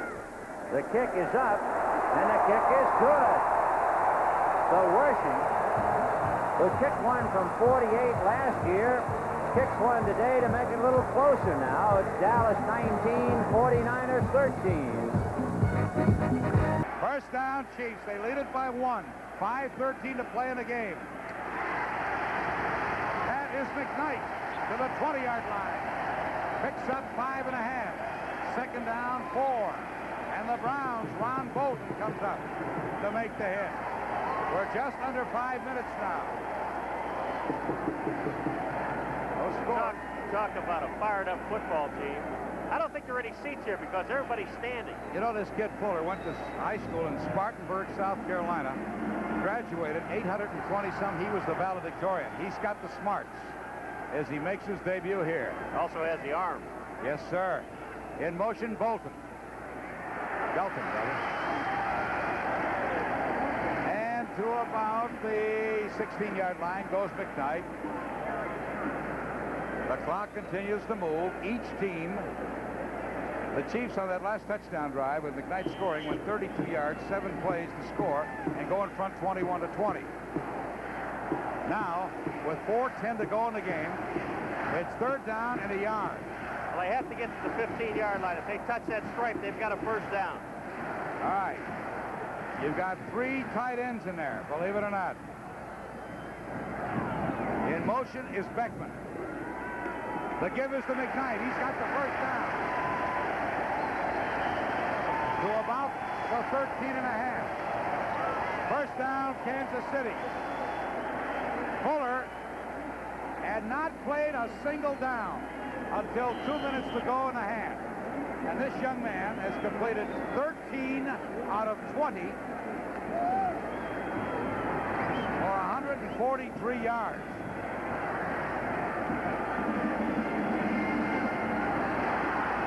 Reed, Belton, and McKnight, 3 backs in there for KC now. Cleveland cannot regain a momentum as of right now. Belton, about a half yard. Jumping over to make the hit over there was Dick Ambrose, the middle linebacker, number 52. Green Bay beat New Orleans 28-19. That's the final. Tampa Bay on a field goal in overtime beat Baltimore 29-26. They're in the fourth quarter with the Chargers beating the Raiders by 20. They're in the fourth quarter. The Cowboys beat the 49ers by 6. Miami leads Seattle by 9 in the fourth quarter. Here, it's a one-point ball game. KC in front. Fuller. Fuller. A dive. No, he tapped the ball. Tony Samuels. He tapped the ball. Fuller throwing as he rolled to his right. Well, Fuller's upset with himself at the end of this, and I think the real reason he's upset is because he could have run with the ball. He might have scored running. Look when he breaks to the outside. Sinclair gets caught in the inside. When he looks out here, he could have made the first down at least, and he throws the ball into the ground.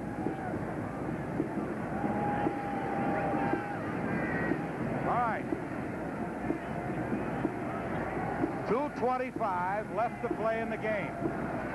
All right, what do you run here, Coach? There's your score. J.T. Smith, Marshall, the wide receivers. 3rd down, 9. A blitz. Fuller lifts it up, and there's nobody in the end zone. He had to throw it because the blitz was on. Making a run at him was Darden. And so it's a 4th down situation. Stenerud hits the field. They'll try to make it a 4-point lead with 2:23 to go. On that last play, too, what happened was Fuller called an audible at the line of scrimmage, and the crowd is so loud here that J.T. Smith never got the audible. He just threw the ball up, and that's what he wanted to do. He read the defense well. It was 17-0 Cleveland at the half. 2 touchdown passes, one to Newsom, one to Rucker, and a field goal. Stenerud kicks one, and the Chiefs lead it by 4. 2:19 to play in the game. Kansas City 24, Cleveland 20. Back at the Orange Bowl in Miami, this is Don Criqui with Bob Trumpy. 4 minutes left to play. A 50-yard field goal by Efren Herrera. Carried very deep, 15 yards beyond where it had to go, but it was wide. And so now the Dolphins have a 19-10 lead and 4 minutes to go. And here is where you give the ball to 39. Absolutely. Miami just put in their second tight end, Ronnie Lee, a rookie this year, and I imagine they're going to try to run it right down Seattle's throat. Control the ball for 4 minutes, and the game is theirs. Last week at Buffalo, they had to go 77 yards to the end zone to come from behind. A driving rain. Zaka, and more Zaka. And finally, he took it into the end zone, and Miami got out of there with a 2-point win. And here is Zaka, and some more Zaka now as he gets it out to the 33. Not much gain on the play. Right now, the Dolphins looking to run that clock. It is down to 3:50 and running. And Seattle has all 3 of their timeouts left. Stop by Jackson. Gain of 2. They need a little more than 2 yards of pop by Larry Zonka. Now they're talking about Neil Colsey earlier, Bob. When he was at Oakland, he was offered a bit part in a movie, Black Sunday. He turned it down. Would have got $3,000 for the part, and I asked him why. He said, because I would have had to wear a Pittsburgh Steelers uniform. I wouldn't put one of those on for $10,000. Well, I want you to remember they do wear the black hat. Right now, a timeout is signaled for by the Dolphins. 3:18 left to play. Kind of a weird time to call one. 2nd and 8. Ball is out to the 33-yard line. Greasy comes over, and something he didn't like in the defense. Well, I don't.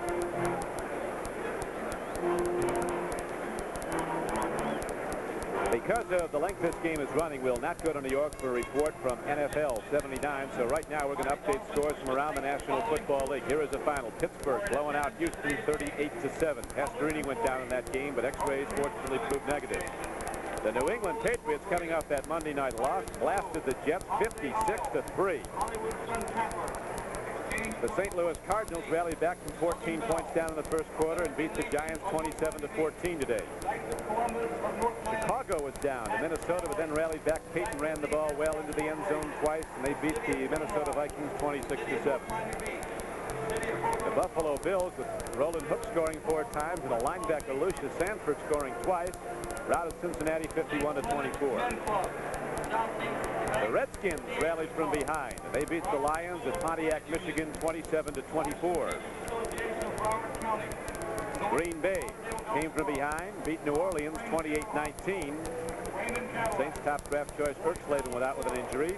A Niall O'Donoghue field goal in overtime gave Tampa Bay its 2nd win in as many games this season, 29-26 over Baltimore. Then we've got the late starting game. San Diego leading Oakland 30-10. 5 minutes to play 4th quarter. Dallas leading San Francisco 19-13. 6:18 to play 4th quarter. Kansas City's gone in front of Cleveland 21-20 with 5.5 minutes to play in the 4th quarter. They're down 17-0. Big carry by Delvin Williams, gets out across the 40 to the 41-yard line. Mano Tuiasosopo, Autry Beeman on the stops for the Seattle Seahawks. Boy, the scheduling is so tough down the line here, Bob, for Seattle. They go home, and they've got Oakland. And they got the rest of that division, which is mean, to say the least. They go to Denver the next week. Kansas City comes in there following that. Do you know what the worst part of losing 19-10 to the Miami Dolphins is? On a hot, humid day in Miami, flying back to Seattle. That trip seems like it's 4 days long. Delvin Williams dives over the top with 2:34 left to play in the game. And he might have gotten the first down.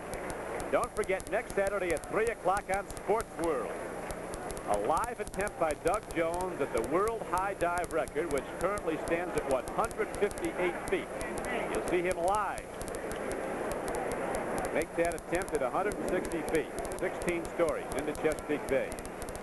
Have you planned a post-dive interview? I tell you, got to think about that, don't you? I'll be there for that. I wonder how people get started doing that. I mean, that just surprises me. Well, they start jumping out of planes with chutes, and that gets to be no fun.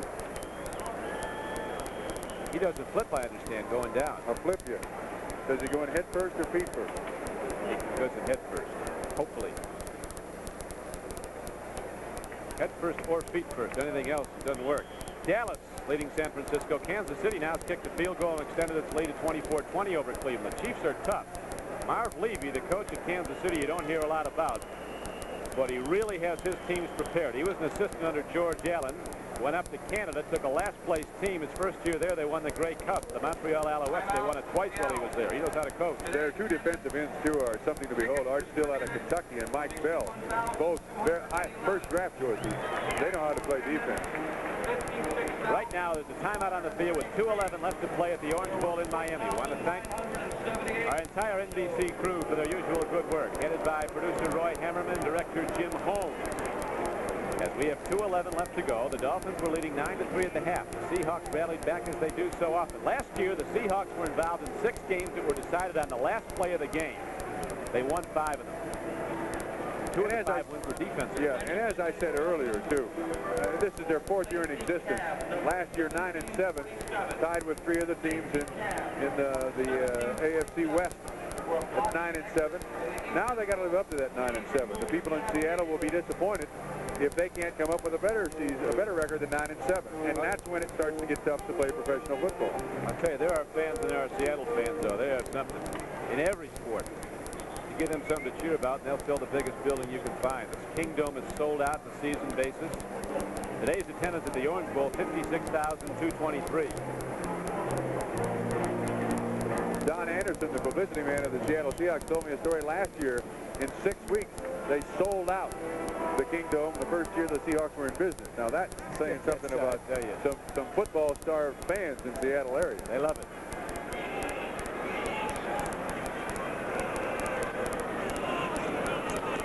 Bob Greasy gives off, and Zonka hits straight ahead. They go to the bull back, the money back, out to the 45-yard line, and the clock winds down to 2 minutes on the tackle by Beeson and Tuiasosopo. So with 2 minutes left to play in the game, there'll be a break in the action here at the Orange Bowl in Miami, with the Dolphins driving, looking to run out the clock, holding to a 19-10 lead over Seattle. And so, Kansas City leads at 24-21. Stenerud will kick off. Got a little over 2 minutes to play in the game. Each team has 3 timeouts. There are the deep men. Keith Wright is deep. Randy Rich is deep. And Stenerud puts it away. Wright is on the goal line to the 10. Turns it on.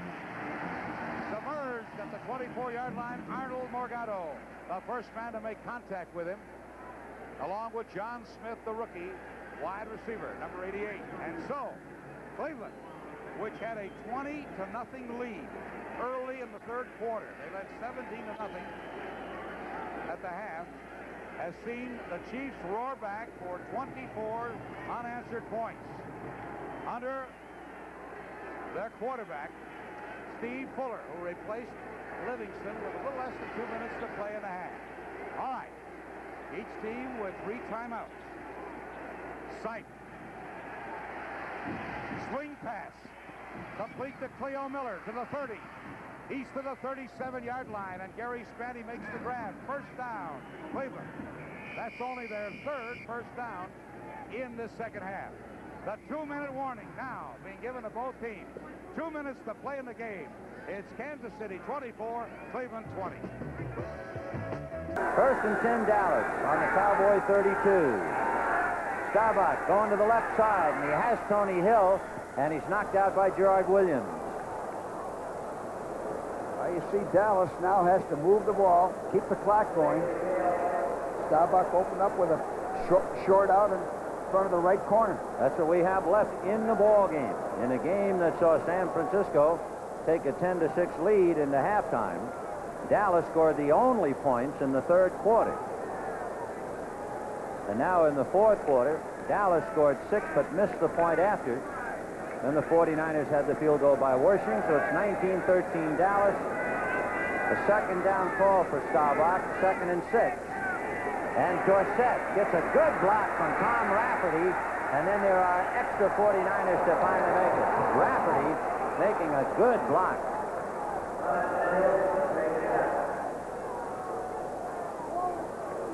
Yeah, they threw on first down, ran on second down. They're mixing their calls pretty good. It was 2nd and 6.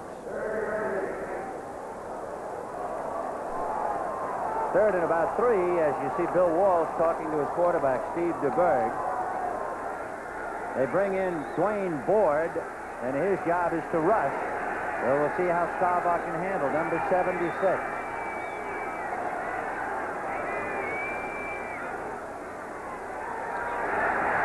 Roger got it off to Big Cosby, and Cosby at 6'6", who played football up here at Santa Clara, the tight end, brought down by Tim Gray. They were thinking about making him a tackle. He's so big at 6'6" and 230. What the 49ers are doing in an effort to compensate for their lack of pass rush, they're dogging, and Rodgers reading the dogs pretty well and picking up the first down with stop-like patterns to all of his receivers. And with 4 minutes and 6 seconds left to go in the ball game, Dallas leading 19-13, strongly in possession, 1st and 10 from the Dallas 49. Hill is wide left, Pearson wide right, Cosby is on the right side. Robert Newhouse and Hilton slowed him down, and Buns finally brought him down.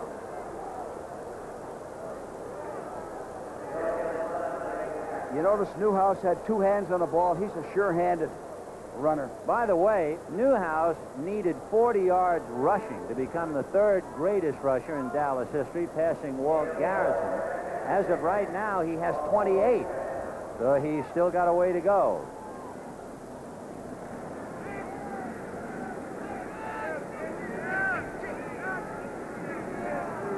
Second down for Staubach and 6 from the 47. Newhouse ridden down as he got to the 45-yard line. Willie Harper tried to climb his tree.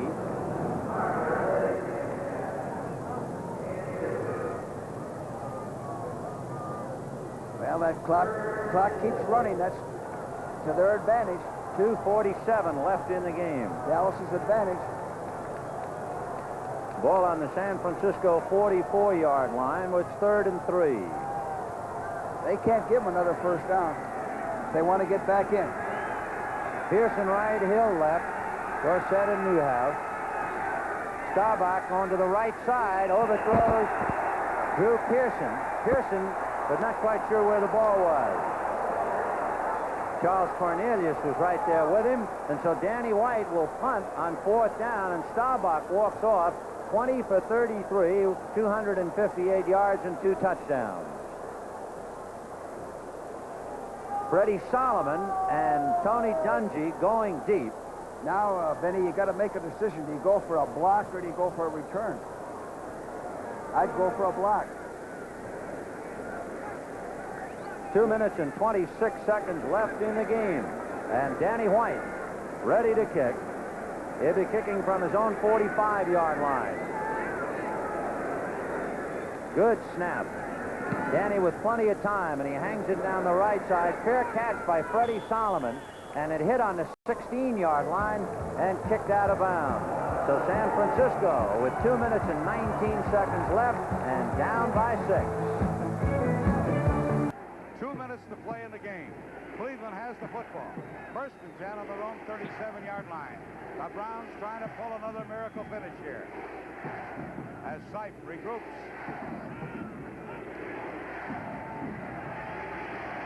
Sipe flips it out. Get it for Cleo Miller. Whitney Paul, the left side linebacker, helping to break it up. Stops the clock at 1:56, and it is 2nd and 10. And that is Whitney Paul, the 4-year veteran left side linebacker from Colorado. Does Craig Pruitt have pretty good hands? Oh, I would think so. Well, I think he's going to have club to in throw the receive. ball to him because the man's standing over here for the 2nd time all by himself. I think it'd be nice if they just threw it to him once in a while. Let me just say this.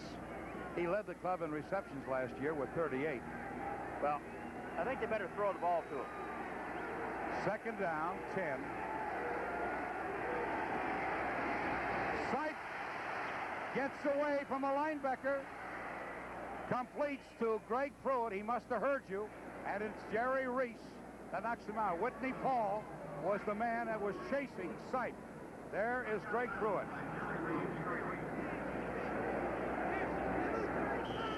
We want to welcome those of you to our game here at Arrowhead Stadium in Kansas City. A minute 27 to go. Kansas City leads it 24-20. Cleveland has the football. They just crossed midfield as Greg Pruitt took it across to the 48-yard line. For those of you who have been watching other NFL action and those of you in New York, along with Paul McGuire, I'm Stu Nahan. And the Cleveland Browns led at the half here over Kansas City by a score of 17-0. They increased that lead to 20-0. The 17 points were garnered on a couple of touchdown throws from Sipe to Rucker and Sipe to Newsom. Cockcroft kicked 2 field goals, the second coming in the 3rd quarter, and Cleveland had a 20-0 lead. Late in the first half, with about 2 minutes to go, Marv Levy, head coach for Kansas City, inserted a rookie quarterback by the name of Steve Fuller, a #1 draft choice out of Clemson, who had never played a single down in professional football. He came into the game, was sacked late in the first half, but he came out throwing in this second half. Did he now? And Mr. Fuller has brought the Kansas City Chiefs back. He has completed a total of 22 passes, 13 out of 22 for 143 yards, and he has brought this club back twice on 4th down plays. He was able to complete them.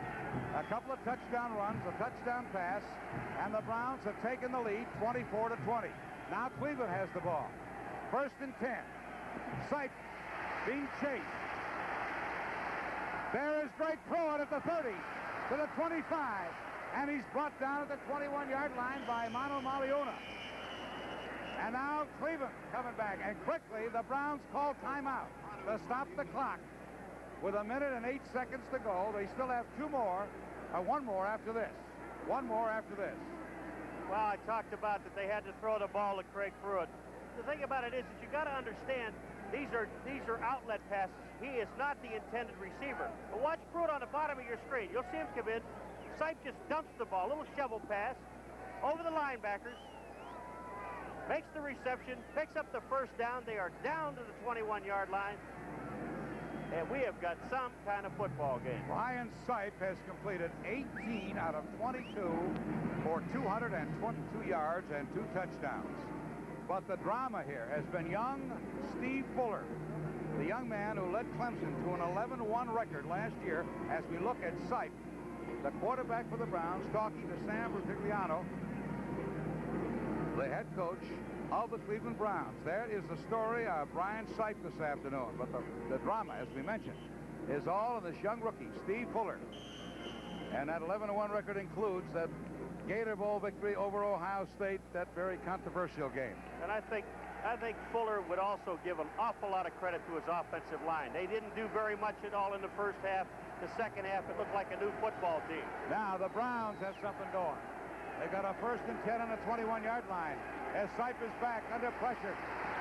And Sipe throws it anyway as he's going down. No, in the grasp of a tackler was called. There is a new rule in the NFL that if he's once in the grass, but he threw it anyway, it'll go as an incompleted pass. You folks watching on the East Coast will see Walt Disney's Wonderful World, The Absent-Minded Professor, upon the completion of our NFL coverage on NBC. As we look at Marv Levy, now in his second year, head coach, Kansas City Chiefs, Phi Beta Kappa from Cole, a master's in English history from Harvard. Very innovative, great organizer. Assistant for a long time, 4 different teams in the NFL and in Canada. 2nd and 10 on the 21. Sight for Greg Pruitt, overthrows him. They would have caught it out of bounds on this side anyway. Tom Howard, right side linebacker, going step for step, and we got a fight going on. Greg Pruitt has gotten into it with Tim Collier in the left-hand corner of the field. Greg Pruitt and Tim Collier got into it. There was double coverage on Pruitt, Collier and Howard, and quickly the officials get in between them. Collier, 4-year man from East Texas State. Pruitt in his 7th year out of Oklahoma. Now the officials have to decide. You throw them both out when there's so much on the line here late in the game. A reminder to you, we know we're running a little bit long, but you folks on the East Coast will see in its entirety the Wonderful World of Walt Disney in color, The Absent-Minded Professor, upon the completion of our NFL coverage on NBC. All right. Now what you have to do, if you're going to eject one, you got to eject the other one. The only thing I don't understand is why both of these guys are fighting, why they're hitting themselves in the face mask. That's the best way I know to break your hand. There goes Greg Pruitt. Collier's already come off the field on the near sidelines. So you throw one out, you got to throw the other, and Greg is going off. Big blow to Cleveland because there's 57 seconds to go. He's trying to argue with the official over there, Jerry Markwright, saying he hit me first or whatever. He's pleading his case. M.L. Carter has replaced Tim Collier at right side cornerback for Kansas City. Here it comes. Here comes Markwright's announcement. Personal foul, unnecessary roughness, number 44, defense, number 34, offense, both after the ball was dead. The penalties offset. 3rd down. Okay. The 2 guys get thrown out. No penalty, offsetting penalties. Meanwhile, there are 57 seconds left. Kansas City with a 4-point lead, but Cleveland with a 3rd and 10 on the cheap 21-yard line. Calvin Hill and Cleo Miller now in the backfield. Ozzie Newsome splits wide to the left. They've got 3 wide receivers. Rucker's in there. Logan's in there. Now, before the ball can be snapped, they respot the ball. I'd like to see Sipe taking just a little bit of it. Don't try to get it all in one shot here. He's got 21 yards. What he really needs is a 1st down. Back the pass goes Sipe on 3rd down. He lets it go in the end zone. A great catch in the end zone by Reggie Rucker. And Cleveland has taken the lead. 52 seconds to go in the game. And Brian Sipe throws a 21-yard touchdown pass on a 3rd down play to Reggie Rucker, his 2nd TD catch of the game, and Cleveland has regained the lead. And there is Sam Retigliano, and there is Sipe. And the Cleveland fans here at Kansas City have gone crazy. And don't anybody go away because there's 52 seconds left to go. Kansas City still has 3 timeouts, and with Fuller in the game, what he has done so far in this second half, nothing is impossible. All right, the try for the extra point. Browns lead it by 2. 26-24. Cockcroft gives Cleveland a 3-point lead. 52 seconds to go in the game. The score, the Cleveland Browns 27, the Kansas City Chiefs 24.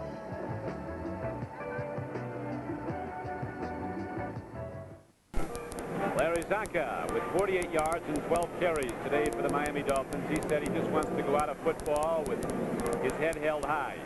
They haven't been happy seasons, the recent ones. There was a lot of money in the World Football League, a lot of money at New York, but none of the glory days. He knew here in Miami, and he wanted to get back with Shula for one more go.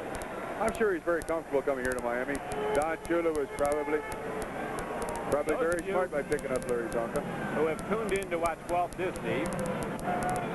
You'll be seeing the Walt Disney Show after our coverage of NFL football. Those on the West Coast will be watching Disney at its regular time. Right now here in Miami, we have 1:56 left to play. And the Miami Dolphins are leading Seattle 19-10. Right now, we pause briefly for station identification. This is the NBC television network. You're watching KING-TV, Seattle.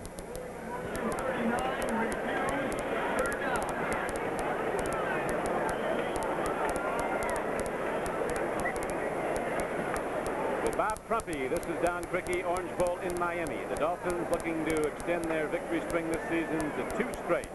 They've been tough wins at Buffalo and now over a game Seattle team that looked down early but rallied back to take the lead. And finally, on 2 greasy touchdown throws, the first to Nat Moore, the second to Norm Vulash. The Dolphins have command of the game at the moment on the football. 3rd down, though. Delvin Williams runs the ball and gets it out to the 48-yard line.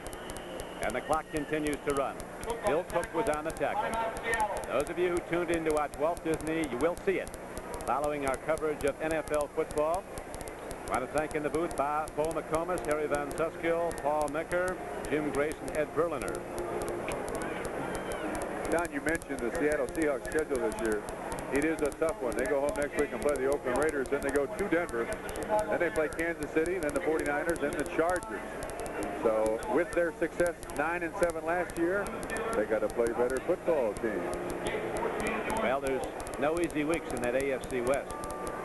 I don't think there are any easy weeks anywhere anymore in professional football. People thought they were getting a week off against Kansas City. Wait and see. Wrong. How about Buffalo beating Cincinnati 51-24? I still find that very, very hard to believe. Believe it. Cincinnati is a good defensive football team and have 54 points scored on them. They got to be shaking their heads. They go home on a bus. If they go home at all. Jeff Moore is back now for the punt. George Roberts ready to hit it with 1:48 left to play. So Zorn will be in there pitching again in a moment. But time working against the Seattle Seahawks now. Here's the snap. Going for the block. Roberts gets it away. And the tackle is made at the 26-yard line. Jeff Moore brought it back to there. Mark Dennard came down to make the hit with 1:37 left to play in the game. Jim Zorn and the Seahawks come out for one more try. Everybody that plays professional football must have a little Jimmy Stewart in them. You see George Roberts trying to draw the penalty for running into the kicker. Nicked by a grasshopper. Who's the best you've seen that going in that? The best actor I've ever seen in professional football. We got a player down and he appears to be out cold. Terry Bradshaw. When he gets hurt, you can't tell if he's going to live or not until you give him about 35 seconds or until he gets to the sideline. He is a great actor when it comes to getting sacked by somebody in professional football. He's also a great quarterback, isn't he? Yeah, he can afford to act. He's practicing a little bit for some of his commercials and his country and western singing. So at the moment we have a man down for Miami.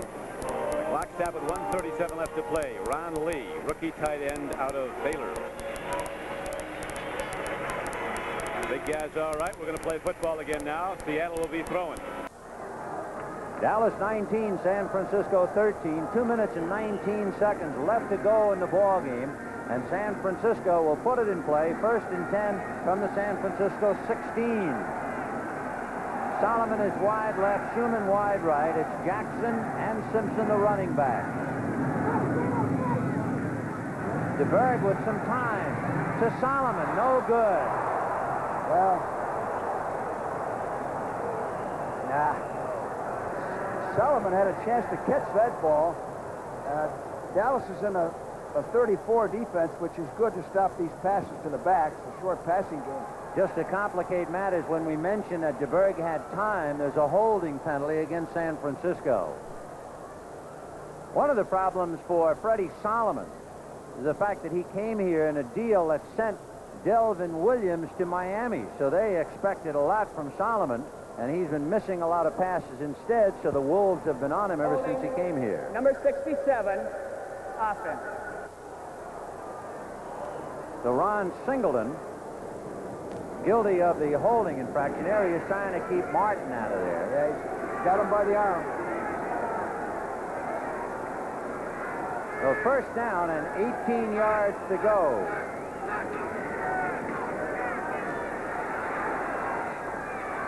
Just beyond Clark. Dwight Clark, the intended receiver, and Benny Barnes right there with him. Going back to that previous play, the holding on number 67, it was a longer developing play. DeBerg hasn't had many problems when he's gone to the intermediate and short passing game. He can get the ball off. Now when he goes to the longer type of pass, they have difficulty keeping those defensive linemen out of there. Down 19-10 with 1:37 to go. Zorn will now try to call a series of plays. They'll go with no huddle. They'll try to get as much as they possibly can in 2 plays, call a timeout, regroup, or throw the ball out of bounds. We watched their 2-minute offense drill yesterday here at the stadium. Zorn gets down the field after a completion almost as fast as the wide receivers are down there. He's thrown 36 times for 188 yards and a touchdown, but has been intercepted 3 times. Both led to Miami scores. First 2 led to Miami scores. Here's Zorn dropping back. Deep drop. He's got time. Throws hard. Over the middle he goes to Sherman Smith. Penalty marker is down. That stops the clock with 1:28 to go. Rolling slowly on the tackle. Flags are down. Might be a clip on Rabel. So that puts the Seahawks in a hole now. They'll come back out with a lot of yardage to make up. And with 5 defensive backs in the backfield for the Miami Dolphins, you're not going to get much but a 5 or a 6 yard pass and then hope your running backs can outrun everybody else, which is somewhat optimistic at best. But nevertheless, with 1:28 left, you're trying to win a football game. You called it, Coach Cricky. Jim Tunney gives the signal. Now Dan Dorning comes in the game.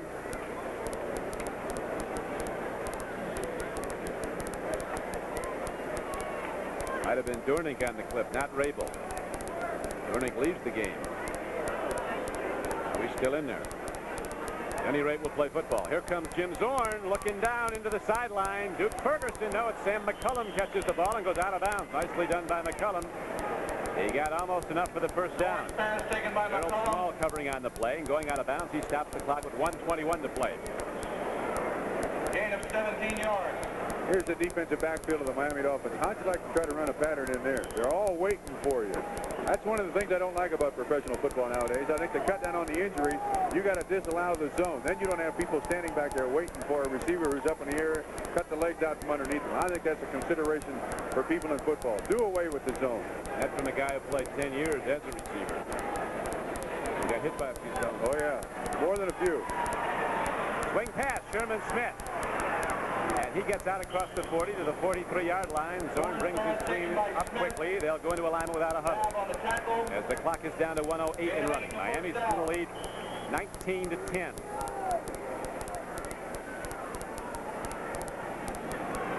Zorn stops over the middle. Hard strike on Dornick. He's close to a first down. Just short of it. Now the clock down to 50 seconds. Zorn taking them down the field, but they need a touchdown, an extra point, and a field goal to pull this out. They need to stop the clock right now, Don, and regroup. Zorn takes a look. Lots of Dolphins back. Oh, no. Great football for Charlie Babb. He was so open he couldn't catch it. Hit him in the bad place. Hello. Yeah, hit him in the hands. He was watching the receiver, though. Looking right at the receiver, which is what his job is. There's Don Shula saying, get back in the goal line. Don't be up there so close. Get way back. That's a couple of guys playing in center field. At least 2, probably 3. 34 seconds left to play. Jim Zorn has now thrown the ball 40 times, 222 yards. He's completed 18 of the 40. Calling 2 plays.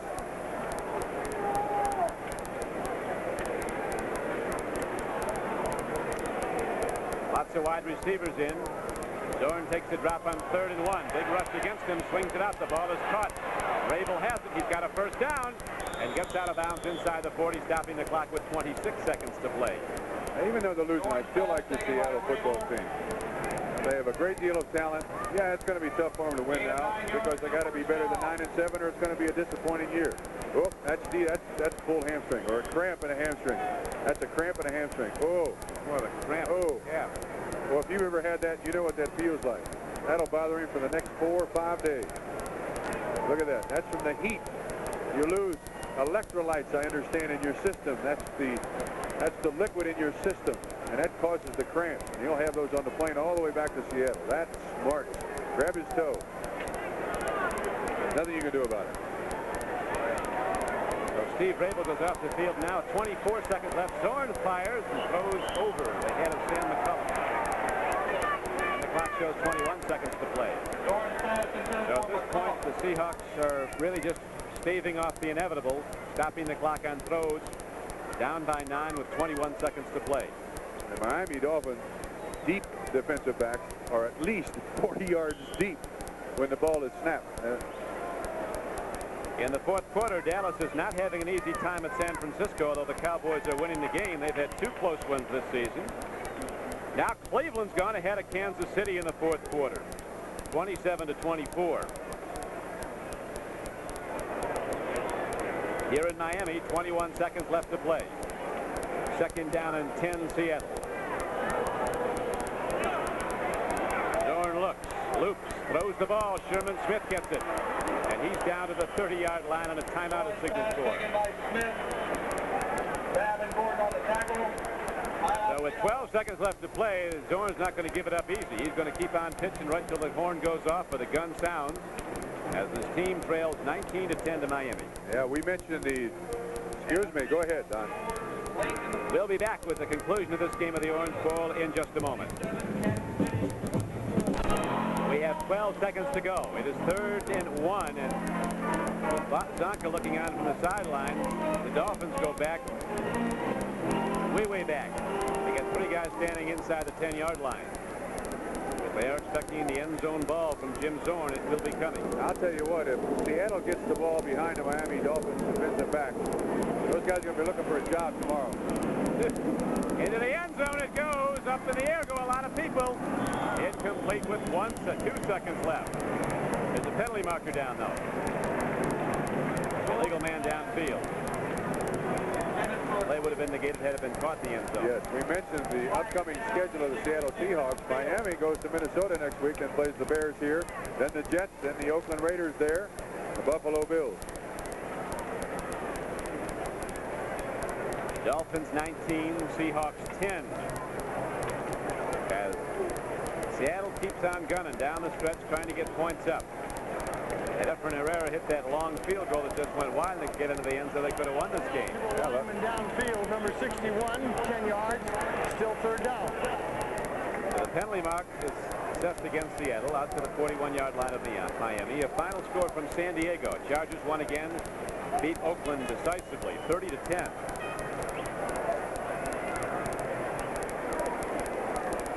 Oakland will be 1-1. Is 1-1. Seattle will be 0-2.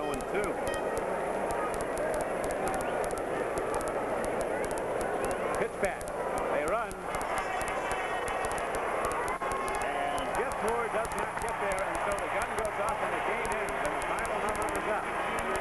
The Miami Dolphins defeat the Seattle Seahawks 19-10 here at the Orange Bowl in Miami. Now for Bob Trumpy, this is Don Krutke. We're going to switch you for last-minute coverage of the Kansas City-Cleveland game. More NFL football coming up. 52 seconds to play to Reggie Rucker on a 3rd and 10 has put the Cleveland Browns out in front, a 76-yard drive, and the Browns have come off the floor. They led 20-0. They dropped behind 24-20. Then they came back and marched down the field. 8 plays and scored. Now they're kicking off to Kansas City. That is Steve Gaunty awaiting the kick by Don Cockcroft.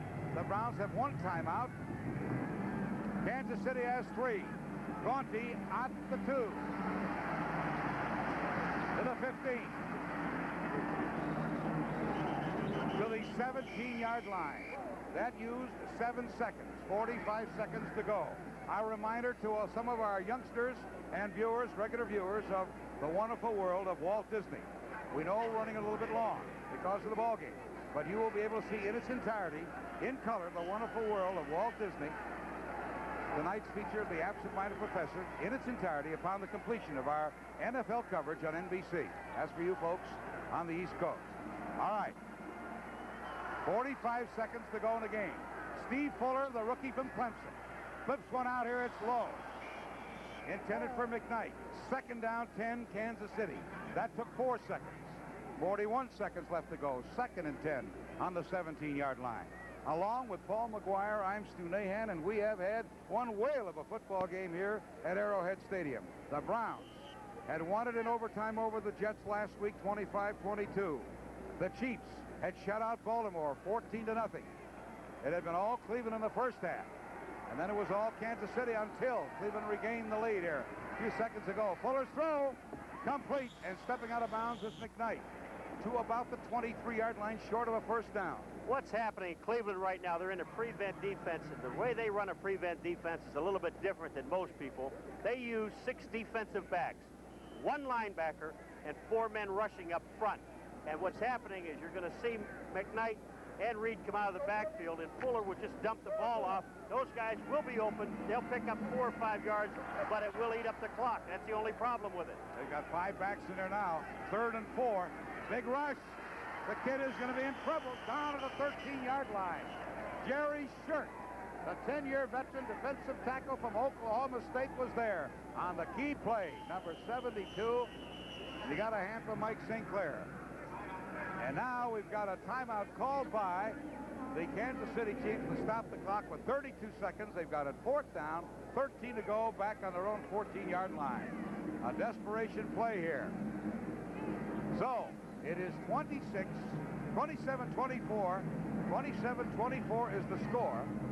The Cleveland Browns regaining the lead with 52 seconds to go as young Steve Fuller, who has made his debut as an NFL quarterback, talks to Marv Levy, his head coach, on the sidelines. And whether Kansas City can come back or not, this young man has made his presence known. He was 11-1 with Clemson last year, including that game, Woody Hayes' last game that he coached, that Gator Bowl game, in which Clemson beat Ohio State 17-15. And this kid has come along. He's completed 13 out of 24 for 149 yards. And you can believe he'll be the starting quarterback come next week. All right, we want to welcome those of you who have been...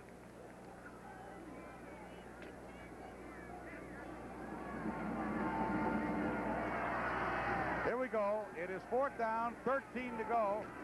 Big play for Fuller. A big rush on Fuller being chased. He looks, he puts it up in the air. A diving, a great leap by Henry Marshall, and he couldn't quite get it.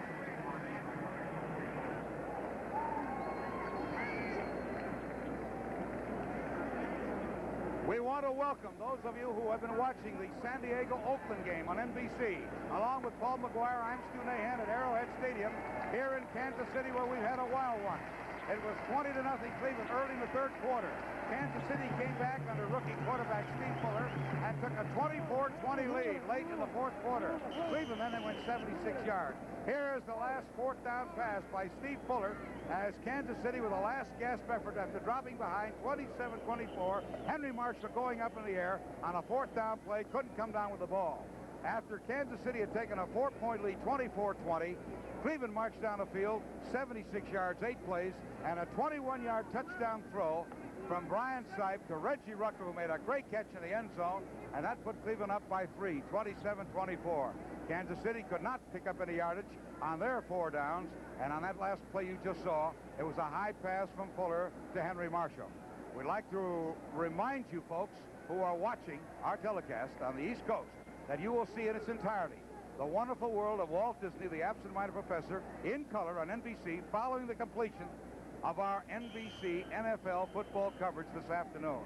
We see now Sam Rutigliano, the head coach of the Cleveland Browns, who has had quite a dramatic afternoon, having a 20-point lead, dropping back by a few points, 4, and then regaining it. Now it is Cleveland's ball. All they got to do is run out the clock. 25 seconds to go. 1st and 10 Browns. They've got 1 timeout left, and the ball has just fallen upon back there by Sipe, and I don't think they'll have to put the ball into play. 20 seconds. Kansas City's got 2 timeouts left, but there's no sense. Now they call timeout. They stop it with 14 seconds. The Chiefs spend their 2nd timeout. So, we have had one whale of a ball game here, Paul McGuire. We've seen a young rookie come in as quarterback for Kansas City and put on quite a show as we look at Marv Levy, the head coach of the Chiefs, in his 2nd year. Well, they've booed Mike Livingston here for an awful long time, the quarterback. Kansas City, they dropped an awful lot of balls this afternoon. He threw a couple of bad passes. All right, but then they put Fuller in, and this kid has just won the job. Sipe falls on the ball again, 10 seconds, and the clock is moving. And now they stop the clock one more time with 5 seconds to go. The Chiefs spend their last timeout. Numbered his arm and picked the Raiders secondary to pieces. John Jefferson took a screen pass 24 yards for a touchdown. Fouts then surprised Oakland with a deep pattern over the middle to Bob Klein, and the 11-year veteran raced untouched 54 yards for the score. The Chargers ran up 30 points that afternoon, but Don Coryell was quick to point out the key to victory this time around was the defense. They were superb, allowing the potent Raiders just a touchdown and a field goal. We're very, very proud of our guys. They really played hard. The defense was just tremendous at times. Those 2 goal line stands at the end of the game, at the end of the half, were of course terrific. I think that's a real trait of this team, and that they seem to be, they're a group of men like that. They, I think, are very unselfish. Everybody naturally wants glory for themselves and wants to start and wants to do well and carry the ball and all that. But as a group, they're just a tremendous bunch that work for each other.